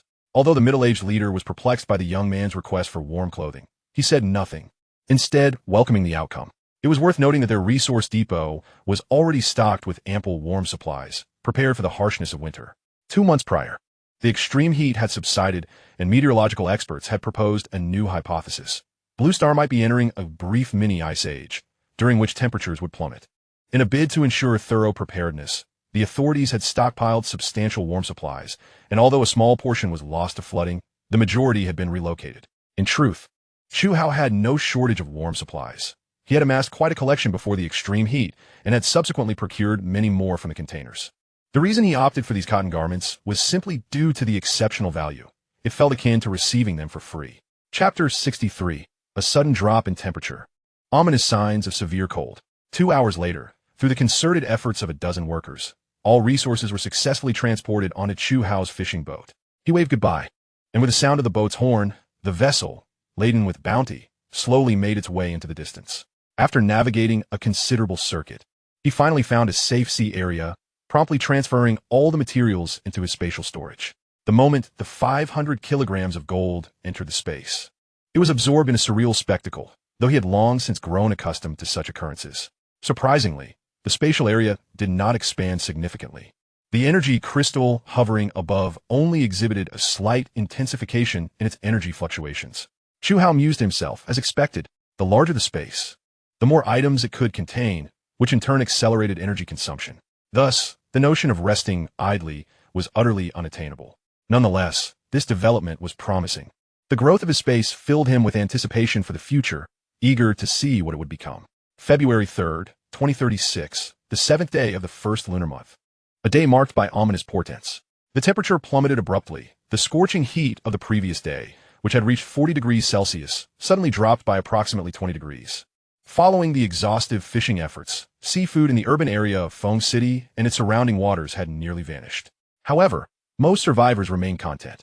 Over the course of several days, nearly everyone had exchanged a substantial amount of supplies from the authorities. Additionally, many had set aside some dried seafood, making for a reasonably comfortable New Year celebration. In waters over 100 kilometers from Feng City, a fishing boat floated steadily upon the sea. A young man donned in a white long-sleeve shirt adorned with a SpongeBob SquarePants design was at the stern, hauling in a fishing net with the aid of a winch. The meager catch consisted of only a handful of assorted fish, some seaweed, and a few small crabs and shrimp. Observing the paltry yield, Chu Hao grimaced, then sighed softly. Whether due to overfishing or the sudden drop in temperature, it seemed as though marine life had vanished overnight. He placed his hands on his hips, stretching his aching neck, before storing the seafood in his space and tidying up briefly before heading home. His brief tenure as a fisherman had finally come to an end. Moreover, he had an inkling that the severe cold was indeed approaching. As he neared Feng City, Chu Hao stowed the fishing boat and released his kayak, leisurely paddling his way home. Upon entering the urban area, he began to notice figures around him. Some survivors sat idly on their kayaks, attempting to fish with expressions of despair at their lack of success. Others were slowly gathering their nets or traps, returning home with faces marked by disappointment. Upon entering his neighborhood, he noticed a crowd gathered around his building, whispering among themselves as if something significant had transpired. As he drew closer, he spotted Bai Fan, Meng Tao, and others, all present. Curiosity piqued, he edged into the throng. Among them, a scruffy man stood on a kayak, arms crossed, watching the scene unfold. Inadvertently, Chu Hao bumped into the man's kayak, causing him to lose his balance and tumble headfirst into the water, spluttering and coughing as he surfaced. The scruffy man had inadvertently swallowed a mouthful of salty seawater. The comical nature of his predicament elicited muffled laughter from the crowd. Chu Hao grinned, but quickly stifled his amusement upon realizing he was the cause of the man's fall. "My apologies, sir. I truly did not intend to," he called out, swiftly paddling over with a look of contrition, extending his hand to grasp the man's arm and pulling him up, soaked and resembling a drenched chicken. The man scrambled back onto the kayak. Just as he was about to express his ire, he caught sight of Chu Hao's face, and his expression shifted dramatically, transforming into a goofy grin. "No worries, I actually needed a bath," he chuckled. At that moment, Bai Fan spotted Chu Hao and waved enthusiastically. Chu Hao returned the gesture with a smile, then turned to the man who had fallen in, inquiring with curiosity what happened up ahead, wiping the water from his face. The man replied hastily, "Well, you see, a woman jumped off a building to end her life, right from your building." His tone was laden with respect and a hint of fear, as he gestured towards the building to the right. It was no jest. Just days prior, he had witnessed this seemingly harmless young man swiftly and decisively take the lives of two individuals, his methods clean and ruthless, truly a wolf in sheep's clothing. In the face of such a ruthless character, he felt only fear and trepidation. Of course, Chu Hao had long forgotten that incident. Several days ago, a group had ambushed him while he was alone behind a building, threatening him to remain silent and demanding he lead them home to surrender all his provisions. The outcome was predictable. That group had collectively met their end. After bidding farewell to the man, Chu Hao leisurely paddled toward the center of the crowd, with some who recognized him quickly making way. In jest, it has come to my attention that within our community resides a certain young man from Block A1, room 3601, known for his ruthless demeanor, having claimed the lives of no less than a dozen individuals. It is imperative to acknowledge that the rule of law has long since dissipated. As long as one refrains from causing disturbances directly under the watchful eyes of the authorities or avoids escalating situations too significantly, one can expect little intervention. When Chu Hao found himself amidst the crowd, he beheld a stark white body, completely exposed and lying face up. It belonged to Jiang Yu, the female streamer from room 3502. The corpse bore faint signs of having endured torment, with bruises marking her skin. Falling from the 35th floor, despite the water below being over 10 meters deep, such a height renders the surface of the water indistinguishable from solid concrete. Though the body showed no external wounds, it was evident that the internal organs had been reduced to a pulp. Survival was unequivocally impossible. Chu Hao casually picked up his thin outer jacket and draped it over the corpse before departing on his kayak. Bai Fan and Meng Tao also averted their gazes, leaving with an air of calm indifference. The fate of the body was of no concern to them. As they entered the corridor from the fourth-floor window, Bai Fan hurriedly reached out to steady Chu Hao's kayak, pushing it forcefully into the hallway. The trio, Chu Hao leading, Bai Fan sandwiched in the middle, and Meng Tao bringing up the rear, ascended the stairs engaged in light-hearted banter. Suddenly, Chu Hao remarked, "By the way, I've been feeling that the weather has been rather abnormal lately. We should consider exchanging for some winter supplies." Meng Tao nodded in agreement, echoing, "Indeed. I intended to bring this up with you. The sudden drop in temperature today is certainly concerning." Bai Fan, eavesdropping on their conversation, took note. If this was the sentiment expressed by Brother Hao, he was inclined to believe it without question. Upon returning home, Chu Hao first took a shower. As the lingering odor of seafood clung to him, he tossed his clothes into the washing machine, poured the bathwater into it, and set the empty basin aside, securing the drainage pipe within the basin before pressing the start button. With the lower floors inundated, the toilet and drains had long since ceased to function. After the torrential rains, he had sealed them with cement to prevent any foul odors from wafting upwards. Currently, the toilet was filled with cat litter, which he replaced every few days. Though somewhat bothersome, it was manageable as there was no unpleasant smell. Others were not as fortunate. Nearly every household possessed a compost bucket, emanating an unbearable stench, requiring them to paddle far away to dispose of the waste. No one dared to dispose of refuse into the water below their homes, not due to an excess of morality, but because that very water was still a source of sustenance. The threat of disease or food poisoning loomed, a grave matter that could indeed cost lives. Nowadays, medicine was a precious commodity, and those with any stockpile were cherishing it, using it only in dire circumstances. Chapter 64, -5, Exchanging for Winter Supplies. That night, the temperature inexplicably plummeted by over 10 degrees, awakening many from their slumber due to the cold. Those with resources hastened to rummage through their belongings for thicker blankets. Those without such means resorted to layering multiple garments, resolving to visit the official exchange point at dawn to procure warmer attire. The following morning, the city lay shrouded in thick fog, visibility reduced to mere meters. Countless survivors could be seen hauling their belongings and dragging kayaks down the stairs. Bai Wei and Bai Fan found themselves caught within the chaotic throng, slowly making their way down. Outside the community, the waterway was already choked with various watercraft, the air filled with a cacophony of voices and confusion. After waiting for over an hour, the official transport vessel finally approached, prompting a rush as numerous survivors scrambled for positions, resulting in further chaos. On the deck of the transport ship stood 6 or 7 fully armed soldiers, rifles at the ready, their cold gazes sweeping over the crowd. Silence. Everyone listen closely. We have ample supplies. Please form an orderly queue. A staff member shouted hoarsely through a megaphone. Gradually, the cacophony subsided, and the crowd awaited eagerly. "Sir, I wish to exchange for 3 sets of warm clothing, preferably down jackets, along with a pair of insulated boots, and additionally, 2 thick quilts." The individual at the front of the line wore a sycophantic expression as he handed over his supplies. The staff member received the tattered bag with an impassive demeanor, glanced inside, and frowned, replying impatiently, "Not enough. This will only get you 2 sets of cotton clothing and boots." "What do you mean?" The man, hearing he could only exchange for 2 sets, grew frantic, insisting, "But sir, I just inquired yesterday, and you explicitly stated that 1 set of ordinary cotton attire costs 5 units of grain. Enough with the excuses. Yesterday was yesterday. Today is today. Will you exchange or not?" The official's expression turned frosty, his voice laced with menace. Rendered speechless, the man's face flushed red, but he ultimately sighed in resignation, murmuring, "I will exchange." There was little choice. Under the eaves, one must bow low. Fortunately, he had managed to stockpile a considerable amount of grain recently. Though the prices were steep, it was better than facing the cold without provisions, he reassured himself. Clearly, the authorities had come prepared. The transport boat was laden with thick garments, both new and old, in a myriad of colors and styles. Some individuals, upon hearing the exchange rates, grew visibly distressed and opted to leave, clearly reluctant to part with their precious grain. However, such individuals were few. The majority endured the pain of parting with their supplies for the sake of warmth. Those who had survived until now shared a common trait. They were exceedingly cautious. They preferred to believe in the possibility of misfortune rather than the absence of it.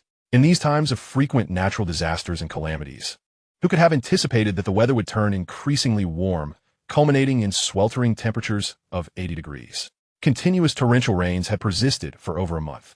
Strange occurrences are not uncommon, but this year seemed particularly rife with them, leading to a sudden drop in temperature that sent all into a state of panic.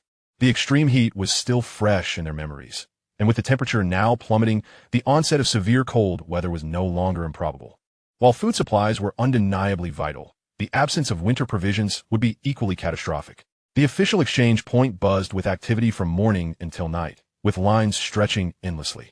Chu Hao, lacking the need for winter supplies, refrained from participating. Instead, he utilized the remaining sunlight to charge several depleted batteries, adhering to the principle of conservation. The following day, the oppressive heat had bid farewell, with temperatures plunging to -5 degrees, a thin layer of ice forming on the water surface. Although everyone had anticipated the impending chill, none expected it to arrive so swiftly. In merely 2 days and nights, the temperature had dropped from a sweltering 40 degrees to a frigid -5, a stark contrast akin to fire and ice. Survivors who had exchanged for winter supplies quietly rejoiced, while those who, for various reasons, failed to do so were left aghast, lamenting their misfortune, some even pinching their thighs in regret. Early in the morning, they hurriedly gathered their supplies and stepped outside, shivering in their inadequate layers. Fortunately, the official transport vessel had arrived.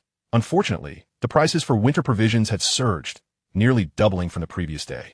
A few young individuals erupted in anger, vociferously questioning the officials about the price hikes. The officials, unfazed, displayed expressions of disdain and mockery, repeatedly reiterating, "Exchange if you wish, or don't.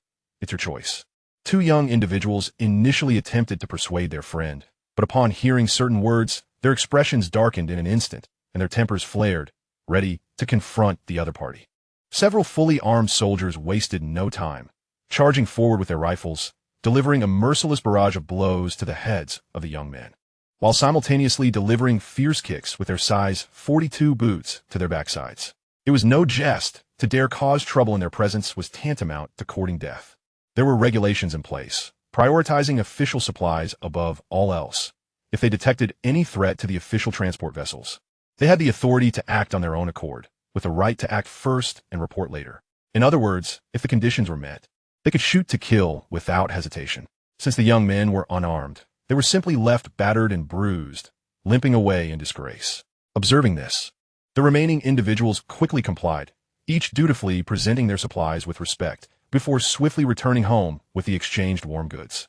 At Bai Wei's home, the living room featured a dining table beside a canister of liquefied gas, with a hot pot bubbling away on the stove, the red oil broth boiling vigorously, filling the air with a mouth-watering aroma of spicy and savory fragrances. Chu Hao, Bai Wei, and Bai Fan were thoroughly engrossed in their hot pot, their faces flushed, unsure if it was from the heat or the spice. Naturally, Chu Hao would not decline Bai Wei's generous invitation to dine, as he often took care of the pair, and sharing a meal seemed only fitting. However, upon arriving at Bai Wei's house, he was rendered speechless by the sight of an entirely seafood-based spread, which dampened his appetite. Without a second thought, he returned home to fetch beef, lamb, and various hot pot ingredients. Chu Hao was aware that he had grown somewhat indulgent, relying on the ample resources in his possession, and had become a tad picky about food. He recalled a time in his past life when he survived on cat and dog food. Surprisingly, the flavors were quite pleasant, akin to that of small biscuits. Yet, he relished this period of indulgence, as only gourmet delights could soothe him. Everything else felt insipid in comparison. After satisfying their hunger, they took a brief respite, during which Chu Hao imparted some knife techniques to the siblings. Although he was not a master of knife arts, he possessed the knowledge of how to wield a blade lethally, achieving instant fatality. As an old soldier would say, this was the essence of lethal technique. Such techniques were often about delivering a singular, decisive blow. There were no drawn-out battles of 300 exchanges. That was mere nonsense. In high-stakes confrontations, life and death were often determined in the blink of an eye. Courage was paramount. As the adage goes, the bold fear, not the reckless, and the reckless fear, not the desperate. Being timid only hastened one's demise. In this regard, Bai Fan exhibited greater promise than Bai Wei. At just 17, he was malleable and, more importantly, possessed a robust spirit. In the face of life-and-death moments, he was willing to fight tooth and nail, a trait that Chu Hao greatly admired. After 6 months of interaction, Bai Fan had developed an unwavering trust in Chu Hao, idolizing him to a fault and obeying him without question. This was precisely what Chu Hao wished to see, ensuring that his efforts and resources were not in vain. However, Bai Fan's character still required refinement. While endearing, it bordered on naivete. In contrast, Bai Wei's strengths lay in her maturity and meticulousness. She was astute and not foolishly altruistic. The personalities of the siblings complemented each other perfectly. On February 5, 2036, with temperatures plummeting to minus 13 degrees Celsius, the city's water surface had completely frozen over. However, due to concerns about the ice's stability, no one ventured outdoors, plunging the city into a profound silence and desolation. In room 01 on the 36th floor, Chu Hao resembled an ostrich, cocooned in his comforter, his entire form curled up with only his head protruding, his nose slightly reddened from the cold. An hour later, he finally stirred awake, stretching languidly only to feel the chilling air seep into his cocoon, the warmth having dissipated. Startled awake, he quickly grabbed his thermal pants and fleece top from beside the bed and donned them hastily. After dressing, he switched off the electric blanket that lay beneath his bedding. This electric blanket was a marvel, providing exceptional warmth, though it tended to dry out the air, leaving him parched upon waking. In truth, he had numerous heating devices in his space, but he felt it unnecessary for the moment, allowing his body to acclimate to the cold. After all, it was only a few degrees below freezing. Upon opening the bedroom door, he noted that the living room was decidedly chillier, with his breath forming visible puffs in the air. A layer of frost had settled on the windows, though it was not severe enough to obstruct his view. Standing before the floor-to-ceiling window, Chu Hao gazed down at the cityscape, where the water surface lay frozen, devoid of any human presence. The stillness making it seem as though he were the last soul alive. Others might be oblivious, but he understood that this was merely the prelude to the impending severe cold, with far worse to come. Retrieving a steaming cup of milk tea from his space, he sipped contentedly before turning toward the kitchen. The weather would only grow colder, necessitating the retirement of the refrigerator and freezer. He bent down to unplug them, then began transferring their contents to the balcony. Currently, his home was filled to the brim with supplies, except for his personal bedroom, with every other room overflowing with various non-perishable items. Cookies, instant noodles, small pastries, and sausages, to name a few. The bulk consisted of self-heating rice and hot pots. He had amassed an extensive stockpile of these convenient meals, with each flavor likely numbering in the thousands of boxes. Tearing open a pack of authentic Inner Mongolian beef jerky, he casually popped a piece into his mouth, nodding in approval as he chewed, the flavor delightful and aromatic. He settled onto the sofa and retrieved a bowl of duck blood vermicelli soup, a steamer basket of soup dumplings, 2 tea eggs, and a plate of pickled vegetables. A simple yet exquisite breakfast. Each soup dumpling was devoured in one bite, the savory chicken and pork filling irresistible. He lifted a biodegradable takeout container and finished the duck blood vermicelli soup in several hearty gulps, letting out a satisfied belch. In such frigid weather, dining required speed. Savoring each bite would surely result in a cold meal. Tidying up the remnants, he stored the waste in his space and retrieved a bottle of air freshener for a quick spritz before heading to the washroom to freshen up. Chu Hao had a peculiar habit. Each morning, he prioritized eating before brushing his teeth. After attending to his personal hygiene, he selected a long black cotton coat and a pair of lambskin gloves from his wardrobe, then donned a pair of mid-calf cotton boots before stepping out, feeling quite pleased as he ascended the stairs. During this period, he had grown increasingly distant from the family of Yi Changsheng, exchanging nothing more than nods and casual small talk when they crossed paths. As their household lacked for food, he saw no need to play the benefactor, though the child still affectionately called him godfather upon seeing him. Yet, Chu Hao had fulfilled his role admirably, routinely bringing the child an assortment of snacks and nutritional supplements, much to the chagrin of Yi Changsheng and Lin Xia, who wore expressions of guilt. Chu Hao, however, brushed it off, recognizing the principle that kindness could lead to resentment. He resolved to temper his generosity, believing that a single act of compensation would suffice. After all, he had offered Changsheng multiple opportunities which had gone unheeded, and he harbored no obligation to assist indefinitely. The road ahead for Chu Hao was destined to be bloody and fraught with violence. This was indisputable. Thus, it was clear that kind-hearted individuals were ill-suited to remain by his side. However, each individual's perception varies, and he does not deem it wrong for a person to possess a kind heart. One can only say that each harbors their own aspirations. He unlocked the door to room 3701, and due to the sealed glass in the living room, darkness enveloped the space. Switching on his flashlight, he cautiously made his way to the living area, where his gaze fell upon a pile of iron stoves. With time on his hands, he resolved to install the iron stoves in the room and also provide a set for Bai Wei's household. As for Yi Changsheng and Meng Tao's families, that could be addressed later. After all, One should not rush into things, for he was no fool. The iron stoves were not overly heavy. He could manage them alone. And he gradually transported 2 stoves into the corridor, along with several stovepipes, before securing the door tightly. Having completed these tasks, Chu Hao headed straight for the rooftop terrace. In his previous life, the onset of extreme cold had led Peng City to endure a devastating hailstorm. However, it appeared that Feng City would not experience hail this time. Nevertheless, the future promised a continuation of icy weather, with daylight growing shorter and the atmosphere becoming increasingly dreary. Thus, solar power devices would be rendered ineffective, prompting him a plan on storing everything in his space. Moving forward, he would rely on batteries for power, utilizing a diesel generator to charge them centrally. Though this approach was somewhat cumbersome, it would conserve fuel. Upon descending from the rooftop, Chu Hao knocked on the security door of Bai Wei's home. The door was opened by Bai Fan, who was enveloped in a thick blanket and appeared as if he had just awakened. Rubbing the corners of his eyes and yawning, he greeted, "Oh, good morning, Hao Ge." Bai Fan gestured invitingly. "Sister, Hao Ge has arrived." He called out to the bedroom, stretching his neck. Chu Hao rubbed his ears and lightly kicked Bai Fan's backside, expressing his displeasure. "Keep your voice down. Why are you calling for your sister?" "I came to find you." Bai Fan scratched his head, offering an awkward smile. "I thought you were looking for my sister." Chu Hao rolled his eyes in exasperation, sensing that the boy was teasing him. "Hurry up and get dressed. I'll be waiting here," he urged. Bai Fan, not wanting to delay, dashed back into the room and emerged within 2 minutes, clad in warm clothing. Simultaneously, Bai Wei opened her door, dressed in a set of plush cartoon pajamas, her delicate face adorned with a hint of delight. "Good morning. Have you eaten yet?" Bai Wei intended to ask if he was there for her, but upon seeing Bai Fan hastily emerge from the room, she quickly changed her words, feeling inexplicably disappointed. "I've already had breakfast," Chu Hao replied with a smile, his gaze inadvertently lingering on her hair. Astonished, "You cut your hair?" Bai Wei nodded lightly, her right hand instinctively brushing her ear-length hair, her beautiful almond-shaped eyes sparkling with joy. At that moment, Bai Fan, who was squatting on the floor putting on his shoes, suddenly chuckled and said, "Hao Ge, didn't you mention that long hair isn't advantageous for combat?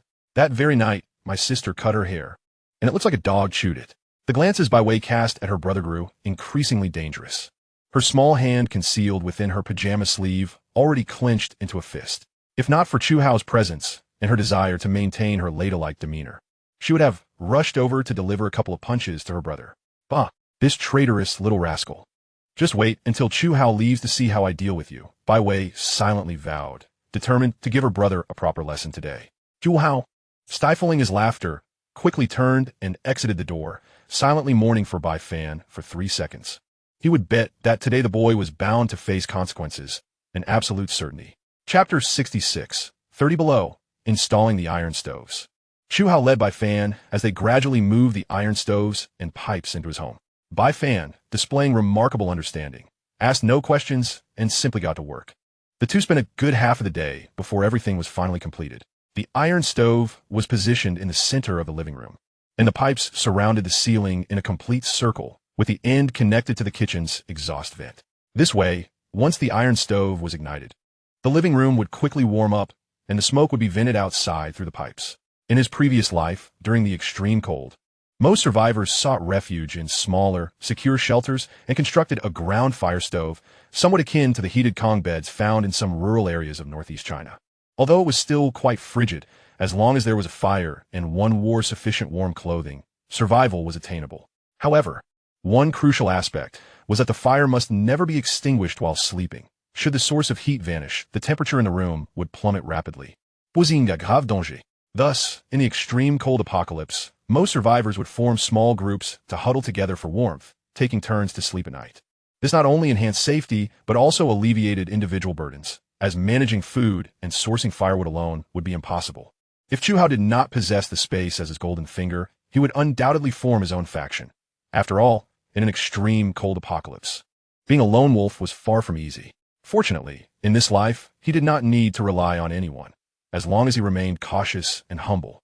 While not overly arrogant, he could not claim to outlast everyone in Blue Star, but he would certainly endure for a considerable time. "How good, this thing is quite ugly, isn't it?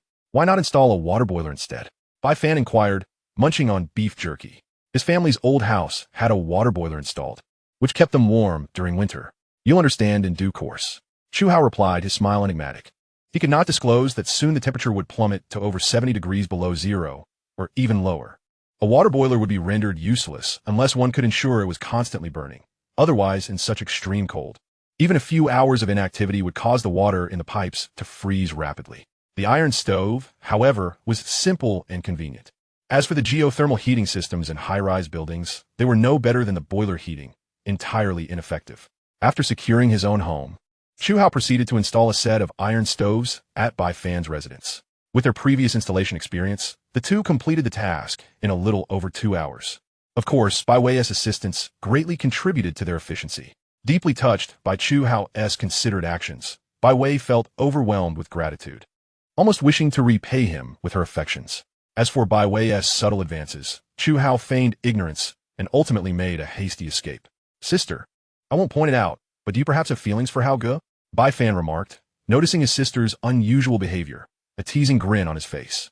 Caught off guard by her brother's insight, Bai Wei felt a rush of embarrassment, her face flushed, her gaze evasive and flustered. Bai Fan had merely spoken in jest, but upon seeing his sister's shy demeanor, he was taken aback, exclaiming, "No way. Sister, I'm not trying to discourage you, but you might not quite match up to Hao Ge. While I admit you have some char weight. Sister, what are you doing with that spoon?" Bai Fan intended to share his thoughts, but upon witnessing his sister rush into the kitchen, brandishing a large iron spoon with fierce determination directed at him, he was left utterly stunned. Sister, acting impulsively is a devil. I swear I was wrong.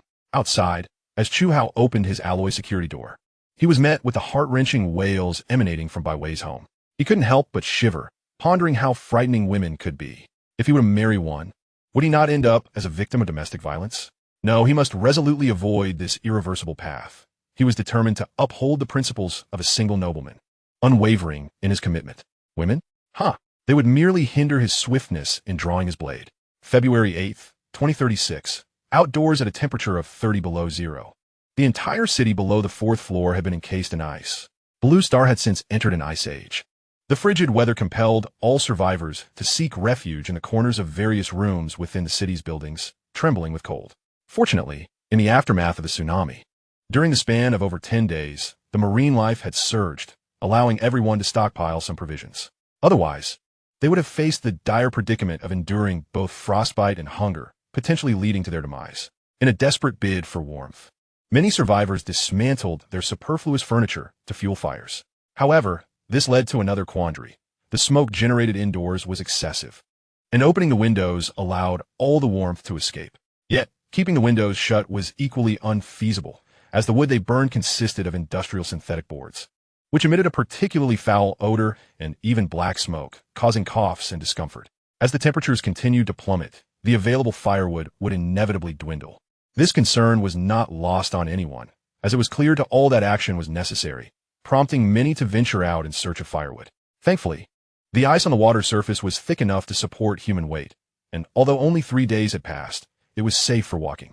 The utility of inflatable rafts was once again realized. Some individuals secured ropes to the rafts, enabling them to drag them across the ice while collecting any found materials. While many followed suit, others deemed this method imprudent. Despite the rubber material of the rafts, prolonged wear would surely lead to damage, and no one could predict how the weather would change. Once winter passed and the ice melted back into water, lacking rafts would pose a significant challenge. Such apprehensions were entirely natural.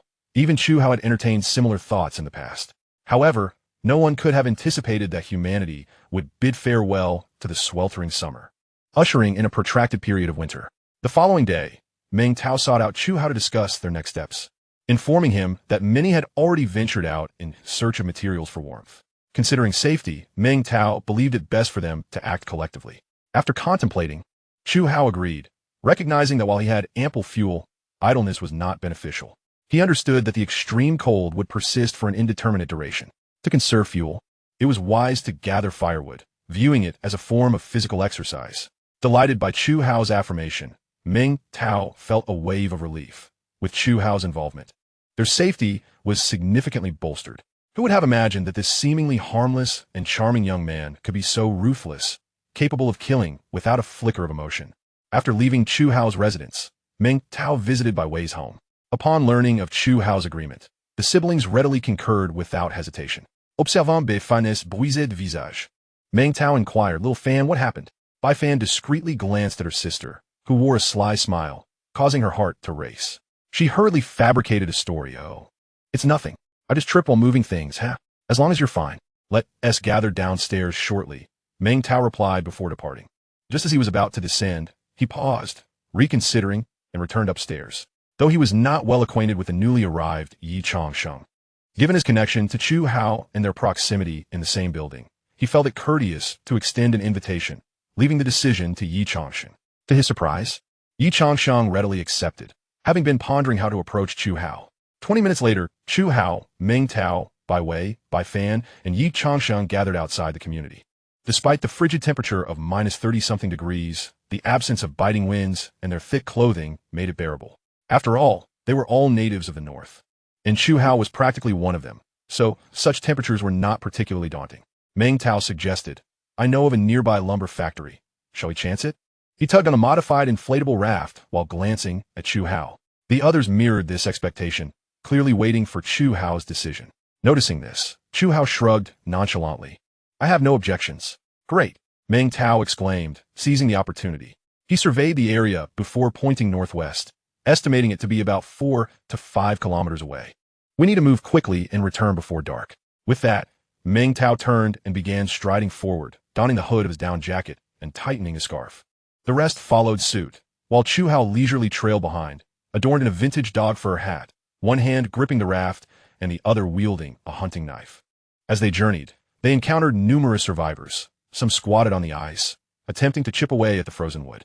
Chu Hao observed closely and discovered that the ice indeed concealed a wealth of wooden furniture. An hour later, they arrived at the lumber factory's vicinity, only to find it already crowded with people. The ice was bustling with activity reminiscent of a winter fishing festival. Within a 1-kilometer radius, countless survivors wielded their tools, vigorously hacking at the ice, the sounds of clattering echoing as shards flew about. Bundles of wood were extracted with remarkable speed, prompting cheers from those involved. Meng Tao, eager to join in, urged the group to hasten, plunging into the throng with the raft in tow. Chu Hao maintained a calm demeanor, trailing behind, his gaze sweeping over the bustling crowd and surrounding structures. This area had once been a timber wholesale market, but the tsunami had devastated many warehouses, scattering the wood across the ice. Scanning the crowd, he estimated not less than 2,000 people gathered, with the most abundant supply of timber being transported orderly by a group utilizing sleds. It was evident that this group was either official or part of some organized faction, as the surrounding survivors kept their distance, wary of approaching. At that moment, Meng Tao waved to Chu Hao from afar, calling out his name. Chu Hao redirected his attention. Striding over with the raft in tow, Meng Tao stood over a pile of logs frozen in the ice, most of them protruding above the surface. Bai Fan, clad in cotton gloves and wielding an iron axe, was diligently chopping at the ice, her cheeks flushed from the cold. Yi Changsheng assisted from another angle, using a rusty cleaver. Bai Wei, lacking an extra axe, guarded the rafts, holding a dagger with a watchful expression. Chu Hao approached, handing the rope to Bai Wei before bending down to retrieve a large fire axe from the raft, joining the labor force. Through the combined efforts of Meng Tao, Chu Hao, Bai Fan, and Yi Changsheng, they soon unearthed a substantial pile of partially wet, partially dry logs. Each log measured over 30 centimeters in diameter and nearly 3 meters long, proving quite heavy, totaling 13 pieces. Due to the difficulty of transporting the entire logs and the challenge of bringing them upstairs, the group decided to dismantle them on the spot. Splitting logs is a laborious task, and at this moment, Meng Tao's strength became evident. Towering tall and robust, he swung the axe with a formidable presence. In under 10 minutes, a long, thick log was reduced to chunks of wood approximately 1 meter in length. Bai Fan, youthful and spirited, possessed a tenacious resolve. After observing for a brief moment, he imitated Meng Tao's technique, letting out a spirited shout as he brought the axe down forcefully upon a log. However, his aim faltered. The axe blade skewed and struck the icy surface instead, sending shards of ice flying and creating a gaping hole the size of a bowl. He lost his footing and fell comically, landing unceremoniously on the ice. Laughter erupted among the onlookers, while Bai Wei felt a mix of concern and annoyance. Her teeth clenched in frustration. Having such a foolish younger brother was utterly embarrassing. Bai Fan clumsily rose from the ice, his face, still youthful and delicate, flushed with embarrassment. He then broke into a goofy grin. Chu Hao subtly distanced himself, his gaze on Bai Fan filled with an odd curiosity. a peculiar smile lingering at the corner of his mouth. His grandmother had always advised him against associating with fools, fearing their folly might be contagious. When Bai Fan smiled, the laughter grew even louder, prompting chuckles from several other survivors nearby. His appearance was truly unique, with a bruised visage and a missing tooth. His grin resembled that of a foolish country bumpkin. Realizing something felt amiss, Bai Fan licked his tongue across his gums, only to be struck with bewilderment. What happened to my half-tooth? 2 hours later, the crowd had not diminished. In fact, it had grown larger, likely due to a chain reaction of word of mouth. Chu Hao and his companions had made significant progress, their inflatable rafts filled to the brim with logs stacked high. Fortunately, before their expedition, Chu Hao had instructed everyone to reinforce the rafts with layers of transparent tape to prevent them from being punctured or crushed. Just as everyone was rejoicing in their success, Chu Hao noticed something amiss. The ice surface had been riddled with countless holes of varying sizes, and water was seeping from these punctures. Furthermore, he detected faint sounds emanating from beneath. In an instant, he crouched down, pressing his ear against the ice. "What's going on?" Meng Tao asked, utterly perplexed.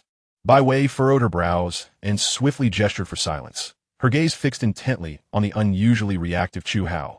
It was well known that Chu Hao was typically composed, rarely one to jest. Such abnormal behavior surely indicated a cause for concern. The others fell silent, their hearts heavy with an ominous sense of foreboding. After a few breaths, Chu Hao rose quickly, his face grave, and began to gather their belongings. "We need to leave," he urged, not allowing anyone the chance to question him. He seized the rope of Bai Wei's raft, wrapping it around his palm several times, and started dragging the heavy craft away. The others, seeing his urgency, hastily packed their things and followed suit. Thanks to the tape wrapped around the bottom of the raft, friction was reduced, allowing them to pull it along despite its heavy load. Yichang Sheng, aware of his weaker stamina, had packed less than the others, enabling him to keep pace with the group. Before long, they had gradually moved away from the center of the crowd, reaching the periphery.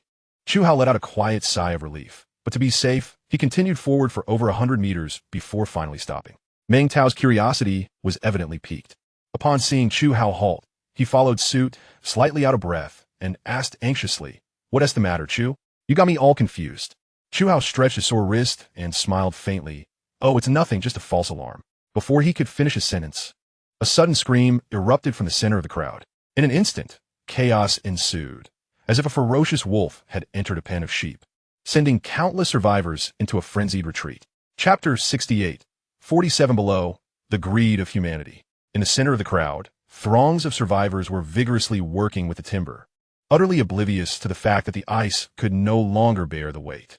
The multitude of holes had weakened the ice's structural integrity, causing it to emit sharp cracking sounds.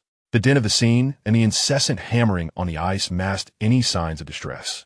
Then, without warning, the ice in the center of the crowd collapsed, plunging hundreds of people into the frigid, biting waters below. The drowning survivors screamed desperately for help, their cries of terror and anguish echoing through the air. Those fortunate enough to remain above the surface were momentarily stunned, but the next instant they turned and fled, some abandoning their means of transport, prioritizing their escape above all else.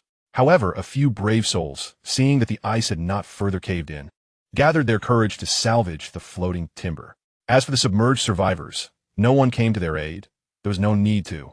Although the water was about 10 meters deep, the surface was strewn with logs and rafts, and anyone with a modicum of sense could avoid drowning. Greed can lead to death, and many who narrowly escaped felt a surge of fear, choosing to retreat immediately. Yet others remained undeterred, believing that fortune favored the bold. In the midst of the chaos, many gathered around the fractured ice, but before they could act, the ice crumbled once more. Only those who were far enough away or quick on their feet managed to escape the fall. This infuriated those who had just managed to pull themselves from the water only to slip back in again. In that moment, fear gripped everyone, and they promptly scattered in every direction, seeking safety. Meanwhile, not far off, Chu Hao withdrew his gaze, inhaling sharply as he turned to leave, dragging the raft behind him. His keen awareness, honed over 5 years in the apocalypse, dictated that caution was never excessive. As for the drowning survivors, they were likely unaware of the trials awaiting them. In the bitter cold of winter, soaked to the skin, if they did not quickly change into dry, warm clothing, they would soon succumb to hypothermia and ultimately perish from the cold. The remaining group exchanged glances filled with shock, dread, and relief, their emotions a complex tapestry. Watching Chu Hao's swaying figure ahead, they were left with a multitude of thoughts, particularly a strange curiosity about his past. What had he been before? What was his true identity? All signs indicated that Chu Hao was no ordinary person. The more they interacted with him, the deeper that feeling grew, as if a mysterious veil shrouded him, making him inscrutable. Around 4:30 in the afternoon, the group finally transported all the timber back to their respective homes, utterly exhausted. It was as if the workhorses of the production team had not labored as diligently. Chu Hao sprawled across the sofa, panting heavily, truly out of breath. Climbing up and down the 36 floors no less than 8 times, he regretted his choice of such a high vantage point as a safe haven. However, according to the plan, he intended to reside in this stronghold for no more than 2 years, which quelled any thoughts of relocating. Due to the butterfly effect, numerous details in this life have undergone alterations, whether it be extreme heat, torrential rain, or frigid cold, all have arrived prematurely. Consequently, it is highly probable that an eternal night will also descend ahead of schedule. Contemplating this, Chu Hao felt a surge of fervor within, and a piercing brilliance ignited in his profound gaze. After lying there for a while, the chill began to seep in, prompting Chu Hao to spring up from the sofa like a carp leaping from the water. And he proceeded to stoke the fire by adding a few small pieces of wood into the stove. He then retrieved a barrel of gasoline from his space. Dousing the wood thoroughly, once satisfied that there were no lingering safety hazards, he ignited the wood with a torch. The flames blazed vigorously due to the gasoline, and Chu Hao settled beside the stove, feeling the warmth envelop him gradually. From his space, he extracted a banana, squinting his eyes in leisurely enjoyment as he savored it. After finishing the banana, he casually stowed the peel away before producing a cluster of exquisite, luxurious grapes. He relished fruits, not only to satiate his cravings, but also to replenish essential vitamins and nutrients. Truly a win-win. As for the plethora of health supplements he had hoarded in his space, such as various multivitamins and dietary supplements, they would have to wait. Their value would only increase with time. Though the fruits he stored were not abundant, they were ample enough to last him a lifetime, perhaps even more than he could consume. Should these treasures be revealed to others, the spectacle would be astonishing, and explaining their origin would be impossible. Thus, some things were meant solely for his enjoyment. Otherwise, his secret space would be exposed, leading to considerable trouble. After putting the remaining grapes away, he suddenly recalled a matter. While bananas do not require washing due to their peel, had he forgotten to wash the grapes? Oh well, a little dirt never hurt anyone. He then made his way to the kitchen, selecting an appropriately sized stewing pot. From his space, he retrieved half a pound of lamb chops and half a pound of beefsteak, cleaning them thoroughly before placing them into the pot with fresh water. He then returned to the living room, positioning the pot atop the stove, perfectly balancing warmth and culinary endeavors. Tired of takeout, he felt compelled to cook himself. As for boiling water, he excelled at that. He added ginger and scallions to the pot, tossing in a packet of seasonings. Voila! In just over an hour, dinner would be ready. An hour later, the aroma of meat wafted throughout the house, igniting a ravenous appetite. His home, having been sealed for warmth and situated on the top floor, meant he had no worries about others detecting the scent. Even if they did, he wouldn't mind. The authorities had become virtually non-existent. With consecutive disasters decimating their strength, they had little time to concern themselves with other matters. With the daily death toll rising, it was impossible for them to manage everything. However, those who had survived until now were predominantly intelligent individuals. In reality, the mindless fools depicted in films were a rarity. Riding the wave of warmth, he tore off a tender, succulent lamb chop, dipping it in chive blossoms before savoring it.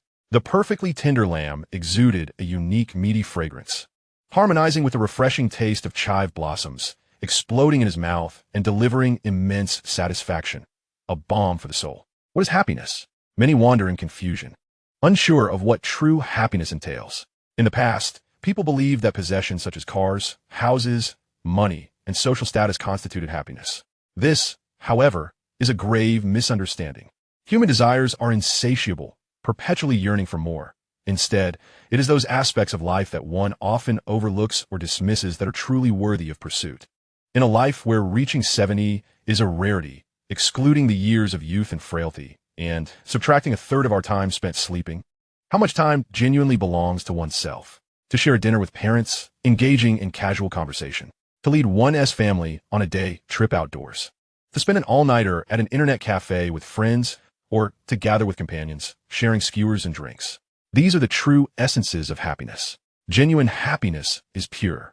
Many feel discontent simply due to a lack of discerning eyes to recognize it. February 15th, 2036, outside temperatures plummeted to minus 47 degrees.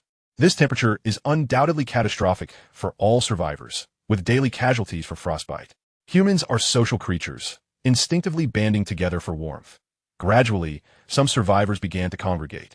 They organized themselves, with some venturing out to seek food, others gathering firewood, and some scavenging for various warm items.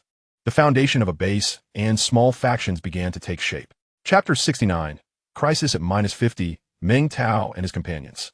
In the following days, Meng Tao and his group ventured out daily in search of warming materials. While Chu Hao went fishing 3 days and sunbathing 2, his participation dictated solely by his mood.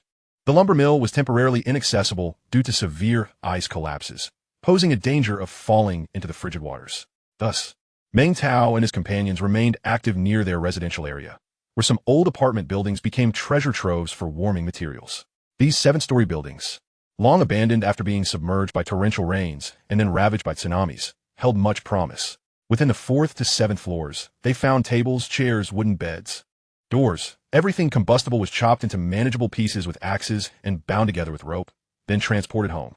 Though somewhat cumbersome, it was safer, and the buildings provided shelter from the wind, offering slightly warmer conditions than outdoors. They also discovered that these vintage apartments were filled with wooden furniture. Many homes boasted solid wood paneling on their walls, frames, wardrobes, and floors. This revelation filled them with excitement, leading to the decision to remain in these old buildings for the coming days. It is worth noting that this area is the old city center, densely packed with 7-story buildings. Although the lower floors were frozen, the combustible materials available would suffice for quite some time. Unfortunately, their joy was somewhat premature. In this world, clever individuals are never in short supply. What they could conceive, others could also imagine. February 21st, 2036, temperatures dropped another 6 or 7 degrees, with nighttime lows plummeting to minus 50. The skies darkened, snowflakes began to drift down, gradually intensifying until it transformed into a heavy snowfall. Overnight, the entire city was draped in a blanket of pristine white, adding a touch of breathtaking beauty to the otherwise desolate landscape. Yet, with all survivors preoccupied with the struggle for existence, there was no time to appreciate the season's first snowfall. Many suffered from a lack of dietary fiber and vitamins, leading to constipation, and the time spent in the restroom lengthened considerably.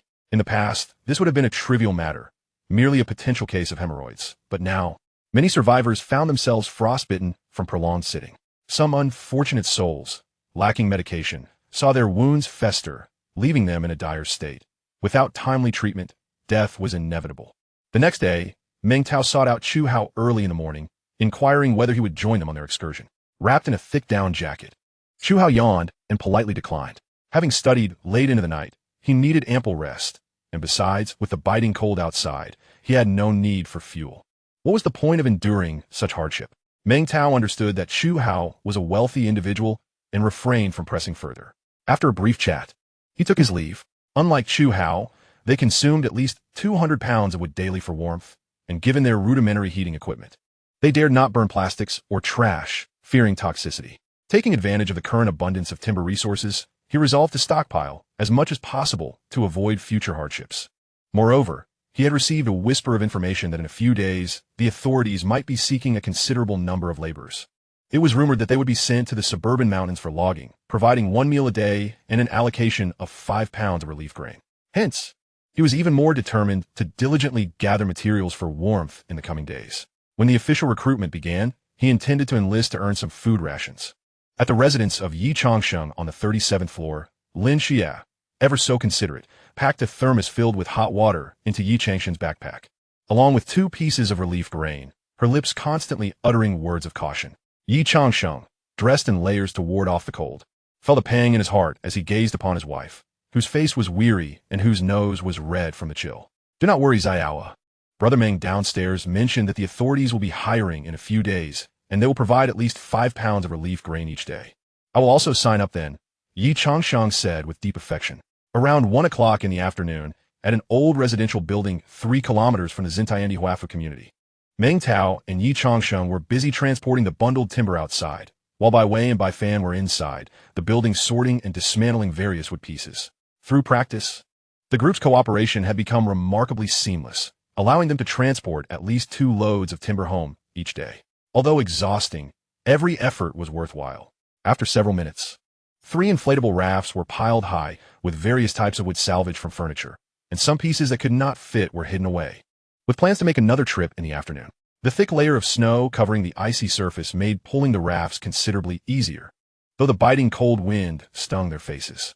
At that moment, 6 or 7 somewhat bulky figures suddenly emerged from the corner of the building, encircling them completely, each armed and exuding a menacing aura. Meng Tao and the others' faces changed drastically, their hearts sinking as they realized they had unknowingly been targeted. Quick to react, Meng Tao seized a fire axe from the raft, his body tensing up. Bai Wei and Bai Fan, without a moment's hesitation, gripped their weapons tightly, their expressions grave as they focused intently on the intruders. In contrast, Yi Changsheng appeared visibly flustered, his face pale with fear, and only when he saw the others armed did he frantically search for a weapon himself. Who are you? What do you want? Meng Tao surveyed the area, feigning calm as he shouted. A man stepped forward from the group, clad in a thick green military coat, his figure swathed tightly. Wielding a long machete with dark brown stains that hinted at blood, its blade glinting ominously. What do we want? He scoffed, his tone dripping with mockery, before pointing the machete at Meng Tao and coldly declaring, "Are you blind? Can't you see we are here to rob you? Silly giant, we only seek riches, not blood. Leave everything behind, and you may go unharmed." The 4 exchanged quick glances, each contemplating their next move. The assailants numbered 7, armed with machetes, and judging by their build and the exposed parts of their faces, they appear to be quite young, likely around 20. Meanwhile, there were only 4, with weapons that paled in comparison. Only Bai Wei and Bai Fan had decent arms. Meng Tao's expression darkened as he realized that if the intruders were truly only after money, it might still end badly if they decided to betray that promise. Seeing the hesitation among them, the leader exchanged glances with the others, prompting them to step closer, ready for action. Hey, those who know the times are wise. You can always find more things, but life is only one. Think carefully. The man continued his psychological assault, knowing full well that in their disadvantaged position, they would likely comply to save their lives. Once the opponents relaxed and relinquished their weapons, they would be like fish on a chopping board, completely at their mercy. As he contemplated this, his gaze flicked to Bai Wei, a fleeting glimmer of lust flashing in his eyes. Despite their layers of clothing, he could still ascertain that this young woman was likely quite attractive. However, the leader was unaware that Bai Fan had caught sight of the fleeting desire in his eyes. Instantly, Bai Fan's expression turned cold, a surge of murderous intent rising within him. He recalled the advice from Chu Hao: in times of great peril, maintain your composure. Never panic in a crisis, bide your time, and catch your adversary off guard to strike decisively. With this thought in mind, Bai Fan swiftly removed the scarf wrapped around his neck, revealing his youthful yet slightly innocent face, which was now marred with an expression of terror and fear. His body trembling slightly. "Big brother, I am not yet an adult. Please don't kill me.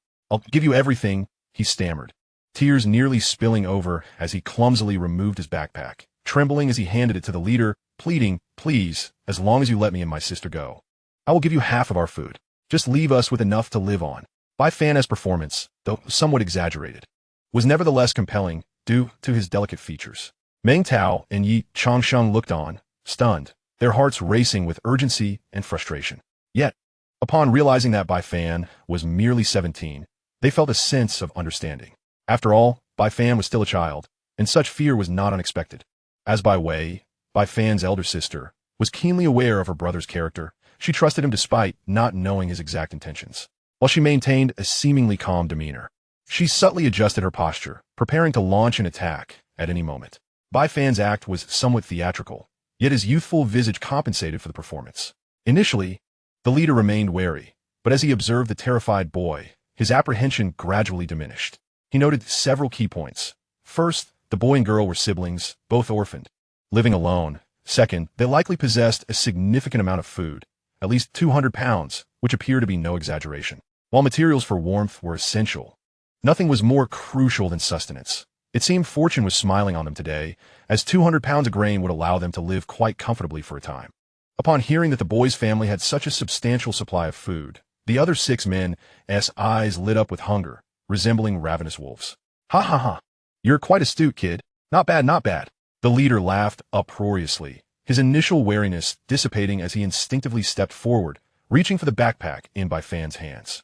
Bai Fan nodded and bowed, adopting a subservient demeanor while secretly calculating the distance between them, fervently hoping that Meng Tao and Yi Changsheng would grasp his intent.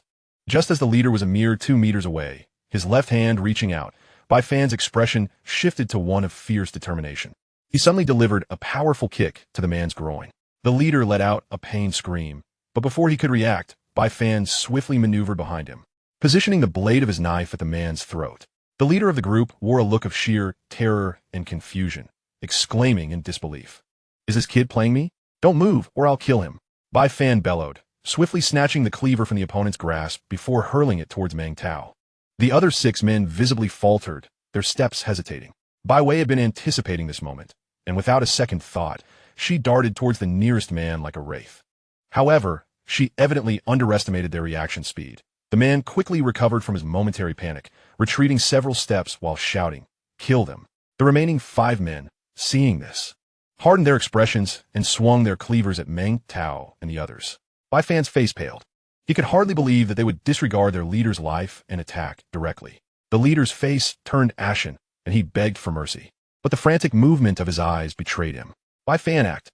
After Bai Wei's initial attack faltered, she caught a glimpse of her brother's anxious expression and noticed the man's shifty eyes, prompting her to shout a warning to Bai Fan. No longer hesitating, Bai Fan steeled himself, gripping the dogleg knife tightly and swiftly slashing across the leader's neck, blood gushing forth in torrents. Though it was his first time taking a life, he felt no discomfort. Instead, a surge of exhilaration coursed through him. The leader collapsed with a thud, his body convulsing violently. Bai Fan scanned the surroundings. Meng Tao was embroiled in chaos, holding his own against 2 assailants, his cleaver dancing with lethal grace. Bai Wei was also locked in a fierce battle with another man, who had clearly sustained injuries. His jacket was torn, feathers flying everywhere. Yi Changsheng was in dire straits, shouting helplessly as he flung his axe, which proved futile, only to be sent sprawling by a kick from his opponent. All of this transpired in an instant, before Bai Fan could react. 2 more assailants charged at him with their cleavers, though their eyes betrayed a hint of caution. Bai Fan executed a roll to evade their combined strike.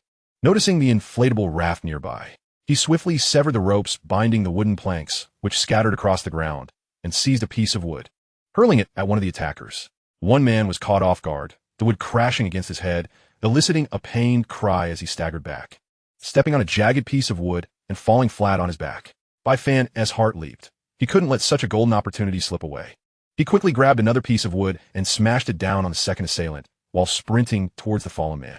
In a few swift steps, he reached him and without waiting for him to rise, unleashed a flurry of blows with the dogleg knife upon his head. Blood splattered everywhere as the downed man howled in agony, resembling a grisly slaughter scene. Out of the corner of his eye, Bai Fan caught a glimpse of a shadow, and instinctively realized the danger. He swiftly retreated to the right, his knife instinctively raising to block. The next moment, a sharp metallic clash rang out, sparks flying. Bai Fan felt a jolt of pain in his hands, nearly dropping the knife as he shook his wrist, silently acknowledging how close he had come to disaster. However, the thrill of having dispatched 2 men filled him with exhilaration. Evidently, he had indeed learned genuine skills from Chu Hao, mastering the art of killing.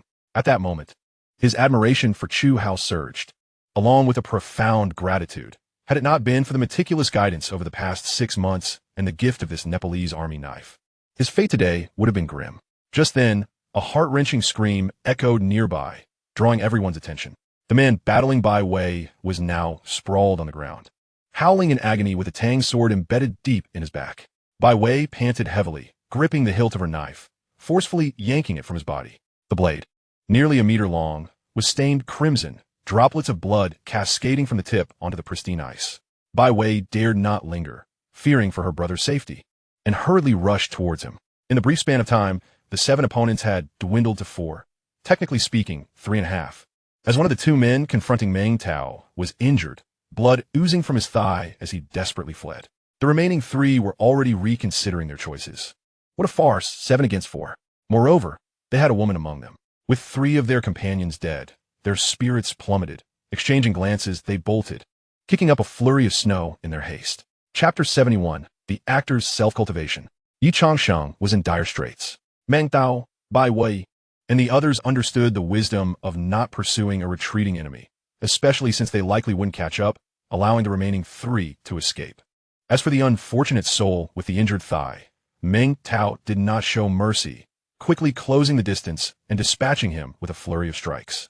Bai Wei's chest heaved violently as she rushed to Bai Fan's side, her eyes filled with concern as she checked for any injuries.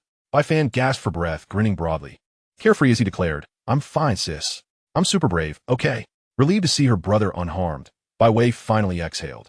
At that moment, Meng Tao approached, his cleaver stained with blood, wiping his face as he gasped for air, his complexion flushed from exertion. "Is everyone all right?" he asked, glancing at Bai Fan with admiration. Unable to contain his praise, "Good job, kid. I didn't see this side of you before. You're quite the actor." Bai Fan grinned widely, clearly pleased by Meng Tao's compliment. "Heh, I've learned from my brother Hao. It's just the basics." Bai Wei rolled her eyes in exasperation, retorting, "You call that acting? You were out of breath." Just as she was about to continue her teasing, she suddenly noticed Yi Changsheng collapsing not far away. "Brother Yi seems injured," Bai Wei exclaimed, rushing over. Bai Fan and Meng Tao were momentarily stunned. They had completely forgotten about Yi Changsheng. They hurried to his side, finding him pale, sweating profusely, blood trickling from his mouth, and his clothes in tatters. They could not immediately discern where he was injured. "Changsheng, where are you hurt?" Meng Tao inquired urgently. Coughing, Meng Tao found his mouth filled with blood. He knelt beside Yi Changsheng, examining him closely, his gaze settling on Changshen's abdomen, his pupils contracting in alarm. Due to the thick layers of clothing, especially the black outer jacket, the knife wound on his abdomen was not immediately visible. The 3 exchanged worried glances, their expressions grim. As a mortician, Bai Wei had some experience with first aid. She instructed Meng Tao to support Yi Changshen's head and lay him flat, but soon found herself in a quandary. Treating the wound was one thing, but the frigid environment and lack of medical supplies made it a formidable challenge. "What's wrong?" Meng Tao asked, noticing Bai Wei's troubled expression. She glanced at the severely weakened Yi Changsheng and pulled Meng Tao aside to briefly discuss essential first aid knowledge. Meng Tao was momentarily stunned upon hearing this. Indeed, the current environment posed a significant challenge. Even the simplest task of dressing a wound was rendered impossible. In such frigid temperatures, once the opponent's clothing was removed, it would likely take less than 5 minutes for a person to succumb to the cold. "Brother Meng," Yi Changsheng suddenly interjected. Upon noticing this, Meng Tao and Bai Wei hurried back. "I'm here. Rest assured, we will certainly bring you back," Meng Tao consoled. Though inwardly he sighed softly, fully aware that Yi Changsheng was unlikely to survive. "Cough. No need to comfort me, I know. Cough. I am finished." Yi Changshen's complexion grew increasingly pallid, his breath more labored. "Tell Xiaoya, my husband, cough, is not a coward. If possible, please. Help." The words remained unspoken as his head drooped, signaling his last breath. Though Yi Changsheng did not articulate his thoughts, they could surmise the essence. He likely wished for them to care for his wife and child. Unfortunately, in this harsh reality, survival was a struggle for anyone, and such a promise was beyond what anyone could offer. Even their own families were on the brink of despair, leaving little room for compassion towards others. "Let us go. We must at least bring back the body." Meng Tao's tone betrayed a hint of despondency, tinged with a sense of melancholy. In this wretched apocalypse, no one knew whether tomorrow or unforeseen calamity would strike first. Perhaps tomorrow, it would be their own demise. Who could tell? As for Yi Changshen's death, Bai Fan and Bai Wei felt little emotional upheaval, merely a sense of poignant reflection. By 4 o'clock in the afternoon, an open space near the community, Yi Changshen's body lay atop a wooden pyre half a meter high. Chu Hao doused the corpse with an entire bucket of gasoline and, after lighting a cigarette for himself, ignited the pyre. Lin Xia watched, tears streaming down her face as the flames consumed her husband's remains, her heart aching profoundly, as though it were being wrenched from her chest. Just that morning, he had left in good health, and now she returned to a cold, lifeless body. Such a reality was unbearable for anyone. Meng Tao, with a sorrowful expression, sighed repeatedly, clearly burdened by guilt, knowing he had been the one to call Yi Changsheng out, resulting in this tragic outcome. For Chu Hao, however, Yi Changshen's death was of little concern. In this end-of-days world, the demise of an individual was all too commonplace. If blame were to be cast, it lay solely on the whims of fate, nothing more. The fierce flames raged for over an hour until all that remained was ash. Only then did Lin Xia gather her husband's ashes in a plastic container. Upon returning to the upper floor, Chu Hao led Bai Fan to apartment 3701. Bai Fan stood in awe at the sight of the abundant supplies and 2 diesel generators, his mind in a state of bewilderment. Stop staring. Hurry up and move the stuff, Chu Hao urged. Bai Fan, responding with a quick "oh," promptly picked up an iron stove from the living room to carry outside. His mind swirling with questions, so many whys. He finally understood why Chu Hao had not been gathering firewood. He had an entire living room filled with smokeless coal, not to mention the diesel generators. Though he was filled with inquiries, he refrained from asking, as a loyal right-hand man. He understood that the most fundamental principle was to follow orders without prying. In his spare time, he had taken to reading to enrich himself, particularly enjoying 2 books, The Actor Studio and How to Be Someone's Right-Hand Man. It must be said that he had gained immense insights and inspiration from them. After toiling for over an hour, they finally installed the stove in Lin Xia's home. Meng Tao conveyed Yi Changshen's last wishes to Chu Hao. For the man who had once gifted him a beautiful childhood, Meng Tao harbored a lasting sentiment, reminding himself repeatedly that even as the world descended into darkness, he must retain a glimmer of light within his heart. Should that light extinguish, he would be condemned to live in shadow until he met a painful end. In such a scenario, the dragon-slaying youth could become the very dragon he sought to vanquish, or perhaps he had been a dragon all along. Due to various reasons, he had gradually distanced himself from Yi Changsheng and had offered no assistance. Now that Yi Changsheng had passed, leaving behind a widow and child, he felt compelled by both emotion and reason to not turn a blind eye.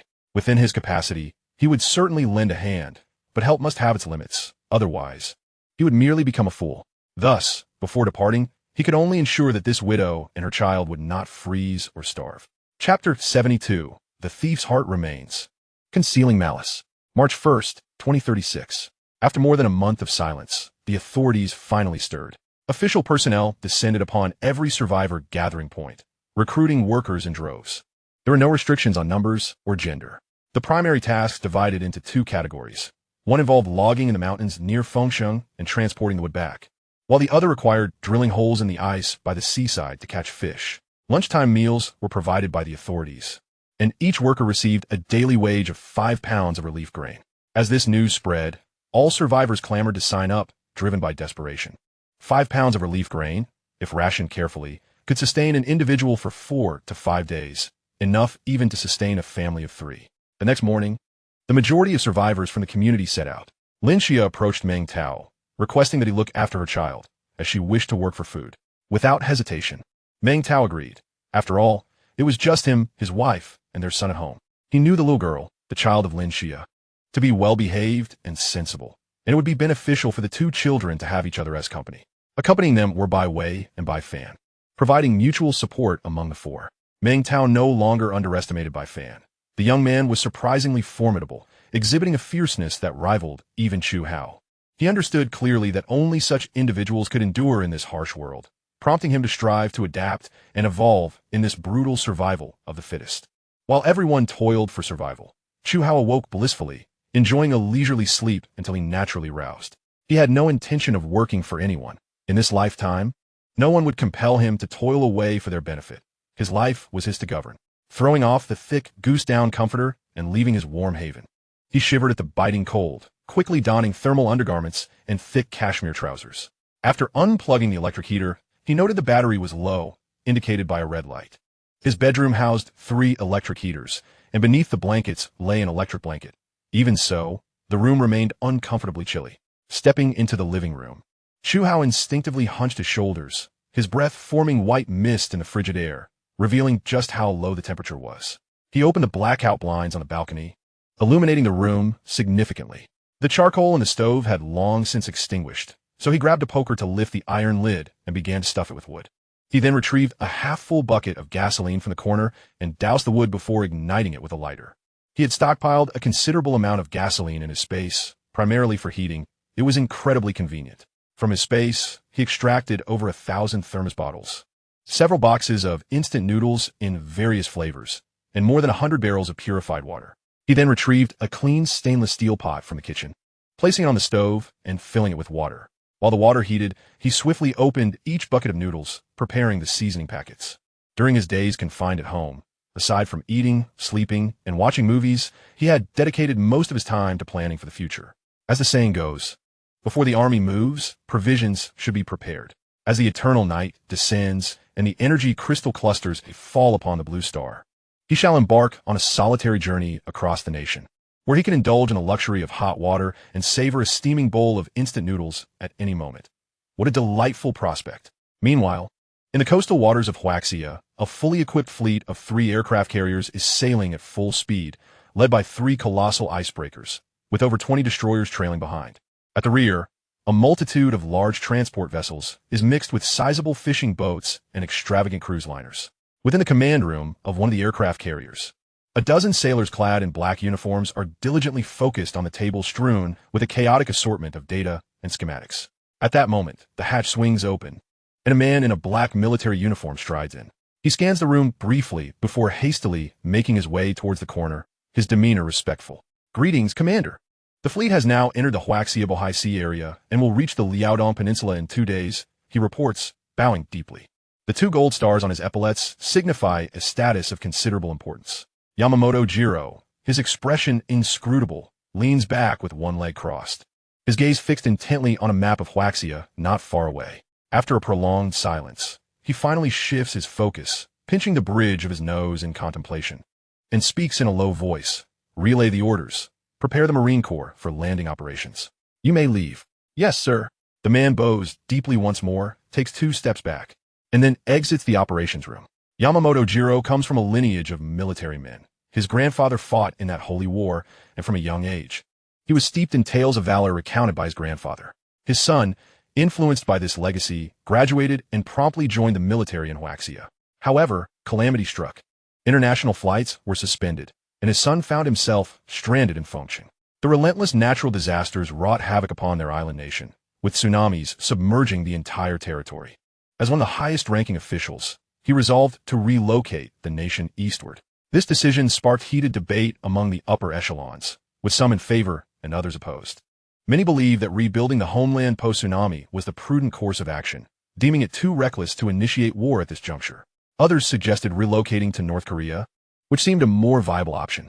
Ultimately, through eloquent persuasion and some clandestine maneuvers, Yamamoto Jiro swayed the upper echelons to his side.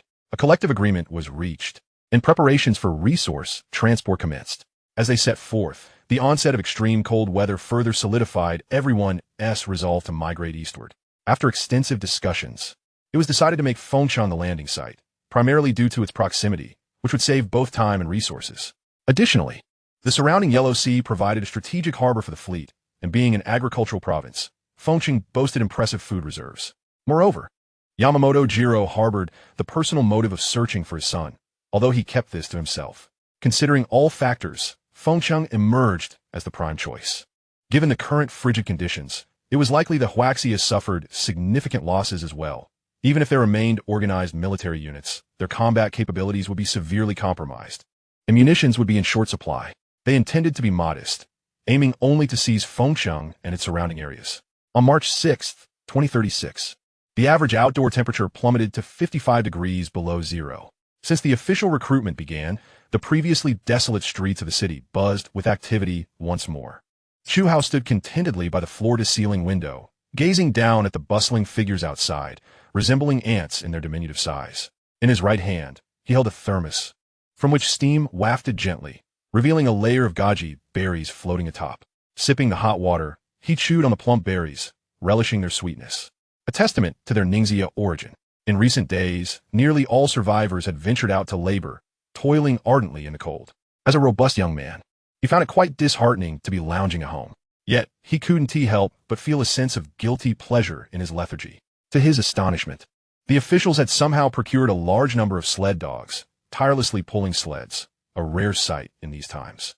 He had once contemplated getting a dog himself, but the thought was abandoned due to various considerations, a significant portion of which stemmed from his own laziness. Looking at the glowing coals in the stove, Chu Hao suddenly craved roasted corn.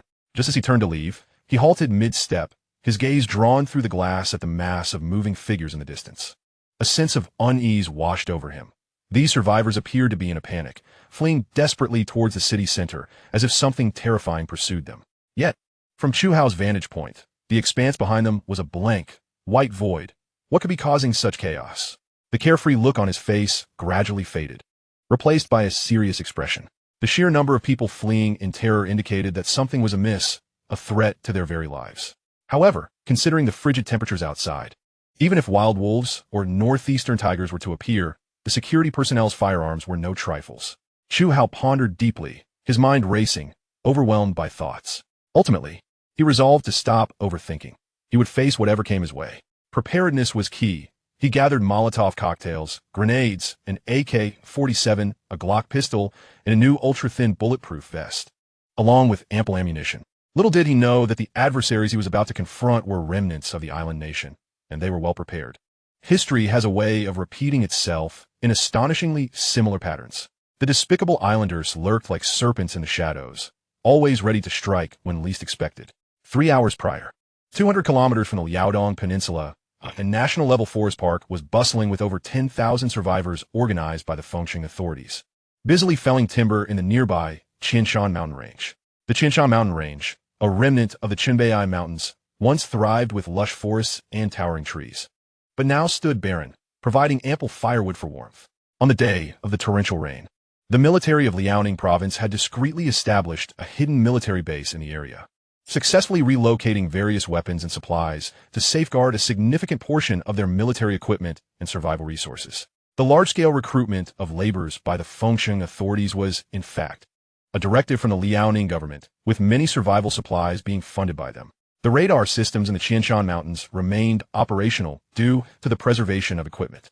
Suddenly, the base's air defense alarm blared, its piercing sound resonating throughout the valley. All the survivors, engaged in their tasks, looked up in bewilderment, scanning their surroundings.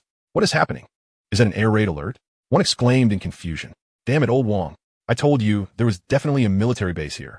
Shoo, get back to work. The leading officer is coming. All the survivors were engaged in animated discussions, yet none paid heed to the air raid siren. After all, in this apocalyptic world, what could possibly threaten them? Just then, a deep rumble echoed from the distant mountaintop. All eyes turned towards the sound, where a slender object shot into the sky, its tail ablaze with orange flames, soaring into the clouds before swiftly veering off and racing into the distance. The witnessing survivors gaped in astonishment, nearly bursting with disbelief. What did they just see? Was that not a small rocket? But wait, why would the official base launch a rocket without reason? Within the confines of the Qianshan military base, alarms blared as countless soldiers busily attended to their duties. The armory was opened, and soldiers swiftly gathered their designated equipment in perfect unison. In the operations command hall, spanning over 1,000 square meters across 2 levels, the bright lights illuminated a plethora of sophisticated devices arranged in the center. Report, sir. The enemy drone has been destroyed. Radar monitoring indicates a signal detected less than 300 kilometers southeast of our base in the Bohai Bay. Technicians are attempting to establish contact with them. Please advise. The speaker, a handsome young man clad in black special forces attire, handed over a stack of documents with both hands. Attempt to contact them 3 times. If there is no response, issue a level 1 combat order. Lock onto the target, and upon detection of any short-range missile launch, intercept immediately and retaliate. The commanding officer, a man nearing 60 with graying hair, donned a military green training uniform, exuding an air of authority with deep lines etched beside his nose that hinted at a formidable presence. Additionally, send telegrams to the surrounding bases inquiring about their status, and contact Liaoyong to ensure Fengsheng remains on high alert. The commanding officer dispatched his orders with methodical precision. Little did Yamamoto Jiro anticipate that the military response would originate from Liaoning province, successfully downing one of their few reconnaissance drones. Soon, as fresh intelligence flooded in, they confirmed the arrival of unexpected guests in the Bohai Bay off the Liaodong Peninsula. Although their dispatched reconnaissance planes had been destroyed, the final images were transmitted back. The high-ranking officials in the operations command room were collectively enraged. Damn it, it was the island nation as scoundrels. It was evident that the island nation, submerged by a tsunami, had left these refugees with nowhere to turn, compelling them to cross the seas and invade Chinese territory. The audacity of these wretched souls, even in such dire times, to contemplate invasion and warfare was infuriating. Sir, I propose an immediate mobilization meeting and the establishment of the first layer of defense along the Qianshan Mountains. These refugees do not come with good intentions. We must be vigilant. Indeed, their naval vessels are stationed in Bohai Bay. Their targets are either Kilu or us in Liaodong. I recommend we launch long-range missiles and strike first. I oppose the use of short-range missiles. We only have fewer than 20 combined, which is our trump card and should not be squandered lightly. I concur with the Chief of Staff. Our nation is in peril, and with the upper echelons neglecting us. Depleting our resources could leave us vulnerable in the future. In the smoke-filled command room, voices clashed as everyone offered their opinions, the atmosphere charged with tension. The commanding officer, seated at the helm, wore a pensive expression, his ashtray filled with remnants of burnt tobacco. Clearly, he was grappling with intense internal conflict. Engaging in battle was imperative, for defending one's homeland is the duty of a soldier. Moreover, as a Chinese citizen, allowing the enemy to encroach upon their doorstep without retaliating was simply unacceptable. However, the strategy of engagement was crucial. Currently, their base was severely lacking. While it appeared they had ample weaponry, every use diminished their stock. They possessed equipment from the munitions factory, yet the materials for manufacturing weapons and ammunition were scarce, necessitating frugality. Furthermore, manpower was insufficient, with the total number of soldiers at the base barely exceeding 20,000, including non-combatants and logistical support personnel. After a prolonged contemplation, the commanding officer finally declared, all combat personnel at the base are to prepare for action immediately. Evacuate all nearby civilians and notify Fengsheng, Bincheng, and Shuncheng to initiate a conscription order for all able-bodied youth aged 18 to 30. We must draft them into service. Chapter 74. It might be time to flee. With the High Command's orders issued, the colossal war machine of the military base sprang into action. In the nearby National Forest Park of the Qianshan Mountains, male survivors were vigorously felling trees, the sound of axes ringing as which shavings flew. With a resounding crack, a towering tree succumbed to gravity, sending a flurry of snowflakes into the air. Bai Wei and Bai Fan were assigned to the same group, tasked with clearing the branches from the logs and binding the dried twigs with ropes.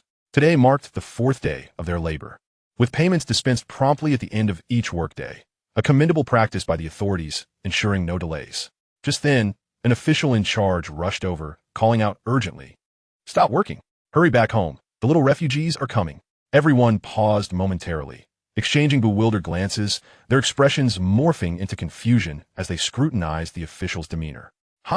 Don't worry, boss. If those little refugees show up, I'll make sure they 1T recognize their own mother," boasted a burly man clad in a yellow work outfit, wearing a women's knitted hat adorned with rabbit ears, which appeared comically out of place.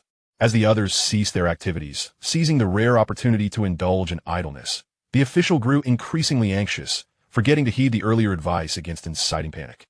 "I'm not joking. The military base just sent word that the little refugee ships are docked in Bohai Bay. You all saw that rocket launch, right? That was to intercept the little refugee planes. Hurry up. If you don't leave now, it'll be too late." Upon hearing this, many began to believe the official's words. A wave of fear washed over everyone. This was the harbinger of war. Among the crowd, Bai Wei and Bai Fan wasted no time, grabbing their axes and heading homeward. Seeing their swift departure, the others quickly followed suit, abandoning their posts. The previously boisterous man in the yellow work outfit sprinted away faster than anyone, disappearing in an instant. In no time, all the individuals at the mountain's foot had fled, leaving nothing but chaos in their wake. Meanwhile, in the living room, Chu Hao was engrossed in his work, having crafted over 100 Molotov cocktails and preparing 300 fully loaded magazines. In the event of a life-or-death scenario, he ensured they could maintain firepower for at least half an hour. Just then, a rapid knocking at the door interrupted him. With a thought, he stashed away all his belongings, leaving only a Nepalese army knife and a machete. Then he approached the security door cautiously. His door lacked a peephole due to safety concerns, as some lockpicking techniques involved inserting specialized tools through a peephole to unlock the door. "Who is it?" "Chu Hao in quit la vie, fighting decent de." "It's me, Bai Wei," came the grave voice from outside, breathless and anxious. At this, Chu Hao stowed the machete away and opened the door, allowing Bai Wei and her brother Bai Fan to enter. "What happened? You seem flustered." "Chu Hao in quit," plopping down onto the sofa. Bai Fan swallowed hard, hastily tearing off his scarf as he gasped. "They say the little refugees have arrived, and they're right by the seaside." "What on earth?" Chu Hao tilted his head in evident surprise, quickly using his pinky to tap his ear, severely doubting whether he had just imagined what he heard. Beside him, Bai Wei promptly elaborated, "It's the refugees from the island nation. The authorities have stated that the refugee ships have already reached Bohai Bay, and it seems the situation is quite dire. Oh, by the way, are you aware of the Qianshan Mountain Range? It turns out there's a military base there, and they even launched rockets today." Bai Wei appeared quite animated, chattering on and on, causing Chu Hao to furrow his brows in deep concern. Setting aside the veracity of this matter, one could ascertain from their words that the situation was likely true. The island nation, surrounded by the ocean, had been plagued by relentless natural disasters. Culminating in a catastrophic tsunami, it was inevitable that the nation would be submerged. Therefore, an invasion of refugees into Huaxia was indeed a possibility. And for such a despicable race, there was nothing they would shy away from doing. Contemplating this, Chu Hao felt a surge of frustration. In his previous life, due to the lack of information, he had never heard anyone mention such news. Had he known, with his cautious nature, he certainly would not have chosen Fengsheng as his initial refuge. However, since the situation had arisen, lamenting and regretting was futile. The next step should be a matter of choice. As a proud young man of Huaxia, emotionally, he should resist foreign invaders and defend his homeland. Yet reason urged him to swiftly gather his belongings and flee, for that was the wisest course of action. Moreover, the island nation was undoubtedly well prepared for war, which posed a significant threat to Fengsheng. Chu Hao remained silent, rapidly weighing the options for his next move.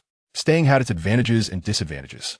The benefit being his spatial abilities, which, if effectively utilized, could yield considerable profit from the refugees, thereby indirectly weakening the enemy.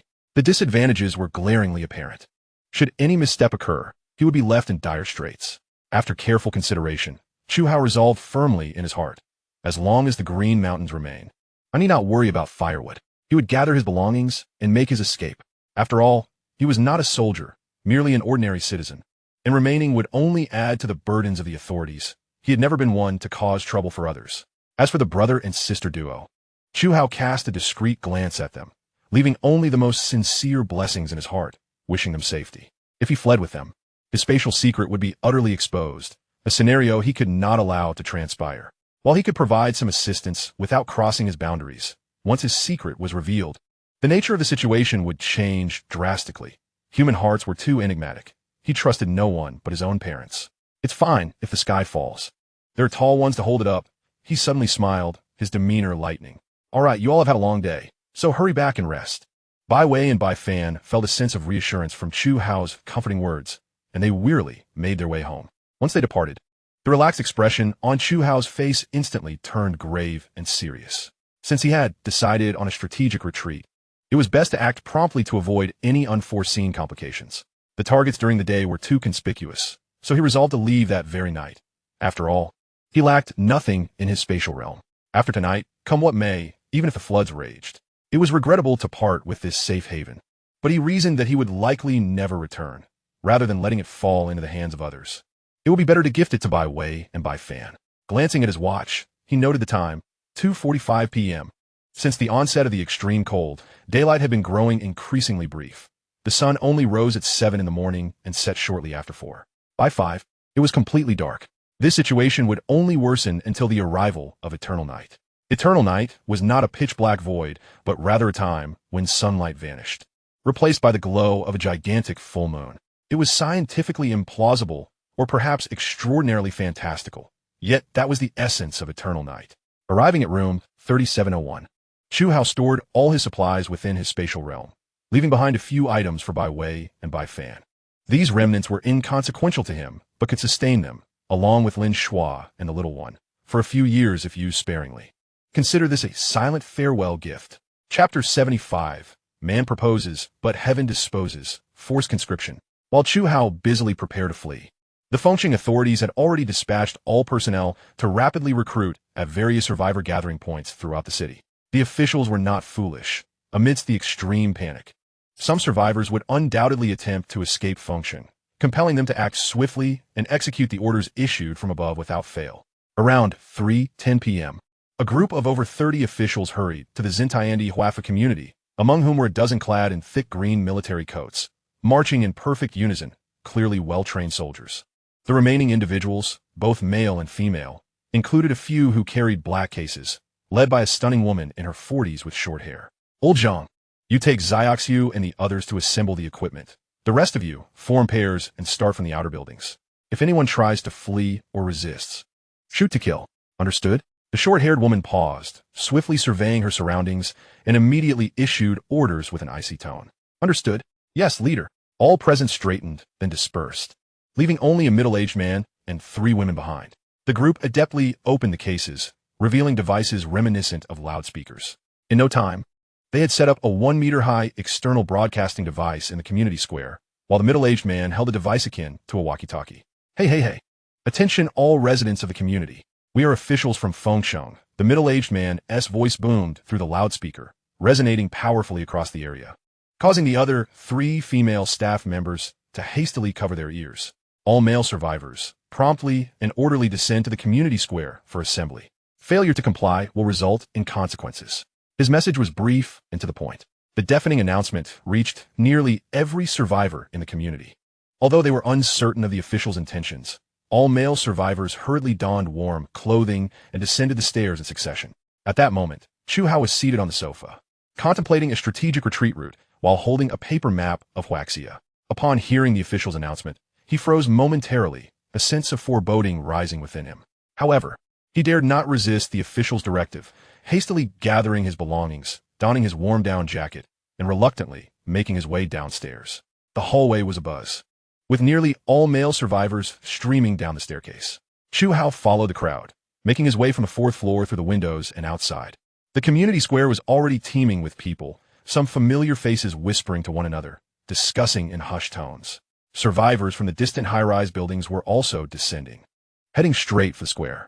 Within just a few minutes, the square was a sea of humanity, with a massive crowd estimated at 4,000 to 5,000 men alone. Not even counting the women. Chu Hao surveyed the throng, astonished at the sheer number of survivors in their community, a sight he had never noticed before. In the crowd, Meng Tao and Bai Fan scanned their surroundings until they finally spotted Chu Hao and hurriedly navigated through the masses. Huzzy, what on earth is the officialdom up to? A sense of unease enveloped Meng Tao as he approached Chu Hao, lowering his voice to convey his concern. Chu Hao subtly shook his head, indicating his own uncertainty, while the ominous feeling within him intensified. At that moment, a dozen soldiers, armed with rifles, returned from various directions, their expressions inscrutable as they stood impassively on either side of the crowd, their gazes icy and unyielding. Silence, commanded a voice. I want all those under 18 to stand on my left and those over 30 on my right. Do not dawdle, move quickly. A striking woman with short hair approached a middle-aged man, seizing the device from his hands and speaking with a tone far colder than the weather itself. In an instant, the throng divided into 3 distinct groups. Bai Fan, being under 18, reluctantly made his way to the left. Meng Tao, nearing 40, joined the crowd on the right, while Chu Hao remained rooted in place. The children on Bai Fan's side numbered only a few hundred. Most were young, with the youngest perhaps 6 or 7 years old. Their cherubic faces were flushed from the cold, lips cracked, and their innocent eyes glimmered with confusion. The cold-eyed woman surveyed the crowd with a chilling gaze, compelling many to avert their eyes in submission. Eventually, her attention settled on the children to her left, and her demeanor softened slightly. Those under 18 may return home, she announced. Though the children were perplexed, they ultimately complied, wrapping themselves in layers and glancing back at their families with each step. I'm sure you are all wondering why you have been summoned, she continued, her gaze hardening once more. It is because the party and the nation require your service. Many of you have likely heard the news. Indeed, today remnants from the island nation have crossed the sea to our beloved China. Reliable sources indicate that a fully equipped fleet has docked in Bohai Bay, poised to invade our homeland at any moment. History warns us of their predatory ambitions. And as sons of China, it is your duty to defend your homeland. To flee is to display cowardice. The Liaoning provincial government has issued wartime orders. All citizens aged 18 to 30 must enlist to resist the enemy. Those who fail to comply will face military justice. Citizens over 30 are not mandated to serve. However, I urge you all to enlist and serve our nation, for it is also to protect your families. At her words, the crowd erupted into chaos, resembling a bustling marketplace. What do you mean enlist? What will happen to my child? My son is only 10. Panic spread like wildfire. This is madness. Had I known, I would have joined the others on the right. I look old enough anyway. Damn it. These refugees dare to trespass upon our Chinese territory. I will enlist and rid us of these scoundrels. Laughter erupted from some, as others expressed their outrage. Why are those over 30 exempt from mandatory service? This is unjust. The crowd was a mix of fervor and despair. Some were animated, as if infused with newfound vigor, vehemently raising their arms in outrage, while others wore expressions of profound sorrow, their eyes betraying an acute fear of war. Among them, some were visibly distraught, worried not for themselves but for their children. In this moment, countless emotions were laid bare. Chu Hao's face remained composed, yet within him surged a tumult of despair. He had been prepared to flee that very night. Yet, fate had other plans. Now, he was effectively being conscripted to assist the government in managing the refugee crisis. He knew well the fate that awaited deserters, execution on the spot, and the risks were too great. Furthermore, he had no intention of fleeing at such a time. Though a self-interested individual, he still harbored the spirit of a son of China. Had he left before the conscription order, he would have felt no guilt. After all, he was not a soldier, and while fleeing might be seen as shameful, it was a natural human instinct. However, now, to escape would be to forsake his humanity. Chapter 76. Born under the red flag, nurtured in the spring breeze. To ensure that everyone can rest easy, the government will provide unified supervision for the children left behind, along with basic support. Please do not worry about this, the woman reiterated, observing the 7-foot-tall men before her, whose faces reflected despair.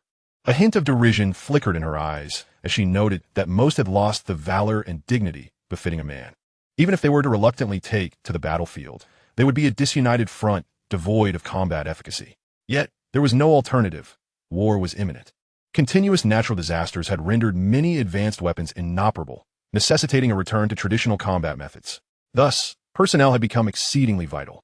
Having lived 2 lifetimes, Chu Hao understood the subtleties of human expression, and he perceived every nuance of the woman's demeanor. With conscription now a reality, he had to strategize on how to survive this impending conflict. The government's desperate recruitment indicated a significant deficiency in military strength, targeting primarily those aged 18 to 30. As this cohort generally possessed a higher overall aptitude, youthful impulsiveness often translated into fervor in battle. Yet, there lingered the suspicion that they might be viewed as cannon fodder. Those over 30 typically had richer life experiences. As the saying goes, the older the horse, the more cunning. With age comes a plethora of fixed ideas and diminished courage, making them less likely to engage the enemy, let alone defeat them. Therefore, to survive in war, one must first avoid becoming cannon fodder and strive to ascend the ranks, ideally attaining some position of authority, where the greater the rank, the longer the life. The second point was currently unattainable for Chu Hao, as he had no acquaintances in the military and no means to purchase rank. Thus, he could only focus on the first. His mind raced, swiftly analyzing the situation. He glanced at the cold-faced officer at the forefront of the crowd and formulated a plan. Reporting to the commander, as a son of China, in this time of national peril, I shall lay down my pen for the sword to serve my country and vanquish our foes. This is the duty of every Chinese son, for I was born under the red flag and nurtured in the spring breeze. Chu Hao's voice resonated through the crowd, his countenance solemn and dignified, his gaze unwavering, each word a fervent declaration of patriotism.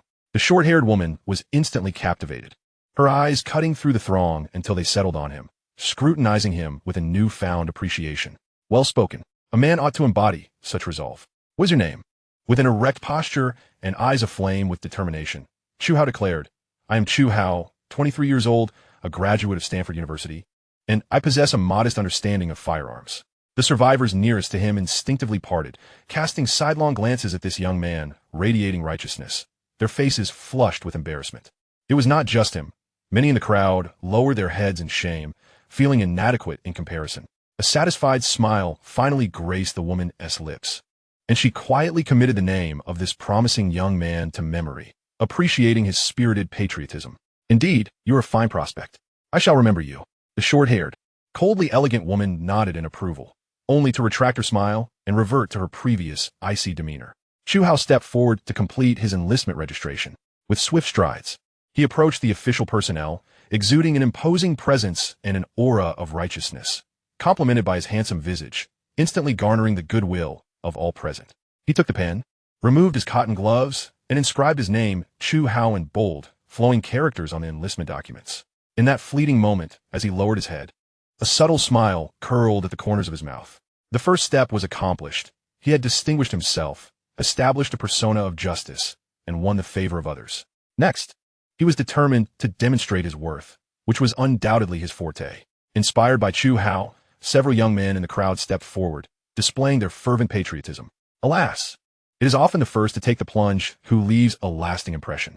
The short-haired woman was quite satisfied, although these young men were conscripted against their will. Even if they harbored 1,000 grievances, they would have to serve as soldiers. Yet, Chu Hao's actions undeniably stirred their blood and enthusiasm, a most favorable development.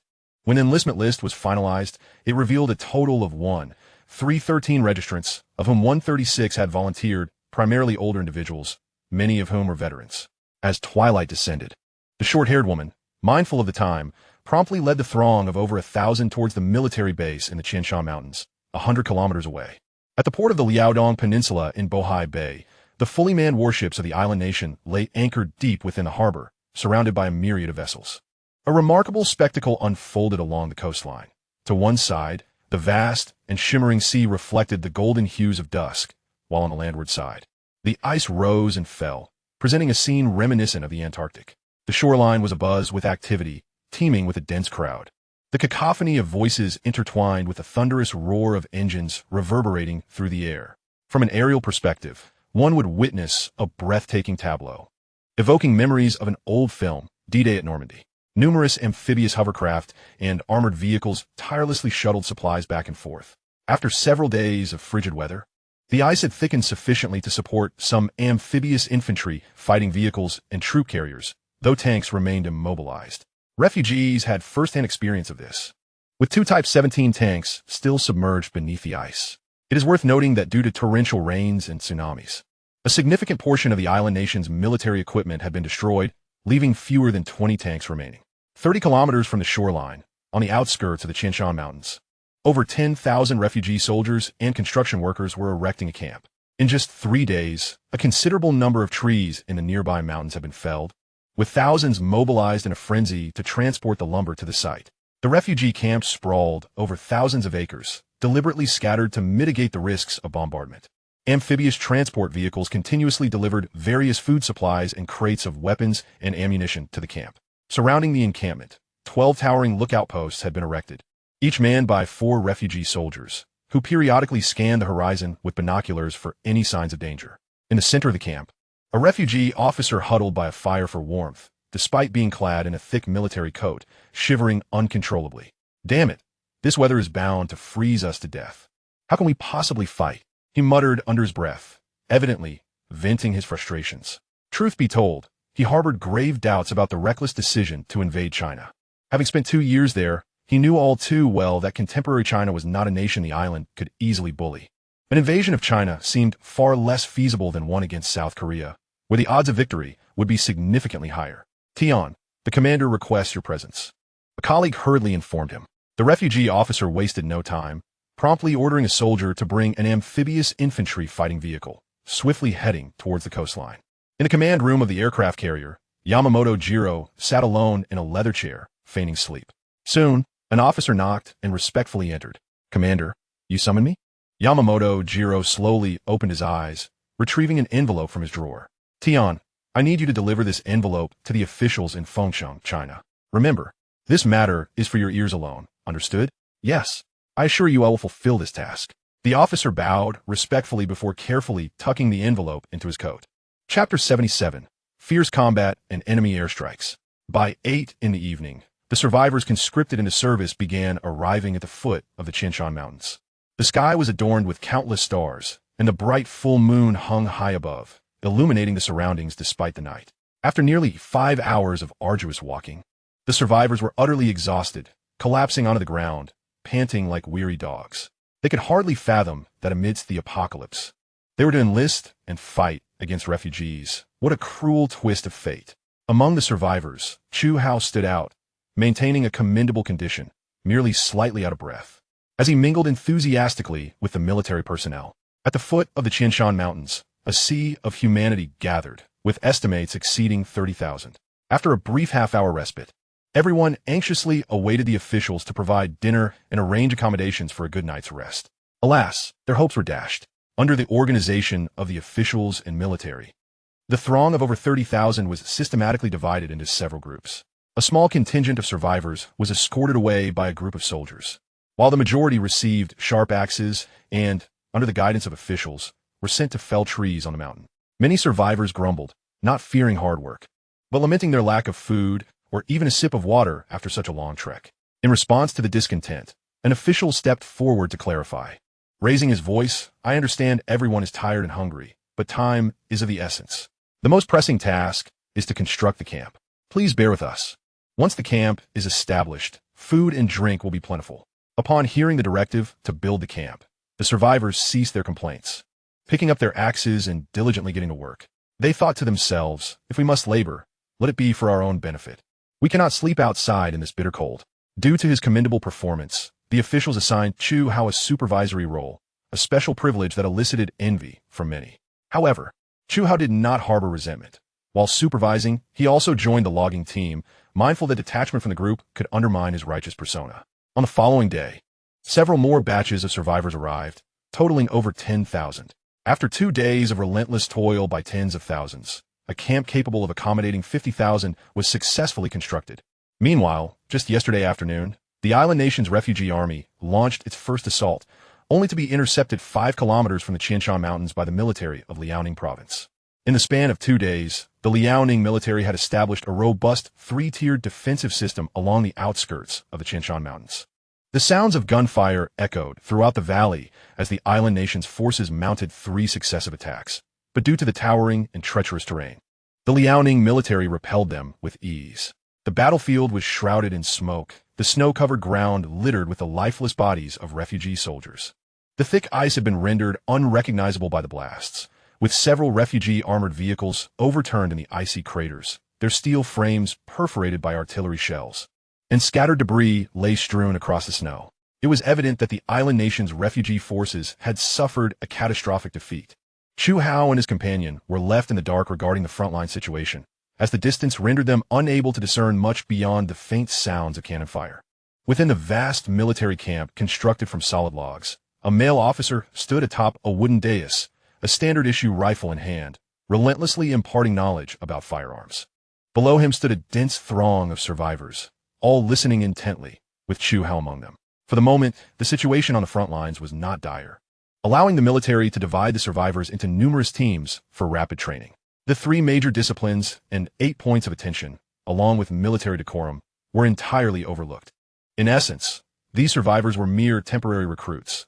The military was satisfied with their ability to fire a weapon, expecting nothing more. On the 3rd day, as all survivors gathered around a large iron pot for a meal, the camp's air raid sirens suddenly blared. Quickly, run to the foot of the mountains, the officer shouted, reacting swiftly as he dropped his belongings and bellowed at the panicked crowd. In the midst of the chaos, upon hearing the alarm, Chu Hao hastily stuffed the remaining morsel of ration into his mouth before bolting outside. The camp erupted into a frenzy, with people scattering in every direction. In their panic, many survivors inadvertently fled in the opposite direction, heading straight towards the urban area of Feng City. As Chu Hao ran, he cursed under his breath, "What the hell? It's the end of days, and there are still bombers? Or long-range missiles?" At that moment, the military base in the Qianshan Mountains launched its defensive missiles, sending 5 into the sky in rapid succession. The next instant, the air was filled with the deafening roar of explosions. All survivors instinctively looked up, their hearts shaken by the sheer power of modern weaponry. But before they could revel in the moment, 2 swiftly moving shadows appeared high above. "Holy crap, those are missiles! Run!" Some survivors, having recognized the missiles, screamed in horror, their voices rising to a crescendo. The 2 missiles arced through the air, landing just outside the camp, crashing through the ice with a devastating impact. Boom! The ground trembled as the ice within a 100-meter radius was obliterated. Nearby wooden structures collapsed with a thunderous crash, fragments of ice and wood scattering like petals in the wind. Several survivors caught close to the blast were hurled several meters away by the force, landing painfully on the shattered ice, howling in agony. Chu Hao, fortunate to be farther away, emerged unscathed, though his expression was grim, acutely aware of the terrifying might of humanity's pinnacle of weaponry. Though he was a reborn individual with a spatial advantage, his ability to utilize that space was limited to inanimate objects, rendering him without any means of self-preservation. This was why he remained so cautious. After hiding for a considerable time, the air raid alert was finally lifted. The military promptly summoned medics to attend to the wounded and called the remaining survivors to regroup and repair the camp. "Is there a Chu Hao here?"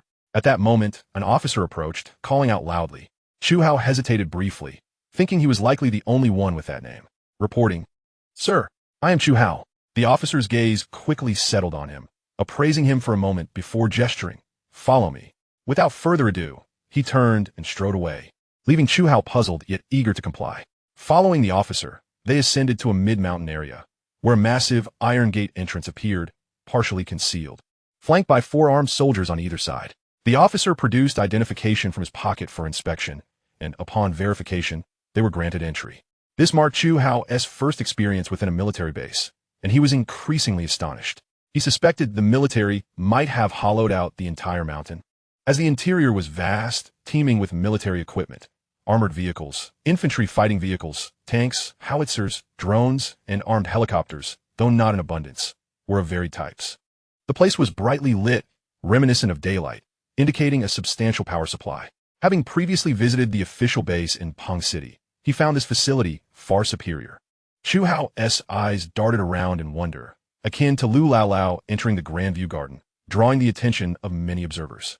After navigating several turns, the leading officer finally halted at the door of a room. "You may enter," he instructed before departing.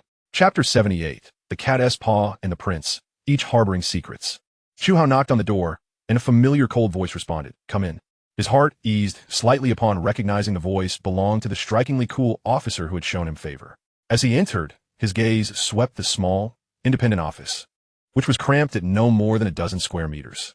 The short-haired, alluring woman sat behind the desk, with another soldier clad in camouflage standing nearby. Reporting, "Commander, Chu Hao has arrived for duty." Chu Hao firmly closed the door behind him, his expression solemn. Anyone witnessing him in that moment would assume he was a soldier of considerable training. The short-haired officer nodded, her cold eyes flashing with a complex emotion before she turned to the soldier in camouflage. "Wang Chang, this is Chu Hao. He is fluent in 3 languages. I haven't trusted him to you." Wang Chang turned to scrutinize Chu Hao, his previously calm gaze sharpening like a blade. As he assessed Chu Hao, the latter also took in the man's unremarkable appearance. Standing at about 5'7", he exhibited nothing particularly outstanding except for his piercing eyes. As an experienced scout, Wang Chang's gaze was keen, and the fact that Chu Hao remained composed under such scrutiny indicated a resilient character and exceptional mental fortitude. Dragon's sister was indeed perceptive in her assessments. "Word has it you are fluent in Japanese?" Wang Chang inquired. Upon receiving a nod, he pressed further. "Do you have the confidence to pose as a refugee?" Chu Hao's lips involuntarily twitched at the implication. This was a clear invitation to engage in role-playing. At that moment, he wanted to slap himself. He had inadvertently boasted about his linguistic skills on the way here to establish his credibility, and now it felt like he was digging his own grave. "Reporting, sir. I lack confidence." Chu Hao forced himself to respond, fully aware that he was being cowardly. Such a blatant act of becoming cannon fodder was not for the faint-hearted. Besides, with so many personnel in the military, he could believe there wasn't someone else fluent in Japanese. It felt absurd. He initially expected disappointment from Wang Chang, allowing him to return to his duties. But to his surprise, Wang Chang nodded in approval. "Good. You are quite honest, which indicates you are not arrogant." With that, Wang Chang turned to the short-haired officer, his expression serious. "Commander, he is the one." Chu Hao was left in a state of bewilderment.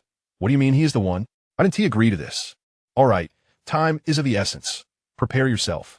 We must ensure everything goes flawlessly," the short-haired officer concluded with a stern reminder. Upon exiting the room, Chu Hao followed Wang Chang through a labyrinth of corridors until they arrived at a conference room where 6 or 7 individuals were engaged in fervent discussion. Among them were 2 bespectacled, gaunt old men, bearing the unmistakable aura of mortality.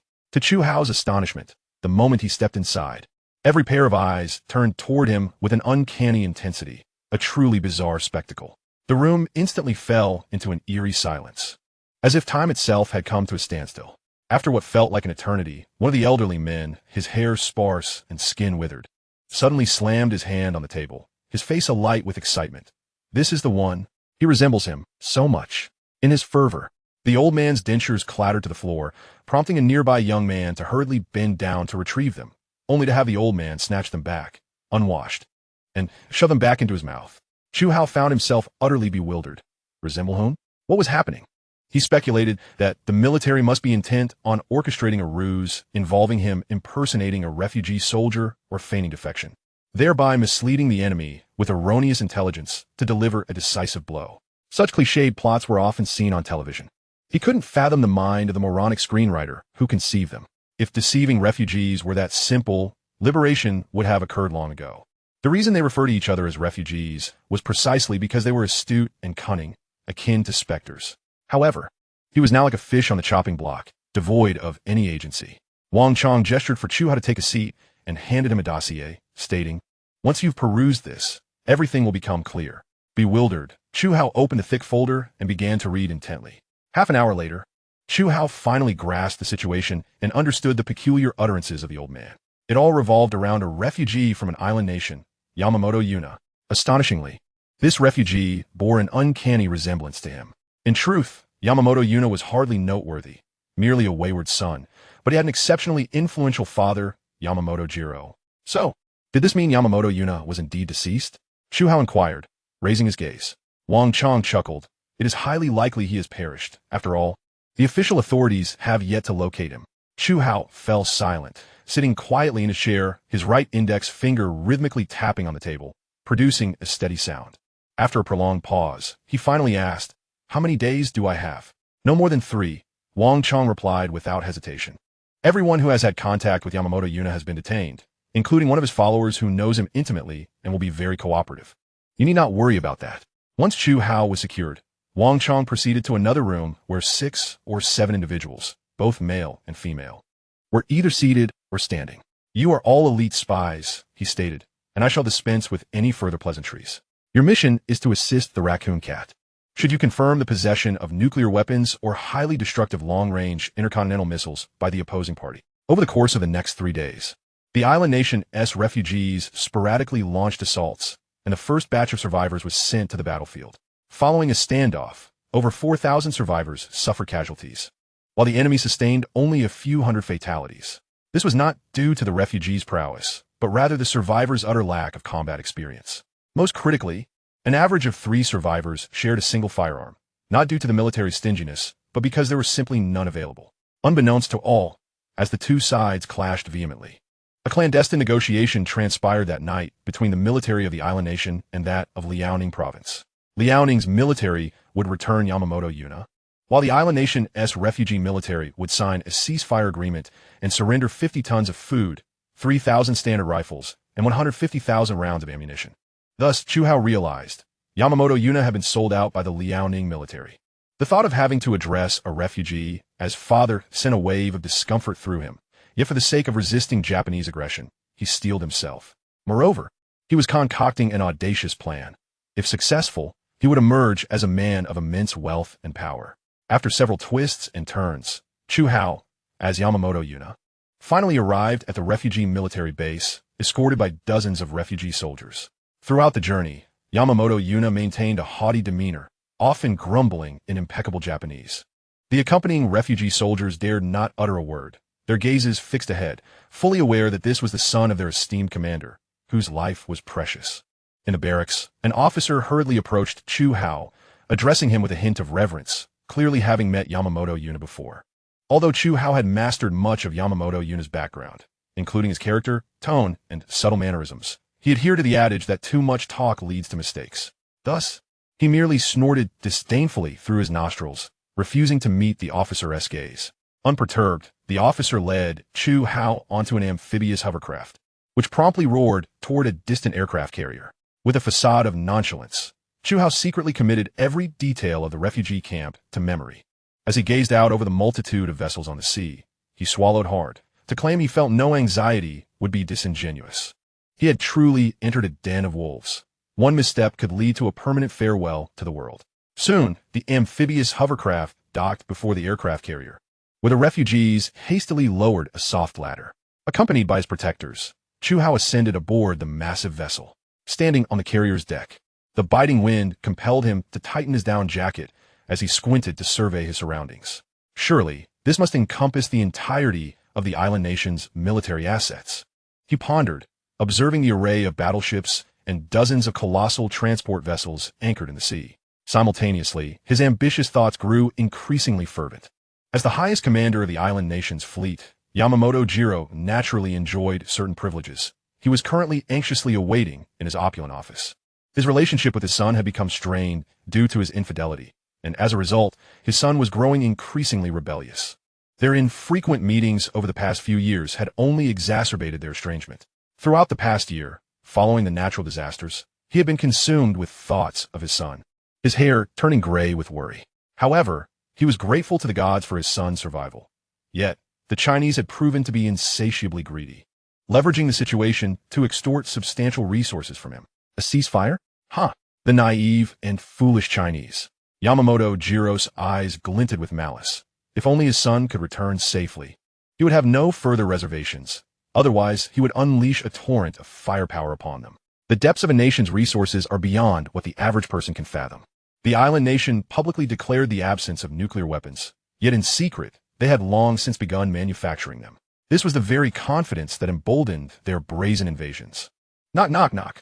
The office door was rapped upon, jolting Yamamoto Jiro from his thoughts. He straightened in his chair, collected himself, and then slowly returned to a relaxed posture.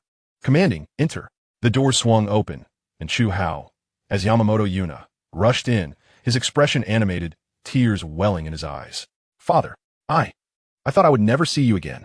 Chu Hao's voice trembled, genuine emotion spilling forth as he perfectly captured the poignant atmosphere of their long-awaited reunion. The guards discreetly retreated, gently closing the door behind them, wiping away tears from the corners of their eyes, clearly moved by the scene. Yamamoto Jiro suppressed his own emotions, gazing at his long-lost son with a mixture of hope and affection, a tender smile breaking through his weary countenance. It's good to have you back. It's good to have you back. Evidently, Yamamoto Jiro failed to recognize that the son before him was an imposter. Upon observing that the other party exhibited no signs of suspicion, Chu Hao felt a weight lift from his heart. His plan had already succeeded to a significant extent without being detected. This was largely due to sheer luck, as Yamamoto Jiro was perpetually occupied, and with Yamamoto Yuna often absent from home over the years, he was oblivious to the subtle details of his son's demeanor. Consequently, Yamamoto Jiro harbored no doubts regarding the authenticity of the son standing in front of him. The father and son engaged in a warm exchange of pleasantries, with Chu Hao embodying Yamamoto Yuna's tone and gestures, recounting the emotional journey of the past year. Their heartfelt conversation came to an end only when Yamamoto Jiro knocked and entered, respectfully presenting a document. Yuna, this is your Uncle Ono. Feel free to approach him with any needs, Yamamoto Jiro said cheerfully as he tossed the folder onto the table. In contrast, Chu Hao, as Yamamoto Yuna, displayed no courtesy towards Yamamoto Jiro's aide, casting a haughty glance his way before offering a perfunctory bow. Uncle Ono, I look forward to your guidance. Observing his son's demeanor, Yamamoto Jiro felt no surprise. It was simply characteristic of his son. Ono-kun, I leave my son in your care. This lad lacks proper discipline, so I hope he can be understanding. The aide, named Ono, promptly bowed respectfully, assuring, rest assured, Commander. It must be said that Yamamoto Jiro was undoubtedly adept in military leadership. He took great care of his soldiers, which earned him immense respect within the ranks. As the lower-rank soldiers would put it, serving under the commander was a privilege, for he treated them as human beings. Of course, this was merely a strategic maneuver by Yamamoto Jiro, as a commander must garner the loyalty of his troops to solidify his position within the military. Upon exiting Yamamoto Jiro's office, the aide immediately set aside his other tasks to escort Chu Hao, in the guise of Yamamoto Yuna, to a private quarters. He also provided Chu Hao with a special pass, granting him unrestricted access throughout the fleet. As Chu Hao toyed with the small booklet in his hand, a mysterious smile graced his lips. He relished this damned privilege. Over the next 2 days, Chu Hao, as Yamamoto Yuna, leisurely roamed the aircraft carrier, familiarizing himself with all the officers and soldiers. His presence quickly became known throughout the fleet. During this time, the battlefront remained fiercely contested, with relentless gunfire that made Chu Hao wince. It must be noted that the small refugees had an abundant supply of ammunition, with amphibious transport vehicles continuously delivering vast quantities of shells and rifle cartridges to shore. RPGs, howitzers, mortars, and various types of grenades were plentiful, some of which Chu Hao could hardly recognize. Due to the ongoing need for firewood, most island residents were transported to shore, where they were sent to the nearby mountains to work tirelessly. The following day, Chu Hao had breakfast with his surrogate father, and after a brief conversation, he leisurely left, toothpick in mouth, patting his full belly. To be honest, if not for the animosity toward his homeland, Chu Hao would have gladly continued living as a refugee's second-generation official, indulging in abundant meals and enjoying the deference of those around him. However, during these days, Chu Hao gathered substantial information regarding the fleet's firepower, troop strength, and supply reserves. Yet, he felt it was still insufficient. With ample time at his disposal, he aimed to uncover every detail about the island nation before executing his plans. A single misstep could jeopardize everything he had worked for, and he certainly did not want to find himself discarded along with his 100-plus pounds. Chapter 80. A heart thrumming with excitement, hands quaking, arriving at the coastline in an amphibious assault vehicle. Chu Hao, as Yamamoto Yuna, strode confidently ahead, resembling a leader on an inspection, flanked by two stern-faced aides. In the camp, vehicles continuously returned, transporting wounded soldiers, while medical personnel swiftly carried them to a makeshift hospital constructed from logs. On the other side of the camp, groups of individuals bundled tightly against the cold emerged, men and women alike, each wielding an axe, numbering in the thousands. Young Master Yuna, these refugees are heading to the mountains to chop wood, one of the aides explained, noticing Chu Hao's unrelenting gaze. Baka, I'm not blind. Chu Hao, as Yamamoto Yuna, retorted irritably, then feeling unsatisfied, kicked the aide's backside. The aide stumbled, quickly rubbing his sore rear as he stood, bending over and cautiously approaching Chu Hao with a sycophantic smile. The woman in the red scarf, bring her to me, Chu Hao commanded, gesturing towards a graceful figure in the crowd. Without hesitation, the aide darted off, his little legs scurrying. Moments later, he returned, having spoken with the woman, who approached reluctantly. Chu Hao appraised her with a lecherous gaze before slowly advancing, yanking off her scarf, causing her to gasp and retreat in alarm. Oh, still daring to hide? Do you know who I am? I am Yamamoto Yuna, and my father is Yamamoto Jiro. Find me a quiet, warm room. The latter part of Chu Hao's statement was directed at the two aides, one of whom quickly comprehended the situation and grinned, hurrying away. Soon after, the aide returned, panting. Young master, the place is ready for you. Chu Hao haughtily acknowledged him, and the aide led the way while the others seized the woman's arm, threatening. You should feel honored that young Master Yuna has taken an interest in you. Do whatever he asks, understood?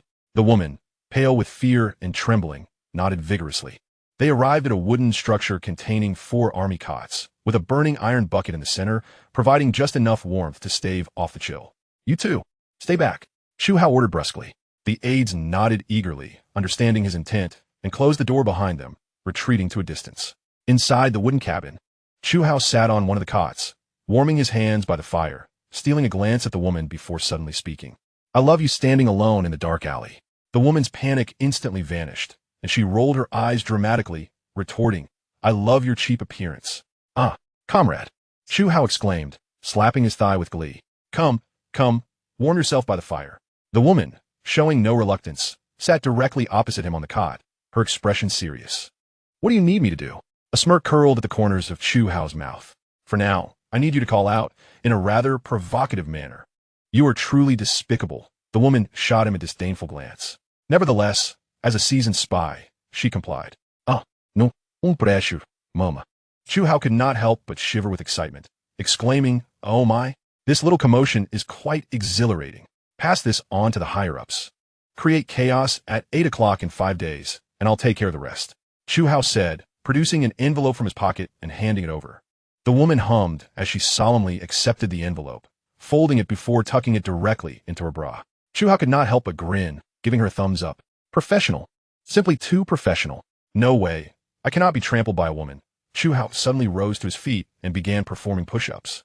3 minutes later, with a fine sheen of sweat glistening on his forehead, he emerged from the wooden cabin, a look of satisfaction plastered across his face, adjusting his trousers as he walked. Not far away, 2 sycophants hurried over, stealing glances into the cabin with smiles plastered on their faces, though inwardly they scoffed, 3 minutes at most. Before long, a disheveled woman dashed out, tears streaming down her face as she fled. Chu Hao ambled about for a while, feigning indifference, before yawning and leading his 2 lackeys to board an amphibious hovercraft, departing the camp.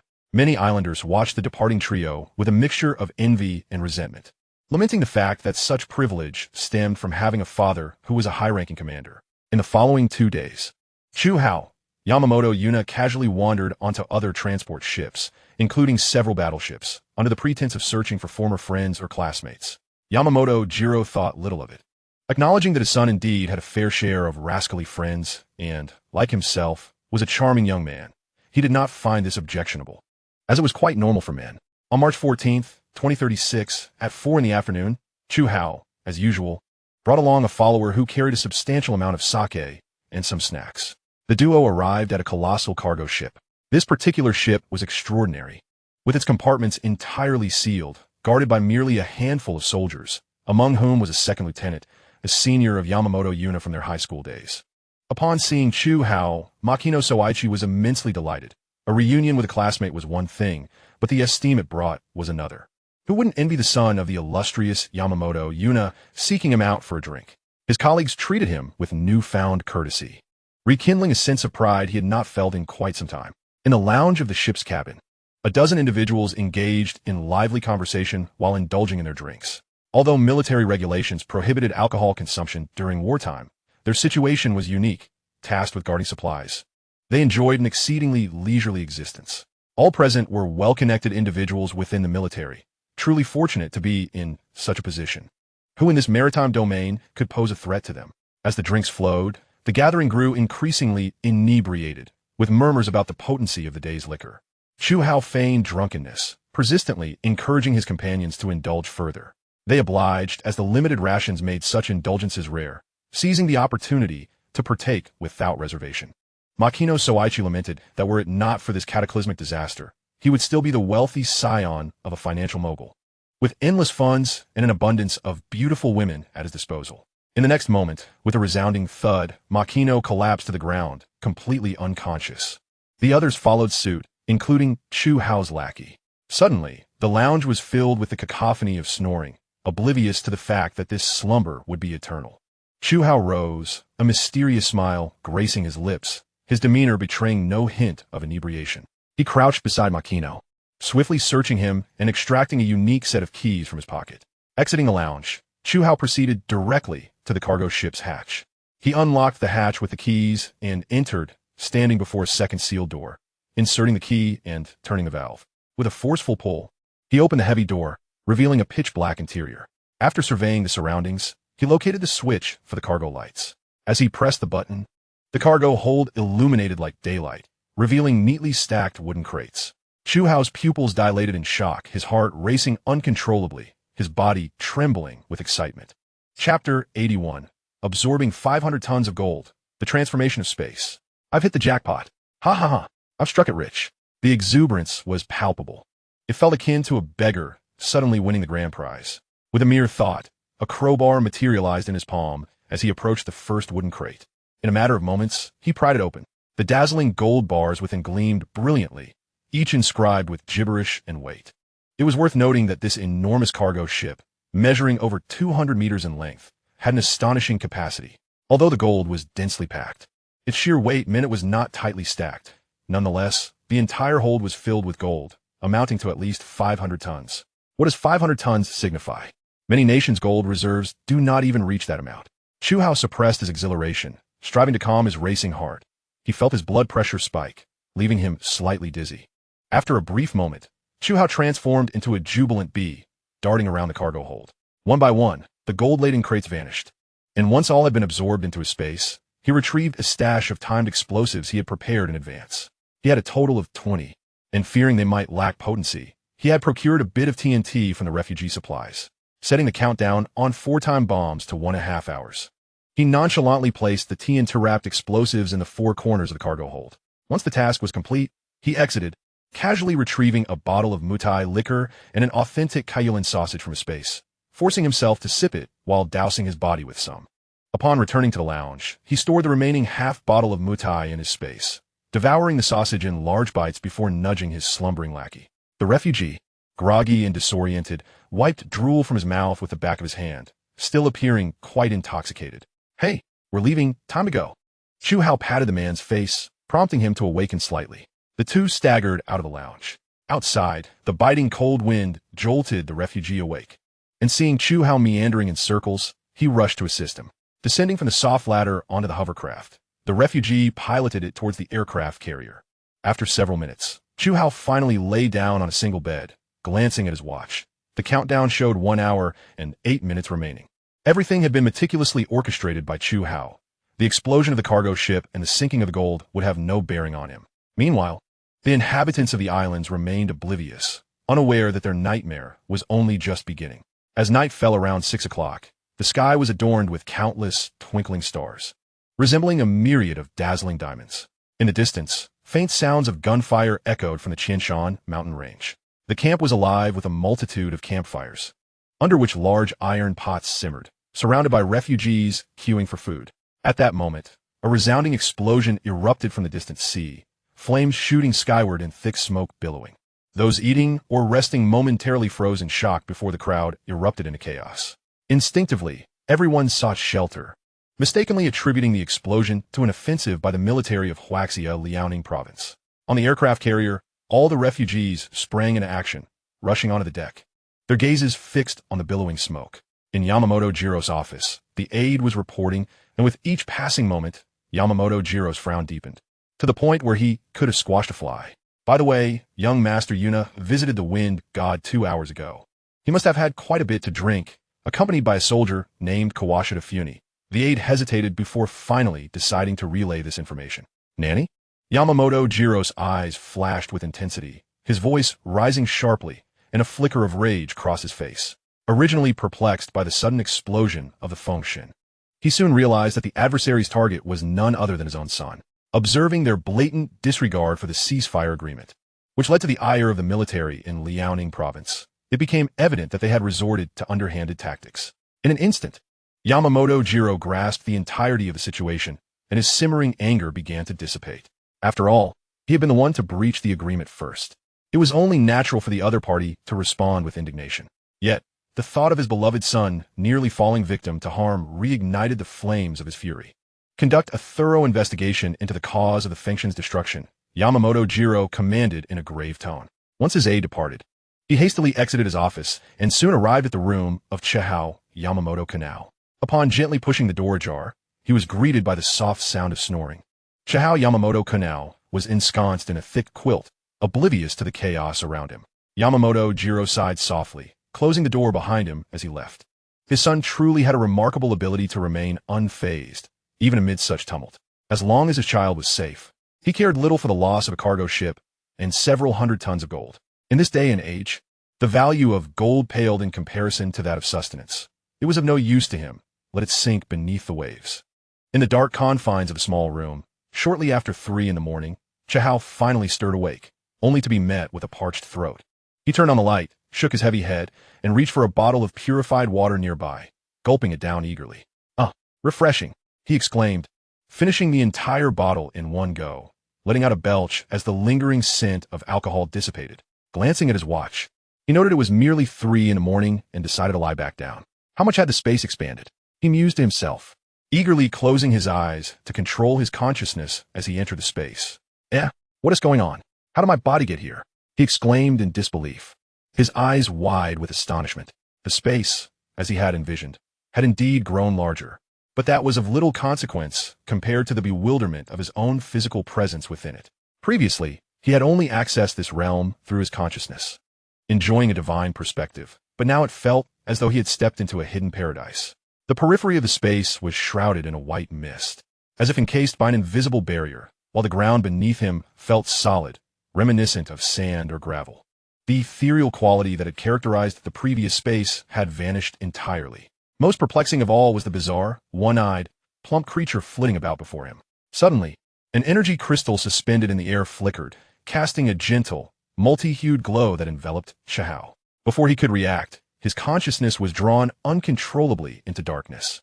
As the waves of the colorful light intensified, his body began to lift off the ground, ultimately suspending in midair. In an instant, all his clothing disintegrated into countless minuscule particles, leaving him utterly bare, akin to a plucked chicken. As the vibrant light grew denser, it visibly seeped into his skin, penetrating his organs, meridians, and bones. Quietly and without sound, Chu Hao's form underwent an enigmatic transformation. He dreamt vividly, soaring through the vast, boundless expanse of the cosmos, silent, dark, and solitary. Deep within the universe, a warm orb of light beckoned him, like a lost boat in a vast ocean finally spotting a lighthouse. Joyful, excited, yearning. Time seemed to stretch, fleeting like a mere second, yet expansive like a century. Chu Hao had contemplated giving up countless times, but after brief pauses, he pressed onward. At last, the orb of light drew nearer, and just as he was about to touch it, he heard the voices of his parents calling from behind him. "Little Hao, come on, Mommy, I'll take you home. You rascal, hurry over here." Chu Hao spun around, gazing at the vividly lifelike figures of his parents. Caught in a swirl of confusion, just as he was about to rush towards them, he was jolted awake. No, his parents had long since passed. All of this was an illusion. He cast a final, lingering glance at his parents, who continued to beckon him, before turning to soar towards the warm orb of light. In that space, Chu Hao's eyes flew open, bright and expansive as the starry sea.